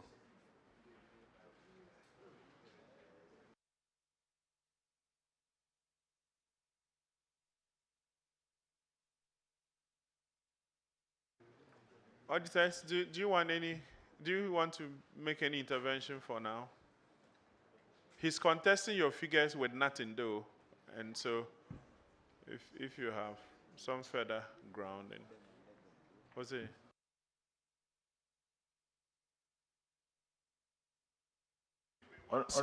Okay, yeah, Mike.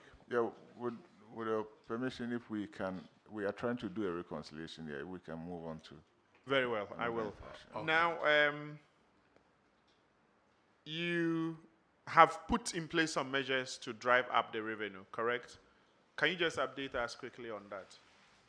Yeah. Thank you very much. We have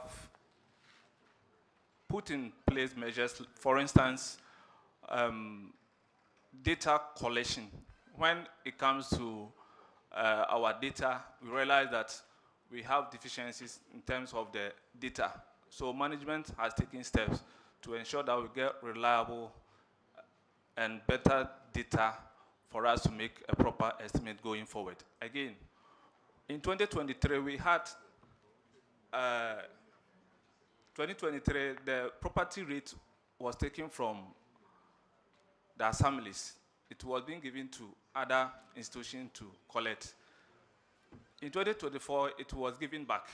But between that period, we have communication gap when it comes to details of revenue being mobilized by the GRA vis-a-vis with what we are having. So we have to ensure that we build up a proper data to ensure that going forward, we can able to make a proper bill for our ratepayers, because the previous collection that they rent default was defaulting rent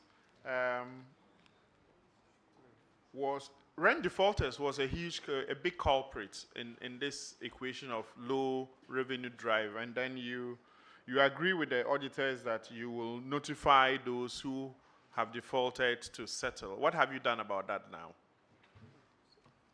We have notified the various defaulters, but currently we are not being able to make a proper impact when it comes to the collection, but we are still pursuing, and we are giving them by the end of mid-year for this year that we should be able to collect all the revenue that is due the assembly. So since this audit report, what have you really done to drive up your revenue? Have you done anything at all? Yes. Yeah, tell us, what have you done? We have set up a revenue task force, which in fact they have impacted well when it comes to the revenue mobilization. So that is the major aspect that we have improved. When Do you have any figures? What has the improvement been like?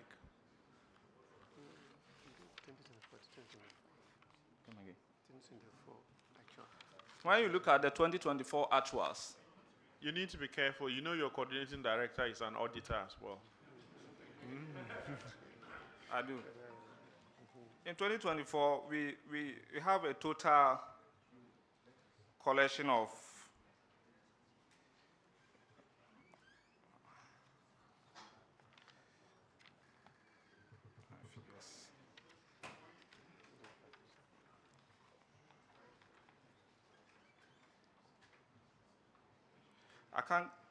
I wanted to give you the absolute figures, but I can get it for you. What I want to say is that 2024, we had 1,092,000.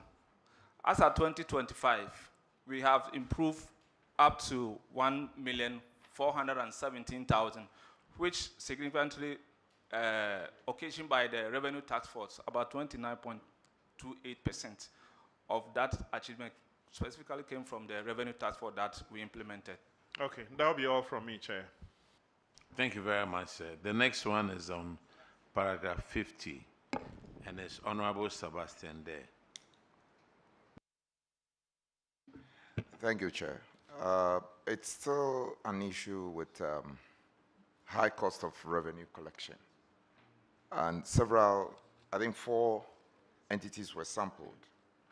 My specific question, in summary, your actions in relation to revenue collection, it's deemed to be highly inefficient and ineffective.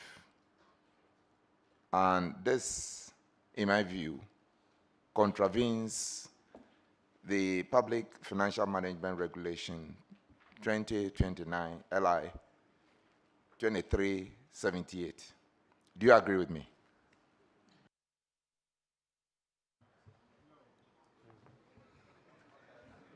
Yes, but if clarity. I said your actions in terms of revenue collections is highly ineffective and inefficient. And this contravenes this government regulation. Do you agree or not? I do agree that we have challenges, and we are working towards it to improve our revenue mobilization drive.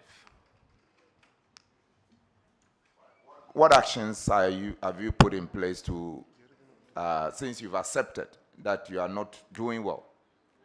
Highly inefficient, highly ineffective. What actions are you putting in place to drive revenue mobilization? One mechanism that currently we have surfaced when it comes to the revenue mobilization is that during issuing of demand notices, we realize that some of the revenue collectors gives revenue demand notice to ratepayers without taking a full record of all the delivery that they do.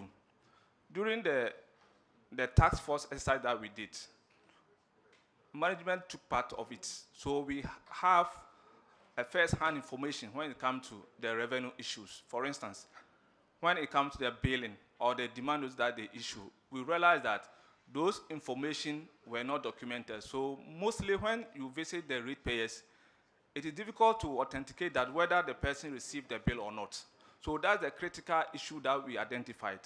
And in 2026, this year, what we are doing is that we are assigning all revenue task force that we formed to join the revenue collectors to ensure that any revenue demand notice that they issue are being documented, and make sure that the person who might have received or who received the document or the demand notice will be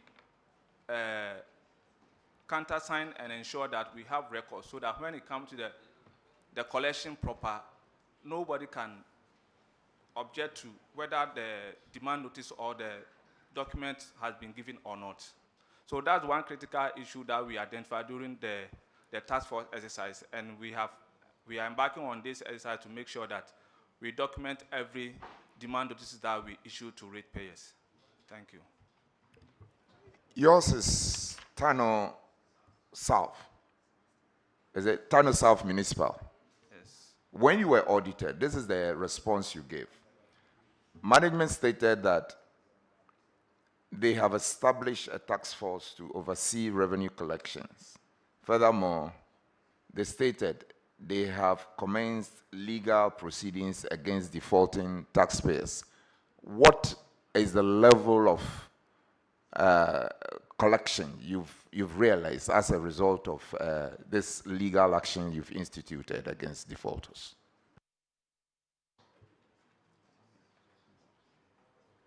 For the defaulters, the legal action was suspended. In fact, we didn't follow up to that letter. We still of the view that we could still have discussion with the stakeholders to ensure that a minimum time will be given. But when it become the issue, maybe the legal action will be our last resort. But as of now, we haven't pursued the legal action yet. I think I just wanted to establish, because this audit is in relation to 2024, okay? And at the time, this is what you said you would do. That is why I'm trying to establish what you've done within this long period of time. Clearly, nothing concrete has been done as of now. Is that the case? In relation to specific figures, maybe they were quoted. We may not be able to give exact response to what actually has been done when it comes to figures. But then what I have said is that the task force that we formed in 2025, we were able to see improvement in terms of the IGF in general terms. Going forward, will you consider training of your task force as one of the measures you put in place to ramp up revenue collection? Yes, sir. Chairman, I'm okay. Yeah. Thanks. My issue is the assembly not realizing that their collectors are not collecting enough until the auditors come. So auditors will have to be on your back all the time to remind you, hey, do your job. Hey, do your job. The next infraction at paragraph 54, and Honorable Frederick Ahinkwa will handle that.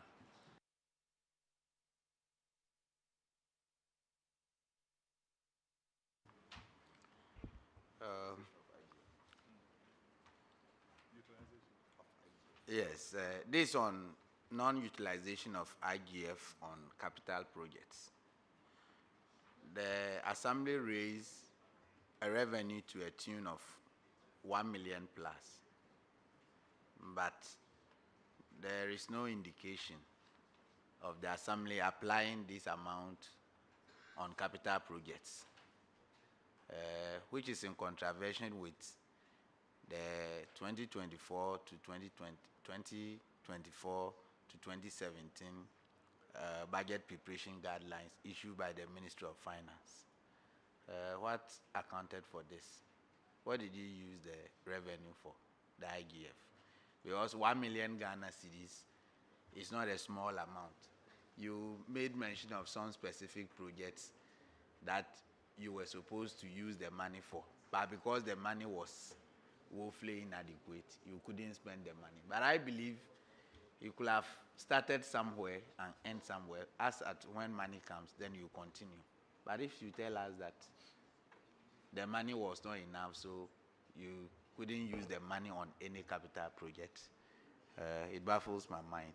Can you throw some light on it? It's true that we receive 1 million, over 1 million a year. Averagely, our weekly collection is between 10,000 to 12,000 weekly. And I'm not admitting the fact that it was right for us not to implement the capital project, but I'm giving you the challenge that we go through as an assembly. Averagely, I'm saying that we receive or we make up 10,000 to 12,000 weekly. It's when it comes to the numerous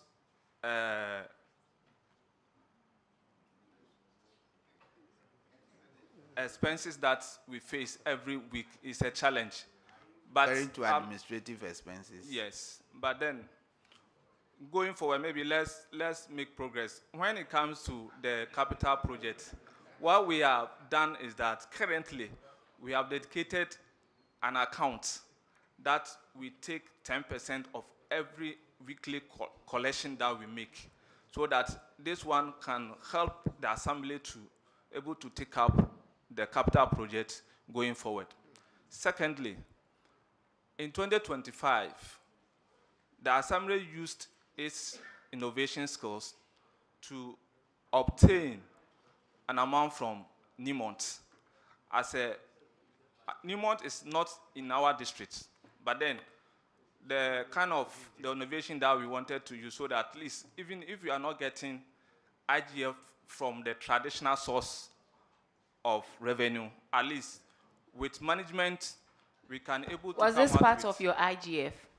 Did you account for it as your IGF? Yes. Do you know the law says that monies that you haven't accounted for, you did not show during your budget allocation of your budget, you cannot spend? Are you aware? So don't be sitting here saying that you proudly took money from Newmont. Was that captured in your budget as monies that you were going to take? So be careful. The law is very clear. Monies that you don't declare during your budget period, you cannot spend. That's a word of advice to you. Thank you. Yes, I think we are here to improve the system. Like Chairperson keeps saying, we are not here to witch hunt any person. The essence of this exercise is to improve on what we are doing to make the system look better to the benefit of all of us. So as you have admitted you're wrong, without trying to explain yourself or expatiate that what you have done is in the right, and I believe we have to draw the curtain down here and then let's continue. So maybe next time when the report comes, we will see better things. Yes. All right. The next infraction is on paragraph 59, and Honorable Simon will handle that one.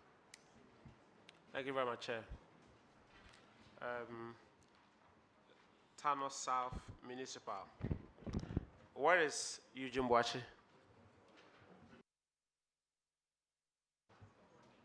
She took some money away. She left, she vacated post and you still paid her. Where is she?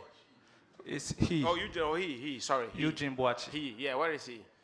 He's out of the country. Have you been able to get the money? Yes. The money has been refunded. Has it been paid? It has been paid to Auditor General Recovery Account. Auditor, can you confirm for us?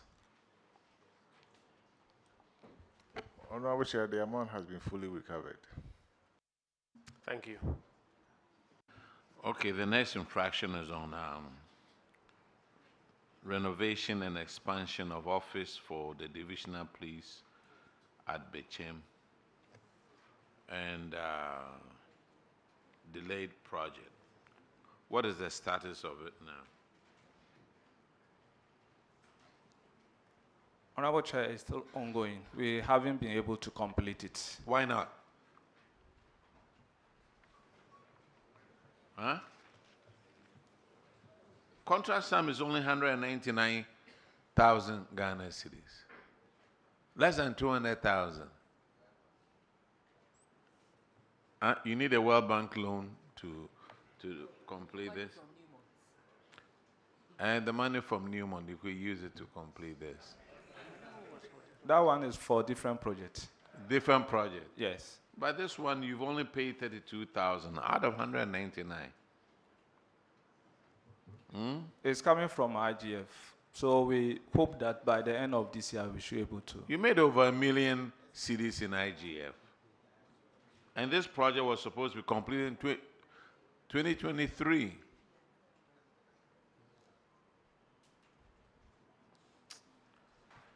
Oh. Chair, let me ask, how long have you been at post?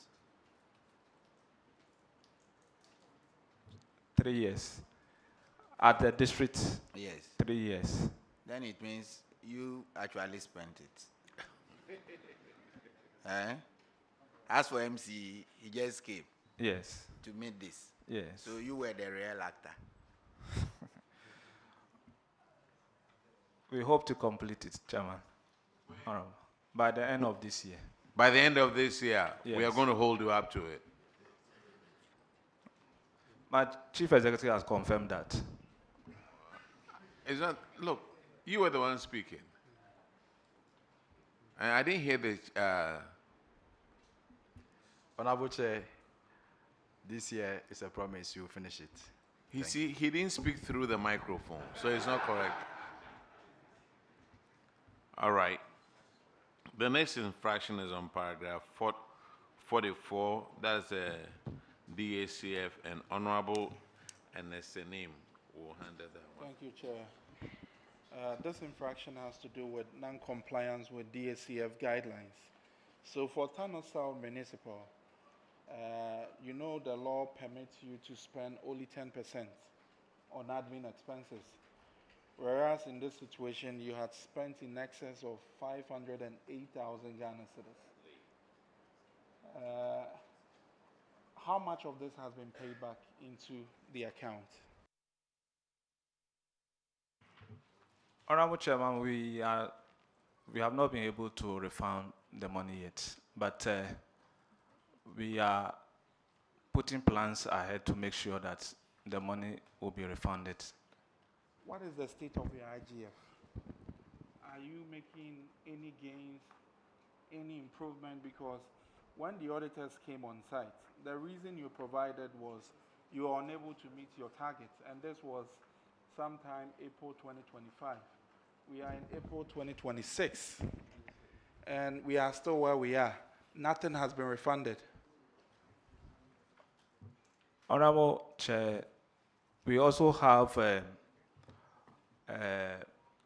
some institutions that owe the Assembly, which we have served them reminders and demand notices, which you knew so well that you could only spend 10%. You were bold enough to spend 686,000 when you should have spent just 177. And you are now giving excuses that you owe some institutions, and because of that, you're unable to refund. I said the institution owe us. They owe you? Yes. What steps have you taken to recover those monies? Yeah, we have written to them. Writing is not enough. Yes. Somebody owes you. We are pursuing it, and we want to assure the committee that the necessary action will be taken against those institutions to ensure that the money are recovered. What do you mean by pursuing? What have you done with the pursuance of the people that owe you? Firstly, we have issued demand notices. Okay. Yes. So we have given them deadlines. Upon the deadlines, if nothing has been received from them, we'll take legal action against them. The ACF account. And you pay until you repay this amount. 25%.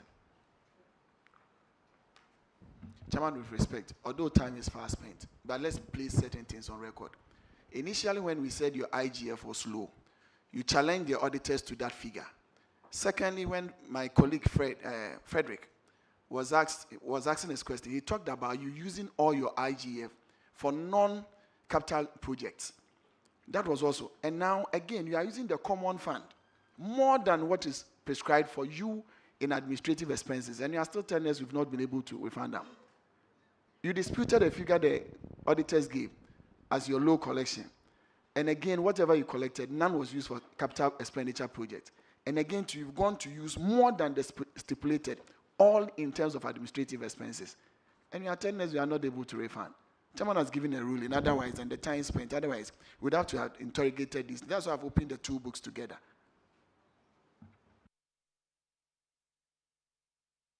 And now let's go to the next one, Tano South. Unbudgeted expenditure. And Honorable Akwesi Kunedu will handle that on paragraph 51. Chairman, they paid almost about 443,000 out of what they budgeted for. Yes, out of what they budgeted for. And they claimed that they did not have a PM and that they went for supplementary budget and that could not be approved. And the auditors observed that you have weak controls in terms of your budgetary estimates and the rest. So what is the status of this infraction and what is the current budgetary controls that you do have? The amount stated is under DACF RFG. And at the time of the budget, which was done in the mid-year, 2024, at that time, we did not have a presiding member.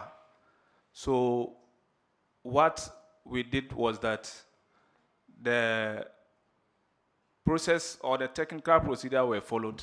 You see, I've always said, don't talk too much.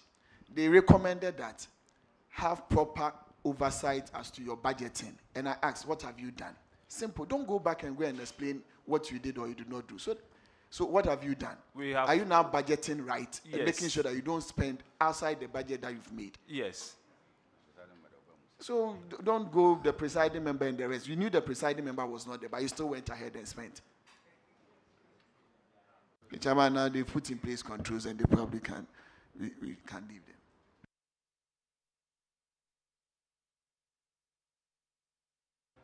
The next infraction is on paragraph 66, and Honorable L.A. Agurugu will take care of that one.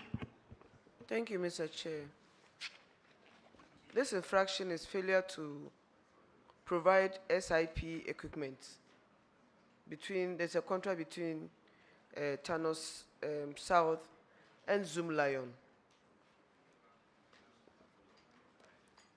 Out of the contract, they were supposed to provide skip tracks and waste containers. Can you update us whether they've been able to supply everything? For the contracts,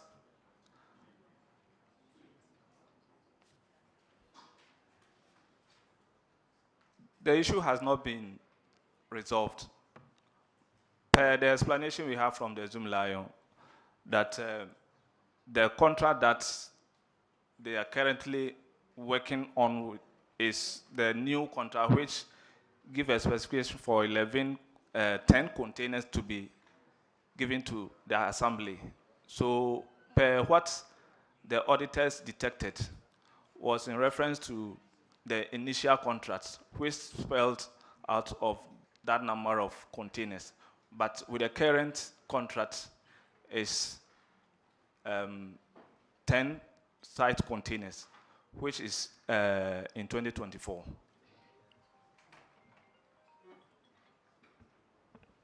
Auditors, can you explain what he's talking about? Because I don't get.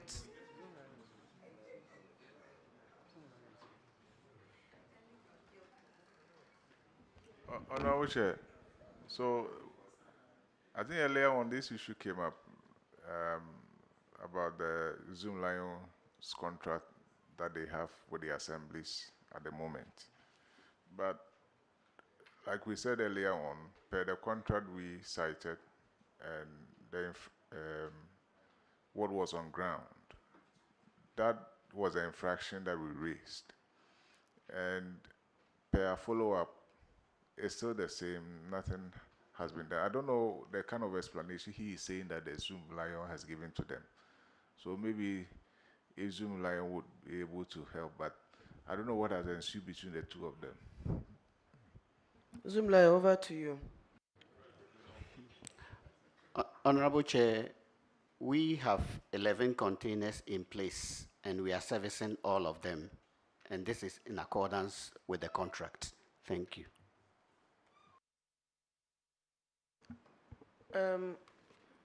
I think this infraction has to do with 3 districts. Honorable, you are handling just only one. Yes. Tano South. I just wanted to arrive at something, Mr. Chair. So, Zumlayo, you're supposed to provide skip tracks totaling 7. And out of the 7, you provided only 4 to these 3 districts. Okay, so let's be precise.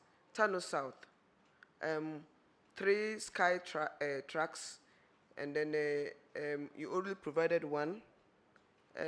Waste containers 20, and you only provided 10.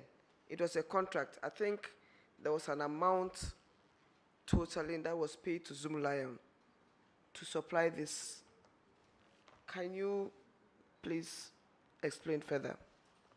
Honorable Chair, respectfully, the Assembly pays us for delivery of a service, which is the collection of solid waste. We use these equipments to deliver that service. And as we speak, per the contract we all have signed, we are required to be provided 11 container sites for us to place containers there. We have placed containers in all the 11 sites, and we are servicing them per contract. Again, in terms of the skip track, we have 1 skip track that is working, but we also have an additional backup track that we call on whenever necessary. So the services are being delivered as required by contracts. And the equipment that we need to deliver, we also have all of them in place. Thank you. Mr. Chair, over to you. Thank you. All right. The next one is Tano South. We are talking about unaccounted stores. It's on paragraph 81.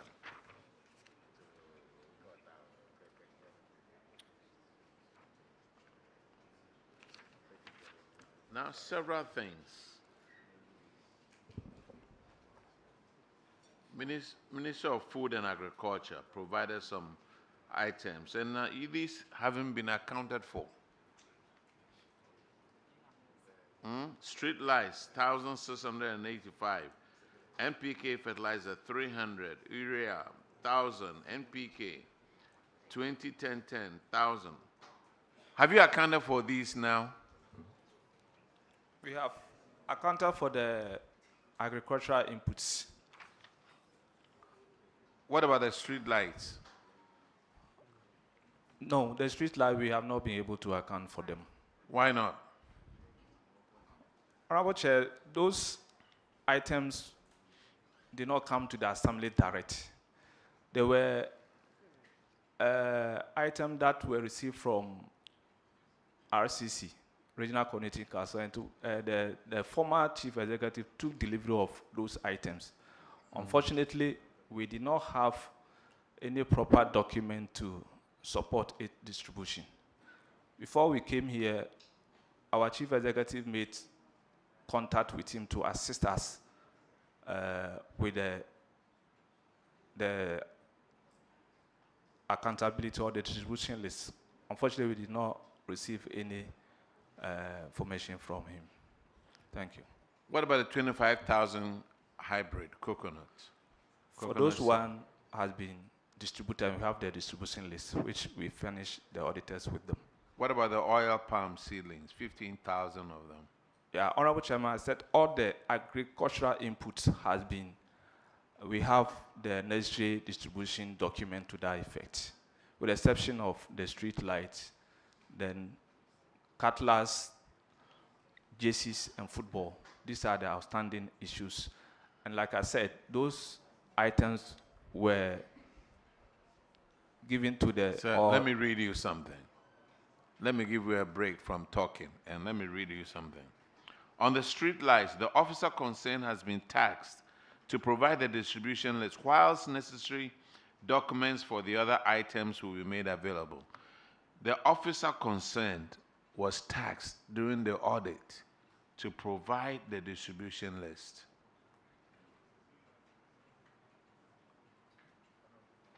Where is that officer? Is that you? No. And where is that officer? You are the coordinating director, right? I'm the finance officer. Finance officer. So, where's the storekeeper? The storekeeper is not here with us. Storekeeper is not here with you. So, this audit happened about a year ago, right? And all this time, the former chief executive hasn't been able to provide you with a list. Yes, Honorable Chairman. We have made contact with him to give us those details or those documents. Unfortunately, we did not receive them. So you want to tell this committee that it was district chief executive that distributed the items? Fact, management made inquiries from the storekeeper. During the audit, there is auditors who even brought some of these things before management because those items were not pitched directly by the assembly. So we did not have much information. So they Those were not received at the district directors? Yes. District store? District stores, yes. They were not received? Yes. Through the store? Yes. So how did the auditors know that these items came? Yes. Do you know them? The auditors had the store receipt vouchers from the regional coordinating council. Okay.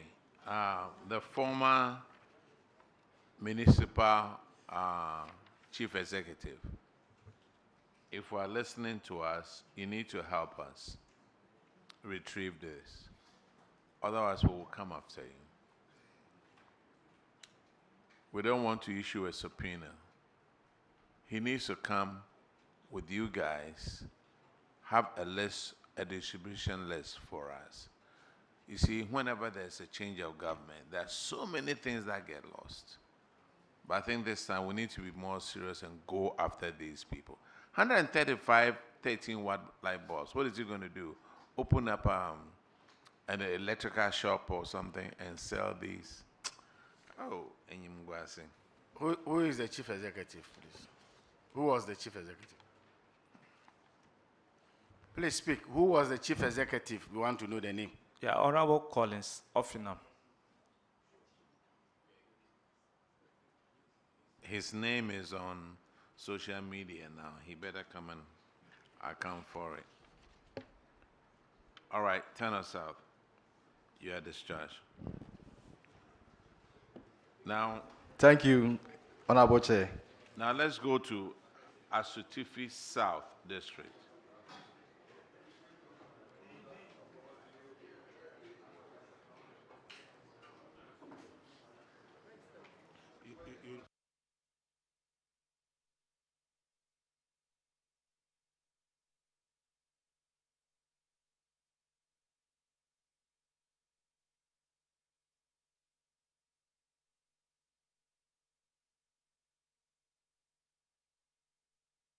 Please introduce yourself to the committee. Honorable Chair, my name is Adam Abubakar, Procurement Officer. Honorable Chair, my name is George Osei, the District Coordinating Director.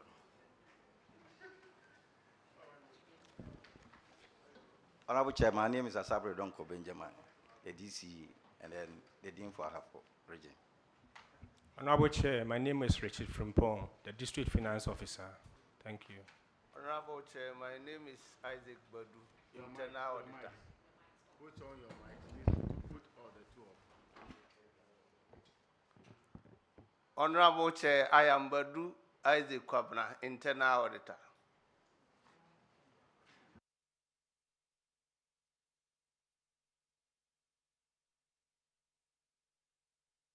Your first infraction is on paragraph 46 and weak revenue mobilization. What have you done about that?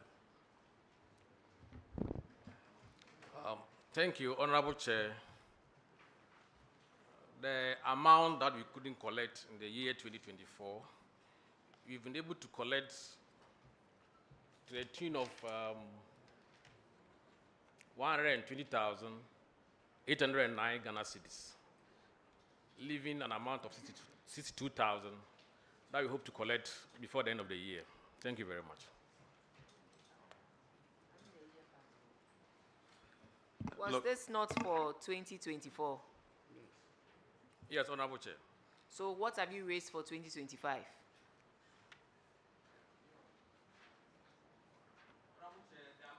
Please speak into the mic. Honorable Chair, thank you. The amount here includes what we realized in 2025. This report is for 2024. The auditors are saying that you budgeted 239,490 and you collected 56,605. This is for 2024. Yes, please, Honorable. And I'm asking you, how much have you collected for 2025? Speak into the mic, please. The amount of 122,819 is That's for 2025. Yes, please. So what was your target for 2025?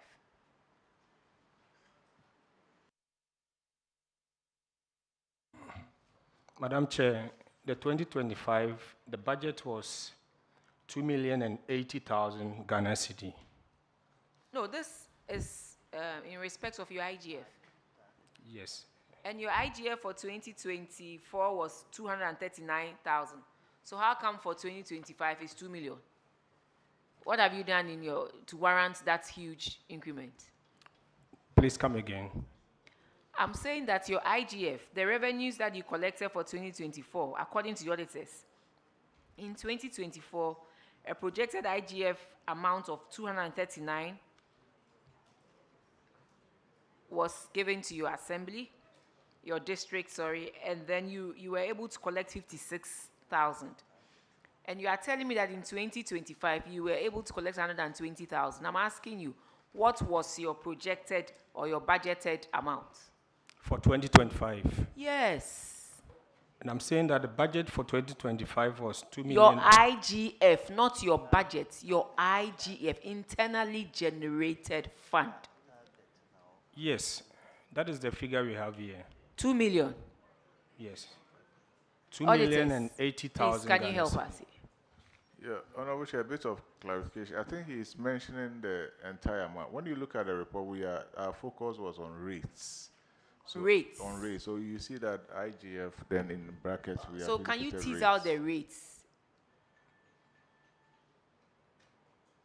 Or there's no breakdown, it's just the full amount? Please, I'm coming. Yes, sir.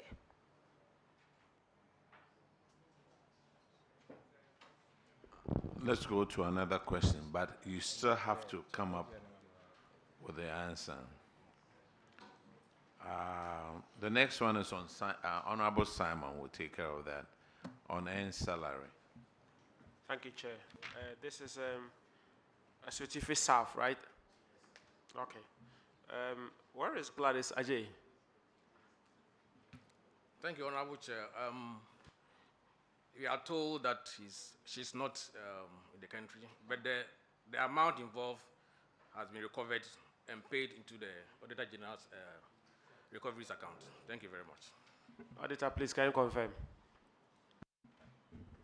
Honorable Chair, the entire amount has been recovered into the AG's recoveries account for onward transfer into the consolidated account. Thank you, Chair. I'm done. All right. The next infraction is on DACF and paragraph 68.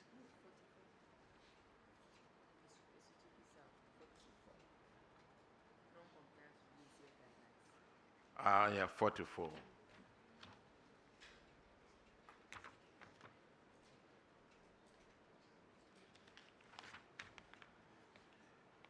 It's a non-compliance with DACF guidelines. Your DACF was 1.6 million.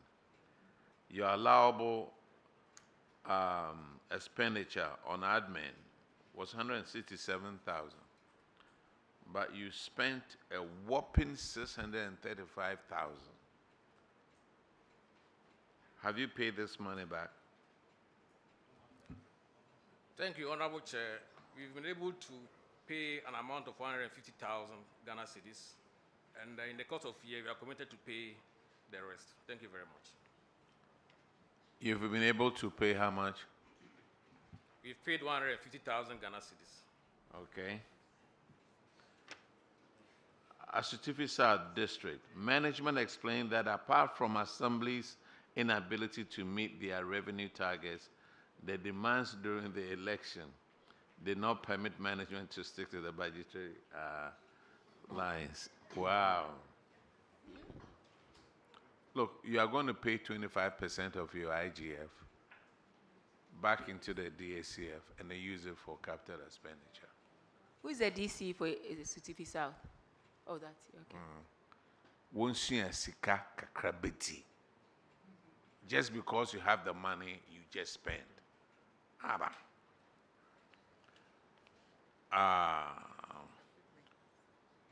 The next one is on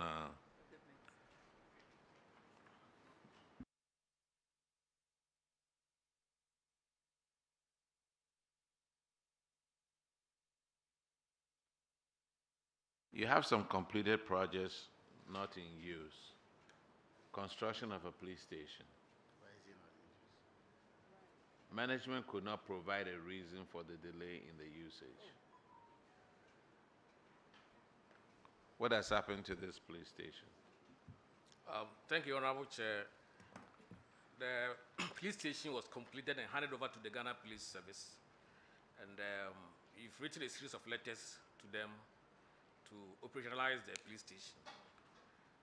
Fortunately, January this year, through the prompting of our Honorable MP, Honorable Alaji Collins Dauda, a team from the police headquarters and then also police command visited our district, went to the facility, and they promised that they will operationalize the facility very soon. Thank you very much. So the MP helped you complete. So all this while, wasn't he the MP? He's been the MP for 6 terms, 7 terms. So you are saying through the prompting, as if he just became the MP in January 2025. He's been MP for 6, 7 terms. You need to do better. Please, the police will need these things to help the community, I mean, in terms of security and safety. So please, be up and doing. It is not just okay to go through your number. You also take the initiative and do something about it, because once they clearly are in control, it will help beef up security at your end. You know it. Noted, Honorable Chair. So apart from the police station, do you have accommodation attached to the police station? Honorable Chair, not yet. So that's one of the reasons why police, why will you be the police station and then there is no accommodation? How would they come? How would they come? Okay, so you say you have written couple of so many letters to the police command. So we are waiting. All right, Honorable, the next infraction is on paragraph 66, and Honorable Eli Akrugu will handle that. And it's on sanitation management. Thank you, Mr. Chair. So the infraction again, monies were paid to Zoom Lion. There was an agreement to supply some equipment, containers, and so on. What is the updates on? Thank you. Thank you, Honorable Chair. I believe that this issue has come up several times, and it applies to us that we are supposed to be supplied 11 SIP containers. But then a letter from Zoom Lion indicates that they have 9 container sites, and that's what, as an assembly, we are supposed to get. So that's what the lawyer from Zoom Lion spoke to. Thank you very much. No, sorry, I'm not a lawyer, I'm an accountant. Sorry. You'll be a lawyer soon. Okay, so it's the same issue at your place. It's the same issue, but Chair, it looks as if the workload is too much for Zoom Lion to handle. Because it's one too many, almost everybody. Anytime they sign a contract, they're not able to fulfill it. And the government is also losing money as a result because the MCs and everybody is complaining of garbage and whatever is happening. So, Madam, you were not here this morning. We've gone past this. The assemblies, and I'll keep on saying this, the assemblies sign a contract, and they feel just by signing the contract, putting it on the shelf, and not following up, the job will magically be done.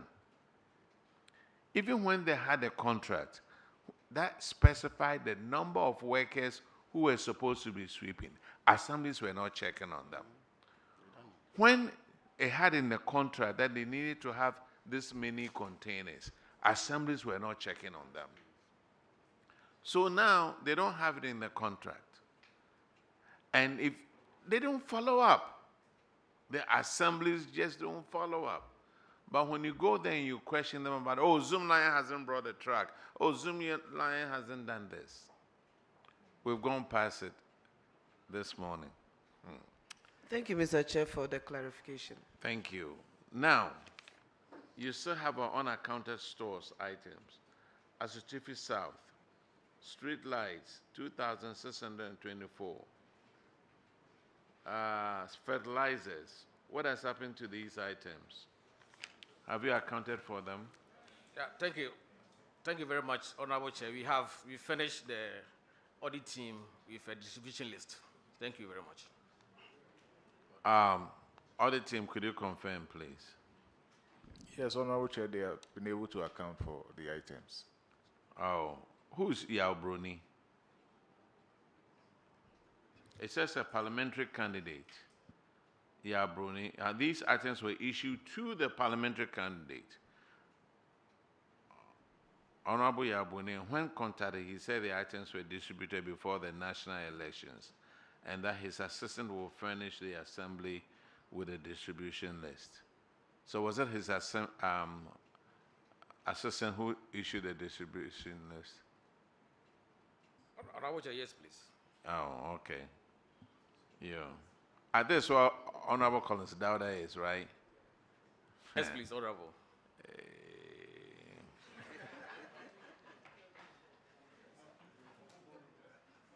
Said the police station is completed.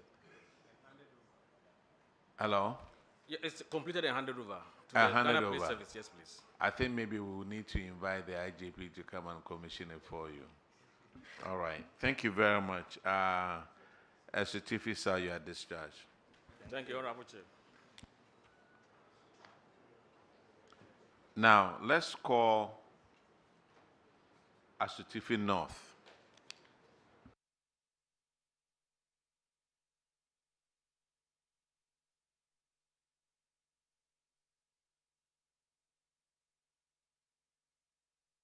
Asutifi North, if you are not ready, I'll call somebody else.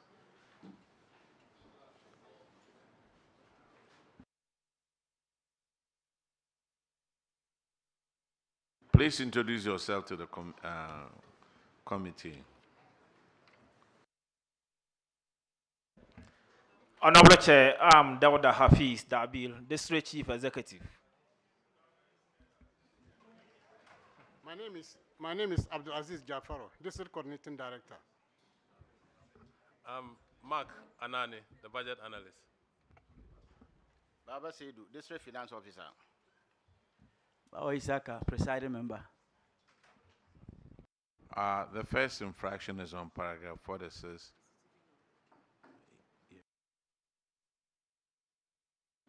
Honorable Dr. Jassa would handle that one. No. Asutifi North. Yes, Honorable Chair. Okay. Honorable Chair, thank you for for the opportunity. Their infraction has to do with cash irregularities coming from weak revenue mobilization drive. Situfi North, you have a budgeted revenue of 3.5 million, and then you end up collecting actual 1.9. You have a deficit of about 1.66. What's accounting for this? And how have you put in place arrangements to address it? Honorable Chair, thank you. This was in respect of property rates that we budgeted for 2024. It was 3,584,000, and we collected 1,920,000. The reason for budgeting for 3,584,000 was the property rate was given to GRA. It was taken away from the assemblies and given to GRA. And the agreement was that after collecting the money, assembly will be getting some percentage. So in 2023, assembly didn't get that particular money. So when we're budgeting in 2024, the view was that let's incorporate what we haven't received in 2023 in the 2024, so that when the money comes, there will be budget for it to execute our activities. That was the reason why the budget was at that particular level. But unfortunately, in 2023, it was reverted back to the assemblies. So we were hoping that we could get that money, and the money didn't come. So it was an estimate that we made, but the money didn't come. Thank you, Mr. Chair. You also had some defaulters, and in your discussion with the auditors, you indicated you were going to pursue them legally in order to recover your money. Did you do that? Our lawyer has written to most of them, but unfortunately, most of them are no more within our operational area, so the lawyer is still pursuing them. That will be all As from at me. the time they wrote to them, they were there. These are monies that they were supposed to pay when they were in your area. So whether they've moved or not, monies that are due you, you have to pursue them. It is so easy to come and sit here and explain that it is your lawyer. You yourself, as in the assembly, will have to take that initiative. It is not enough to just say, we have written to your lawyers. No, if it's monies that you were supposed to put in certain measures to take those money, like the monies that come to the assemblies and things, you do everything possible to make sure you qualify for this funding. It's the same way you need to look at these things. Go and retrieve the monies yourself, because these are monies that ought to be given to you. Well noted, Honorable Chair. So, Madam Chair, as you rightly said, the lawyers will act on their instructions. So if you've just asked your lawyers to write and they wrote about a year or so ago, and you've done nothing further, then they also do nothing further. Honorable DC, Dauda, right? Yes, Honorable Chair. So what do you think about this? Do you have any plans? Honorable Chair, I think we have to still pursue them with our lawyer, and we follow up to retrieve that monies. Thank you, Honorable Chair. Thank you, Chair. The next infraction is on Asutifi North. Just a minute, please. Can you leave a copy of the letters the lawyers wrote to the auditors? We want a copy of the letters from the lawyer. Your lawyers writing to the defaulters to make due their payment. We'll be grateful if you can have copies sent to the auditors. All right, we'll make it available, Honorable Chair. When? When we get back to our office, we didn't bring it actually. Yes, so when? Tomorrow, Wednesday? That's what I want specifics. By the close of the week, Friday, God willing. Friday? God willing. No, we are sorry. We'll have to ask you to bring it by Wednesday. Well noted, Honorable. Okay, so auditors, please, you need to get a copy of those letters that they wrote. They are saying the lawyers wrote to their defaulters. Thank you. Well noted, Honorable Chair. Okay, the next infraction is on paragraph 40.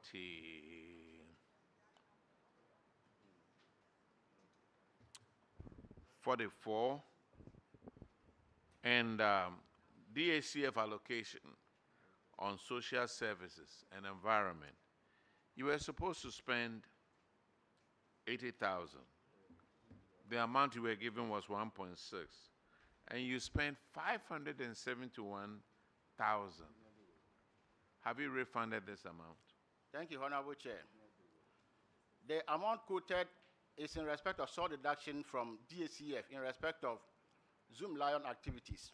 All those monies were source deductions in respect of Zoom Lion activities. It isn't something that we spent at the assembly level, but rather source deductions.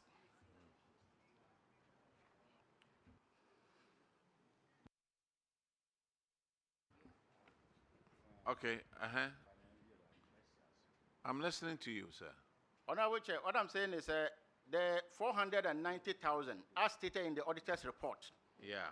is something that DACF deducted in respect of the contract assembly is having with Zoom Lion. Okay. So it was not money or expenditure that was incurred at the assembly level, Okay. but it was because of the contract with Zoom Lion for the service delivery that those monies were deducted. Madam representing DACF, what comment do you have about that?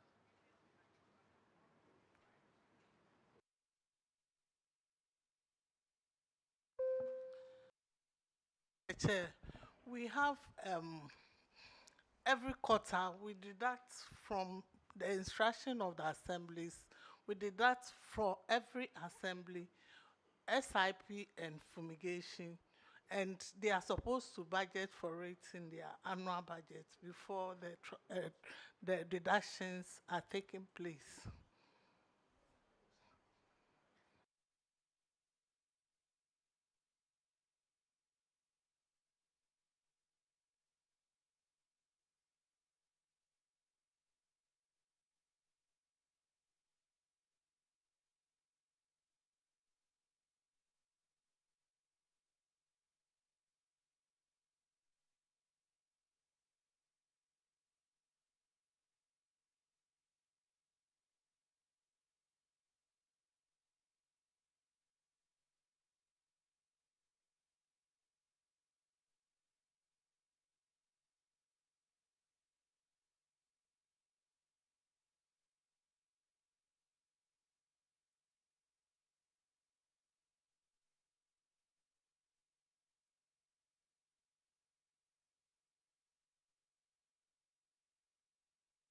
Auditors,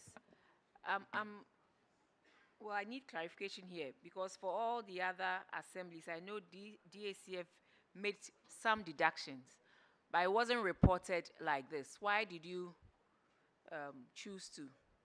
Because when you look behind this book, it gives you all the deductions DACF has made on the assemblies. But then this one was cited as an infraction.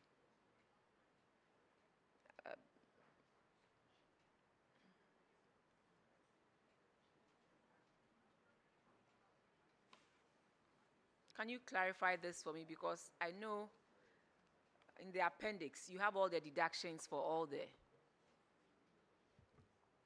assemblies. So why Honorable was... Chair, Yes. with your permission, the district auditor would want to come in on that.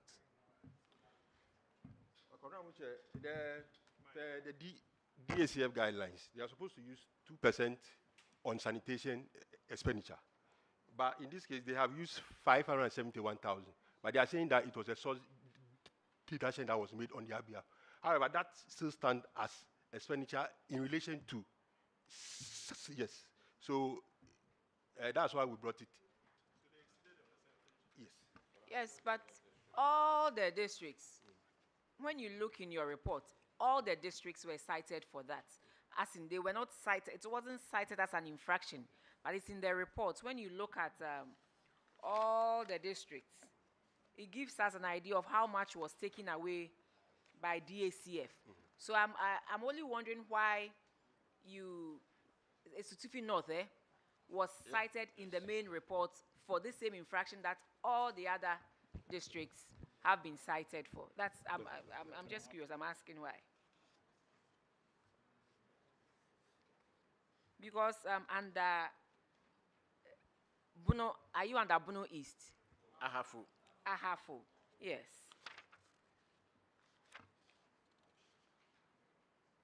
Ahafo, the net deduction, according to your report, was 6.9 million. And, sorry, the net deduction was 3.4 billion. And it was for all the 1, 2, 3, 4, 5, 6 assemblies. So I'm wondering why. You get what I'm saying? Yes, because behind this report, in your appendix, all the assemblies that had deductions directly from DACF were cited here. But for only Esutifi North, it is in the actual report. I just wanted to know why that special preference was given to them.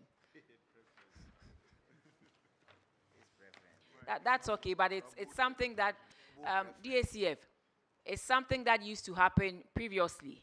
In 2025, I used to deducting directly from headquarters, if I should put it that way. Deducting.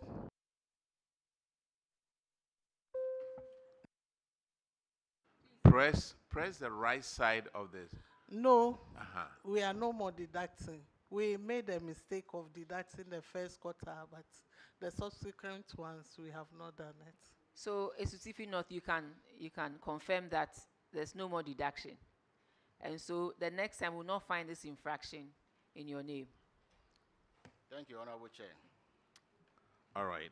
The next infraction, and Madam Ellie, you have already asked this question on the SIP.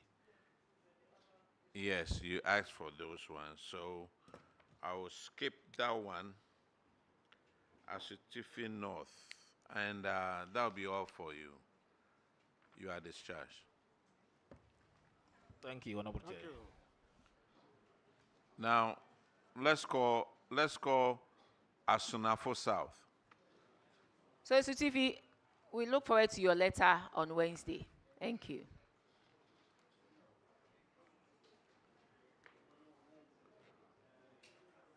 Asunafo South, are you here? Please sit down. It's past some people's bedtime. Oh, madam, you must be very tired. Yeah, introduce yourself to the committee. Please, Honorable Chair, I am Benjamin Yinka, DC for Asunafo South.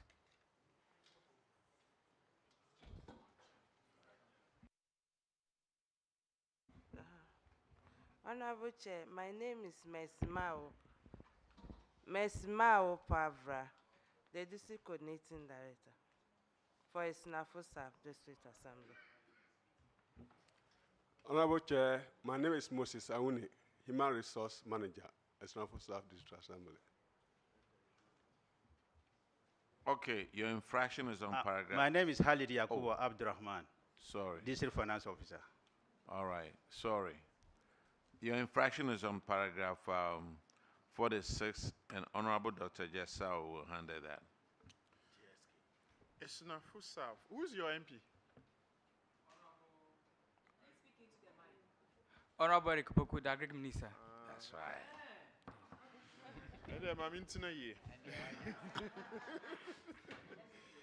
Anyway, so yours is on cash irregularity and has to do with your revenue weakness, collection weakness from property. Esinafu South, you have a budgeted amount of 195,800, and you're able to collect 92,000. You have a variance of 103,000. That's a lot. What accounted for this? Honestly speaking, when we came in as a DC, we had challenges with revenue mobilization, as you're saying here. We came to meet it, but we have developed measures to make sure that we increase our IGF. As a DC, I was especially involved to go to the grounds and ascertain what was happening. Indeed, I saw many sawmills in the district not registered. So with my finance officer and district director, we went there and were able to register some sawmills. We have also registered other businesses that are also paying, coming to the bracket to make sure that they will pay taxes to the assembly. So doing this, our IGF has increased over the period. What figures do you have now? So as I came in, 2024, we had the actuals of 414,121 in 2024. By 2025, we had the actuals of 592,902, which is also, and if you subtract the 2024 one from the 2025 one, you see the difference, of which is increment for the assembly. So which component of this is due to property rate? Because I think this one was emphasizing property rates. We didn't categorize into the property rate and that we are talking about the source of revenue for the assembly. And when we put them together, we have made some gains as compared to the old administration. So, all right, time is fast spent. I'll leave it here, Honorable Chair. Honorable, I was interested in the sawmills that he registered. He said they brought some sawmills on board, so I was hoping he would be able to tell us how much he's been able to raise from the sawmill people who have come on board. 100,000 increments is not anything. It's nothing to write home about. It's not only the sawmills. You know, our part of. Yes, but the difference is from 2024 to 2025. It's just 100,000 after all that you've put in place. So maybe you should also look at blocking leakages. Maybe that will also help you raise more revenue. Thank you for your advice. Thank you very much. Yes, that's what I'm saying. They haven't done much after all the initiatives he's brought on board, including bringing sawmills on board. We have also done 3 revenue checkpoints for the district. And it's also Mr. DC, you see, your variance here from the auditor's observation was actually 100,000. So if you've put in place measures to get 100,000, technically you haven't done anything. That's the point we're making. Okay. So don't be too excited. Go back and sit with your team and your MP is a man of figures. Maybe let him join in your meetings and see what ideas he may bring to you, and then you can I you hear understand? we'll consult him. Exactly. You could have your own farms and all that and generate more revenue and stop this palpable 100,000 you are excited about. You're actually covering the variance. Thank you very much. Yeah. All right, the next infraction is on paragraph 50. And Honorable Sebastian Day will take care of that one.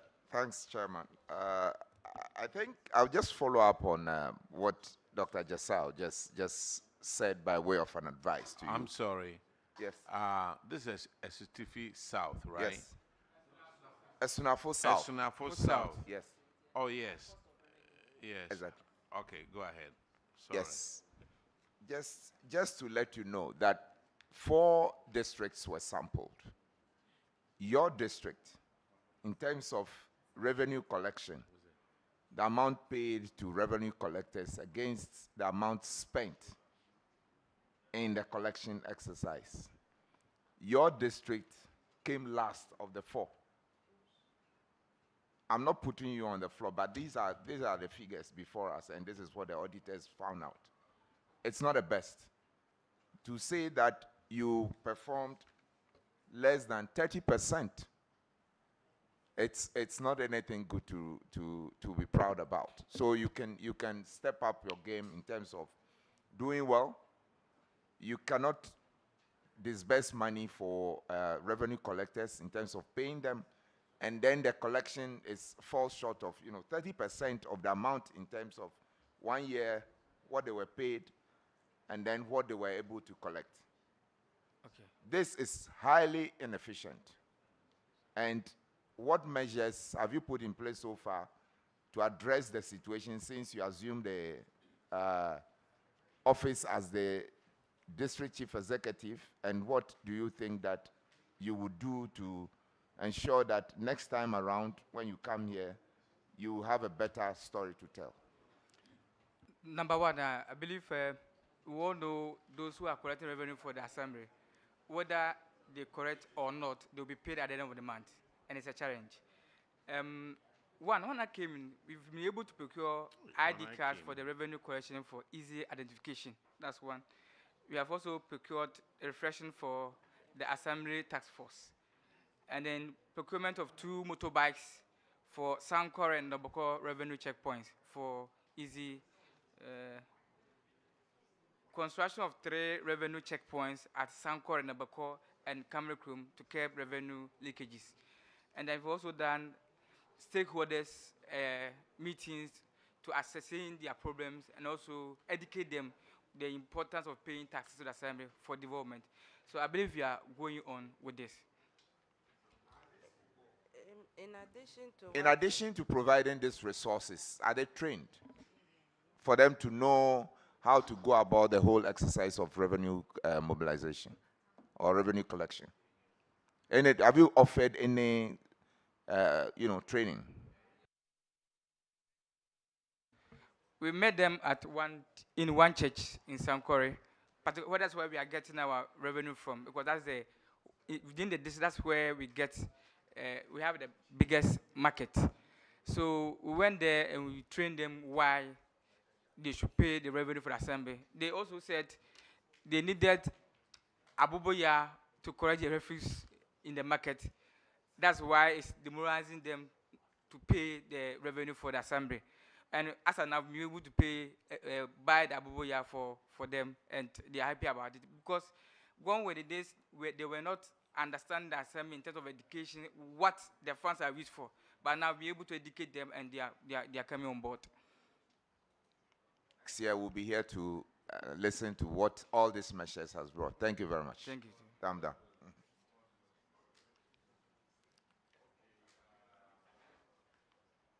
South. Honorable Simon, please. Paragraph 59. Thank you, Chair.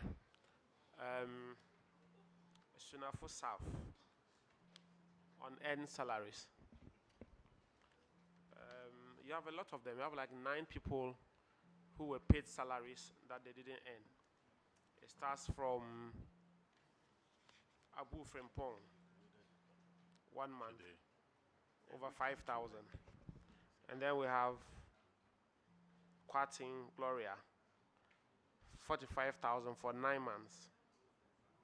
We have Kingsley Kojo Menu, 22,573, 8 months. Oti Kojo George, 32,765 for 8 months.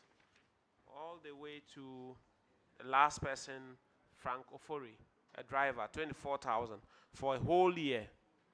What's going on?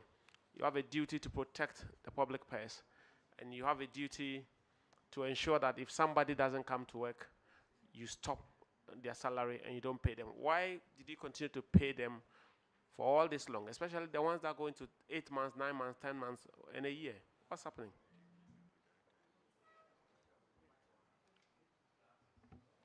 Thank you, Honorable Chair. Yes, we agree to the fact that an issue has happened.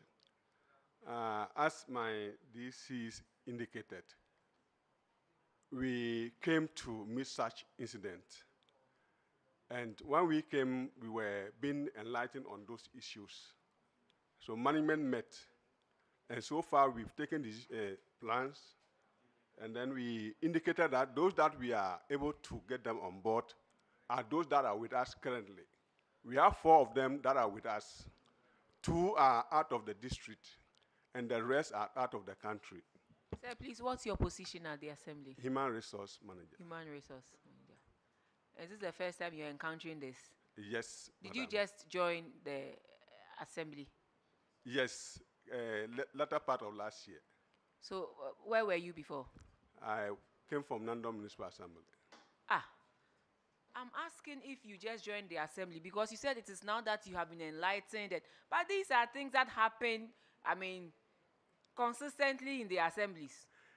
Yes, on earned salary, on all these things. So I thought you are new to the civil service. That's why I asked you.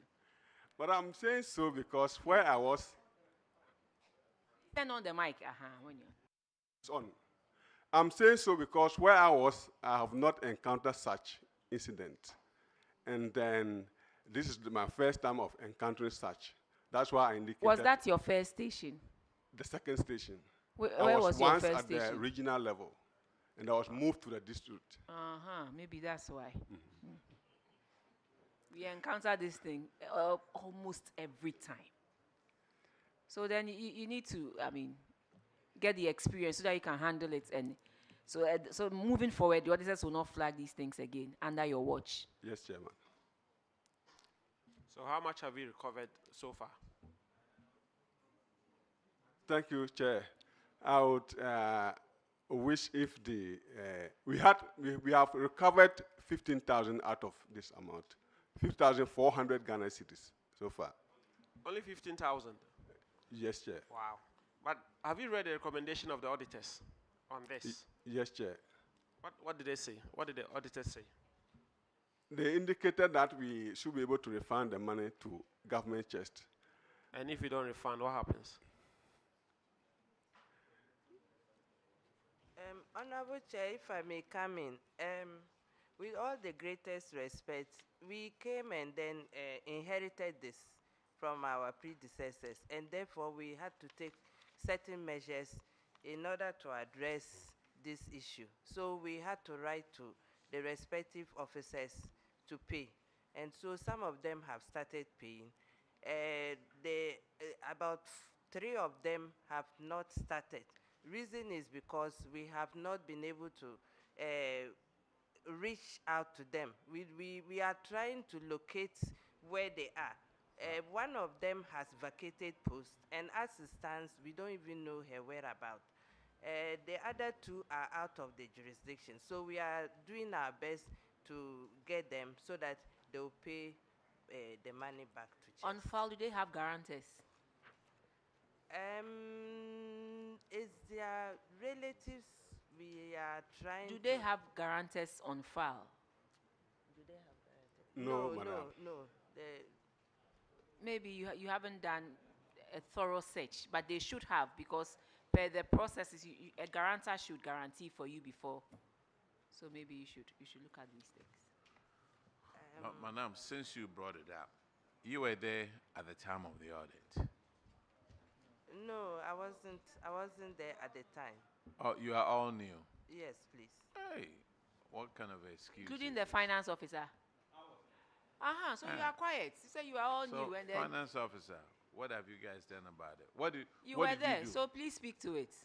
No, Honorable Chair, because of the way, solely for the HR and then the HR and the other department, because they were in charge of the validating those employees.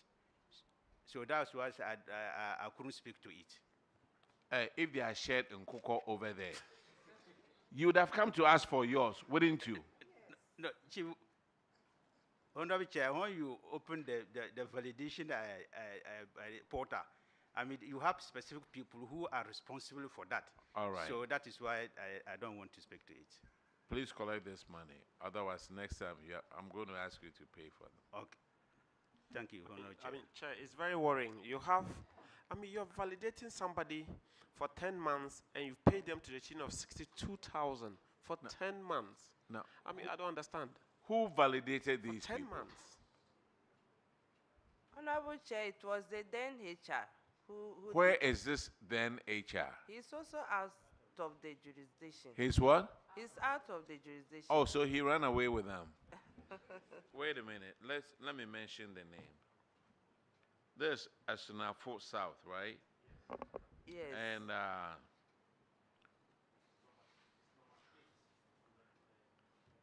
he's at number 8, right? And Issa Kabawa. That was an internal auditor. And Asunafo South, there's Yao Boama, driver. He owes 35,500. Issa Kabawa, the internal auditor, owes 62,600. Imoro Abubakar Sadiq, Asunafo South, environmental health, 33,000. He's been absent for 10 months. Hey, why did all these people leave at the same time? Was it because of the water? Frank Ofori, he owes 24,156. But DFO, you were there during the exit conference. It never, you were not bothered. You did not find out why, these infractions have been cited or raised, and how, even though it is not completely under your watch because it's not HR, the DFO plays a very important role in the assembly. And I was expecting you to adopt an approach that is more forthcoming, helping to make sure you bring some good conclusion to this. But to say that, oh, because it was HR, I just left it because I was not part of the validation. But the DFO plays a very important role. You are like the finance minister. Yes. I accept the advice. So next time I'll get yourself involved. The one who was validating them, human resource manager, that was Gladys J, right? And she managed, she asked for her, she owes only 10,000. Hey. Then Asunafo South again, Abu Frimpong owes 5,000. Then Kwatin Gloria, senior procurement personnel there, owes 45,000. Kingsley Kojo Menu owes 22,000. Then Oti Kojo George also owns 32,000. If they are listening to us, which is 9:45 right now, they need to come and pay. So please, as much as possible, try to get in touch with them. They've got relatives. They must have some documents on file, as Chair said. In every organization, there's always something on file. If you, assuming something bad happened to them, you find their relatives. So look for them, look for their guarantors, and take the money. It's so much. If you put all this together, it's going to go into over 200,000. That's so huge. It can do a lot for the assembly, isn't it? Your IGF is not good enough. I heard you saying how you're going to ramp up your IGF and all of that. It doesn't come up like there's something good. So this is money that you've just lost. And try to recover it as much as you can. Yes, we'll do, sir. So thank you. And Chair, this is a follow-up question. You say they are out of jurisdiction. Do you know which country they were?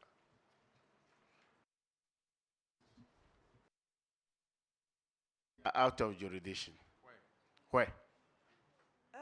They are outside the country, but as it stands, we don't know where exactly they are. You don't have any contact with any of them? No, not at all. Okay. If they are hearing us, they should come and pay. Otherwise, we will send Interpol around. Yeah, that's all. That'll be all for me. Thank you very much. And let's see the next infraction as to Tiffy South. Esnafo South. You have another one on the DACF 71. There was a damaged skip truck and waste container not replaced. Has it been replaced now? No, 2 damaged. No, 1. Sorry. It has not been replaced, even though we have written to Zoom Lion. Zoom line is here. Have those been replaced, sir? Honorable Chair, respectfully, if you will indulge me, if you read paragraph 71, clause 3B of the service agreement between Zoom Lion Ghana Limited and Asunafo South District, made on the 3rd of January, 2024. 3rd of January 2024. See, so the auditors are now referring to the 2024 contracts. Okay. So here is a case for education. I think we are here to also learn. Now we have a contract that has expired, which is the 2019 contract, and now the same auditors are now referring to a 2024 contract, which they said they were not aware of. Page 16. So contract I mean that we need some education, because going forward, which of the contracts are we going to apply?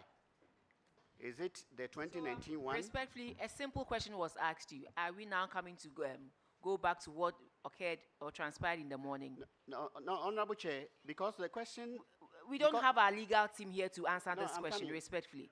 Respectfully. So that if you are asking us which contract they are referring to, I'm sure they will also have to go and speak to their legal team and get back. So if we can drop this and just answer the question, has it been provided? It hasn't been provided. What can we do? Then we make progress, respectfully. Honorable Chair, respectfully, because they have referred to 2024 contract, which does not require us to provide any number of trucks and containers, I think it's fair that I say that we have enough equipment in terms of trucks and containers to deliver the service.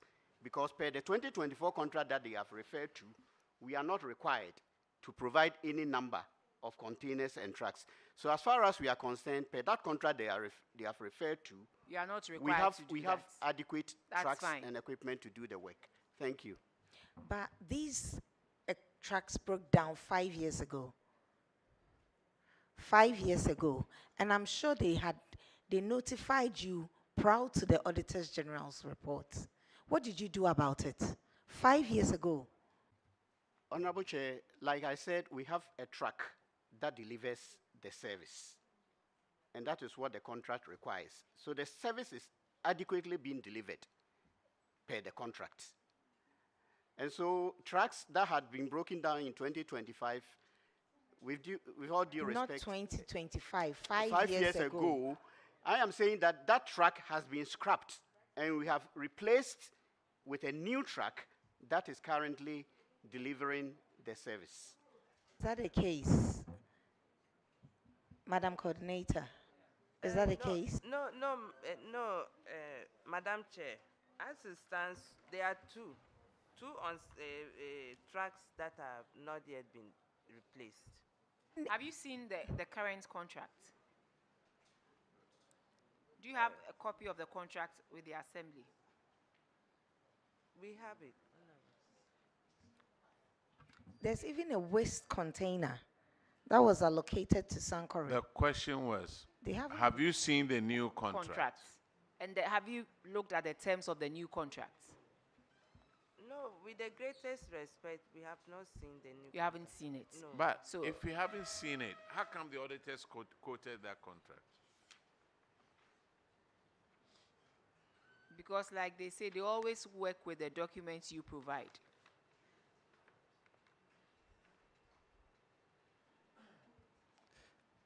I believe, Madam, Mr. Chairperson, I believe there's Sunafo South and there's Sunafo North, where once one constituency, one district. So when did this split up? That was 2004, 2005. It has nothing to do with the splits. No, I'm saying that they are using one track. There's a track at Goso that come to pick No, you are not answering the question. We are asking if you have seen the contracts. We are not asking about which track is at Goso, or we are asking, as the DC, have you seen the contracts that the auditors cited in this report? No, madam. That is what we want you to go and look at. Respectfully. Look at the contracts and see whether the terms in the contract is being reflected in the work that is going on by Zoomlion. Thank you very much. Very well, we'll do the needful.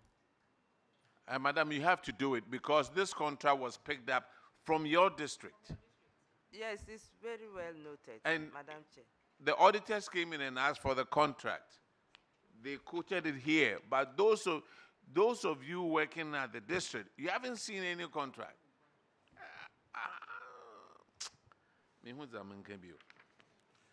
Okay, now, so that one is done. As Sunafo South, you have paragraph 821. You have unaccounted stores. Have you accounted for these things now? Yes, Madam Chair. Oh. We have. Can the auditors confirm, please?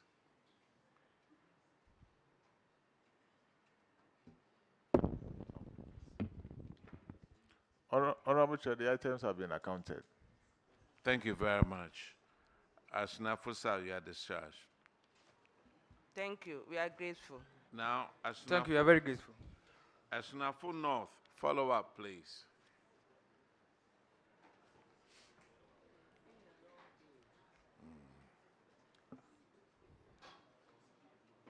Please introduce yourself to the committee. Honorable Chair, I'm Joseph Akwaru, MC Sunafunov.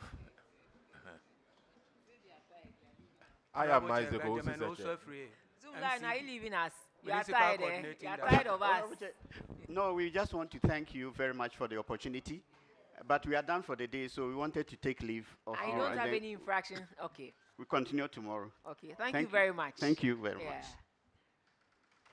We are grateful for your presence. Benjamin also free, coordinating director. Lukman Zakaria, internal auditor. Isaac Owusu Seche, municipal budget analyst. Daniel Kusefrempo, finance officer. Your infraction is on paragraph 63. And Honorable Abna Osiasa will handle that one.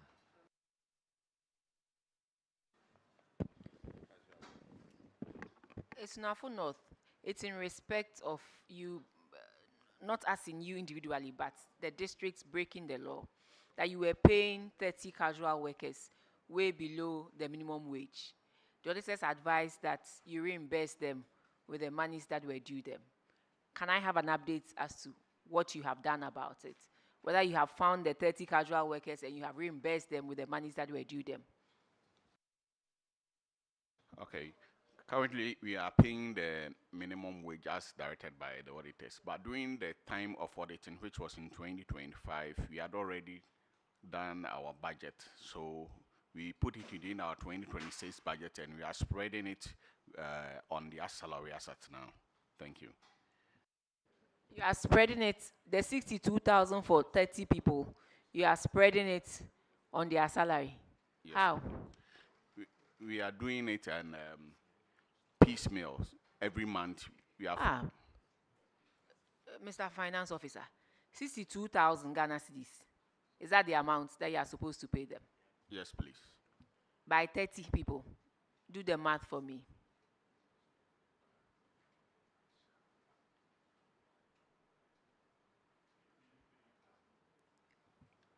That's about 5,000 per month. That's about 5,000 per month approximately. Is it 62,000 for Yes. the whole period or per month? No, for the whole period. So why are you telling me it's 5,000 per month? Madam Chair, you asked for the breakdown for the monthlies. Yeah, so it is 5,000 for, is it for the whole, the 30 people? Yes, please. And you want to spread it over a year and pay?